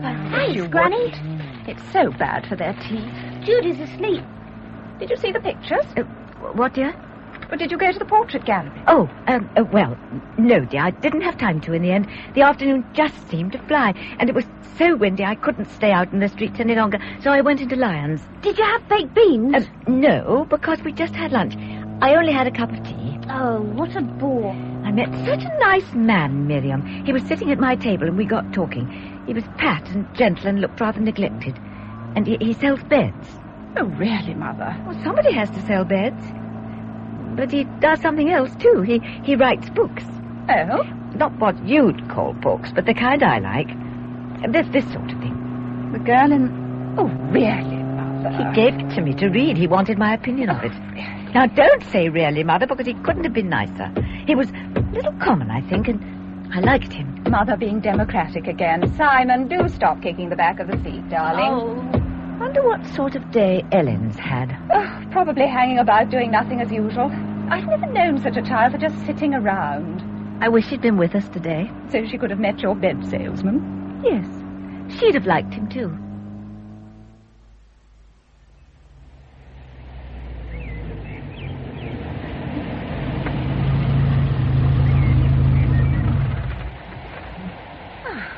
Come on, wake up, Simon.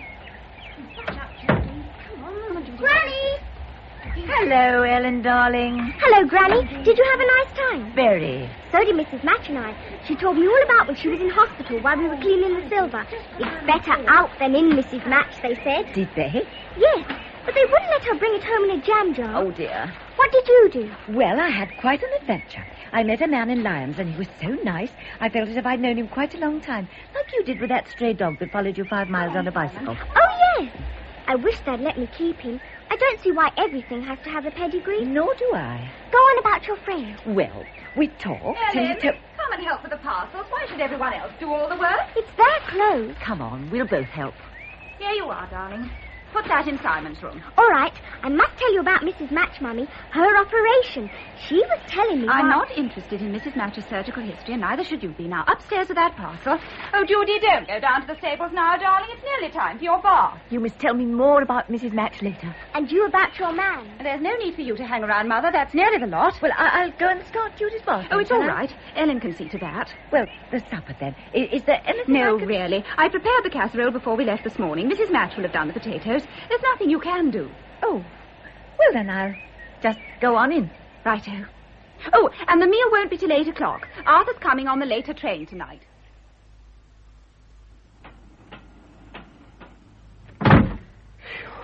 Tired? Hardly fresh as a mountain stream. How was London? Oh, you should know. You were there, too. In court. And that's not anywhere except in a padded cell. Old Fowler dithered and drooled and made his senile jokes. He was never much of a judge, even when he had his faculties. No. Did you ring Eyre about your mother? Yes. Well, did she give a date? No, she's infuriatingly vague. Oh, I'm sorry, Arthur. I know it's a bind. I didn't say anything. No. I need a drink. Do you know one of the things about your mother that gets on my nerves most? What? The drinks farce every evening. The way she always has to demur when I offer her one. One of these days she won't get one unless she learns to say, I'd love one, just what I want. Well, how can she? She feels it's charity. Good God. People who've got nothing can't afford to be proud.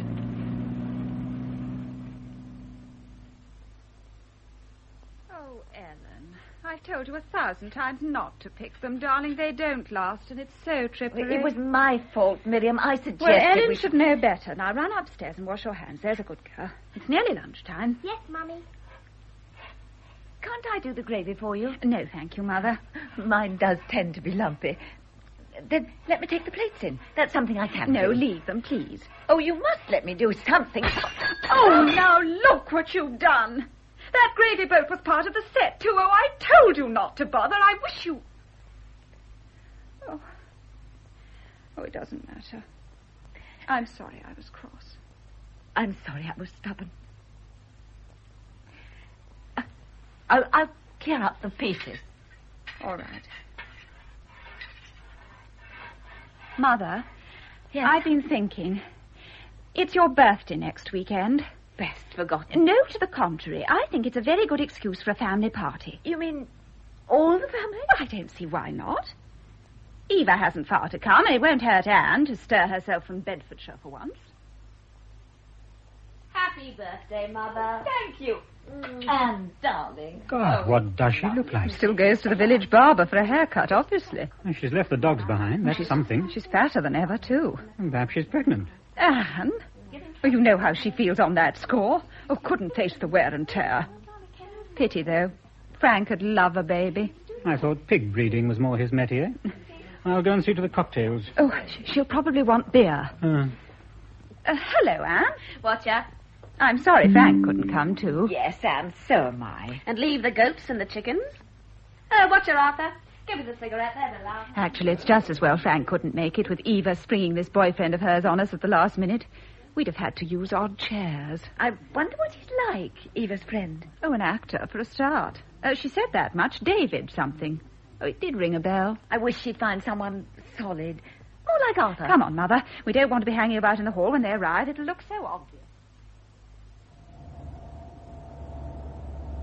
There's the signpost, David.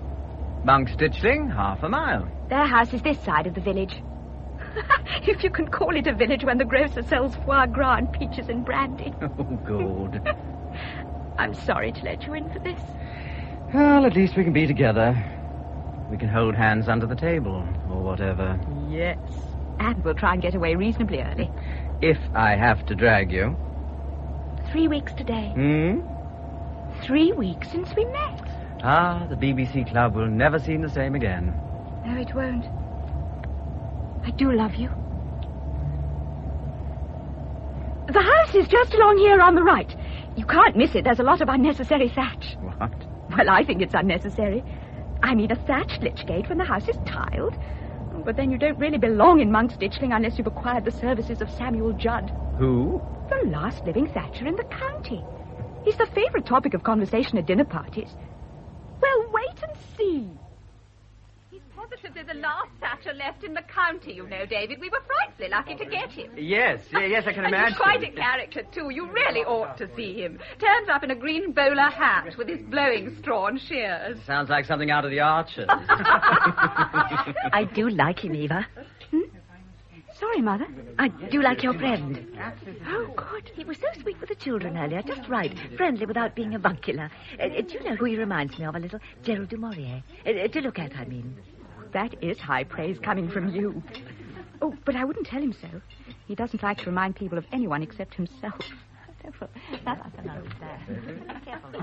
was Price. In camouflage, commando, battle dress, prostrate in the ditch all night. And did he catch the fox? No, only a stinking cold. Excuse me a minute, Anne. I'll just get some more rosé. Our glasses are looking a bit empty. Oh, another beer will do me. Hey, chuck us over an ashtray, Mother. It's all going rather well, isn't it?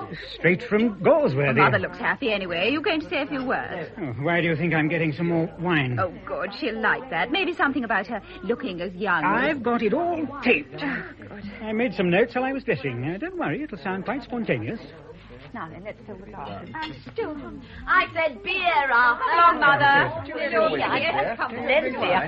Now then, has everyone got a drink? Yes, thank you. Yes, thank you. Well, I don't think we can let such an auspicious occasion go by without drinking a toast to the birthday girl. Right, sir. I'd just like to say, Mother, how good it is to see you like this with your family all round you. And the ridiculous thing is you look more like their sister than their mother. Oh, he does. Yes, you do. You look as youthful as ever. Yeah. Well, I shan't embarrass you by cataloguing all your virtues. Besides, we'd be here all night. But we all know them and love you for them. And I don't need to tell you what a very special place you hold in all our hearts. Very well said. Well, thank you. To Mother, a very happy birthday. Mother. To Mother. Happy birthday, Mrs. Bickford. Well, thank you. Thank you all, and especially you and Miriam, Arthur, for giving me such a lovely party. It was our pleasure entirely. After all, I don't suppose we'll have you with us at Pleasant Ways that much longer. Oh, Eva, David. Mother's a little uncertain about her plans still. She wants to know when she's going to you. No, that's all right. I never said... Whatever Mother wants, naturally. I'm longing to have her in the rooms already. How soon can you come? I'm sorry, David, but what else could I say? You saw her face. Yes. Your sister couldn't have maneuvered it better, could she? Well, I don't really blame her. It is my turn to have Mother. I've just been putting it off for, well, obvious reasons. It is going to complicate matters a bit, isn't it, having her in the flat? Still, where there's a will... There's a will, all right. She does go to bed pretty early. You'll still be able to come round after the show. And she's not much enjoying the day. She spends most of her time pottering round the shops. It's just along to the right, madam. Oh, thank you. Yes, madam? Can I... Mrs. Bickford, I'm delighted to see you again. I didn't think I would. But you didn't answer my letter. No. Well, why didn't you? Well, to tell you the truth, after I gave you the book, I thought perhaps I shouldn't have. Shouldn't have? Why ever not? It didn't seem right. I thought you'd probably written because you were kind and thought it rude not to. How silly of you. It was true what I said about the book. I loved it. I'd like to read some more. You would? Yes.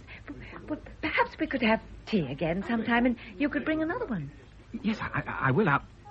I'll bring you Kisses and Corpses, if you like. That sounds most intriguing. I've only got one copy, but I'll give it you to keep. If you'd accept it, that is. Well, if you really want me to. Please, no one's ever taken such an interest in my work before. I tell you what. You must come to tea with me at my daughter's. Oh, and not Miriam, my second daughter, Eva. She lives in Kensington. I've been staying with her for the last month. That is, if you'd care to. Come to tea, I mean. I'd be delighted. Would next Sunday suit you then? Yes. Only I happen to know that Eva's going to be out that day, so we won't be in her way.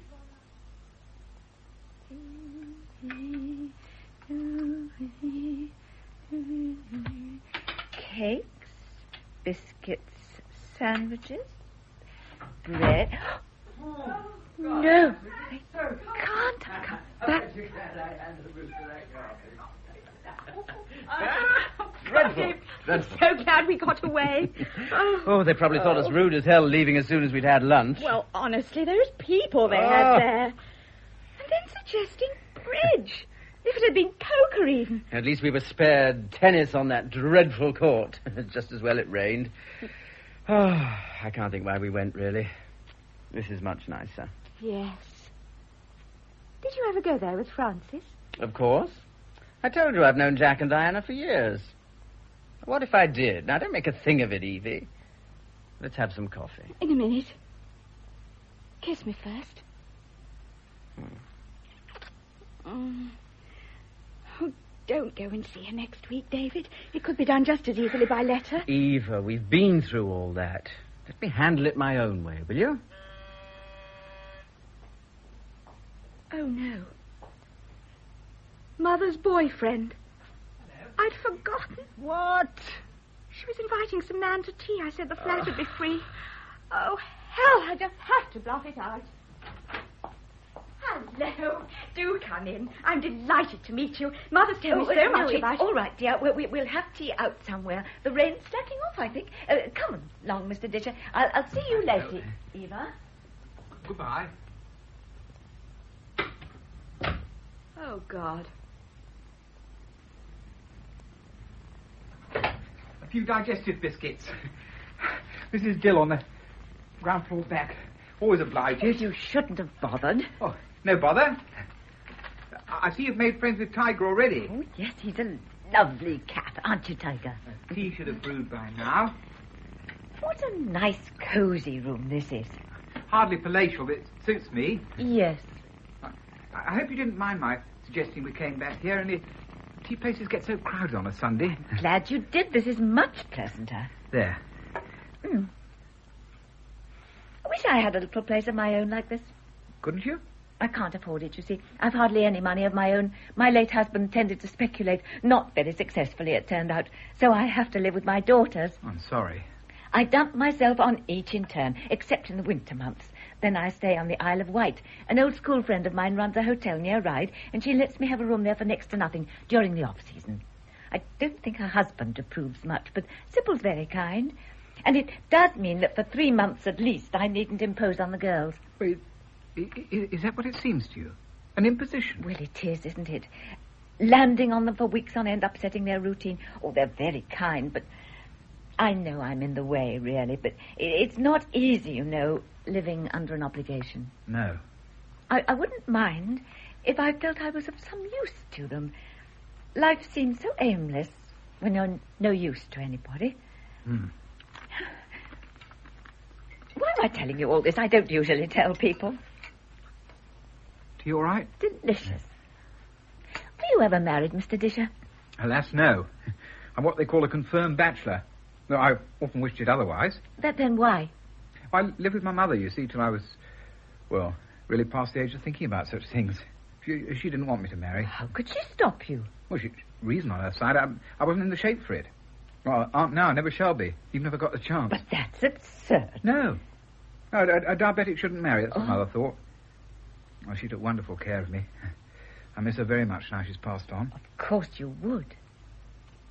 You didn't mind my telling you this? I mean, some people think it's not nice to talk about sickness. That's silly. I think it's very interesting.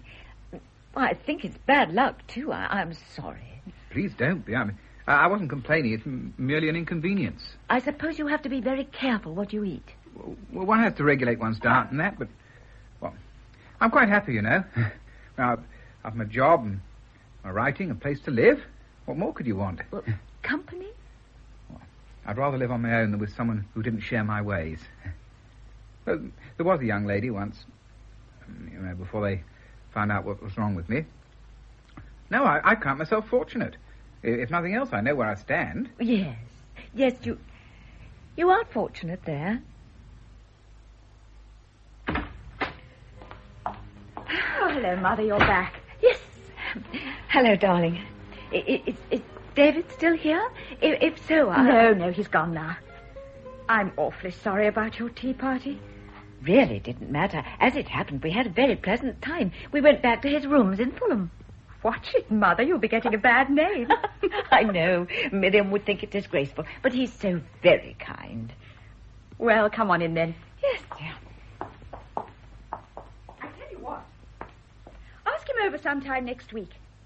You can have the flat to yourself any day you like. That's not necessary. I don't like to interfere with your plans. Shan't have any except work.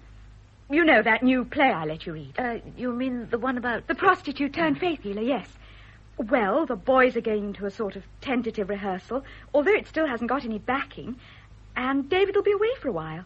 His show closed yesterday. Oh, what a pity. Is he going on tour, then? No, he's going to Windsor to see his wife about some legal thing. Eve, They're separated. There'll be a divorce soon. Are there any children? One. Oh, Eve. No, Mother, don't owe Eva me. I haven't broken up his home, if that's what you think. His wife's a bitch. Well, he hardly ever talks about her, but I know she is. But, darling... Oh, my poor Eva. I told you. He's going to get a divorce. No, please, drop it, Mother. I'm 27. I have to go my own way.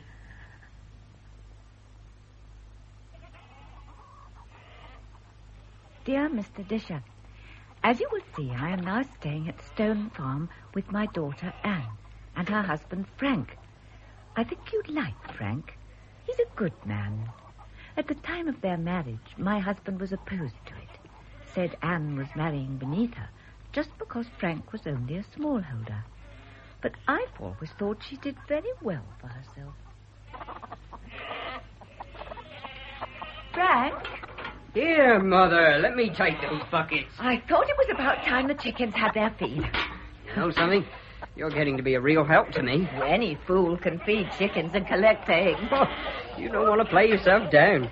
You got quite a way with those hens. Not everyone has it. People think fowls have no sense, but they need to be treated right, same as people. Old Harry puts them in a fluster every time he goes near the houses. That's because he's their executioner. Yeah, that's true. He really seems to enjoy the slaughter, too.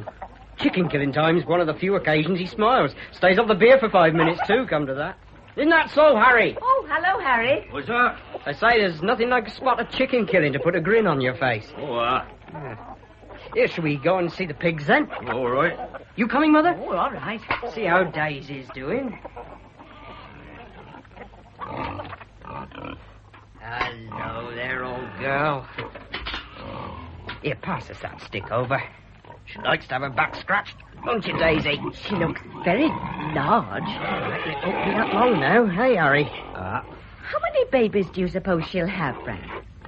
Could be anything up to a dozen. Grace. She's certainly a magnificent-looking sow. Yes. And she's going to have a fine litter for me, aren't you, Daisy? Lots of money there. Well, I'd better get back to the house, I suppose. Give Anne a hand with the supper. Right. Anne? Here. Budge over, Boxer. Oh, isn't it time we thought about supper? This is a load of tripe, Mother. What? This thriller you lent me. Do you really know the man who wrote it? Yes, I do. I can't imagine anyone actually sitting down and writing this kind of bilge. I think it's very good. It takes a lot of skill. I'm sure I wouldn't have any idea how to go about it, and I don't suppose you would either. I wouldn't try. I haven't sung that low yet. You wouldn't have the application either. Too right, I wouldn't. I'll put the kettle on. What had you thought of having for supper? Oh, hadn't really. Whatever's in the larder. Oh, there's still some cold meat left from yesterday. And I'll pick a lettuce and some tomatoes, shall I? The lettuces are beauties. Frank certainly has a way with vegetables. They're growing splendidly. Why shouldn't they? He puts them in the ground, they take root. Why shouldn't they grow? You don't know the half of it, Annie. You ought to come out with your mother sometime. Help do some of the things that make them grow. Don't keep on at me. I'm tired. My legs are aching. Well, you're not sickening for something, are you? Well, if you must know, I'm going to have a baby. Annie! Oh, Annie, you clever girl. Well, what's so damn clever about it? I think he's awful. No! Why, it's just lovely. Oh, don't start getting soppy, Frank. I don't want you mooning over me like you do over that bloody pig. Oh, God, I feel dreadful. Chuck over that package of fags, Mother. Do you really think you should smoke so heavily in your condition? Either that or become a nervous wreck. Where's Frank? Oh, need I ask? The animals have to be fed, dear. Lucky old Eva, eh? Sunning herself in Italy with that matinee idol of hers. He's only one of a party. Oh, yeah. And what about that new play she was on about? Did it die a natural death? Of course not. They just had to postpone it for a while. I'm glad Eva needs a holiday. Who doesn't? But a fat lot of chance I've got it. Frank? Oh, my God. Frank, what happened? My fingers. The chopping machine. Oh. You'd better ring the hospital.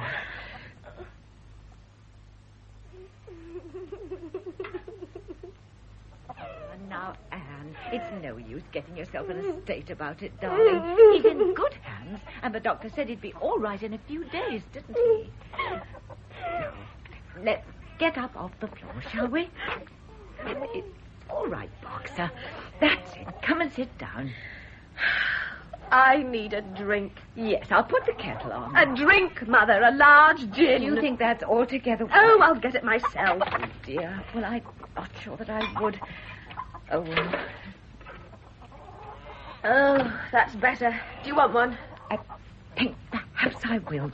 Just a tiny one. I must say I feel a bit shaky, too. Thank you. Oh, what a dreadful thing to happen. I'll never forget seeing Frank coming in that Don't, door. Please. You shall go to bed early, dear, and I'll give you some aspirin so you can get a good night's sleep. Not worry about Frank. I'm not worrying about him. Silly fool doing a thing like that. Anne. Well, good God, he's used that cutter hundreds of times.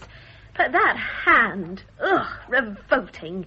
He could at least have covered it. Can you be so selfish? I'm not. Frank knows what the sight of blood does to me. He might have thought. But just coming in and standing there with... Oh, let's have another drink and think about something else. Now, we mustn't forget Thursday's the poultry man's day. The chickens will have to be killed and trussed. Still, that's something Harry enjoys, luckily. Perhaps he'll be a little more cooperative than he was today. Lady so-and-so. I must say he seemed to get even slower as the day went on. Mind you, I've an idea he was at the pub in the lunch hour. He's useless. Anyway, we managed between us somehow. Oh, I don't know when I felt so tired. Well, Frank had better be out of hospital soon, or he'll find his mother-in-law in with him. You've really pooped yourself today. I have, haven't I? Good of you.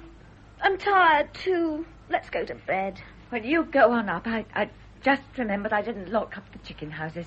Skip it tonight. Oh, I'd better not. I know Frank's always very particular about it. And if there'd been chicken thieves in the neighbourhood... Oh, yes, he'd have had a fit if he found his precious poultry gone. I certainly wouldn't like it to happen through my negligence. I won't be long. There. Good night, chickens.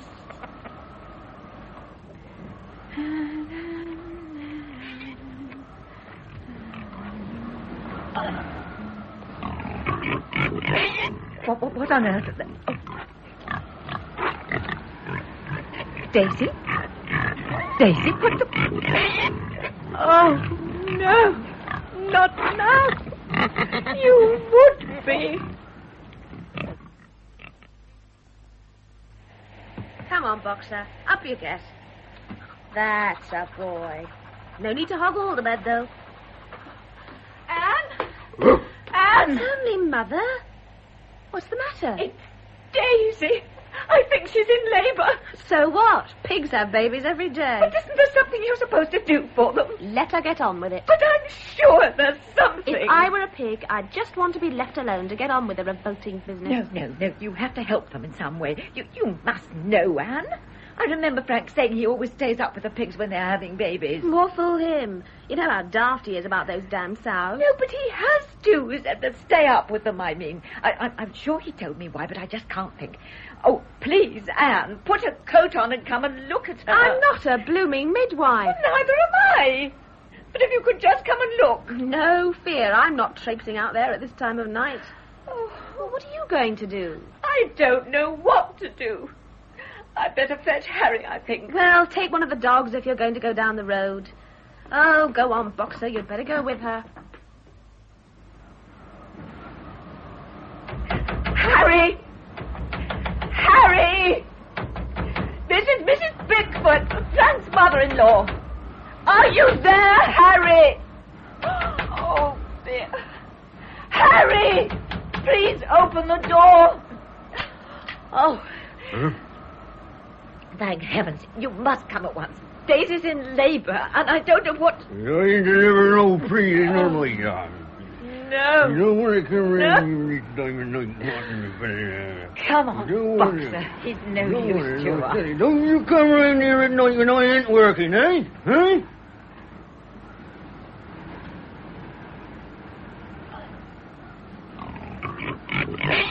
Here I am, Daisy. How are you? Oh, the poor little thing. You must have rolled on it.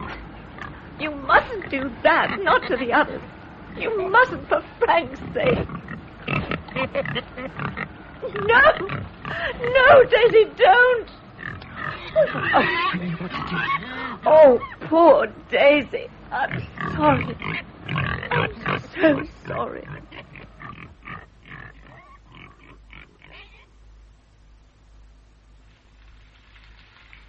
Don't get under my feet, boy. I'm trying to get the breakfast. Oh, fancy an egg, Mother? No use, Anne. I'm finished. Eh? I can't go on any longer. You're not still upset about those piglets, are you? We weren't to know about the farrowing pen. It's not that. It's the goats. What about them? They have to be milked. Harry's not here, and I don't know how to do it. I tried with one just now, and she nearly kicked me over. Is that all? Well, grief, I know how to milk goats. You do? Of course. I learned at that farm camp you used to send me to. Remember? I don't do it when Frank's here because he's so damn particular. He'd say I didn't do it right. There's a dishcloth. Mop your eyes and stop being so soppy. I'll milk the blasted animals until their insides drop out if they're not careful.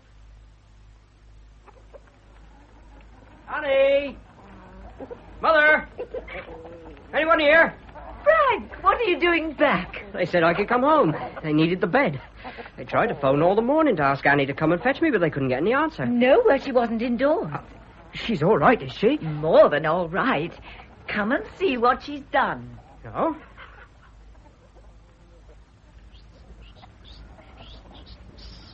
Annie? Look who's here, Annie. Hello, Annie, love. Oh, you're back, are you? Look, Frank, in the tin bath there. She killed them all herself. Annie! Isn't she marvellous? She's been working like a Trojan while you've been away. She's been absolutely splendid. Oh, Annie. Don't come near me in that suit, Frank. I'm filthy. Never mind that. You're a wonderful girl. I'm proud of you. You don't have to be. Good thing to get some of those damn birds out the way, if you ask me. Well, they'll need to be trussed before Barker's man arrives. Where's Harry, anyway? Drunk, of course. You might have known he'd be no use. Yeah, well, looks like you and Mother have done wonders. Annie, I shan't be able to do much with this hand for a while. Do you think you could possibly, if I show you how... For God's sake, Frank. I've been working myself to death ever since you mashed yourself up. I'm not doing any more. You'll have to get one of your village pals to help you. It was you who did most of the work, wasn't it, Mother? No, honestly, she did work hard after the first day. I don't know what made her, but she did. I don't know what's made her stop the minute you come home, either. Yeah, Anne's a funny girl. Well, anyway, I can't thank you enough for your share of the work. I enjoyed it. I don't often get a chance to be useful. Frank, there's something I've got to tell you. You won't like it. Oh, spill it, then. I can take anything after that hospital. Come with me, then. All right. I want to show you something. Over here, behind the manure heap. There. What's this? Been doing some digging? Yes. What you going to grow here, then? Pumpkins? Don't joke, please. Frank, it's Daisy's baby.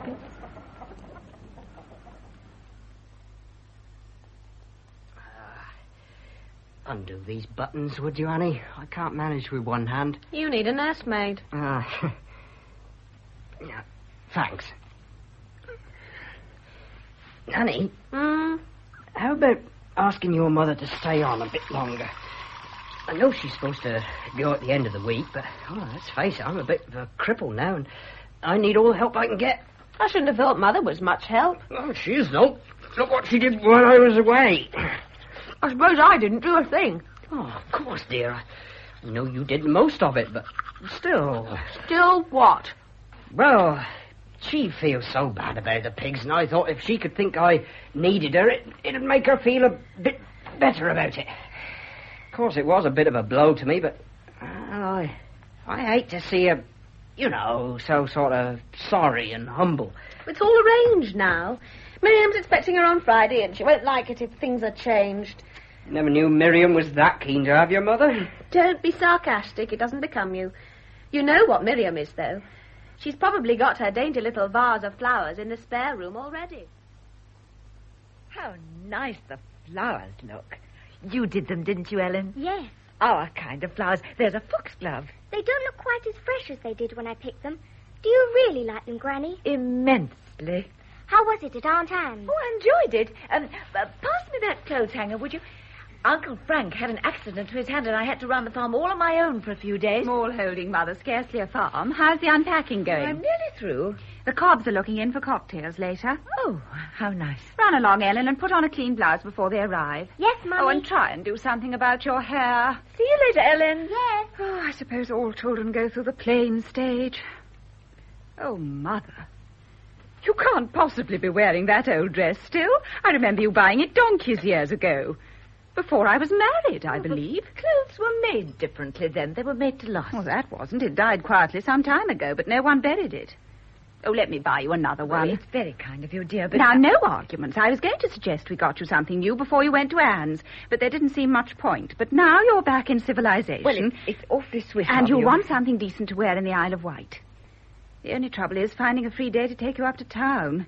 You know what it is at this time of the year. There's always something on in the village. Quite. I know how involved you are. Why don't you go up by train one day? Get a dress on my account somewhere. Oh, I couldn't do that. I wouldn't know what to spend. I don't want you spending your money on me anyway. Oh, Mother, a present's a present. Don't quibble about accepting it, and don't worry about the price. I can't help it. Well, just get something you like. Well, you could give me some sort of idea of what I should spend. Oh, very good. Well, up to £20, say. Good heavens, I wouldn't dream of spending all that. Well, don't go and get some frightful bargain thing anyway. No one over 40 should ever buy anything in a bargain basement. No, dear. Well, I think perhaps I'll go up to town next Saturday, then, if you won't be needing me here. Well, you're not a servant, Mother. You know you're welcome to come and go as you like. But why choose a day that'll only give you the morning to shop? Even if you get an early train, it won't leave you much time to look around. It won't take me long. I know what I like. Mother, you know you're a prime ditherer. All the same, I'd like to go on Saturday. Well, I can't think why, but have it your own way. Hello there. Hello, Mr. Disher. You're late. Better late than never. So they say, but I was afraid you wouldn't get here before I had to leave the department.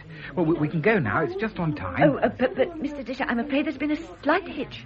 Hitch? It's Ellen, my granddaughter, the one I've mentioned. Well, the little girl who collects wildflowers. That's right. Well, she's with me now. Where? Over there, on the four-poster, looking like a dead crusader. Ah. She asked last night if she could come to London with me, and, well, the others are all off to a horse show, and I do apologise. Perhaps we could have lunch some other day. I'll be coming up again soon before I go to the Isle of Wight. I'm so sorry to upset our plan. But you haven't. I'm glad to have the little girl, too. Oh, no, I wouldn't dream of letting you... I'm glad to have her, I said. Well, Ellen, come and meet Mr. Disher. How do you do, Ellen? Hello.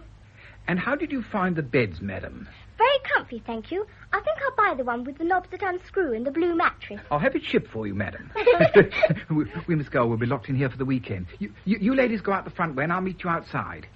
Where are we going? Well, I had thought to take you to a little restaurant I go to sometimes in Soho, but I think perhaps it'd be better if we found somewhere it'd be more fun for Ellen. Fountains, music, that sort of thing. See you down there. He's nice. I told you he was.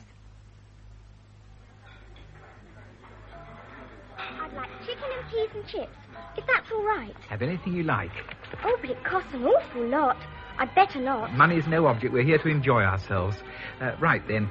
Granny? The young lady will have the chicken dear. with peas. Can I take my plate out? It hurts my mouth. And, You're not supposed to, are you? Oh, they'll just have for one today. steak. Oh, very well. Well done. done. This is a treat. Also with Pass it to me under the table. And, let me see. Yes, I'll better have the roast lamb with cabbage and boiled potatoes. Yes, Thank you. Boiled potatoes and cabbage? Ugh. Unfortunately, I can't always choose what I'd like to. I have to be very careful with my diet. What's wrong with you then, Mr. Disher? Why'd you have to be on a diet? Ellen. Oh, that's all right. It's something they call diabetes mellitus. Gosh, what's that? Well, it's all due to the pancreas, they say. Pancreas? That's the thing that lies under your stomach, like a fish under a stone. It's almost as good as Mrs. Match's operation, Granny. It was a super lunch, too, wasn't it? Super. He must be awfully rich. Oh, no, I don't think so. But look what we ate. And when the bill came, he didn't add it all up like Daddy does. Why don't you marry him? Don't be silly. People don't get married at my age. They do. Miss Porter in the village did. She married her childhood sweetheart as soon as his wife died. Marry him, Granny. You could be rich and have your own house instead of living in other people's spare rooms all the time. Here, use my comb. And I could come and stay with you both. I'd like that. Do your hair and stop daydreaming. Where are we going? Will he take us to the cinema, do you think? We'll see. Portobello Market. It's ages since I was here. What a very good idea. I thought it'd be something a bit out of the ordinary for Ellen. See that baby over there, Granny? It's wrapped up in the Union Jack. Oh, and look, there's a suit of armour. I love wandering round these stalls. I must buy some little thing for Miriam. But it's Jacobean, dear. You have to help me if I need to do any bargaining, though. I'm hopeless at that sort of thing. When you spot something, just you give me the nod. Oh, look, Ellen. There's a man with some monkeys. Oh, yes. Granny, look. Look what I bought. Oh, a Goodbye, old friend.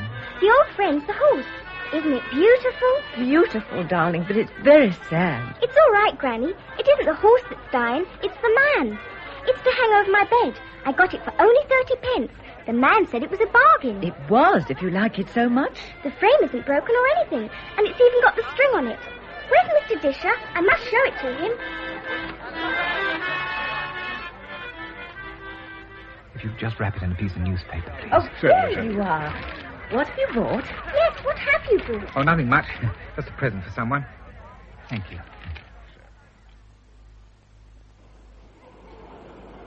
Oh, dear. After all that, we're early. The train doesn't go for ages yet. I'll go and get you an evening paper. Oh. Can I come too? I want to see if they've got any of your books.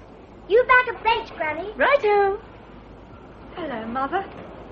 Eva. What a coincidence. Not really. I rang Miriam's and she told me what train you were catching back. I knew you'd be half an hour too early, so I thought I'd come and say hello. How sweet of you, darling. And how brown you are. Oh, it's fading already. Oh, you should have seen me when I first got back. I was mahogany. Well, let's go and have some tea. You've got ours yet. Where's Ellen? Over there by the bookstall. That fat man? Oh, I know him, don't I? It's your friend. The one I was so rude to about the tea party. They look rather like an elephant and sparrow together, don't they? They do, rather. You look tired, Eva. Oh, Mother, don't start. I'm not sleeping very well, as a matter of fact, but it'll pass. You know I get spells like this. You're not overworking. Anything but. Things are a bit slack at present. What about the play? Well, the boys are still messing about, rewriting the third act. How's David? Oh, he's fine. Sends you his regards. He likes you, you know. I like him, too.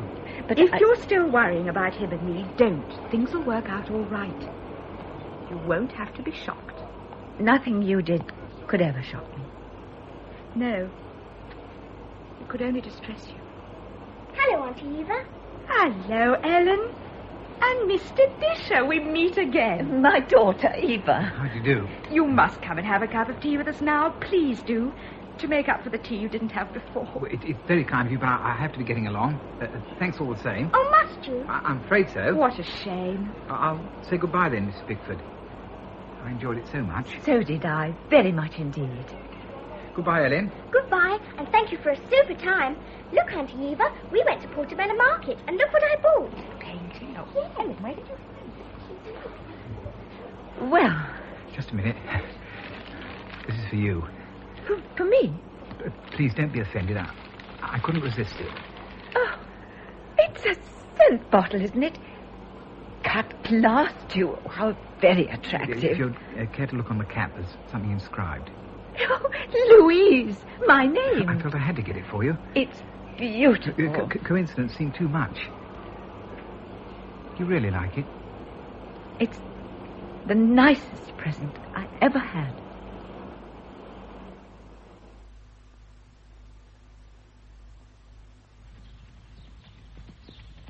Take that fence again, Simon. Yes, Daddy.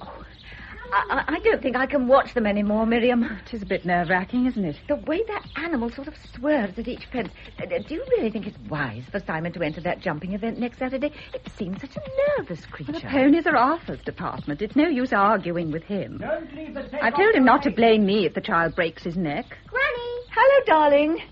Look what happened to Ellen that time. Well, Simon's a far better rider than she ever was. Granny, there's someone to see you. Want to see Granny? Yes, a lady. I put her in the drawing room. Did she give a name? Yes, but I've forgotten it. Oh, really, Ellen? It's probably one of your London friends, Mother. I can't think who. Well, I'd better go and see anyway. Did she have a suitcase with her, Ellen? No, why? I thought perhaps she might be selling something. She might have one in the car. She's got a super car. Oh. And she smells expensive, too. Oh, I've just remembered what her name was. Gower, like Auntie Eva's friend. What? You know that nice man she brought down for your birthday party that time? His name was Gower, wasn't it? David Gower. Yes, it was. Well, this is Mrs. Gower.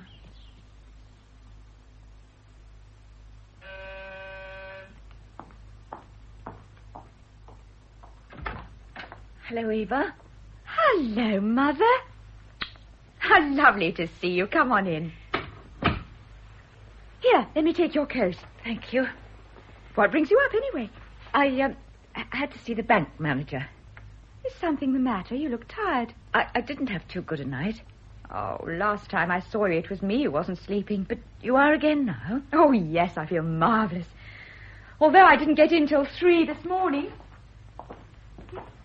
David and I had a really fabulous evening. We saw that new American musical and then went on to a very swish nightclub afterwards. It was just one of those good evenings when everything goes right, you know? Can you bear a mustard pickle sandwich, or shall I scramble you an egg or something? Well, I don't think I want anything, really. You haven't had lunch already, have you? No, I just... Eva, I want to talk to you. We are talking. Well, I'd rather you came and sat down. Okay, then. Well, talk away. I'm going to tell you something you won't like. Tell all. I can stand anything today. I feel great in spite of all the champagne last night. I saw David's wife yesterday.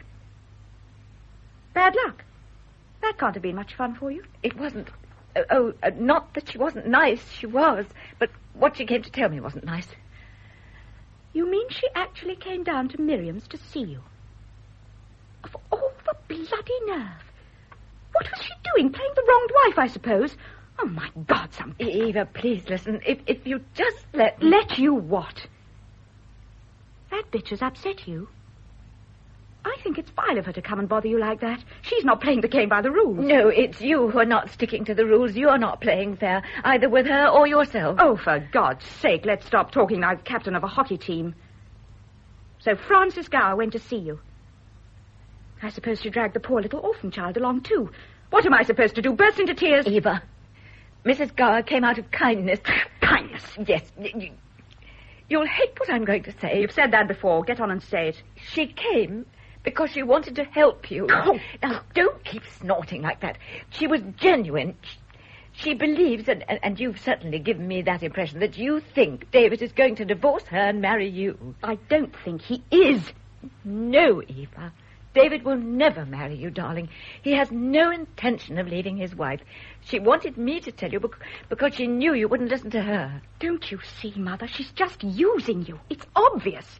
She'll just pull every trick she knows to try and keep him, just out of spite. How can I make you see it?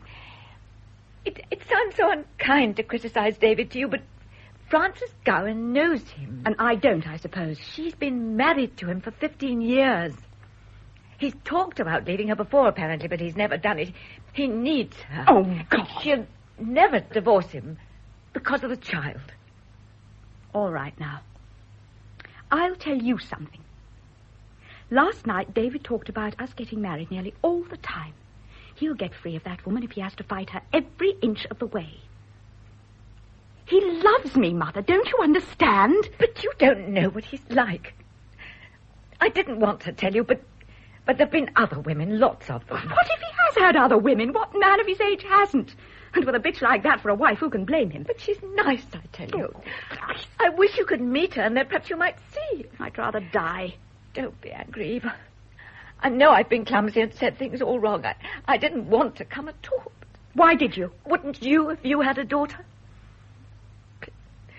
Please think it over. Even if you're too upset to see it straight now. I'm not upset because I don't believe you. You must believe me. I have to tell you one more thing. There's another reason he'll never leave her, but because of her money. She gives him money. When he took you out last night, it was probably her money he was spending. That's a lie! How dare you talk about David like that? Please go, Mother. I'm sorry, but I can't stand any more. Very well. I'll ring down to the porter. Ask him to get you a taxi. No. No. Don't bother. Goodbye, Eva. I hope you can be happy, darling.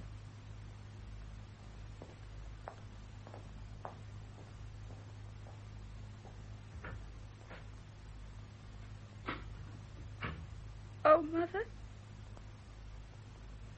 Oh, Mother, please help me.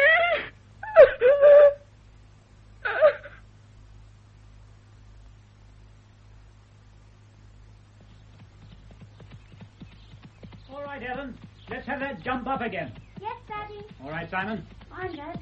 Hurry up. We haven't got all night. He looks just like a ringmaster in the middle of the field there. He does, rather. Don't let him keep running out, Simon. Miriam, the light isn't at all good. Don't you know. tell me. Of all the damn silly times to insist on a last practice. What the devil are you doing, Simon? Keep his head straight. I can't, Daddy. I don't think he wants to jump tonight. He can't see. Of course he can't. It's not what he wants, it's what you want. You'll never ride him if you don't remember that. Little devil, now get on and behave yourself. Oh, dear, I do wish he wouldn't be so violent. I hope it's safe. I always feel things would go much better if Arthur didn't make so much noise. Now try it again. Take him round as if you meant it. Missy! Missy! Not so fast. Pull him up. I said pull him up. Oh, my goodness! Oh, it's all right. He jumped off. Get hold of that pony before he treads on his reins. Get out of the way, Ellen. Simon, don't just stand there. Catch hold of that pony and get back on I it. wish he wouldn't make him. I'm sure he doesn't want to. Mount, I said. Get on him and make him do it properly. Come on now. Oh, Daddy, please! Please! Ellen, what the... Please don't make him. He's nervous. Can't you see he's nervous? Don't be so stupid. We're not all as feeble as you. No, we're not. That's better, Simon. Now, off we go again. Don't put up with any more nonsense. Daddy! He hasn't got his foot in the stroke. Oh, stop him! Stop him! Look out, you stupid little... Now look what you've done. Now up you get, Simon. No, I don't want to go back. He's hurt. No, Mother, he's just frightened. I can tell by the way he's crying. Don't go to him. You'll only make Arthur worse. Get away, do you hear, Ellen, stupid little idiot. Get indoors and we'll maybe see you again. You've done enough damage for one evening. Get away, I said. Simon doesn't want you hanging around any more than I do. Well, I'm going to her anyway. It's too bad of Arthur. She was only trying to help. I know. Don't understand it. Why is he always so hard on her? Because she's not his child. Now stop that, Simon, old chap. You're not a baby. Mommy! Arthur, I think that's quite enough. Not... Oh, my poor Ellen. Dear Mr. Disher, thank you for your letter. You're right. Time does hang a bit heavily at the hotel. I've long since read all the readable books left behind by the summer guests, and just lately it's been too cold to go for many walks. In answer to your question, I shall be returning to Miriam's for a few days over the Christmas holiday, and shall therefore be in London on Christmas Eve. Perhaps we could have an afternoon together then. Ready for another cup of tea? I'll pour it, shall I? A woman pouring tea. What is there about it that looks so right? It always looks so silly when a man does it. Another cup for you? No, thank you. Do you think they'd take me on at your shop, Mr. Disher? Do I think what? That I could work in Abercrombie's like you, or not in beds, of course, that takes experience, but the kind of things on the ground floor that women sell. No. Oh, no, that wouldn't do at all. Why not? I feel I ought to try and find a job. I'm so useless. No, please, it wouldn't be right. You shouldn't work. You mean I'm too old? Well, I'm no older than you, and look at you. Yes, look at me. Now, you know I don't mean that. I mean, well, you're a lady. Good heavens, I'm not. And even if I were, what difference would it make? It wouldn't do. Well, it's either that or going on as I have been, and even that may not be possible much longer. My friend Sybil may be giving up the hotel and ride soon. It's not really paying, and she's not as young as she was. She hasn't discussed it with her husband yet, but it's her hotel. Anyway, if that does happen, I couldn't impose on the girls more than I already do. A job of sorts is the only answer, if I can get one. Couldn't you ask someone at Abercrombie's to give me an interview at least? No, I'm afraid not. Well, it was only a thought. I want to ask you something. Yes. May I call you by your first name? Well, of course. I can't think why you haven't done it ages ago. Shall I call you Gordon? Oh, if you like. I do like. But, of course, when I work in your shop, I shall revert to Mr. Disher. Please, don't let's talk about that any more. Louise. Oh, what? I was just trying it out.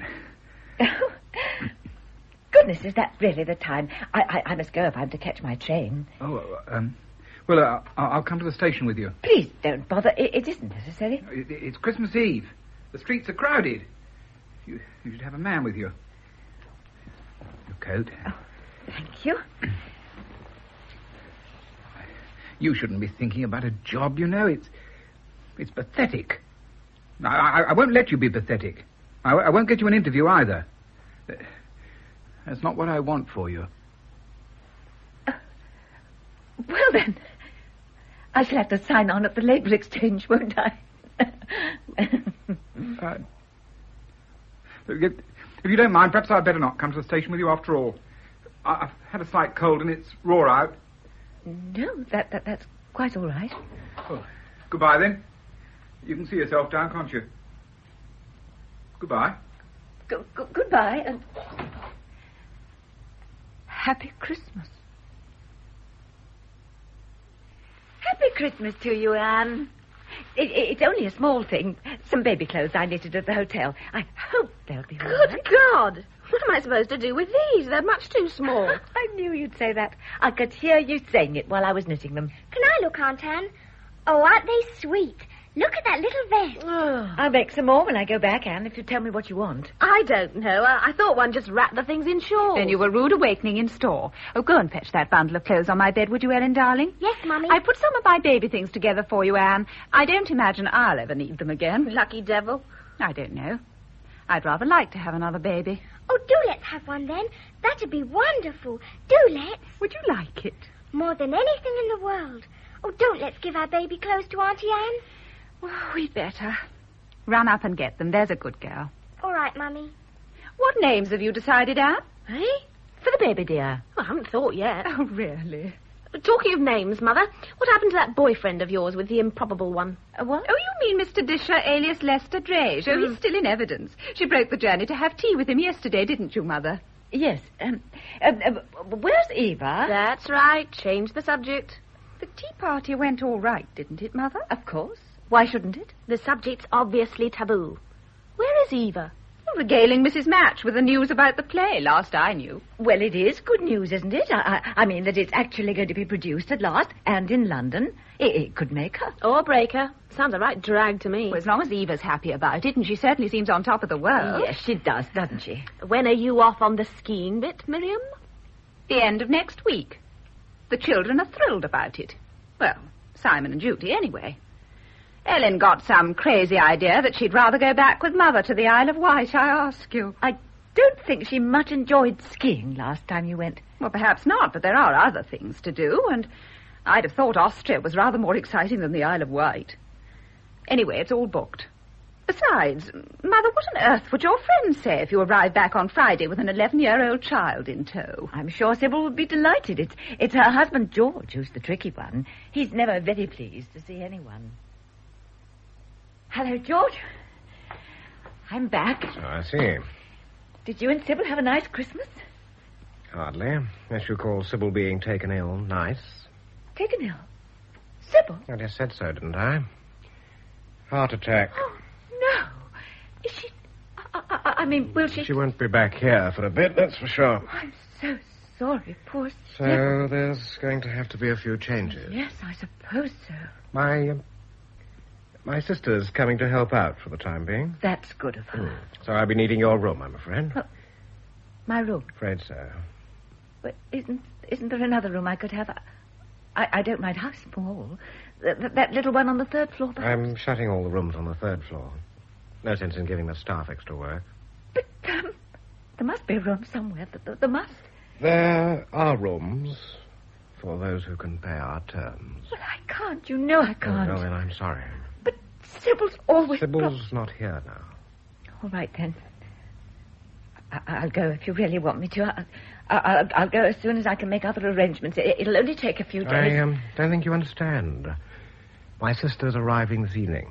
But you surely don't expect Your me to... fare will be refunded, naturally. If you go at once, you'll catch the afternoon boat back. But you can't throw me out at a moment like that. It'll be evening before I get to London. Where will I go? I thought you had 3 loving daughters. Very well, I'll go. As a matter of fact, I shall be thankful to get away. I don't think I could stand this place without Sybil.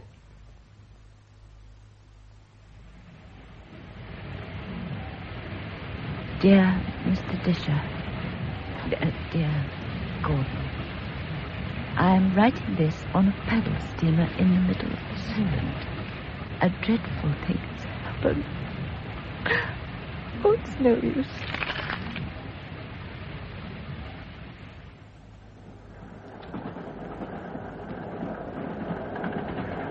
Dear Gordon, I'm afraid when we met on Christmas Eve, I must have upset you in some way. I'm sorry. I wouldn't have for the world. I'm writing this on a train back to London. You will be surprised to hear that Why should he care?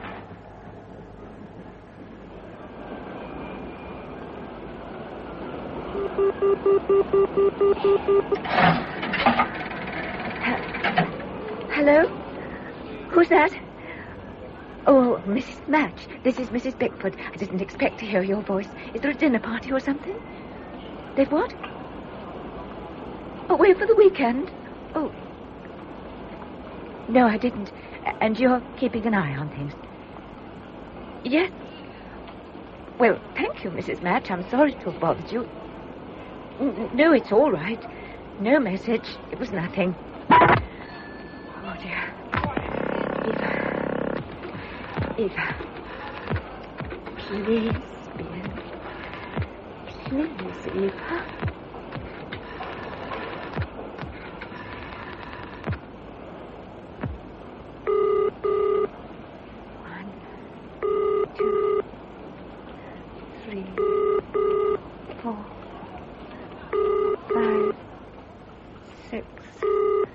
Seven, 8, 9, 10. I'll just have to ring Anne.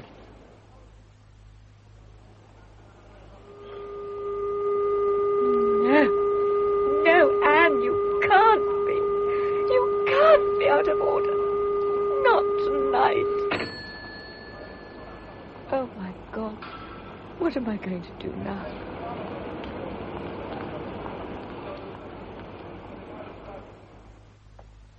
Looking for someone, dear? Yes, Mr. Disher. The front door wasn't latched. I know you are. You're the lady who comes to tea with him sometimes, aren't you? That's right. I'm Mrs. Dill, ground floor back. Don't you know what's happened then? No, what? Well, he was taken to the hospital, poor soul. What do they call it? A coma, that's it. Oh, no. Mrs. Flack found him on Christmas Eve. Christmas Eve? But I was here to tea that day. He seemed all right. No doubt he was at the time. But later, I dare say he got to thinking about it being the festive season and him having no one to share it with. I had asked him down to share our Christmas dinner, but he said he wouldn't impose. Always the gentleman Mr. Disher was. Was? You don't mean... He's not dead, is he? Oh, it deserves to be, Mrs. Bagg says. Knowing as he did, he should never touch a drop in his condition. But I don't understand. He never drinks anything. Well, he did that night. They found the bottle. Have you a telephone? I'd like to ring the hospital and find out how he is. I just did, dear. Fairly comfortable, that's all they'll say. And he's not allowed visitors. Would you like a cup of tea? You look quite upset. No, thank you. If you could just give me the name of his ward and so on, so I can write. Certainly. Thank you. And then I must be on my way. Far to go, have you? I hope not. It's nasty out, isn't it?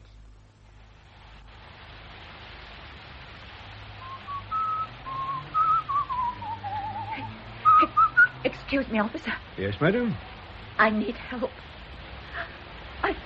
I've nowhere to go and no money, and I don't know what to do. You'd better let me take you along to the station. Oh, no, I'm not a vagrant or anything.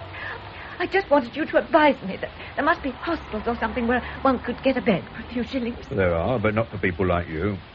Just come along with me and we'll see if we can find someone of your family to come and fetch you. You think I'm drunk or something, don't you? Well, I'm not. I'm just in a bit of a fix. Supposing you tell me about it while we walk along, eh? This daughter of yours that has the flat in Kensington. Eva, yes. If it's a block of flats, there's a night porter there, surely. He'll have a master key. He'll let you into your daughter's flat if he knows you. Oh, he knows me all right.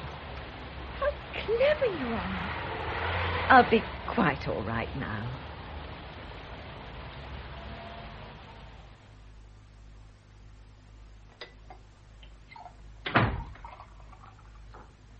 Eva? Don't die of fright, darling. It's me, Mother. Mother, what are you doing here? Well, it's look at you. You're drenched. Whatever's the matter? Nothing. Where have you been? Just walking. In this weather? Without a coat? You must be mad. Who were you with? Nobody. I went out by myself. I wanted air. Darling, something's the matter. Don't put on that shut-in face. Tell me, please. I won't say anything silly. I won't say anything at all if you don't want me to. Well, I lost the part. You mean the play isn't going on after all? Oh, the play's going on all right. I'm not. They've chucked me out, given the part to someone else. Oh, darling. I know you'd set your heart on this play, but there'll be other chances for you. I know there will. You're so clever and attractive, you'll get something much better. I'm going away. I'm joining a small rep company up north. It's a dud one, but I must get away. There's something else, isn't there? Yes. Oh, I don't even care much about the play now. David has gone back to his wife. I shan't be seeing him anymore. Well, aren't you going to say I told you so? When you were a child, I always thought you'd be the happiest one. So did I. It got away from me. A job, Mother? Yes, I don't want you girls to have to worry about me. But what could you possibly do? I'll find something. I might work in a shop. Oh, Mother, really? What would people think? Anyway, I doubt you'd manage to get a job at your age, much less hold it down. Why shouldn't I? I'm not such a fool as you think. Now, don't let's quarrel, Mother. We're only trying to do what's best for you.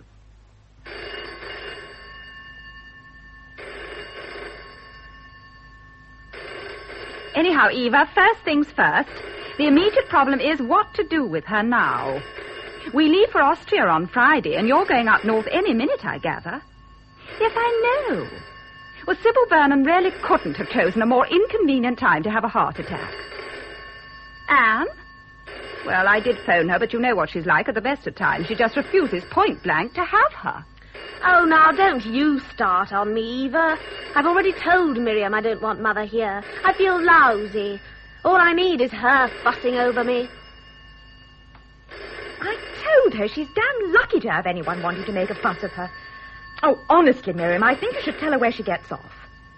Listen, Anne, I don't care how you feel. You've just got to have Mother while we're in Austria. Otherwise, she'll have to go to a hotel, and you know who'd have to pay. Why should Arthur have to fork out because you're so selfish? Hello? Is that you, Frank? Yes, it is. Is Anne there? No, don't disturb her if she's lying down. Just tell her I called to say I shan't be coming to stay with you. I'll be making other arrangements. It's good of you to say so, but don't pretend. I know Anne doesn't want to be bothered with me now, and I don't blame her. I know what it gets like towards the end. I don't know where I'm going yet, but I'll think of something. I just can't be dependent on the girls any longer. It isn't fair on them, and it isn't very easy for me either. I can't. Oh, Frank, I don't know what to do. Miriam says I can stay here when they get back, but they don't want me, and I don't want to come. I just can't go on like this for the rest of my life, always packing and unpacking. Don't think I'm ungrateful. The girls have been wonderful, but I hate it. I hate it. Mother, it's Frank again. Listen, I've had an idea. Not much of a one, so jump down my throat if you want to. There's a chap near here. I talked to him the other day, and he mentioned this. Said anyone could have it, cheap. Well, no, it isn't exactly a house. It's, Oh, no, you couldn't. Let's forget it. Well, to tell you the truth, it's a caravan. Oh, but a caravan, Arthur. It's most unsuitable. Unsuitable or not, it's solved our problem. No one's had any better ideas. Oh, I suppose you're right. But it does seem an extraordinary way for Mother to want to live. As long as it gets her off our back. And it'll be somewhere for Ellen to go in the holidays. Yes. It'd just suit you to be rid of her too, wouldn't it? Now, did I say that? No, you never actually say anything, do you? That's what made it such hell. Well, good God, would you rather I'd brought it up against you continually? Perhaps you'd sooner I'd turned you out at the time, instead of covering up, preventing a scandal. Oh, I don't know. It's all so long ago. I forget what I felt like then. I crawled to you, didn't I? Begged you to understand. Oh, as if you could. Oh, shut up about it, for heaven's sake. Poor Ellen. Poor Ellen? Good God, the child's had everything the others have had. Except love. Mother's the only one who's given her that. Then think how happy they'll be together in her damn caravan. Granny, it's heaven. Not quite. Oh, but it is. It's even nicer than I imagined it. Well, it looks much better since Uncle Frank gave it a lick of paint. Careful of the oil heat, Ellen. Is this my bunk, the top one? Yes. Super. Well, you'd better stay up there while I try and unpack your things. There's not really room for us, as well as 2 suitcases. You've even got that nice big tree up there for shelter. It doesn't always seem so nice. You should hear it creak at night sometimes. You've certainly bought enough clothes. I said just jeans would do, but you know Mummy. Oh, I'm so glad they let me come. So am I. I suppose it must get a bit lonely for you sometimes. Sometimes. Uncle Frank looks in on me now and then, but he's very busy, of course, and Auntie Anne, well, she's got the baby to think of now. I'd sort of imagined the caravan was nearer the farm, really, so you could see their lights at night. Still, it's somewhere of your own, isn't it? Better than before. Much. Oh, I see you brought this with you. Goodbye, old friend. I thought you'd let me hang it up. Can I, Granny? At the side of the bunk there. Your walls won't crumble, will they? Granny? I'm sorry, darling. I was just thinking. About Mr. Disher? Yeah. Why didn't you ask him down here for the weekend? He'd never get behind the table, but he could have the camp stool on the other side. And where would he sleep? Anyway, he could come, I don't suppose. Is he still ill, then? I don't know. I thought you were going to write to him in hospital. Ask if you could visit him. I did, twice, but there was no answer. He may have died like the man in the picture. Oh, Ellen, what a way to talk. Can I put it up? Goodbye, old friend. Yes, of course. We'll ask Uncle Frank for a nail later. I wish I could stay here forever and ever. Still, I'll be here for my birthday. I know. Why don't we have a party here with a cake and everything and invite Uncle Frank and Auntie Anne and the baby? Can we, Granny? I don't see why not. Oh, now don't start that again. I'm only lighting a cigarette. Shall I take her, Auntie Anne? Oh, hello, Ellen. Would you? She's lovely, isn't she? I think she's revolting. She's beautiful. You're as bad as Frank and Mother, soppy things. You are bringing her to my birthday party tomorrow, aren't you? We're making decorations for the caravan and everything. Has Mother made the famous cake yet? No, that's why I came up. She can't. The beastly stove has conked out again. It's run out of gas. No, it's the same thing that always happens. Uncle Frank's the only one who can fix it. Is he around? No, he's away. Uncle Frank is? Well, just for the night. His brother's ill. He'll be back tomorrow. But that'll be too late. Granny'll never get the cake made in time for tea. You know how long it takes her. Relax, love. It isn't the end of the world. Harry's fooling about in the yard. Why don't you get him to look at it? We did. All he did was to tear one of the burners loose. He lent us an awful rusty thing to cook our lunch on. Not that old Primus with a broken leg. Yes. You'll blow yourselves up with that. It'll have to do till Uncle Frank gets home. You will tell him tomorrow, won't you, Aunt Anne? As soon as he gets back. Yes, I'll tell him.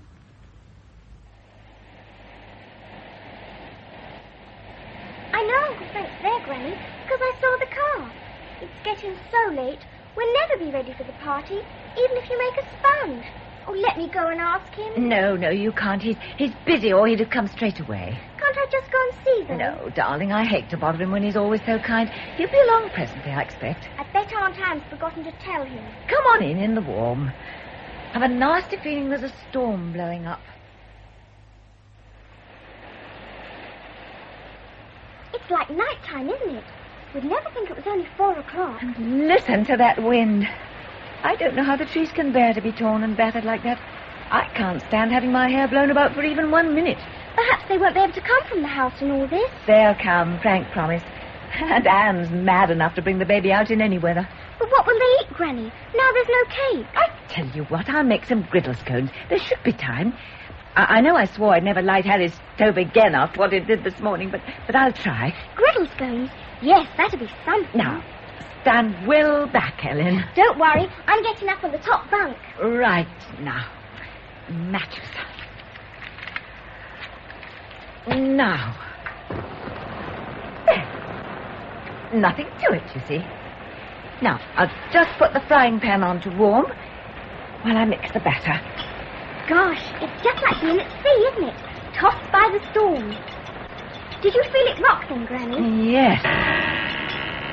Now. Eternal Father, strong to save. Can I spoon out the batter without... Oh, damn. You know, I don't think this was such a good idea after all. Oh, my God. Ellen, what's the problem? The light! Get out, quick! Ellen! You all right, Ellen? I'm coming!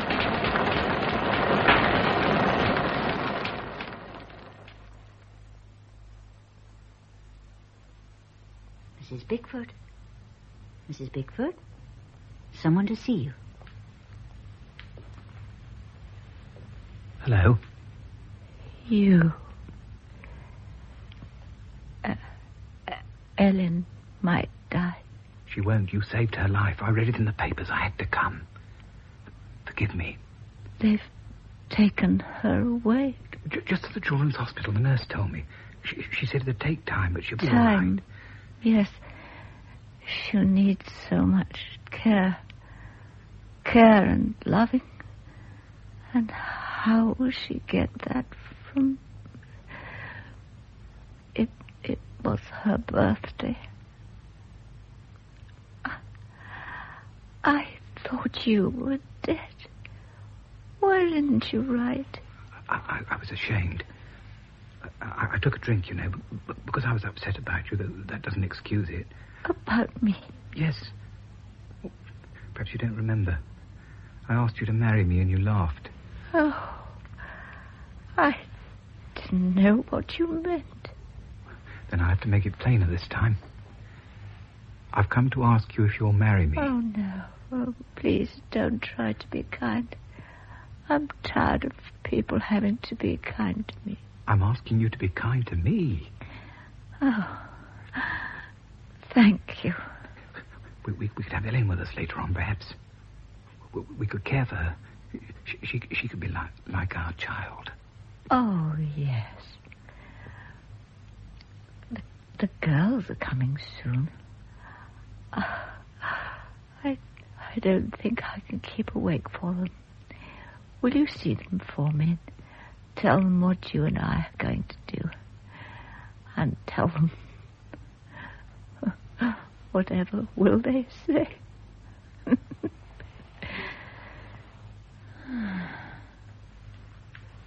Asleep now, is she? Yes.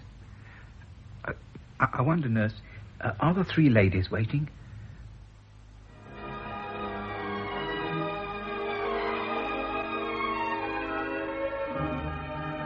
In The Winds of Heaven by Monica Dickens, adapted for radio by Job Hyam, the part of Louise was played by Joan Matheson and Gordon Disher by Richard Pearson. Miriam, Angela Thorne, Eva, Valerie Saruf, Anne, Barry Shaw. Frank, Brian Hewlett, Arthur, Martin Friend, David, Neville Jason, Ellen, Jill Riddick, Simon, Cordelia Mansell, Harry, Edward Kelsey, George Vernon, William Edel, Mrs. Dill, Catherine Parr. The play was produced by Jane Graham.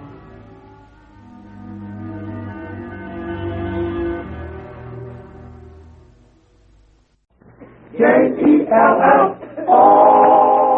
The Jell-O program starring Jack Benny with Mary Livingston and Phil Harris and his orchestra. The orchestra opens the program with All's Fair in Love and War from the Gold Diggers of 1937.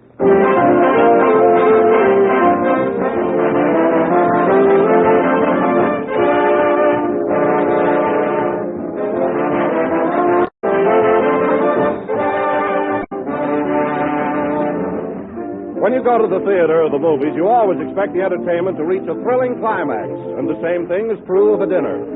So if you want your dinner to wind up on a really exciting note, by all means serve Jell-O for dessert. A gay, colorful mold of it in any of Jell-O's 6 delicious flavors. Jell-O is truly delicious and full of the refreshing flavor of fresh white fruit. Jell-O always brings a touch of color and joy to the end of any meal. So order genuine Jell-O from your grocer tomorrow, and you'll be sure of that extra-rich fruit flavor, which makes Jell-O the most popular gelatin dessert in the world. But accept no substitute. Get the real thing, genuine Jell-O.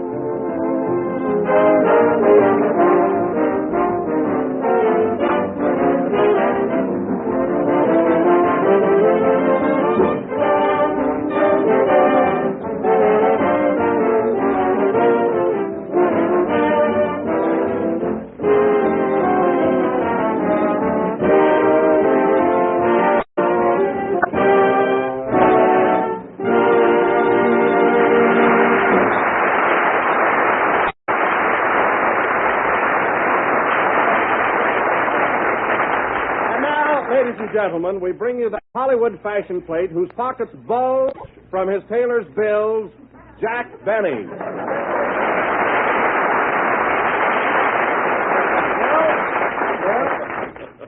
Hello again. This is Jack Benny, your Beau Brummel speaking. Now listen, Don, this new spring suit of mine is paid for. And you'll have to admit that I do look pretty nifty, don't I? At the risk of losing my job, no. Now, wait a minute. It's a pretty swell suit. I've been looking in the mirror all afternoon, and we ought to know.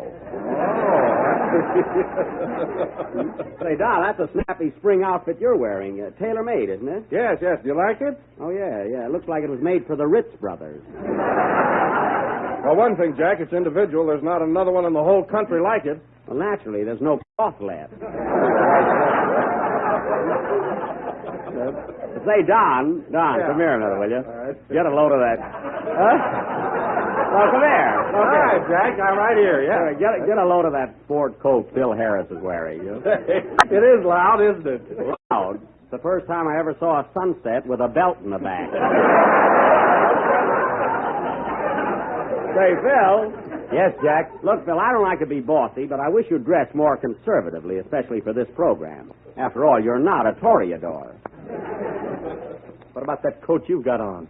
Well, what's the matter with it? Well, it looks like your tailor took a crazy quilt and put buttons on it. Oh, yeah? Well, I like this coat, and I bought it. Well, if you ever get tired of it, you can grind it up into chili. Oh, still trying to get your watch back, eh?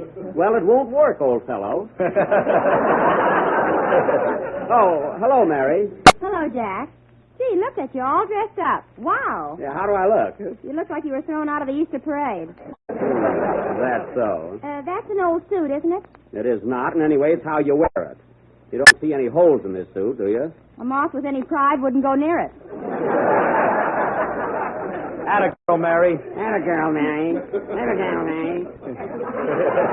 Now, listen, fellas, you can kid all you want to, but if you want to know the truth, I'm considered the best-dressed man in Hollywood. Ha, ha, ha. Who was that? Adolph Montague. Oh.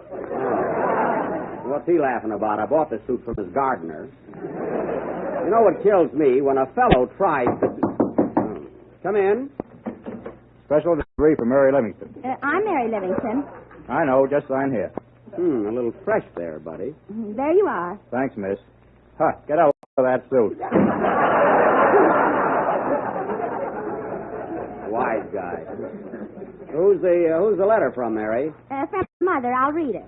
Oh, your mother again. Why doesn't she get her own program?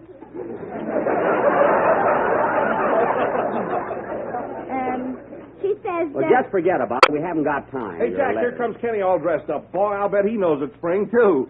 I'll give you 2 to 1 he don't. Well, look at him, all dolled up in sport clothes. Hello, Kenny. Ain't I something? Yes, but I can't put my finger on it. Where'd you get that outfit, Kenny? Oh, from a little tailor around my neighborhood. Pretty coat, isn't it? Oh, it looks more like a vest to me. Did those sleeves fall off again? Turn around there. Let me look at you, Kenny. Nice material. But look, isn't that coat awfully long? Well, the pants aren't finished yet. Oh. Don't let him kid you, Kenny. You look all right. Those are new shoes you got on, too, aren't they? Yeah, but they hurt like the dickens. Well, they'll stretch. Say, do you think they'd feel better if I took the shoe trees out?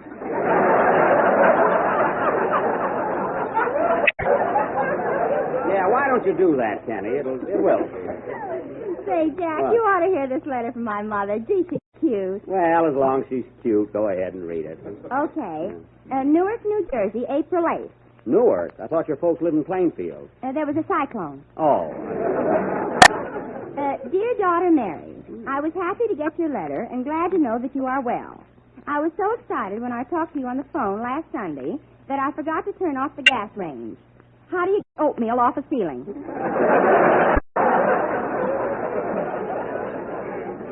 Tell her to stand on her head when she mops the floor. We had a lovely Easter, except for one thing. Your brother Hillard mixed the egg dyes in your father's derby. And when your father put his hat on, was his face red? Also blue, green, and yellow. Nice family you've got there. But everything turned out all right as he went to a masquerade that night dressed as a rainbow. Well, that was quick thinking. Yowza. We had a lot of fun on April Fool's Day, too. Everybody was here for dinner, and we showed your Uncle Herman's knife and fork to the tablecloth. Well, that must have been funny. It would have been some joke if Uncle Herman didn't eat with his hands. That's fine. Doesn't he ever use his knife and fork? Only to comb his hair. Oh. The dinner was strictly formal. Everybody kept their shoes on. I hate those ritzy affairs. Right in the middle of the meal, a funny thing happened. The cat jumped on the table and knocked over Papa's bottle of gin. Papa got so mad he gave the cat a milky fin. Milky fin? Isn't that awful? Did I tell you that your grandpa came to visit us last week, and he acts the same as ever? Oh. Last night we caught him sharpening his beard so he could use it for a shoehorn. Now, you find out if he sleeps with a shoehorn over the quilt or under the quilt. No other news except that your cousin Rita and her husband aren't getting along. They're always fighting. That's too bad. This morning they borrowed our axe to make in beds.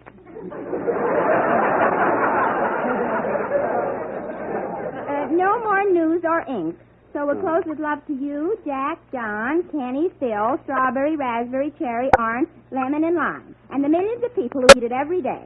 Yours truly, Mrs. Livingston. Well, I'm glad that's over. Oh, here's some more, Jack. P.S. There was another cyclone, and we're back home. Well, there's only one thing that can top that. Sing, Kenny.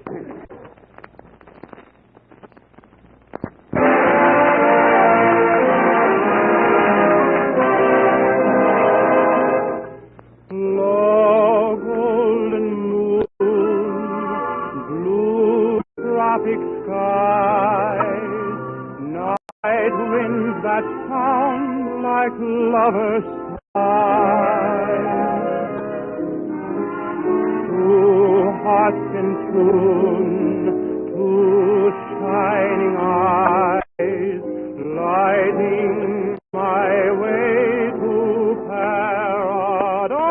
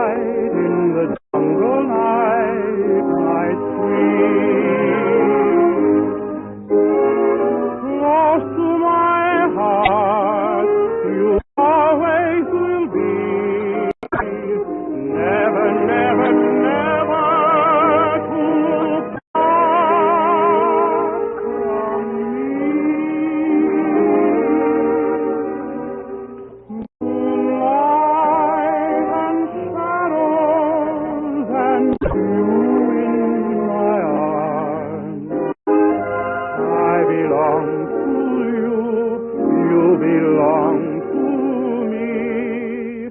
My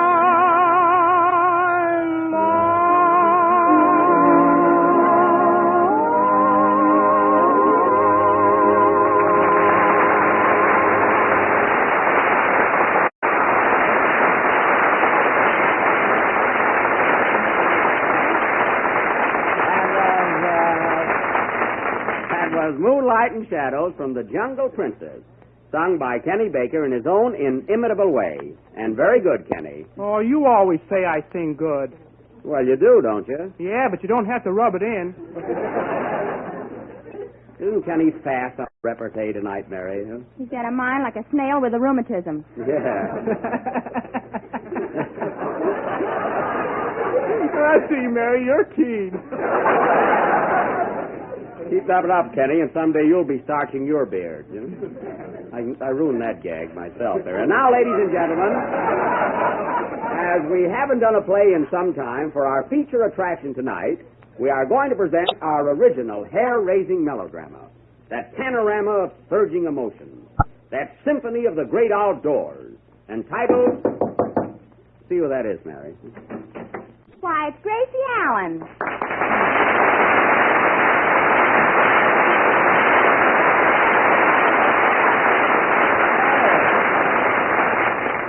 Hello, Gracie. Well, Jack, Benny, of all people, what are you doing here?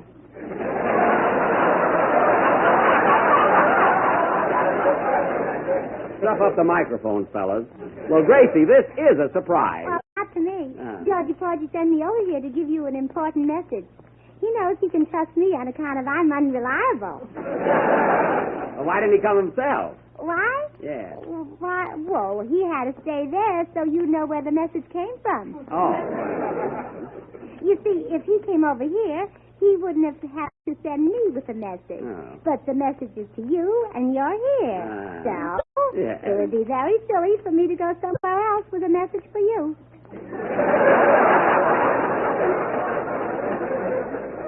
Or would it? Well, I think that... Oh, hello, Mary. Did you have a good time in New York? Gee, what a cute hat. Do you like it? Oh, it's beautiful and so original. Just like mine. I must have made it yourself. They are alike, only mine's got something under it. Well, mine is just plain. I like simple things. Have you seen George? No, Grace. What's the message he sent to me? The message? Yeah. The Jack, message. do you think that about him... Oh, well, here's Georgie Porgy now. Give me a kiss. Hey, wait a minute. Gracie, that's Don Wilson. Oh, it is not. Don Wilson is a box of Jell-O. Don Wilson is our announcer, and anyway, he's twice as big as George. Well, who cares? I'm not going to lift him. Oh, and Jack, who's this cute little boy? That's Kenny Baker, our tenor. Say hello, Kenny. Hello. Gee, you're cute. I'll bet you're smart, too. Am I? I got a mind like a snail with a rheumatism. Oh, snails with rheumatism. Oh, that must be delicious. See what you started, Mary? How can a snail get rheumatism? Sleeping in a shell with the window open. I don't get it. That we know. Now, look, Gracie, we have a program to do. Have you thought of the message yet? What message? The message George sent. Oh, you can give it to me later. Now, look, you told me that... I give up. Look, Gracie, it doesn't have anything to do with your starting a new program on the air tomorrow night, does it? No, this is something important. Well, isn't that important? You and George are going on the air for Grape Nuts. We get money.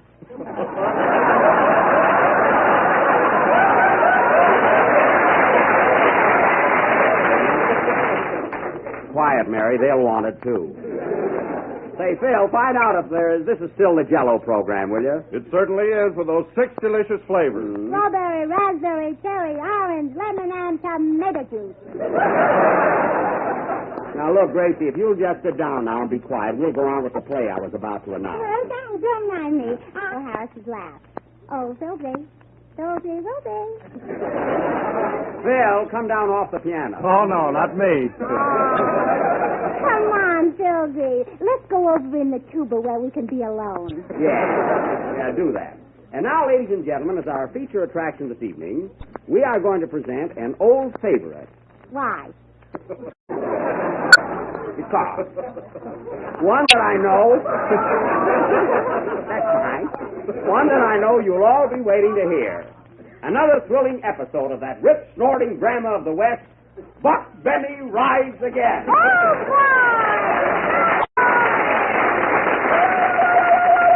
Gracie.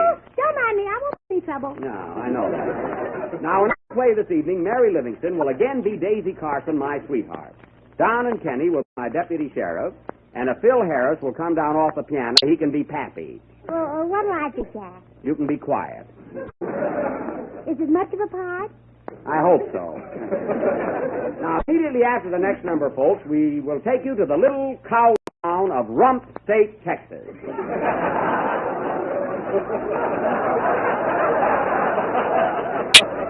Where we find...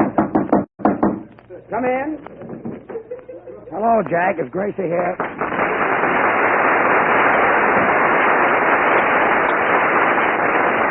Yes, George, Gracie is here, and I wish you'd keep her in your own yard. Well, I sent her over here to give you some tickets for our broadcast tomorrow night. Where is she? Well, here I am, Georgie Porgy. Put me down, Phil. Look, Gracie, what did you do with those tickets I gave you to give Jack? Well, I put them in your pocket. Well, then it's lucky I came. Oh, so that's the message you had for me, Gracie. Well, yeah. Why didn't you think of it before? I don't know. I must be slipping. Well, it's time you woke up.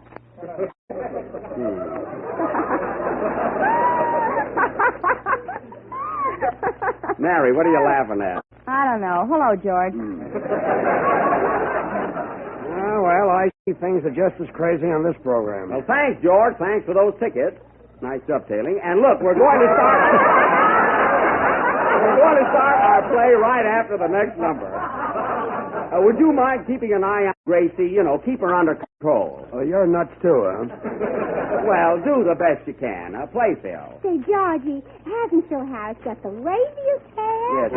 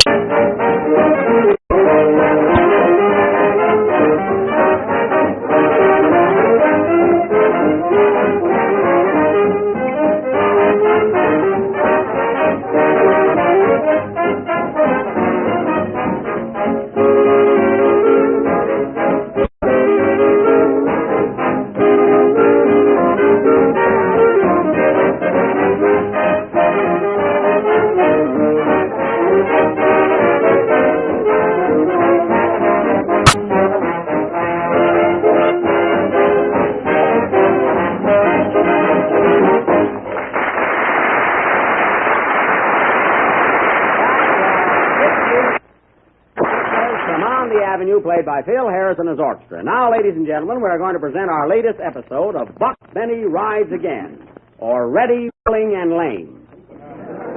The scene is the office of the sheriff of Cactus County. Gracie, put that drum back in the orchestra. Oh, is the drummer too? Yes.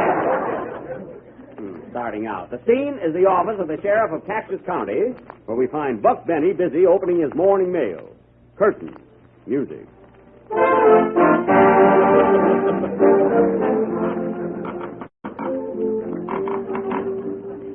Doggone these wooden envelopes.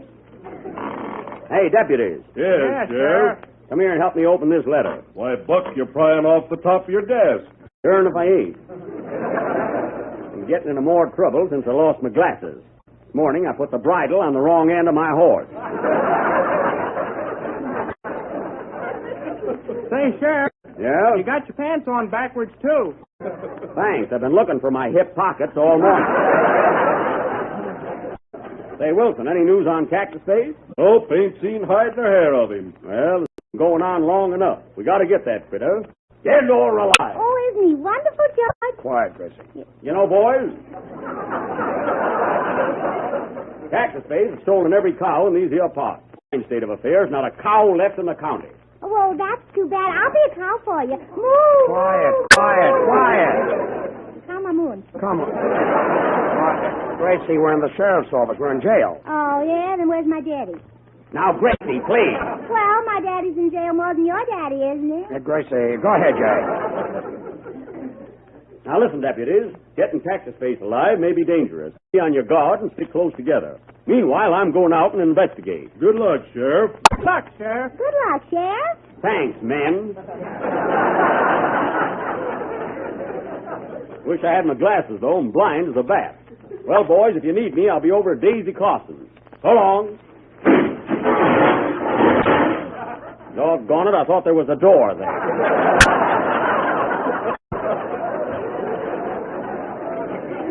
There is now. Well, a little ventilation won't hurt none.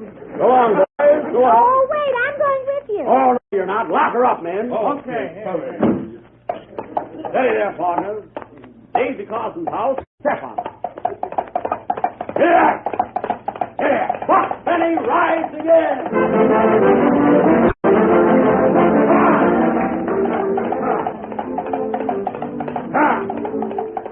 Whoa, partner, whoa!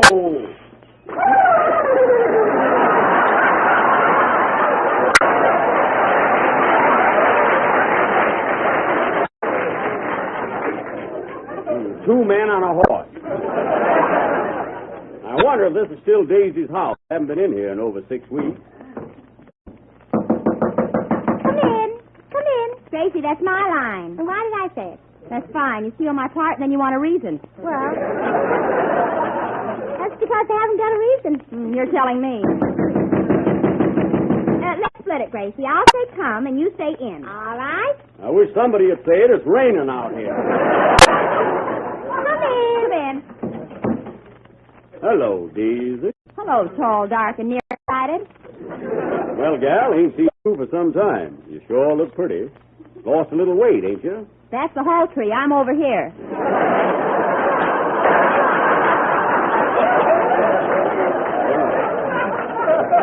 Well, Daisy, it's spring.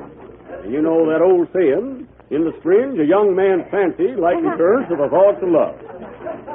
So I'm going to ask you once more to marry me. Will you, gal? What did I say last time, Buck? You said no. Well, add positively. Gal, when you say that, you're a tearing at my heartstrings. I know I ain't much. And I ain't good at pants in the world. Like them now city fellas.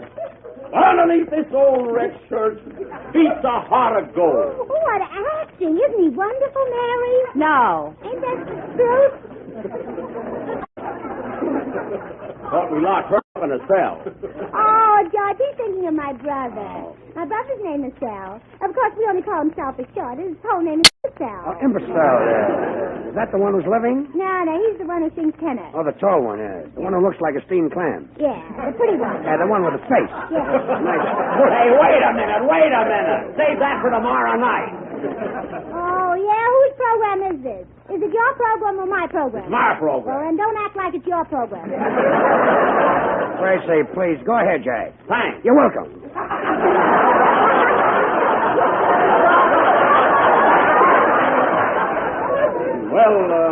Well, deputies. Well, Daisy.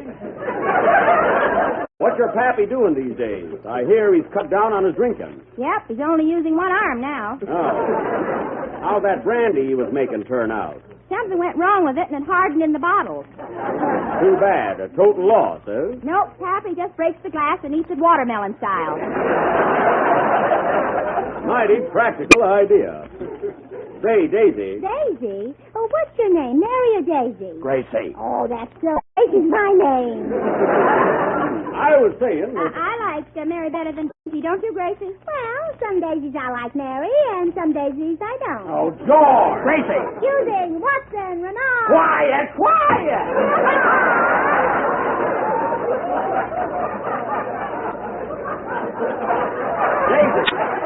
Daisy, where's your pappy? He was papering the room here this morning. That's the last I saw of him. Doc, that is new wallpaper, isn't it? But wait a minute, what's that big lump on the north wall? Here comes Pappy now.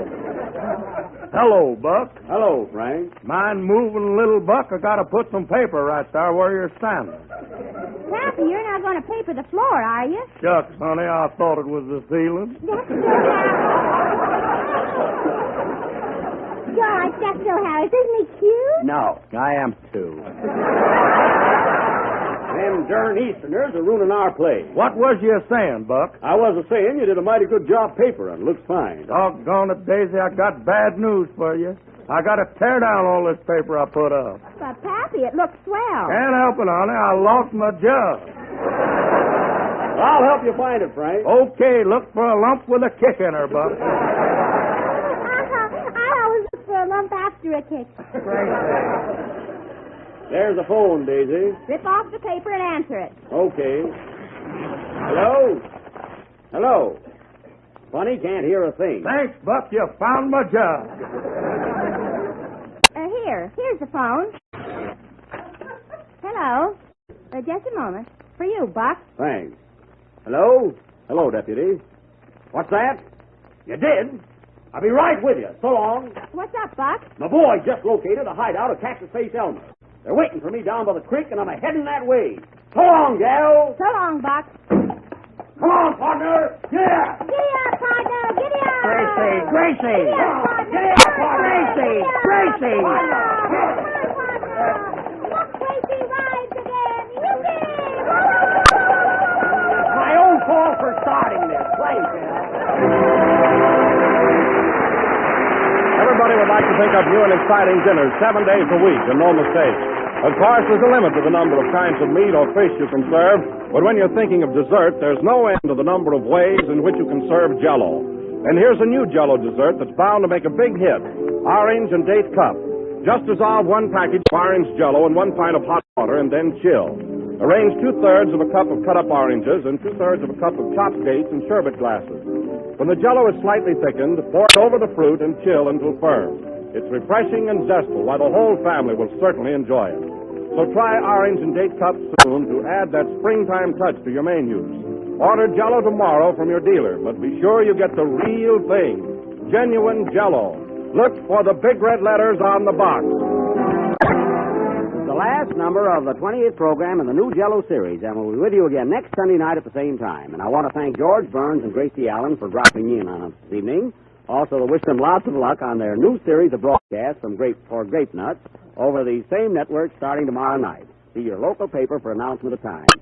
And I hope to see all of my Los Angeles friends at the annual radio editor show at the Shrine Auditorium next Saturday night. Oh, Jack. What? What's funny about that? We laughed when Gracie did it. Good night, Paul. Good night. J-E-L-L-O. This is the Red Network of the National Broadcasting Company.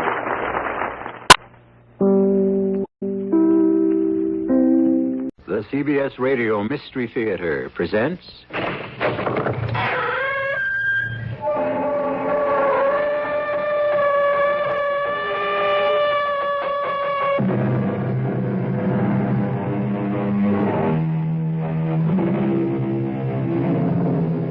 Come in.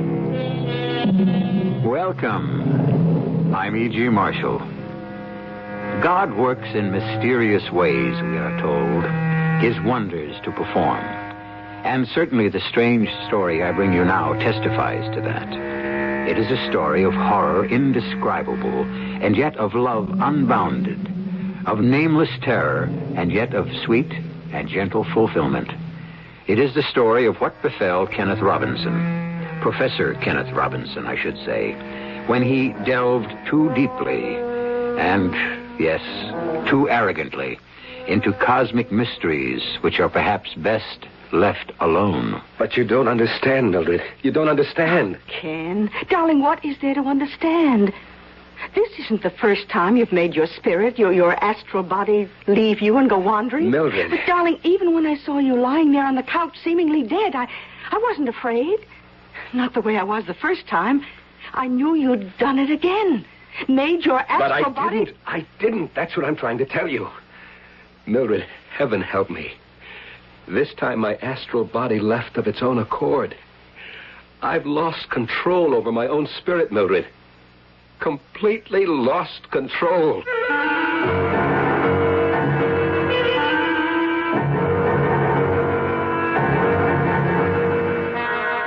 Our mystery drama, Where Angels Fear to Tread, was written especially for the Mystery Theater by George Lothar and stars Michael Tolan. It is sponsored in part by Anheuser-Busch Incorporated, Brewers of Budweiser, and Uncle Ben's Long Grain and Wild Rice. I'll be back shortly with Act One.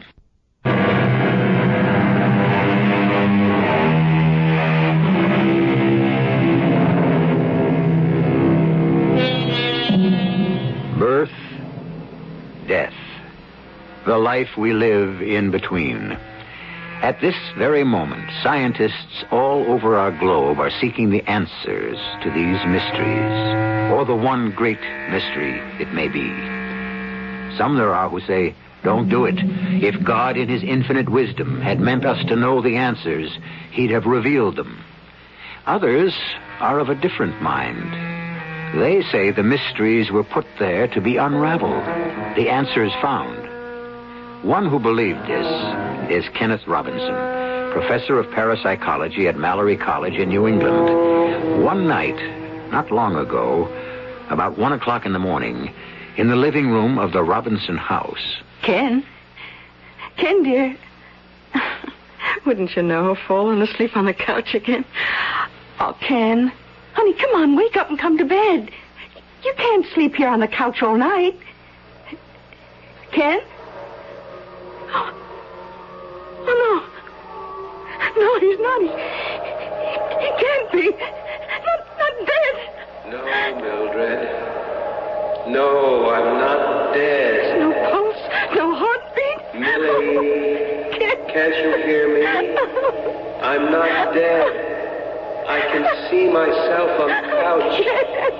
Kid, darling. See you kneeling beside me crying. But, sweetheart, I'm not dead. Oh, I must call Dr. Dutton. Yes, call Junius. Oh. Millie, no, don't call Dutton. I'll be all right again in a second or so. Just as soon as my spirit returns to my body. What? Oh. Where? Oh, you're alive. Oh, darling, you're alive. Millie, what's the matter with you? Of course I'm alive. I knocked myself out studying, stretched out on the couch, and fell asleep, that's all. Oh. Or I think that's all. Oh, no, darling, it isn't all. By no means all. Ken, I think you've done it. Done it? I thought you were just asleep. But your body felt cold. I couldn't get a pulse. Wait, it's coming back now. What, darling? What? Okay, give me a minute. Hmm? Yes, I could see you kneeling beside me on the couch. Hear you crying, and I talked to you. I said, don't call Dutton. I'm not dead. Oh, Ken. Wait, it's the breakthrough you've been after for years. Maybe. Yes, maybe. Let me try to remember more of what happened. When I stretched out to rest, I started doing the Kapalabhati. Oh, the recharging breath. Yes, to restore my energy. I wanted to study at least for another hour or two.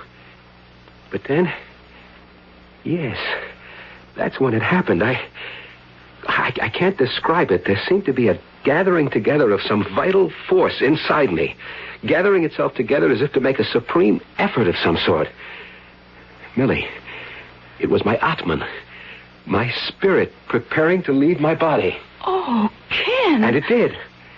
It gathered itself together in my head, and then it was like a bubble outside my head, but attached to it, like a bubble on a bubble pipe, you know? Oh, yes, And then suddenly, the bubble broke loose, and Millie, there I was, standing beside my own body and looking down as it lay stretched out on the couch. Oh, Ken, it's incredible. No, not really. Now, you've more than proved Dr. Dutton's faith in you when he gave you the chair in parapsychology.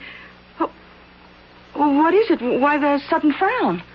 I can't remember where I went or what I did. Oh, what do you mean, dear? My astral body, I have no recollection of where it went. What it did while it was free. Well, did it go somewhere? I'm not sure. I have the feeling it did, but no recollection. I almost know I went somewhere, did something, but it's all a blank. Oh, Ken, you look worried. No, not worried. Curious, that's all. Curious.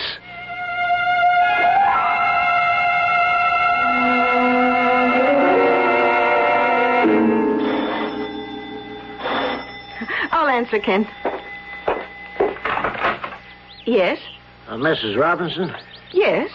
My name's Peters, Ed Peters. Folks around Mallory call me Bub. Oh, yes, I've heard of you. You own the cider mill, I think. Yes, ma'am. Your husband home? Yes. I wonder I could see him for a minute? Well, I suppose. Yes. Well, come in. Oh, thank you. This way. Oh, Ken, dear, this is Mr. Peters. Bub Peters, he owns the cider mill. Oh, yes, we've met before. I hope you're still keeping our students out of your place, Mr. Peters. Oh, yes. You only had to tell me once that you wanted off limits, and off limits it became. For the students, anyway. What can I do for you, Mr. Peters? I'll see you alone for a minute. Oh, well... No, Millie. I'm sure anything you have to say can be said in front of my wife, Mr. Peters. Well, it's okay with you. Why shouldn't it be? It's about last night. What about last night? Now, look now, Professor, I don't want to make it in trouble. You weren't all that drunk you're pulling a blank about what happened in my place? Your place? The cider mill? Yes, ma'am. What, are you saying that I was in the cider mill last night? Are you saying you weren't? Well, of course I wasn't. I was right here at home. My wife will tell you that. Well, I got witnesses, Professor. Now, look, I don't want any trouble. All I want is for you to pay for the damage you've done, that's all. Damage? You wrecked the joint, Professor. You know that.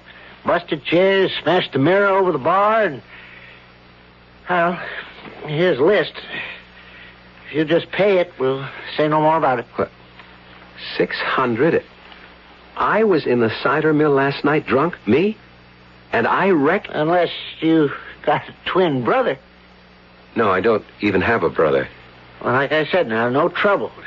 It wouldn't be good for me, and it sure wouldn't be good for you, so... send me a check, huh? I can see my way out. No, wait, before you go... Yeah? Tell me exactly what happened, exactly what I did, or what you say I did. Oh, you did, all right. I got witnesses. You come in smashed. What time? Oh, around 1 in the morning. Go on. Well, like I said, you come in juiced real high, and you started hitting the booze like it's going out of style, one drink after another. Then, you started getting a little too free and easy with the girls at your table. The girls at his table? Hostesses. 3 of them. One wasn't enough, he said.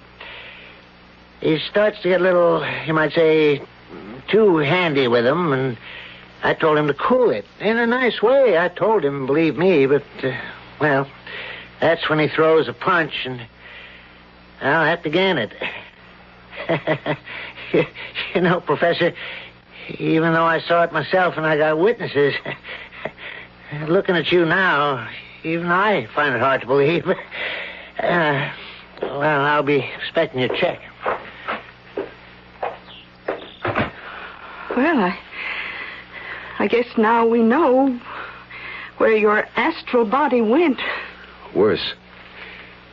We know what it did.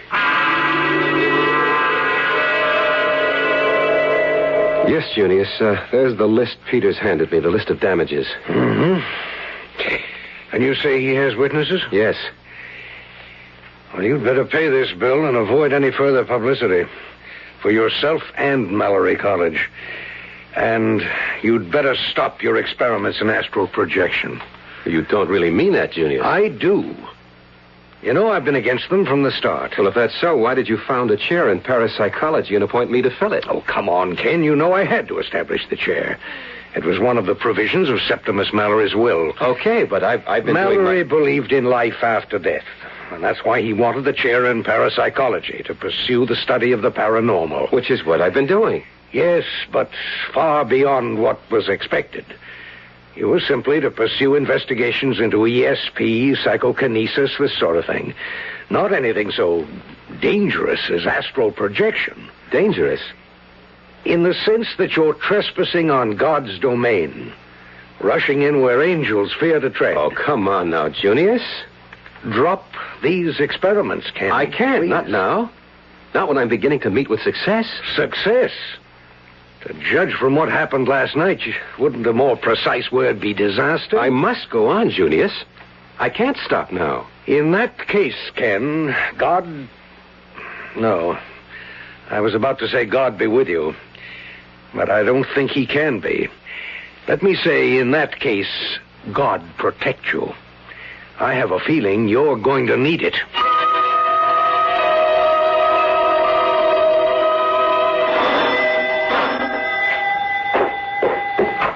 Oh, Junius, thank you for coming straight over. Where is it? On the couch in the living room. No pulse, you say? Just like the other night, so he's not dead. That I know. All right. No. The faintest heartbeat. Almost impossible to detect, but it's there. Oh. Tell me, Mildred, was this an experiment tonight? Was it a controlled experiment? Not an accident like the first time? Oh, controlled. You see, he lay down on the couch and began doing some breathing exercises.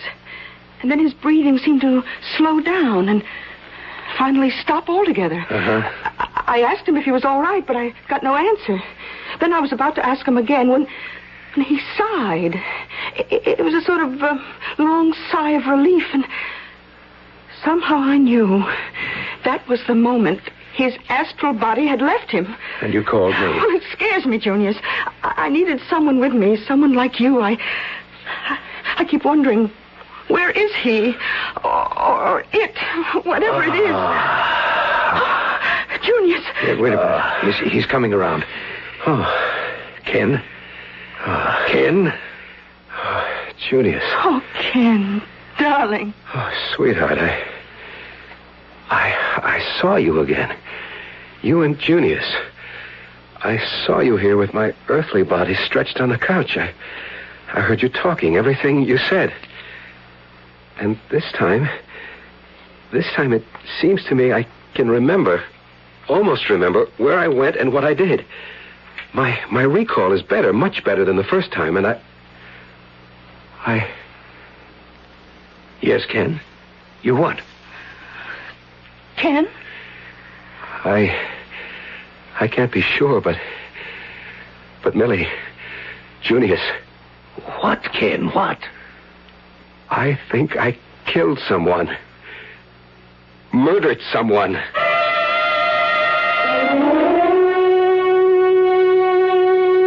Well, I'll tell you this. Were it not for my own experiments in the paranormal, I'd find Ken Robinson's experience hard to swallow.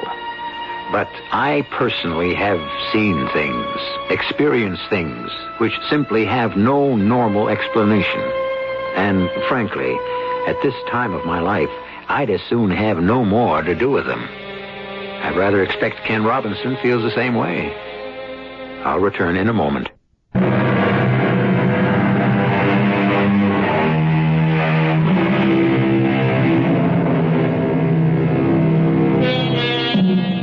So far as Dr. Junius Dutton of Mallory College is concerned, man had best not rush in where angels fear to tread, which is, of course, what Ken Robinson, professor of parapsychology, has done. By means of extraordinary disciplines, he has at last succeeded in freeing his astral body from its earthly prison. Succeeded to his horror. I think I killed someone. Murdered someone. Ken? Easy, Mildred, easy. Go on, Ken. I can't. What do you mean you can't? You've just said you think you murdered someone. But I can't be sure. It's something I sense rather than know. A feeling. That and no more. But there's got to be more. We've got to know more. I don't follow. If you have killed someone, your astral body or your Atman or whatever you call it, if you did, then we'd better be prepared for whatever lies ahead.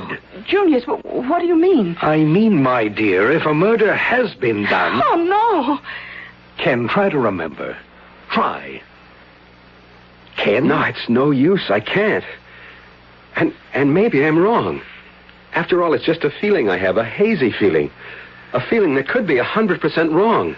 Or 100% right. Ken, I'm going to speak frankly. You know I'm your friend and Mildred's. You know, both of you, that there isn't anything I wouldn't do for you. We know, Junius. But there are some things that go beyond friendship, because they must. I carry the responsibility for the college and the people who made it. Ken, if you persist in continuing this dangerous, this disastrous experiment of yours, I shall have no recourse but to ask for your resignation.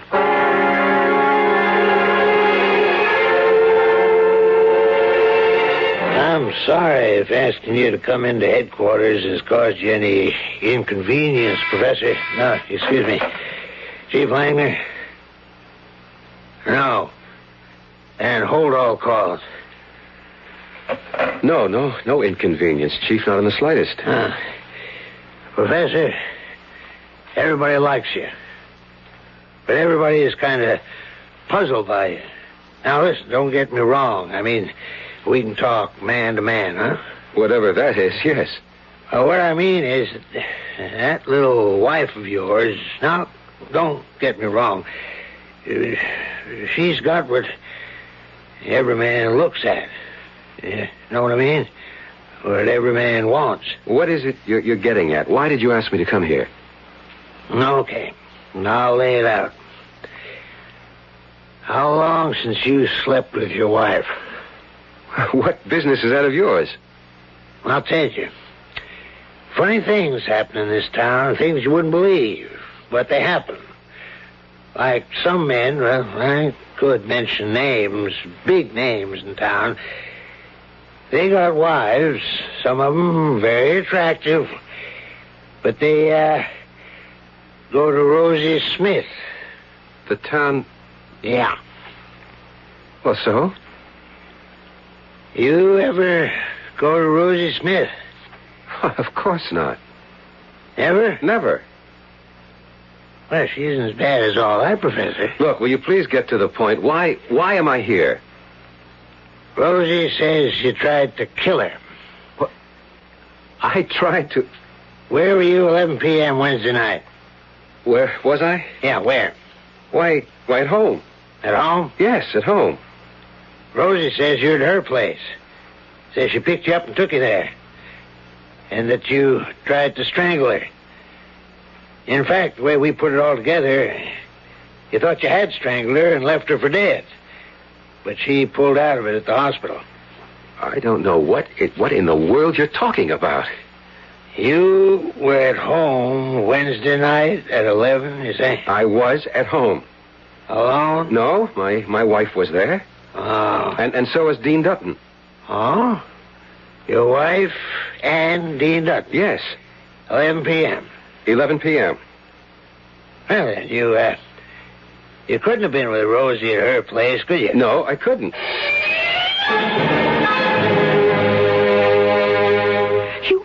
You tried to kill her? Strangle her, Chief Langner said. The way they figure it, No, not me. Whatever it is, I've unleashed. Oh, Ken. Anyhow, they say I, the would-be murderer, left her for dead, but she recovered in the hospital. Yes, but why would you, of all people, have anything to do with a girl like that? Well, if it comes to that, why did my astral body, my other self, go to the cider mill in the first place? And above all, why did I try to kill Rosie? Millie, what am I to do? Well, I'd say there's only one answer to that, Ken. Stop. After all the years of preparation, the physical and mental hardships, disciplines, after all I put you through? Oh, darling, you haven't put me Yes, through it. I have. It hasn't been easy for you living with a man like me. Well, I didn't think it would be when I married you. Things had been easy, would be as close to each other as we are, as deeply in love. Oh, Millie, I don't know what I'd do without you, without your love, your understanding, your patience. I'll go.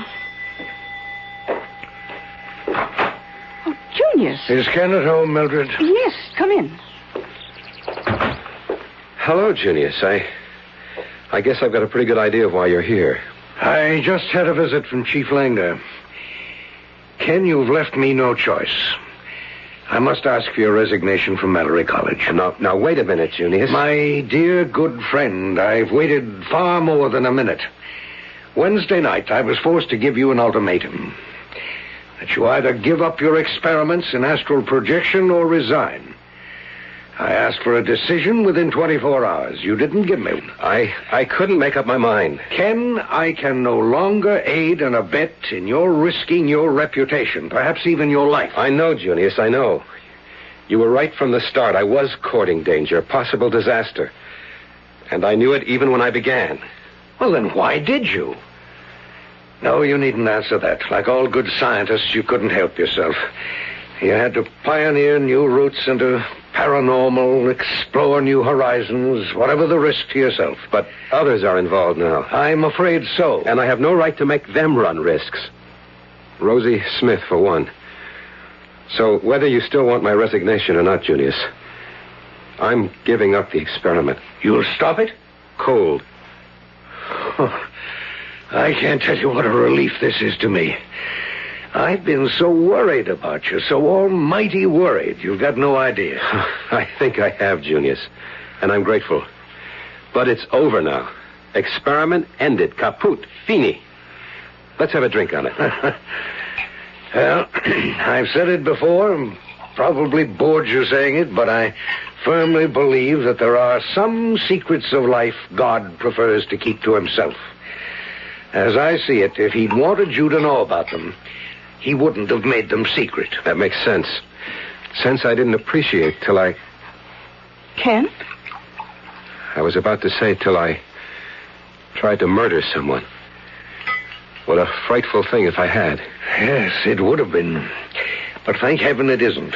You suppose I can be of any help to the poor girl? Oh, in what way? Well, she's in the hospital because of me. Junius, would there be any way in which I might pay her expenses without her knowing, I mean? Here's your drink, Billy. Well, if it got out that you'd paid her bills, questions would be asked. Eyebrows raised. I know. Still, I feel so absolutely awful about it all. Here you are, Junius. Thanks.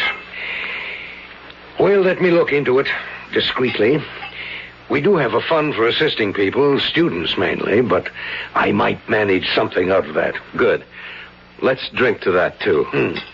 I give you the end of an experiment. Dangerous and, yes, foolish experiment. And thank God, continuing life for Rosie Smith. Junius, catch him. I've got him. Ken, you better get him out of the couch. What's happened to him? I don't know. He started to raise the glass to his lips and then dropped it, began to sway. State of collapse. Let me see. Junius. His heartbeat is so faint I can scarcely get it. There's no pulse worth mentioning. Skin is cold, clammy. Eyes turned back in their sockets. Junius, does this mean... It means, unless I miss my guess, It means Ken is no longer in control of his astral self. It means that regardless of Ken's plans for the future, his astral body, his other self, has different plans. Decidedly different plans.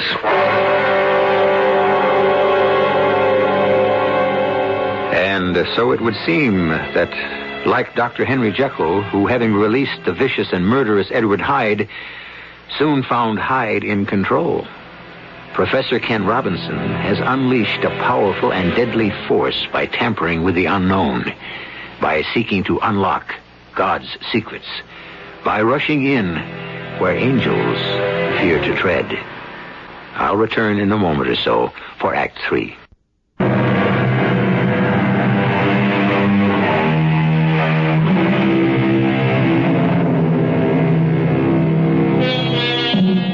How many of us unwittingly, thoughtlessly, unchain forces within ourselves, which in time, to our astonishment and horror, control us?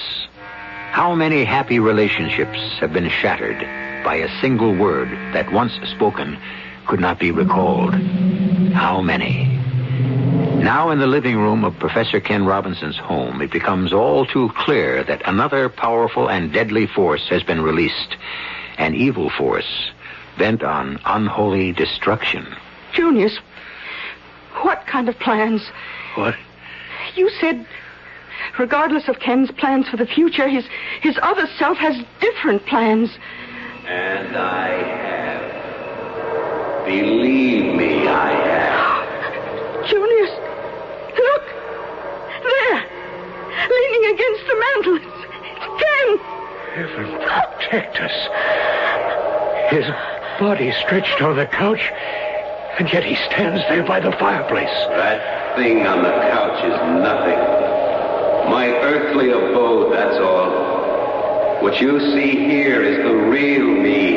How is it I see you? I didn't see you before. How do I see you now? If you had any brains, Mildred, you'd be able to figure that out for yourself. You've grown stronger. Each time you've left that body on the couch, your strength has increased. The more power you possess, the clearer your astral image becomes. Bravo! To the head of the class, Dr. Dutton. What plans do you have? What are you going to do? Enjoy myself, that's all. Give full reign, total and complete freedom to every desire, Professor Kenneth Robinson. The well-loved and respected Professor Robinson tried to restrain, to curb, to destroy. Ken, listen to me. Return to your body, to the good influences, the restraint. Straight jacket, not a body. Oh, but I'll return. Don't worry, I'll come back. But not until I've had my fun. What kind of fun? What are you planning to do? You'll find out. You'll find out. Oh, Junius! Heaven help us. What can we do? Nothing. And hope heaven does help us. And him.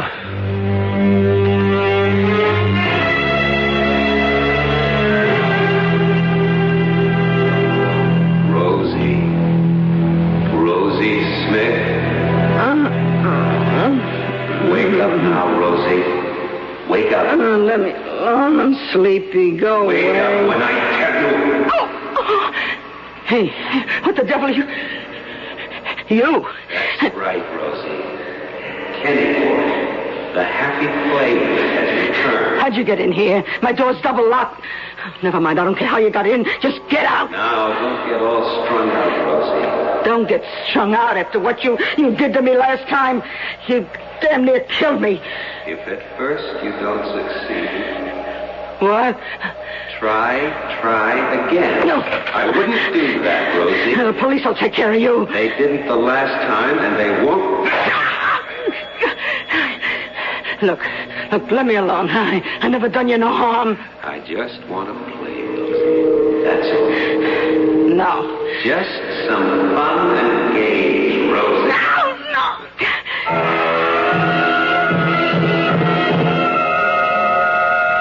Junius? Are you sure Ken isn't dead? He's alive. Very slow pulse, but a pulse. His respiration. Oh, wait. I think he... Is he coming to? Ken, can you hear me? Of course, I hear you, Junius. Oh, Ken, dearest. Mildred, what's this all about? All I do is take a nap, and you and Junius hovering over me like mother hens. What is this? Ken, you didn't just take a nap. You collapsed.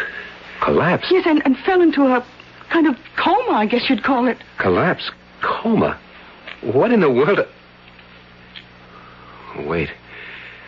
My astral body. Yeah, I'm afraid so, my boy. It suddenly took command of you, I suppose. Oh, no. We actually saw you in two places at once. Here on the couch and there by the fireplace, leaning against the mantel. Good Lord. You even talked to us. Mildred, no. Maybe it's best he doesn't know what he said. I know. You remember what you said? May God in his infinite mercy help me. I do. Oh, Ken. Junius, she's dead. Rosie Smith is dead, and I killed her horribly, cruelly. I killed her. Oh, no. You didn't kill her. A part of you, the same evil in you that's in all of us, but not you. Not the man we know as Professor Kenneth Roberts. I'd like to believe that, but no way. I recall all that happened. I understand all that happened, and I am at fault. 100%. But how can you say... Because of the evil thing I've let loose. I let loose and no one else. And this evil thing is me. Is a part of me. You may say, Junius, I didn't murder Rosie Smith, but I did. Who are you phoning? The police. Chief Langdon. Oh, wait, Ken, wait. Take a moment to think this. There's nothing to be thought out. What's done is done. I'm a murderer. I must give myself up.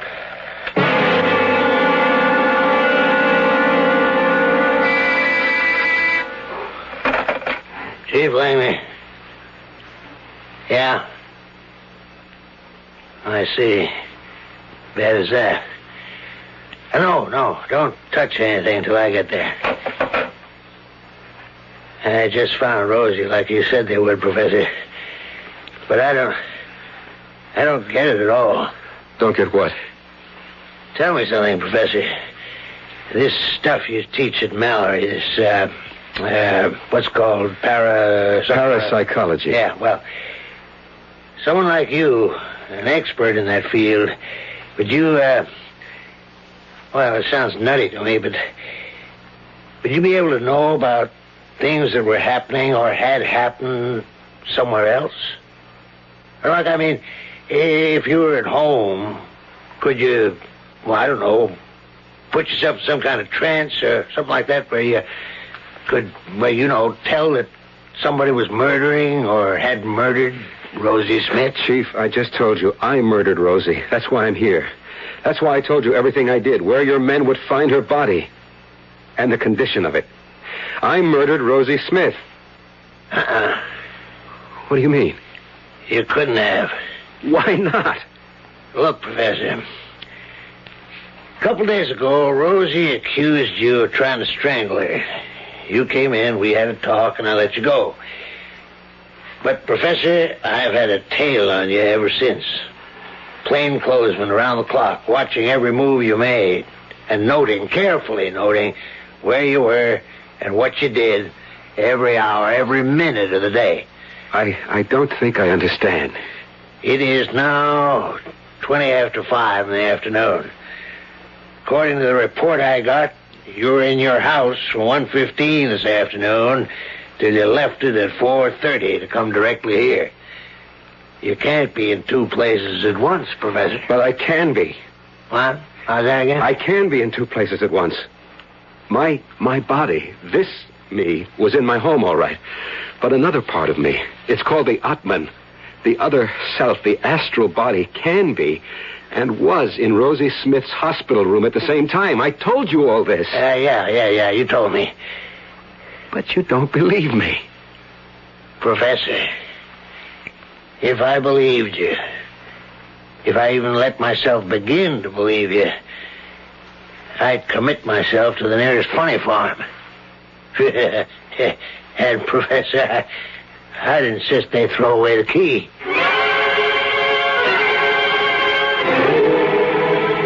Langner won't believe me, Junius. Ken, let me give you a drink. I don't need a drink. I think you do. Put you in a more rational state. Rational? As close to rational as we both can get. To begin with, Ken, you'll never be able to persuade Chief Langner or anyone else that you killed Rosie Smith. But I did.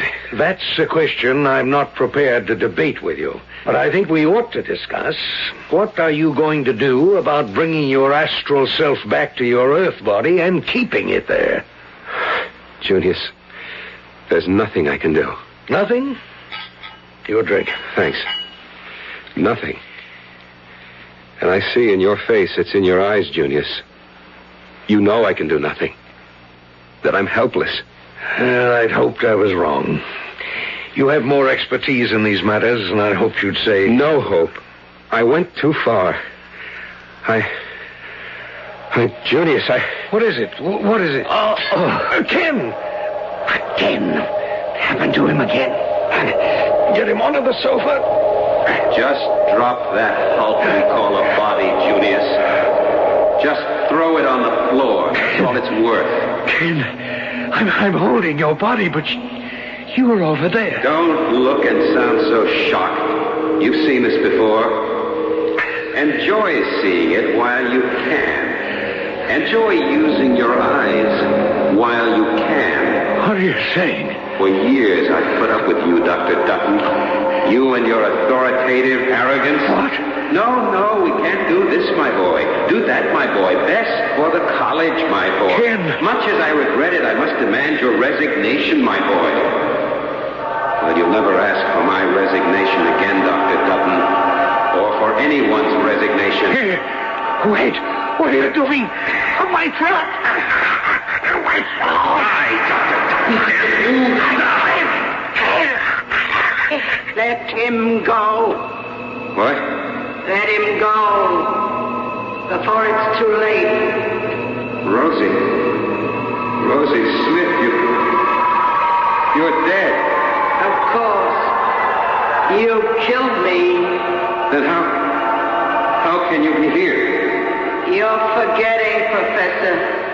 Forgetting that you're on the astral plane now. And me being dead, so am I. And you think you can stop me from killing Dutton? Look, he's already unconscious. One more squeeze of my fingers around his throat. And you will be condemned to a hell. So frightful and so everlasting. Condemned to hell? The evil we do, we pay for. And right now you're on a real bummer of a trip. Better cool it. You don't scare me. Listen, Prof. That body you see on the floor. No, not Dr. Dutton's. Yours. You were born into it for just one reason. To suffer. To suffer through what earthly beings call life. You escaped, but only for the time being. Because if you don't suffer through the full lifetime of Professor Kenneth Robinson, you'll return to suffer through somebody else's, and suffer worse. It's your gig, Prof. You play it. See you around. So wait. Rosie, wait. What? I killed you. If I did want to make it up, I say if. How would I do it? Go back into his body, and you'll make it up all right.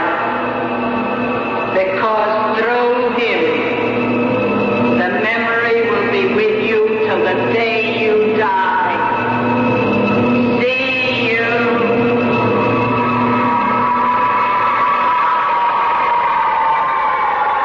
Junius, what are you doing on the floor? What am I doing here? It happened again, and you tried to kill me, Ken. Oh, no, I couldn't have. I could never. Oh, yes. Yes, it's coming back. I'm remembering. I tried to kill you the way I killed Rosie Smith. Here. Ken, this can't go on. Somehow you got to find a way to regain control of your astral self. There must be a way, Ken. There is. I always knew it, but I'd forgotten it because... Well, Junius, I guess I'd forgotten God. There is one way. Always one way. When everything else fails. What? Prayer, Junius. Prayer.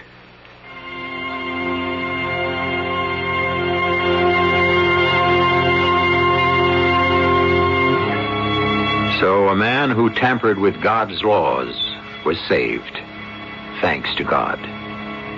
I, too, have found... Oh, no, don't get me wrong. Nothing so horrendous as what happened to Ken Robinson has ever happened to me. But I have found, in my time, that, indeed, when all else fails, prayer very often succeeds. How about you? Well, try it sometime. I'll be back shortly.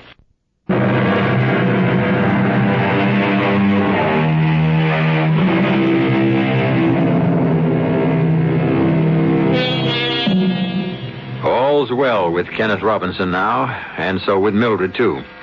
For years, Ken has stuck very closely to the much safer pursuits of ESP and precognition and all that.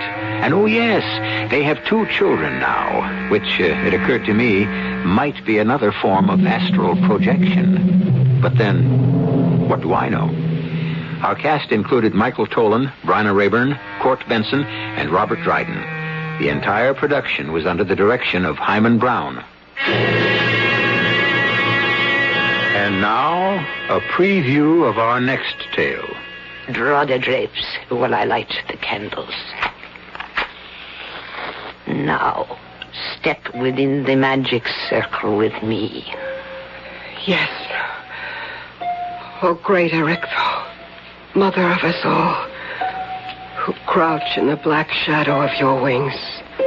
I conjure thee, form of the instrument, by Lucifer, prince of darkness, by all the stars which rule by the 4 elements, that we may obtain by thee the perfect issue of all our desires, which also we seek to perform without evil, without deception. We are answered. Radio Mystery Theater was sponsored in part by Uncle Ben's Long Grain and Wild Rice and Anheuser-Busch Incorporated, brewers of Budweiser. This is E.G. Marshall inviting you to return to our Mystery Theater for another adventure in the macabre.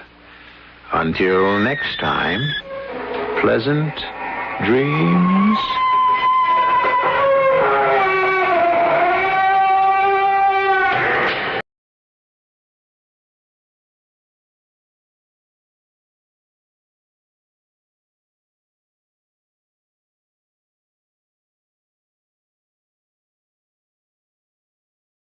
The CBS Radio Mystery Theater presents...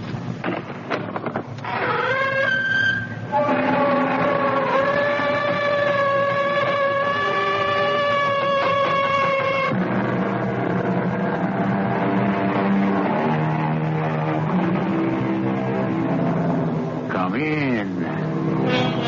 Welcome. I'm E.G. Marshall. Necessity, the old philosopher remarked, is a most unpredictable lady. She inspires some of us to become inventors and thus acquire fame and fortune. She also drives some of us to make bad bargains and thus acquire misery and debt. And how are you to know what necessity will do with you? Friends, isn't it clear by this time? It's not what she does with you. It's what you do with her. Well, I didn't want it to happen. Believe me. Look, I'm willing to make it up to you. You don't have to. I'm prepared to propose another course of action. Anything you say, Al, anything. Just tell me what I have to do. You don't have to do anything. Just stand there. And don't move. Al? Don't spoil my aim.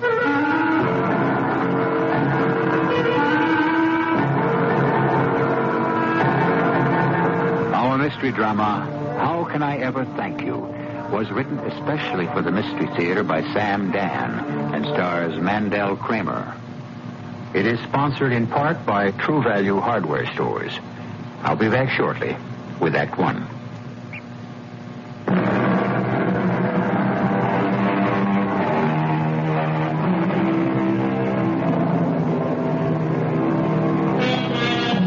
How did Mr. Franklin put it? If you would not be forgotten as soon as you are dead, either write the things worth the reading or do the things worth the writing. That's what it amounts to, doesn't it? Fame, I mean. Write or be written about. Considering that true fame is something you can only get long after you're dead, what difference should it really make? Once you're gone and placed down under. Should it matter? Evidently it does. To a great many people. Mr. Barraclough, you simply must talk to me. Why don't you go home? I can't go home. Have you had a fight with your wife? No, I'm not married. Then your home should be a most pleasant place indeed. I simply cannot go home until we've arrived at some sort of understanding. I already have one. I am not going to speak to you. And hopefully you are not going to speak to me. But you have to speak to me. I'm your attorney. But I did not engage you. I was appointed by the court. Then go speak to the judge. Mr. Barraclough, please try to understand my situation. Mr. Jaggers, I couldn't care less about your situation. The eyes of the country, yes, even the world, will be on this trial. And, of course, on me. I understand. Now, you are going to make me look like a fool. Why? Oh, because you refuse to allow me to present a defense. That isn't true. Present any sort of defense you like. I only ask you not to involve me in it. Well, how can I defend you without involving you? There does seem to be a difficulty there. You'll have to get around it as best you can. Mr. Barraclough, I have to tell the ladies and gentlemen of the jury exactly why you killed Malcolm Tinsley. But I did not kill Malcolm Tinsley. That's why we have to work up a defense. Mr. Jaggers, this discussion is beginning to bore me. Your life is at stake. They haven't abolished the death penalty. You can still get the chair. Now, think about that. Mr. Jaggers, I am compelled to stay in this small, cramped, uncomfortable cell which is lacking in all but the barest amenities. But you, sir, are free to depart at any time. As I was saying, even if you don't get the chair, you'll get life. Oh, 25 years, which is just about the same thing for all practical purposes. All that time in a place like this, it amounts to death. A living death. Poor Mr. Jaggers. Mr. Barraclough, I don't know. I couldn't even hope to guess what your game is. But believe me, whatever it is, it isn't going to work. Game? Is that what he thinks it is? I really shouldn't be so hard on him. What can he do? He's a lawyer. He's a victim of his education and his experience. So many of us are. We're the prisoners of our own philosophy. Why did you kill Tinsley? Was it because of Margaret? The prosecutor will state that was the motivating factor. Margaret. You know what I'd like? A glass of champagne. Well, there isn't any, so you might just as well go to bed. If you really loved me, you'd come and buy me some. At this hour? What's wrong with this hour? You know who'd go out and buy me a bottle of champagne right now? Malcolm Tinsley. The stores are closed. It's just an excuse. No, it's a law. They can't stay open past midnight. There are ways. When there's a will, there's a way. Or is it when there's a will, there's a motive? That's the title of Malcolm's latest book. Or is it the theme of the book? Malcolm's books do not have themes. Oh, that was a low blow. A low and jealous blow. Jealous? Why should I be jealous of Malcolm? Well, for one thing, he's got $1 million. Maybe $2 million. I wouldn't doubt it. When you sell out to the Philistines, you get a good price. Oh, let's not start that. I feel too good. I had such a marvelous time at the party. Margaret, I suggest that we end this discussion since you show unmistakable signs of intoxication. In other words, I'm drunk. If that's how you would have it. Yes, that's how I would have it. I'm drunk. I'm drunk with happiness and drunk with joy. I still think you should get to bed. I want another glass of champagne, and I want another dance with Malcolm. Margaret, I don't have time to listen to any more of this nonsense. I have work to do in the morning. Now, good night. Am I to understand you're not going to get me some champagne? There isn't any. Good night, Margaret.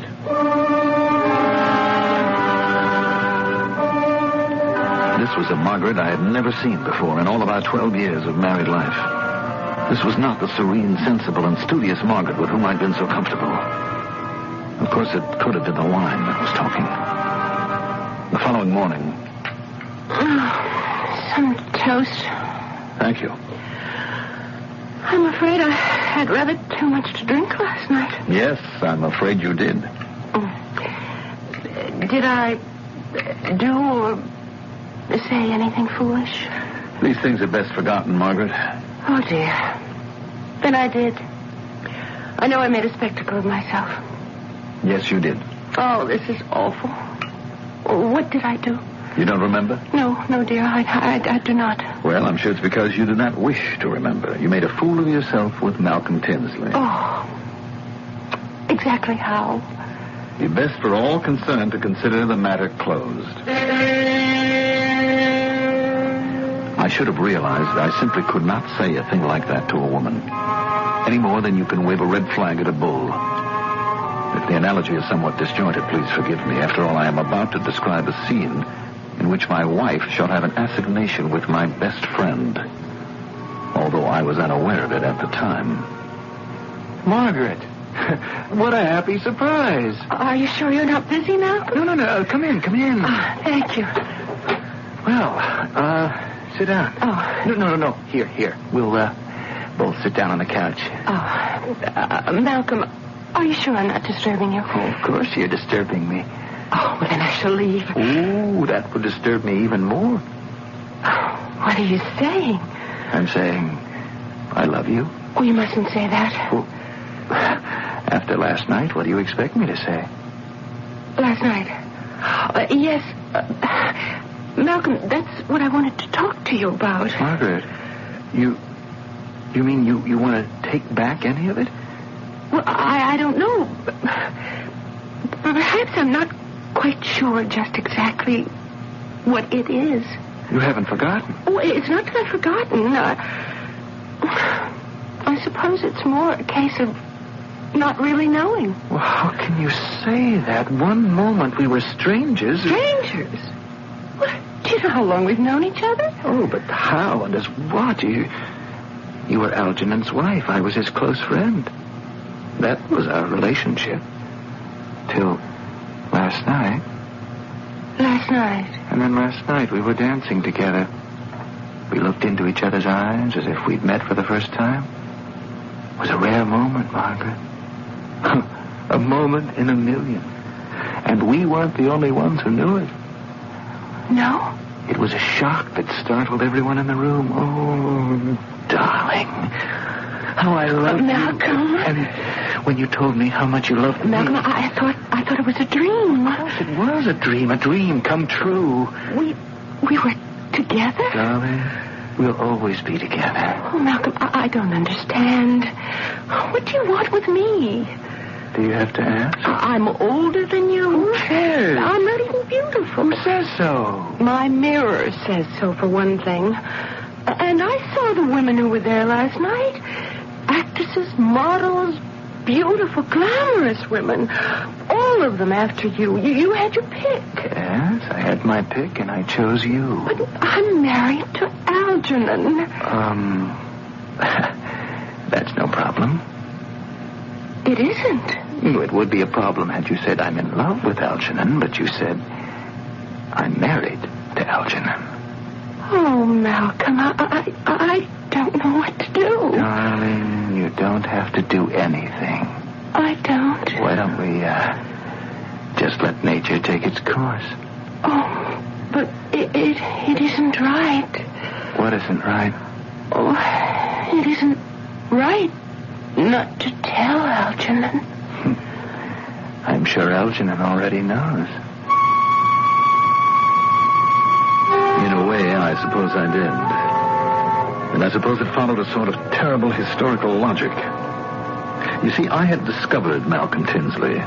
Yes, he was my protege, my disciple. I'd already published my 10th novel. I was famous. So I befriended a poor, struggling, starving writer. Please, tell me the truth, Mr. Barraclough. What do you really think of it? I think it shows promise. Oh. Is that all? My dear young fellow, isn't that enough? I think you can become a major novelist one day, provided... Provided what? Provided that you don't go astray. Now, for the practicalities. Why hasn't this manuscript been published? Oh, everybody turned it down. Everybody? Yes, I've taken it to every publisher. I see. Well, you went about it the wrong way. I did? Certainly. You submitted a brand new work by an unknown author. What you were asking a publisher to do was to go out on a limb and make a judgment. I suppose so. I shall take this novel to my own publisher. But he's already seen it. No, he hasn't. It was turned over most likely to some practically nameless reader whose job it is to send back all unsolicited manuscripts. But I shall bring this to Jefferson Winslow himself. Oh, Mr. Barraclough. I shall say, Jeff, here is your opportunity to discover a great unknown novelist. Oh, gosh, I can hardly believe this is happening to me. Well, believe it. Believe it. Why not? It was just that... woman. There's so little kindness and genuine encouragement in this world. No, there's quite a bit. You just have to meet up with it, I suppose. Well, you would do this for me? Well, what is it, after all? Just a word to a man that I've known for a long time? He respects my judgment, and I know this is a fine book. Sir, I'll never forget what you've done for me. I promise you. Beware of making promises you may be unable to keep. Oh, you don't know what it is to be poor and unknown. I don't? How can I ever thank you? How? Obviously, you thanked me by stealing my wife. Yes. Well, that isn't the worst of it. I could have forgiven you for that. It was the other thing, Malcolm. The other thing.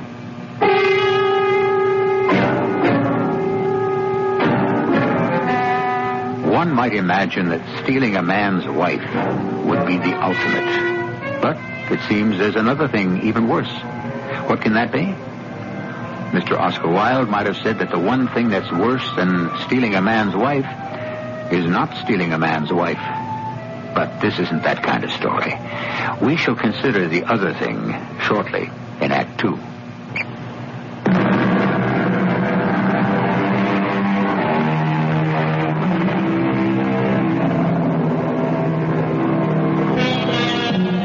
The commandment, thou shalt not covet thy neighbor's wife. And that's usually the problem. After all, even if the grass looks greener in your neighbor's yard, surely his wife looks prettier in your neighbor's house. Well, it's an ancient problem, and many people find themselves concerned with it to this very day. Mr. Barraclough. Oh, you're still here, Mr. Jaggers. Excuse me, I must have dozed off. Now, tomorrow is truly when your case will be won or lost. Really? Tomorrow is when jury selection begins. Mm-hmm. Well, select a jury. Don't let me detain you. This is your trial. Your life, don't you see? I have to know what type of juror to go for. Suit yourself. Did you kill him because he seduced your wife? It may have been the other way around. Because if you did, I know the type of man to look for. I want the tight jaw, the thin lip, the steely eye. I know such a juror's puritanical verdict in advance. Then why bother with the formality of a trial? If, on the other hand, you killed him because of because of professional jealousy. I want another sort. I want the dreamy-eyed, the aesthetic, the failed artist. I wonder if you understand. Oh, I understand, Mr. Jaggers. But you don't. Everything falls apart because I did not kill Malcolm Tinsley. Well, you were seen to enter his apartment.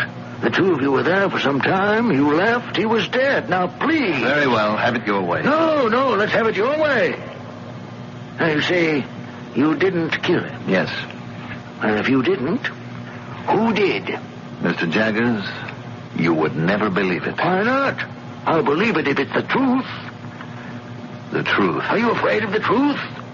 Why can't you tell me the truth? Why can't you tell me the truth? Such a simple-sounding question. I should have known the truth. Way back, early on. I brought Malcolm Tinsley's manuscript to Jeff Winslow. Why did I fail to read the signs? Definitely, yes.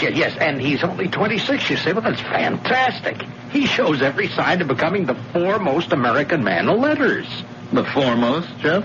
Well, of his generation. Well, he's a member of my generation, Jeff. The younger half of it, but my generation for all that. Yeah, he's got a long way to go before he could be considered in your class. He doesn't have your depth, but he is certainly a marketable and profitable writer.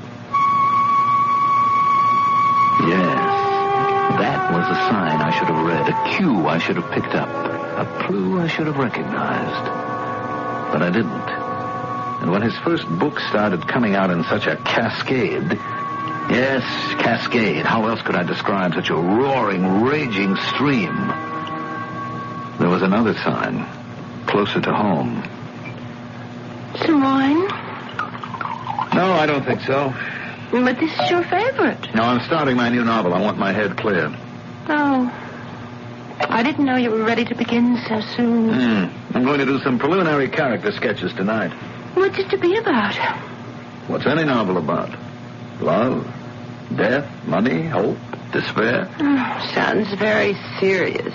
It is. I was reading where Malcolm's latest has made $1 million paperback sale.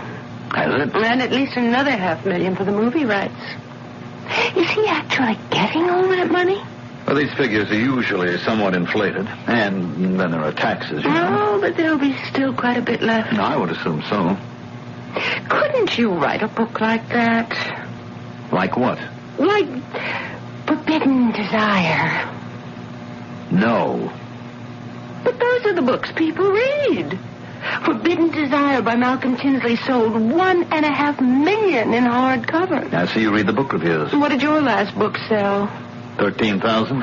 He didn't even make you advance. Look, Margaret, a man must write what he believes in. Yes, I understand. Only I wish you had more recognition. I am recognized. Where it counts.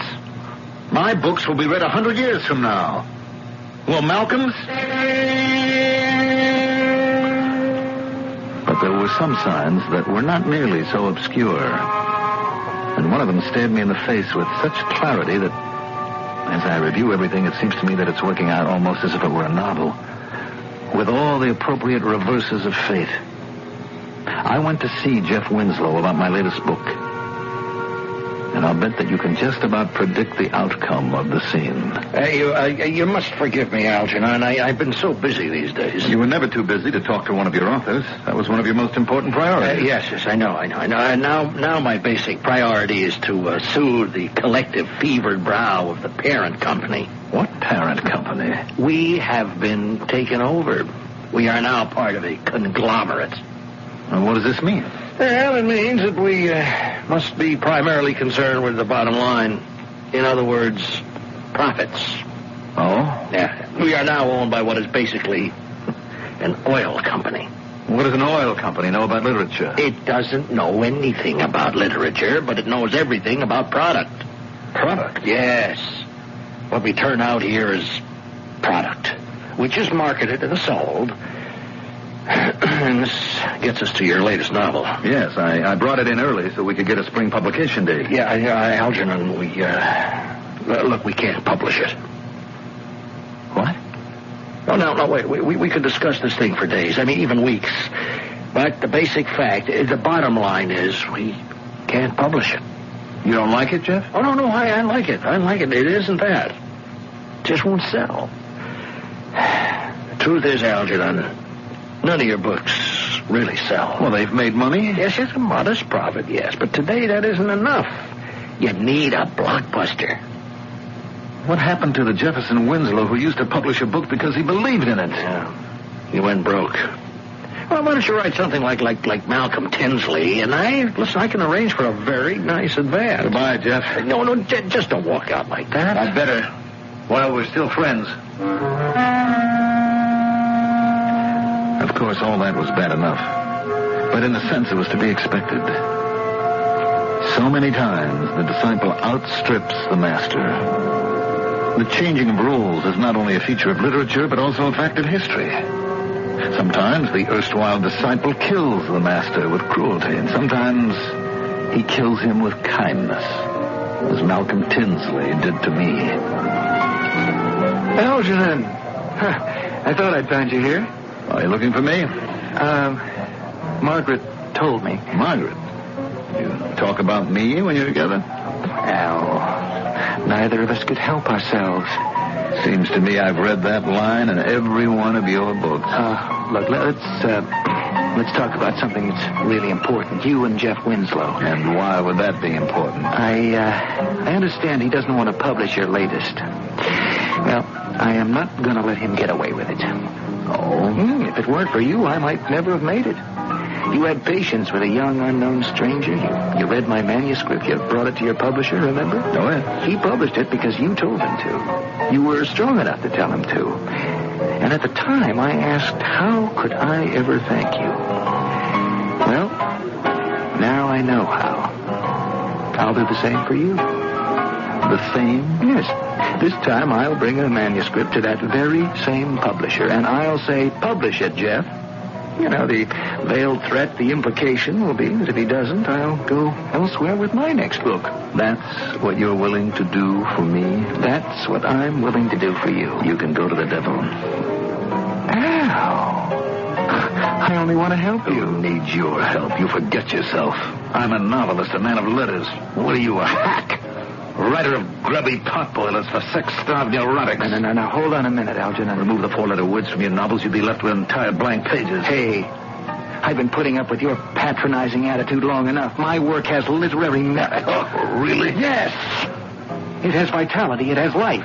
What do we find in your work when we can understand it, that is? It's obscure. It's sterile. 100 years from now, who will be read? Who will be remembered? You or me? You like to flatter yourself. I'll stack my work against yours any day. You call it trivia. You spew forth work. Serious work. You think because it's popular it has no merit?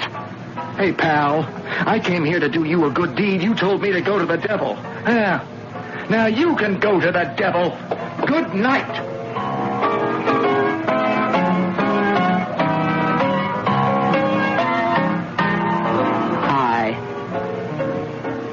I said hi. I heard you. So? Hi again? I don't wish to be impolite, but I am not looking for company. I know. So if you'll excuse me. He's gone, but you stayed.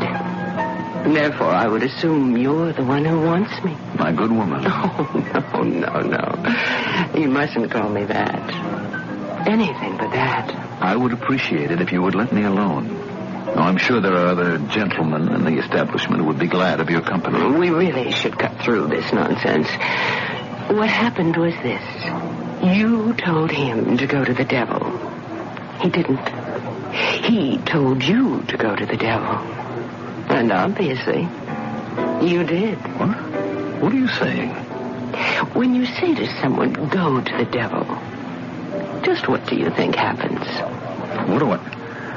Look, what are you trying to tell me? If it should so happen that the person really wants to go to the devil, then your command has struck a sympathetic chord. Do you follow this? No. I think you do. And so this coincidence becomes a reality, and you literally do go to the devil. What devil? How many are there? The famous devil of song, story, and legend. How do you do? What do you mean, how do you do? Oh, I am the devil. Well, why are you staring at me like that? Well, I must say this is the most interesting approach I've ever encountered in all my life. You don't believe I'm the devil? Madam, I don't know what your game is, nor do I care. You, sir, are a male chauvinist. If I were a man with a mustache and horns and a tail, you'd have no trouble believing me. Well, you must admit... What must I admit? Who says the devil has to be what you have chosen to picture?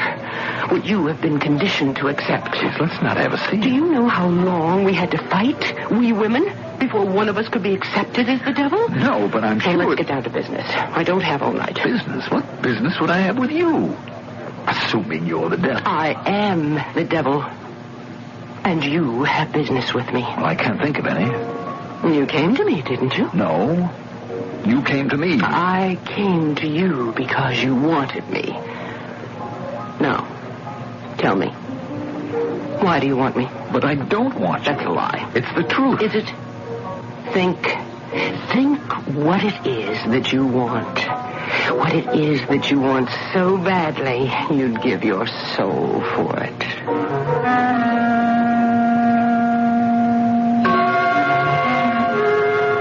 What does he want?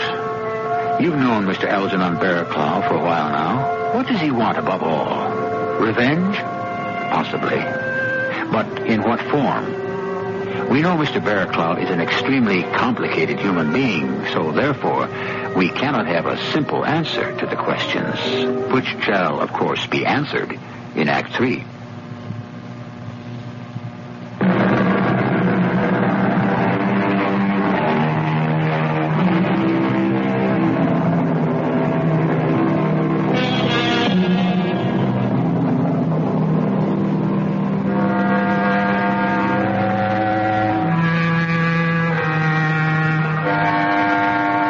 Was it that said, if you would make a man your enemy, do him a good turn? Ah, well, unfortunately, sometimes that appears to be the way of the world. Here we have poor Algernon Bearclaw, who thinks all his troubles started when he befriended a poor, starving writer. And when I say here we have him, by here, I mean a prison cell.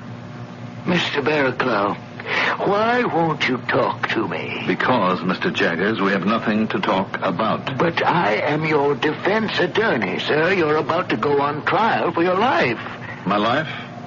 That isn't, strictly speaking, an accurate statement. It isn't? No, sir. It isn't my life any longer. How can you say it isn't your life? Because my life doesn't belong to me now. Oh, I give up. The devil only knows what you're talking about. How right he is. Poor Mr. Jaggers. How can I ever hope to tell him? How can I even try to explain that there really is a devil? And that I not only had a conversation with her, but also made a bargain. What do you want, Mr. Bearclaw? You know. Of course I know. I knew it all along. I knew it even before you did. Then why do you have to ask me?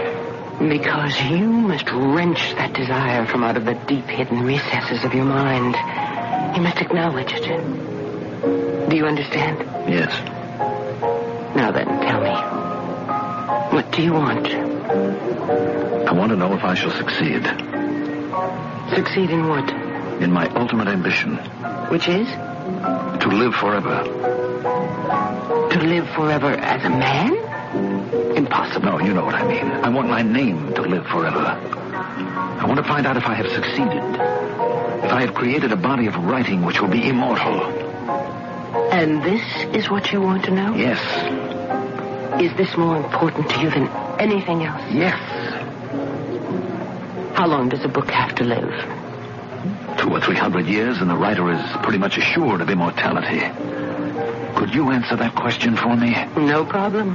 How would I know it's the truth? Well, you would see for yourself. Let's see, a couple of 100 years from now, they'd have libraries, wouldn't they? I should like to think so. Good. You'd go visit one. See if your books are there. Go into the future? Why not? Well, it's impossible. For the devil, nothing is impossible. Would that be a way to prove it? You can send me into the future? Absolutely. Assuming it's true. In return for what? To prove I'm the devil. And after you've proved it? You'll want to make a deal with me. How do you know? I'll take that chance. Go ahead. Go into the future. Right now. Wait. Afraid to find out? No. I have to find out. Very well. I'll be going 200 years into the future, you say? Yes. It'll be a completely different world. It will. Different in dress, in manners, and just about everything. How will I be able to manage? Don't worry. You'll be equipped with the proper attire and the correct diction. And now, here you go.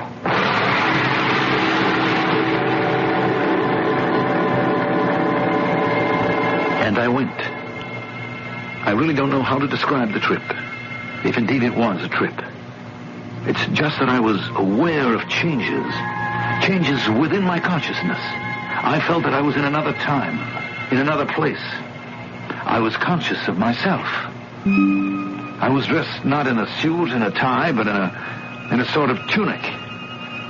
And I was in a sort of room, reclining on, I suppose it was a couch. In front of me was a screen. Near my hand was a console with switches and buttons, and I seemed to know exactly what to do, as if I belonged there. I pushed a button.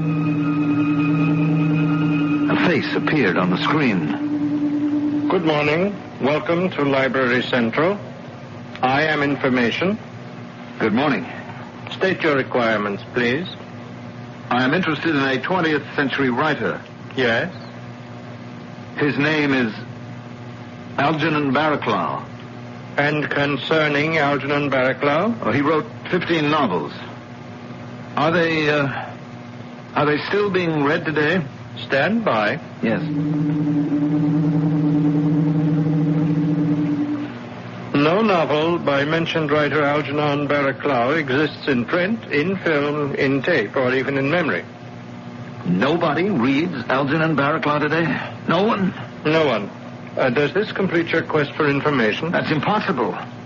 Do you question the accuracy of information? He was a first-rate writer. He was a man of talent, of genius. How could he not be read today? Well, Information has no record of any works by Algernon Barraclough, if indeed he even existed. He existed?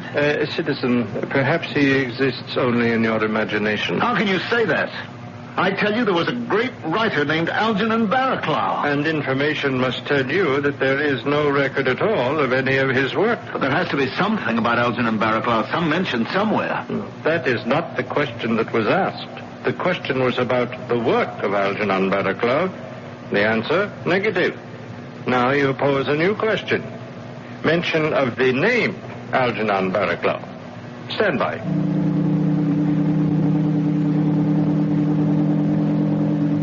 The name Algernon Barraclough has been recorded for history. I told you. In passing. Passing? Yes, in connection with the celebrated Malcolm Tinsley. What are you saying? Reference is made, in passing, to one Algernon Barraclough who is credited with helping Malcolm Tinsley. Malcolm Tinsley? What about Malcolm Tinsley? Stand by.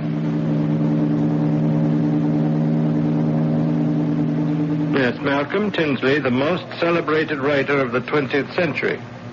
That's a lie. You persist in challenging Information. Go on. I might as well hear the rest of it. Malcolm Tinsley published his first novel in 1970. For the next 15 years, he wrote lurid stories of violence and explicit sex. There, I knew it. That's what he's famous for. Well, he can have it. However, in the late 1980s, he suddenly changed direction. He began to create serious works of substantial literary merit. That can't be true. He became the literary giant of his time, towering above all his contemporaries. Stop. I don't want to hear anymore. I don't want to know anymore.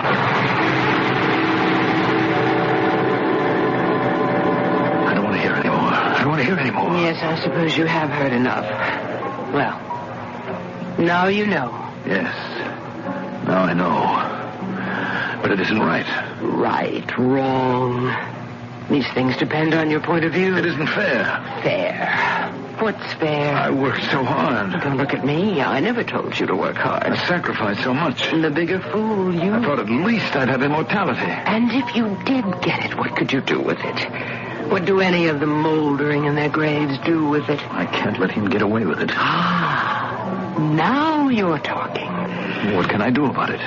May I offer my services? What can you do about it?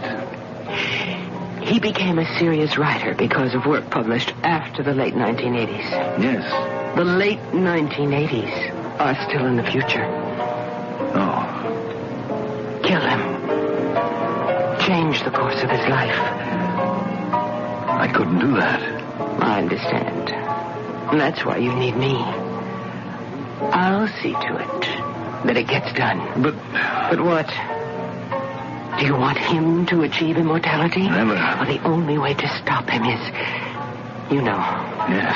That you can't do it yourself. No. Well, then? He doesn't deserve it. No, he has to be stopped. I want him to stop. How badly? I'd give anything in the world. Including your soul? Yes, I'd sell my soul. Do you know what that means? To sell your soul. It means you become one of us. One of our people. You are subject to call at our convenience. Call? Does that mean I die? Oh, your body is unimportant. What is to me? It won't be where you're going. Where am I going? Hell. What's it like? A place that's filled with people like yourself. How soon afterward will I die? That depends. Just as soon as we can arrange to have it happen in a neat and orderly fashion. How is that going to work? Logically. You'll understand when the proper time comes. Meanwhile, you must have your value received. Malcolm Tinsley must not live to write his great works. Go and visit Mr. Tinsley tonight. Do I have to? Oh, yes. But we're not on speaking terms. Telephone him. I wouldn't know what to say to him. I'll tell you what to say to him. You will? Certainly. From now on, every word you speak is a word I shall put into your mouth. After all, you belong to me.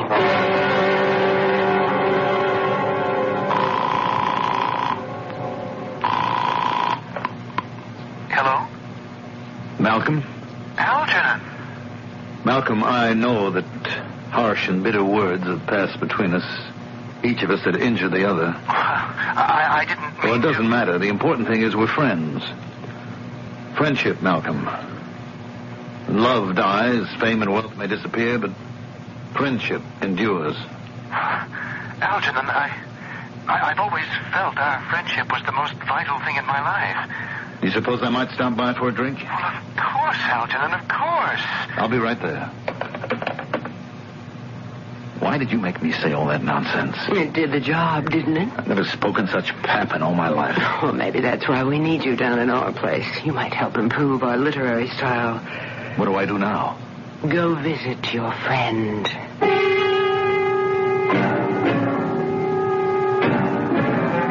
Which is exactly what I did. When I arrived there, I rang the bell. No one answered. Then I noticed the door was open. So I walked in. And there he was. Lying on the floor. There was blood oozing from his chest. His shirt was covered with a stain that kept growing larger and darker. He had just been stabbed. You could see the knife still sticking in the wound. I called the police like a good citizen. He was dead when you arrived, you say? Yes, Captain. So, why did you have blood on your shirt and on your hands? Because I leaned over to see if I could... to see if he was still alive and needed help. Look, let's cut through all this nonsense, huh? He stole your wife. Stole her? Well, if that's how she felt, good riddance. You had a fight in the bar. No blows were struck. But still a fight. You were jealous of his reputation. Me? Jealous? Mr. Barraclough, you killed him. Your prints are on the knife. I explained that. I removed it from the wound. You killed him, and you know it, and I know it. Now, let's call in the stenographer, and you can make your confession. What's to confess? A bargain with the devil? Who would believe it? So here I am, in my cell, waiting to be tried. And I have this very kind, very patient lawyer who keeps asking me to help him prepare a defense. Poor Mr. Jaggers. Doesn't he know that there is no defense? That this is how I must go? This is the devil's design?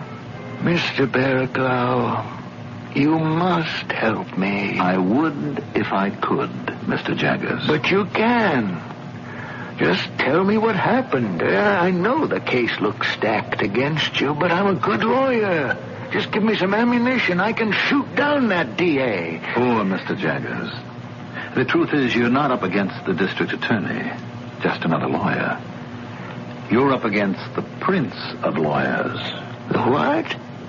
Or I should have said, the princess of lawyers. You can't fight her. This is how it has to end.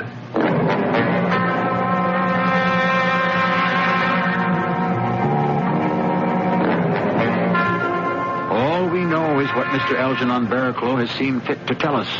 And after all, if he has shaved a fact here and slanted a point there, well, after all, the man is a novelist by profession. My profession is to await your pleasure, and I shall return shortly.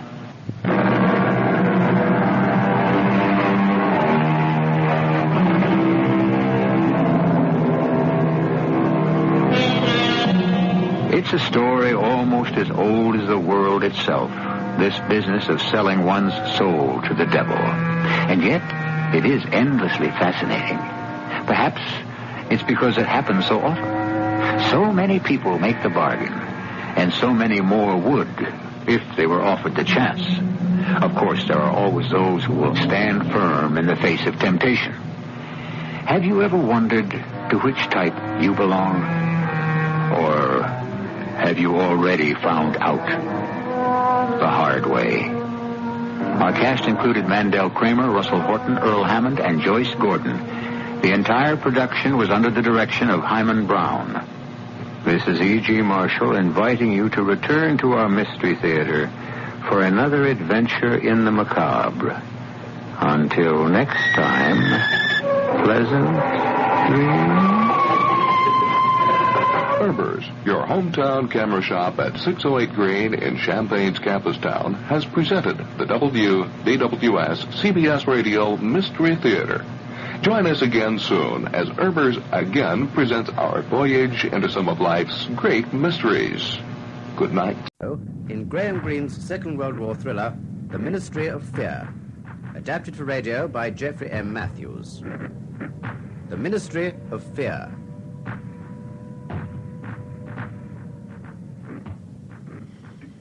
We've been looking for you for months, Mr. Rowe. I'm sorry. The first time I knew was last night. Lived a bit out of the world, haven't you? I was in a nursing home. Nursing home? Yes, there was an air raid. I lost my memory.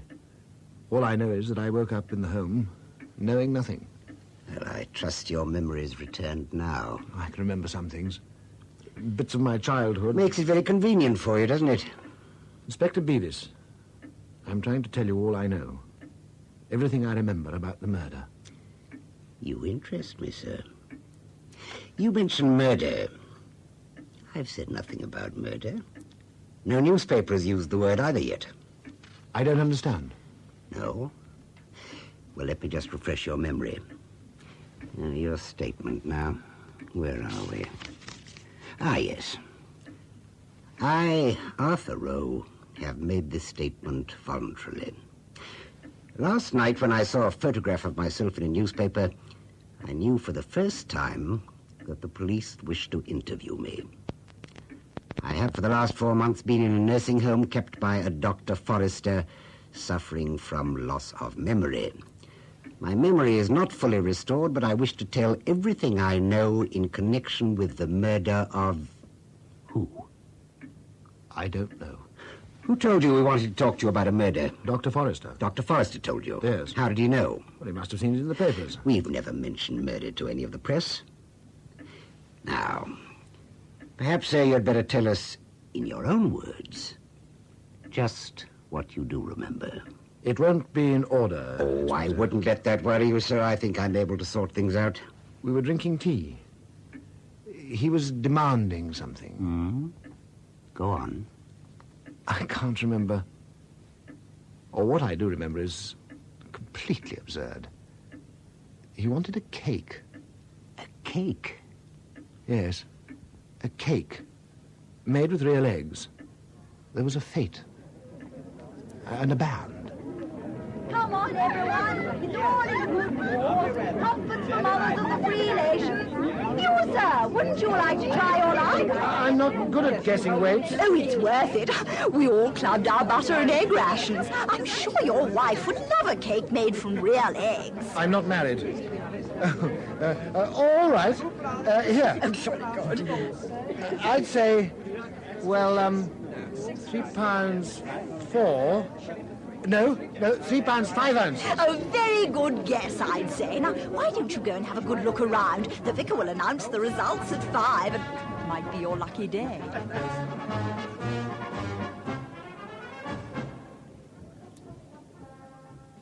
Sit down and cross my palm with silver. Then and only then will the veil be lifted. Now, show me your hand. First the character, then your past. The law does not allow me to foretell your future. I don't want to know the past. Tell me the future. What did you say? Don't tell me the past. Tell me the future. These are my instructions. What you want is the cake. You must give the weight as 4 pounds, 8.5 ounces. Now go, it's almost 5 o'clock.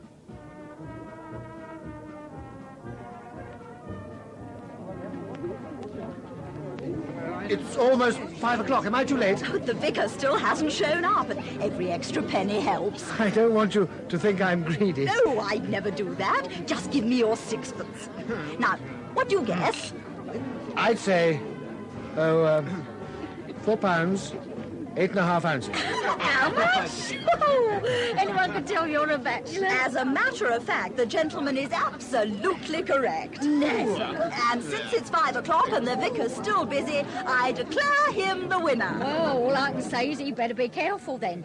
Must be heavy as lead. It's made with real eggs. And you, sir. Hope you enjoy it. Oh, I'm sure I will. Now, if you'll excuse me.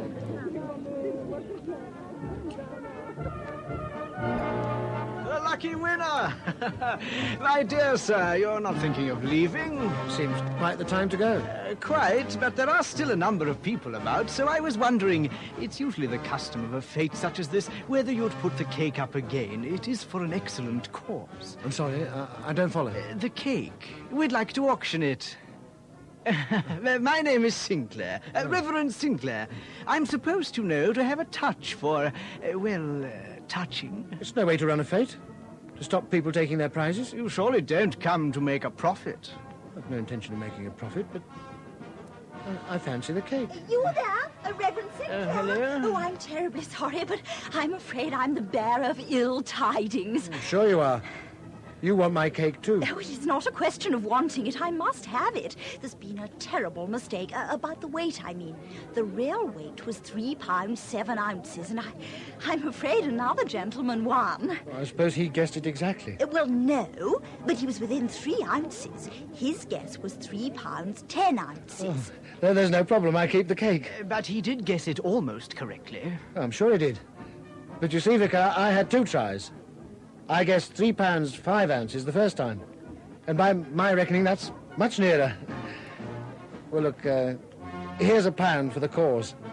Now, I'll bid you all good night.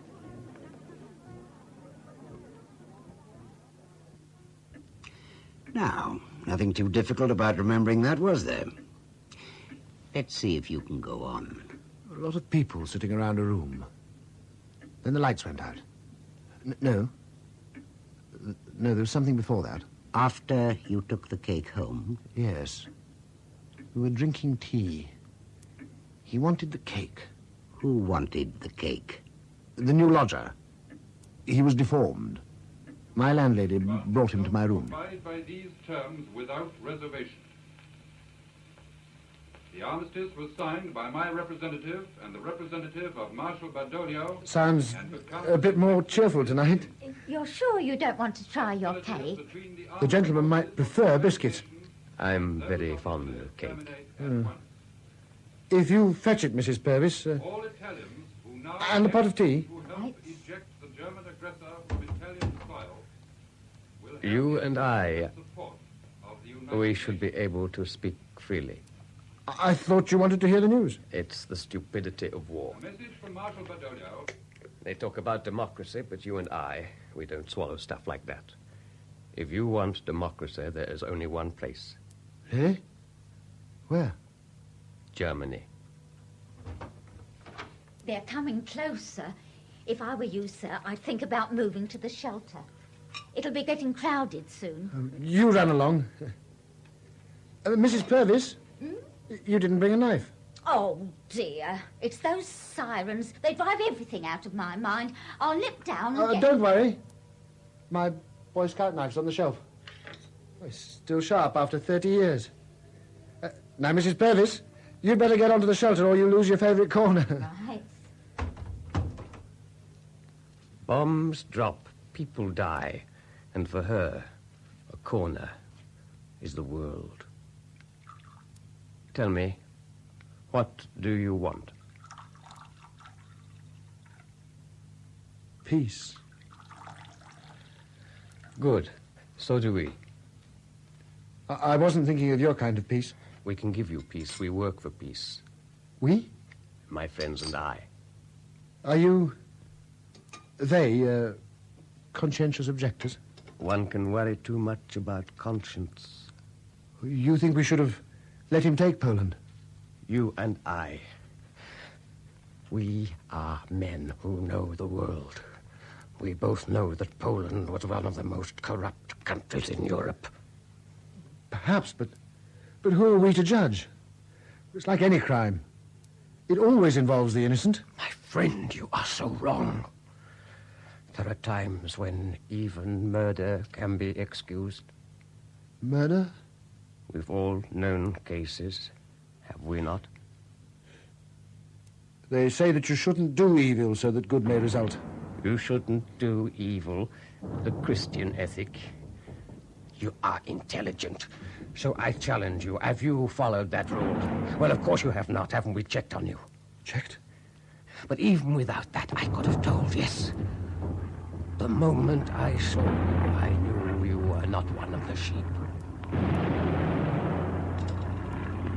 That one was at the end of the next street. You say you checked up on me? Well, who are you? You know there was a mistake. Mistake? Yes. This cake. You know it was not meant for you, so we want it back. We'll pay, within reason. You haven't told me who we are. We are intellectuals, free men, not bound by conventions, patriotism, sentiment. We haven't what they call a stake in the country. You keep saying we. Naturally, I see no sign of you cooperating. Now, the cake. We can have it. No. I suppose it's principle or something. But I won it and I intend to keep it. Then there is no more to discuss. It is a pity. There are so few intelligent men left in the world. Funny taste. The tea. You put something in it.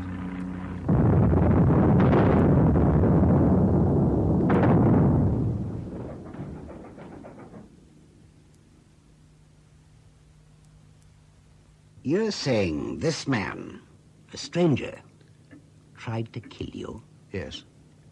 He wanted the cake. Why? That's what I wanted to find out.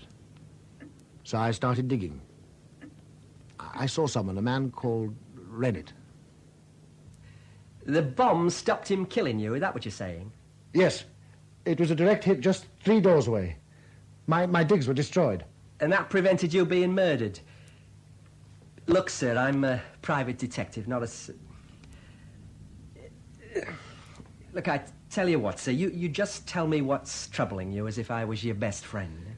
You may think it funny, Mr. Dennett, but somebody tried to kill me last night. That may not sound important when it's happening to so many others. It's made me angry. I've told you about the fate and the cake. Now I need to find out more. Was the man killed? No, he was taken to hospital. I called round there. And he'd gone? Yes. He'd been fetched away. Apparently it was only a concussion. The hospital would have his name and address. I checked it in the London directory. It doesn't exist. Well, there could be a dozen explanations for that. Tell me, Mr. Dennett, how long have you been a detective? Long enough. And in this long career, have you ever come across such a thing as murder or a murderer? Frankly, sir, I haven't. Life isn't like one of these detective thrillers. Murderers are rare. They belong in a class of their own. Oh, yes, a class of their own. Well, that is most interesting. Especially to me. They're very seldom what you or I might term gentlemen, outside of books, that is. No, you might say they belong to the lower orders. Oh, in that case, perhaps I ought to tell you. He had put some hyacinth in the tea. I recognize the taste. Of course. Arthur Rowe. Yes. That's what makes me so furious. They should pick on me, those amateurs. And you, Mr. Rowe, are a professional. You know, sir, I think we both need a drink. I hope you don't mind a teacup. I'm sorry, there's no soda. Cheers. To better days. The sooner the better. Now, if you'll excuse me for a moment, my assistant, Mr. Jones, I think he's back. Set a watch, O Lord, before my mouth, and a door about my lips. Which one is it? Oh, sorry. Hang on a minute. What did you say? Were you ringing? The police? No, or a doctor? Theatre. I promised my wife. I make it 2 in the stalls. You were ringing your theatre? Yes, that's... And you don't even give your name? Look, I'm not sure I can take your case. I think you will. Well, really, it's you know, it's out of my... Pay well. It always comes down to that, doesn't it? See, Mr. Dennett, I'm rather like a peer. He pays more because of his title. Well, he tries to travel incognito, but usually comes out. Now, how much is it going to cost me? Beavis? Oh, good. Remembered you hired Rennet. Yes. He still thought it was a confidence trick, but I persuaded him to check the poison books. You see, I knew it was hyacinth. Of course. You would. I'd been found dead, and people would have said it was suicide. Conscience. Yes. Yes, I can see the headlines. Are these the pictures? All there, sir. Thank you. Now, Mr. Rowe, I'd like you to look through these photographs, see if you can recognize the murdered man. Can you remember his face? I think so. Take your time. You know him? No. I just thought... No.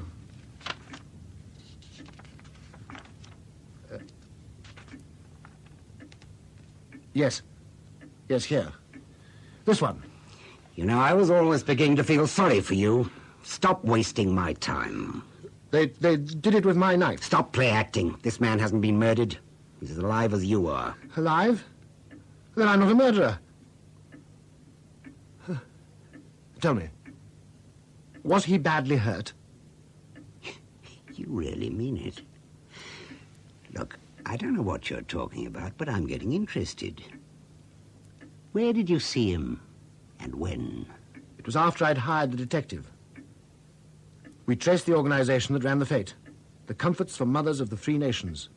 I went to see them. There was a man there, and his sister. Their name was Hilfer. And you say Mrs. Bellairs gave you the weight?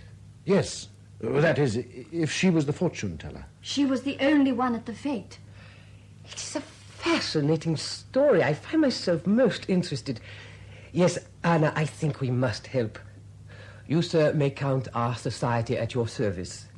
Now, the first thing is to find Mrs. Bellairs' address. If it is a misunderstanding, we must clear it.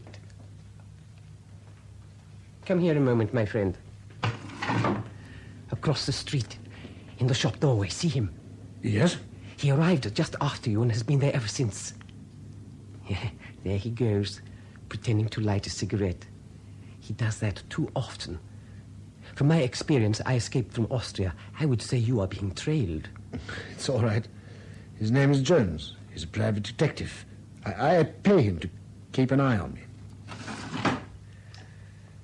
Anna, our friend is taking this most seriously. But now that we are allies, there must be no holding out. Well, all right. I think the cake contained something. What? I don't know. But he didn't really eat the slices. Just crumbled them between his fingers. It may have been a habit. To crumble a cake, a habit? Yes. One of those English characteristics you study so carefully. No. It wasn't habit. I know it sounds unlikely, but if you'd watched that wretched cripple playing with the cake, poking it about, crumbling the pieces on his plate, he wanted something, and he was willing to kill me to find it. You really believe that a friend of Canon Toppling would try to kill you? Why not? There were a number of people in Austria you have said couldn't do the things we saw them do.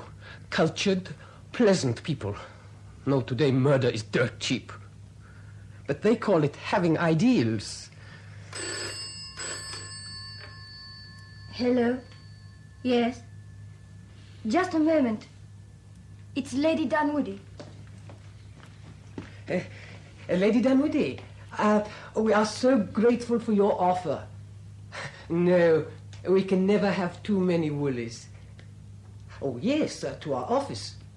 Good. We'll expect your chauffeur. Goodbye. You think it's an odd way for someone of my age to fight a war. But collecting woolies is useful, and it's something not to be interned. But your story excites me. It gives me the opportunity to take a more violent line. Leave it alone. No, this is war. War? How do you know, Mr. Rowe, that it isn't just theft? Drugs? I don't know. And I don't care. I'm angry, that's all. I believe the cake contained a message. Which a bomb destroyed. I think we must see Mrs. Bellairs. Anna, the address, please. You can't leave the office, Willie. You have an appointment. I will go. It can be cancelled. This is important and there could be trouble. We could take the private detective. And advertise our intentions? No. He sticks out a mile. We must lose him. I'm used to losing spies. It is something I learned from experts. Mr. Rowe could go alone. No. We drop the detective and then Mr. Rowe and I will call on Mrs. Bellairs. Perhaps she will look into her crystal ball and clear up this mystery. Yes, gentlemen? My name is Hilfer of the Free Mothers Fund. This is Mr. Rowe. We are friends of Canon Toppling. Our group always welcomes newcomers, so long as there is no hostility. I can assure you, Mrs. Bellairs, there will be none. Now, let me see. Oh, yes, Mr. Pantill, Mr. Cost, Mr. Newey. This is... My name is Hilfer, and this is Mr. Rowe. Welcome. May I introduce Dr. Forrester? Mr. Rowe? Mr. Hilfer. I take it you could do with some tea, Good. Milk and sugar? No, thank you. The rationing, you see, I stopped. No need to feel guilty. We have an excellent source of supply. And what do you do, Mr. Rowe? I sit and think. Excellent. I shall call you our philosopher. We have Mr. Cost, big business. Dr. Forrester, our psychiatrist, and now you are philosopher. Yes, Maisie? Telephone, Mum, from Mr. Rowe. I don't understand. I mean, no one knows I'm here. Please, take your call, Mr. Rowe, but be very quick. Interruptions change the aura. Maisie will show you where the telephone is. Through here, sir. Oh, hello? Mr. Rowe? Yes? Are you alone? Yes, but... Mr. Rowe, listen, you must leave. Do it as quickly as you can. That is Miss Hilfer, isn't it? Yes. Yes, it is. Do you want to speak to your brother? No. And please don't tell him. Just leave quickly. You are in danger. Why don't you want to tell your brother? Because he would only want to stay. If you go, he will leave also. Miss Hilfer, the private detective, Jones, is he still outside your office? There is no one there. I see. Yes, I'll do what you say. I must go. Mrs. Belair says we are keeping everyone waiting. I finished. Who was it? My private detective. He wants to see me at his office. I'll make my excuses and... Oh, we'll go there, but afterwards. After what? Something we must not miss, not at any price. Mr. Rowe, I think we were wrong. We will only have fun here, but keep a straight face. After all, Mrs. Bellairs is a friend of the good Canon Toppling. The doors to our world are now locked, Mr. Rowe. The lights dim. We will now join hands. The link to the other side will be complete.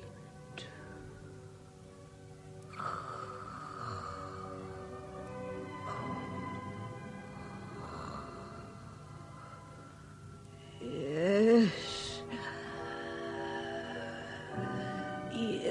No. I can't hear. Speak louder. One of you is an enemy.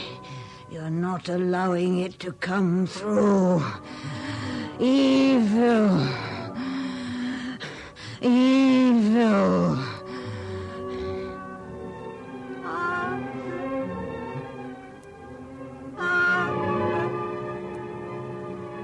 Arthur Rowe. Arthur, why did you kill? I wanted to live. Oh, stop it. I wanted Oh, please stop it. Oh, this is Stop it, please stop it. The lights. Stop it. Someone Please stop it. That's better. Mrs. Bellairs, I must congratulate you on your performance. Oh my God, Cost! Look at Mr. Cost! Oh, good heaven. A doctor. We must phone. I'm a doctor. What's wrong? Get back, please. What is Let me look at him. I think someone had better call the police. Oh, the excitement. Poor man, his heart couldn't stand it. I'm afraid not. Has he died? Cost was murdered. Oh, that's impossible, Dr. Forrester. The door was locked. Yes, which means that someone in this room did it. Oh, but that is impossible. We were all holding hands. No. Mr. Rowe broke the chain. I do not intend to examine the body further until the police arrive. But for your information, Cost was stabbed. Stabbed? Yes. With a Boy Scout's knife. Oh, please. Would someone unlock the door? Why, Mr. Rowe? Lavishly. I want to be sick. I don't think anyone should leave until the police arrive. I'll phone them, and perhaps someone will come with me. And if no one objects, I can go with Mr. Rowe. I suppose that will be acceptable. The lavatory is on the first floor.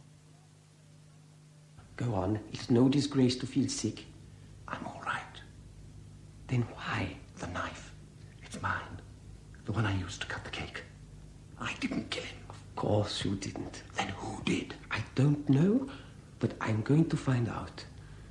But you, my friend, must be kept out of this. At least until Mr. Rennet and I can... By the way, who was it who rang you? The truth, please. It was Anna, your sister. Good for her. She must have found out something. But how and where? Never mind, I will find out. And me? You will go underground. It is the fashion of our decade. Communists are always doing it. You do know how. This isn't a joke. It is my knife. Believe me, my friend, the end we are working for is no joke. But if we are to keep our nerve, we must also keep our sense of humor. You see, they have none. Now, give me 1 week. Keep away for at least 7 days. But the police, they'll be here soon. It's nearly dark outside, and the drop is small. In a few minutes, the sirens will start. Thank heavens for the regularity. Now go. And you? Flush the cistern as you go. Then knock me out good and hard. It will be the best alibi you can give me. After all, I am an enemy alien.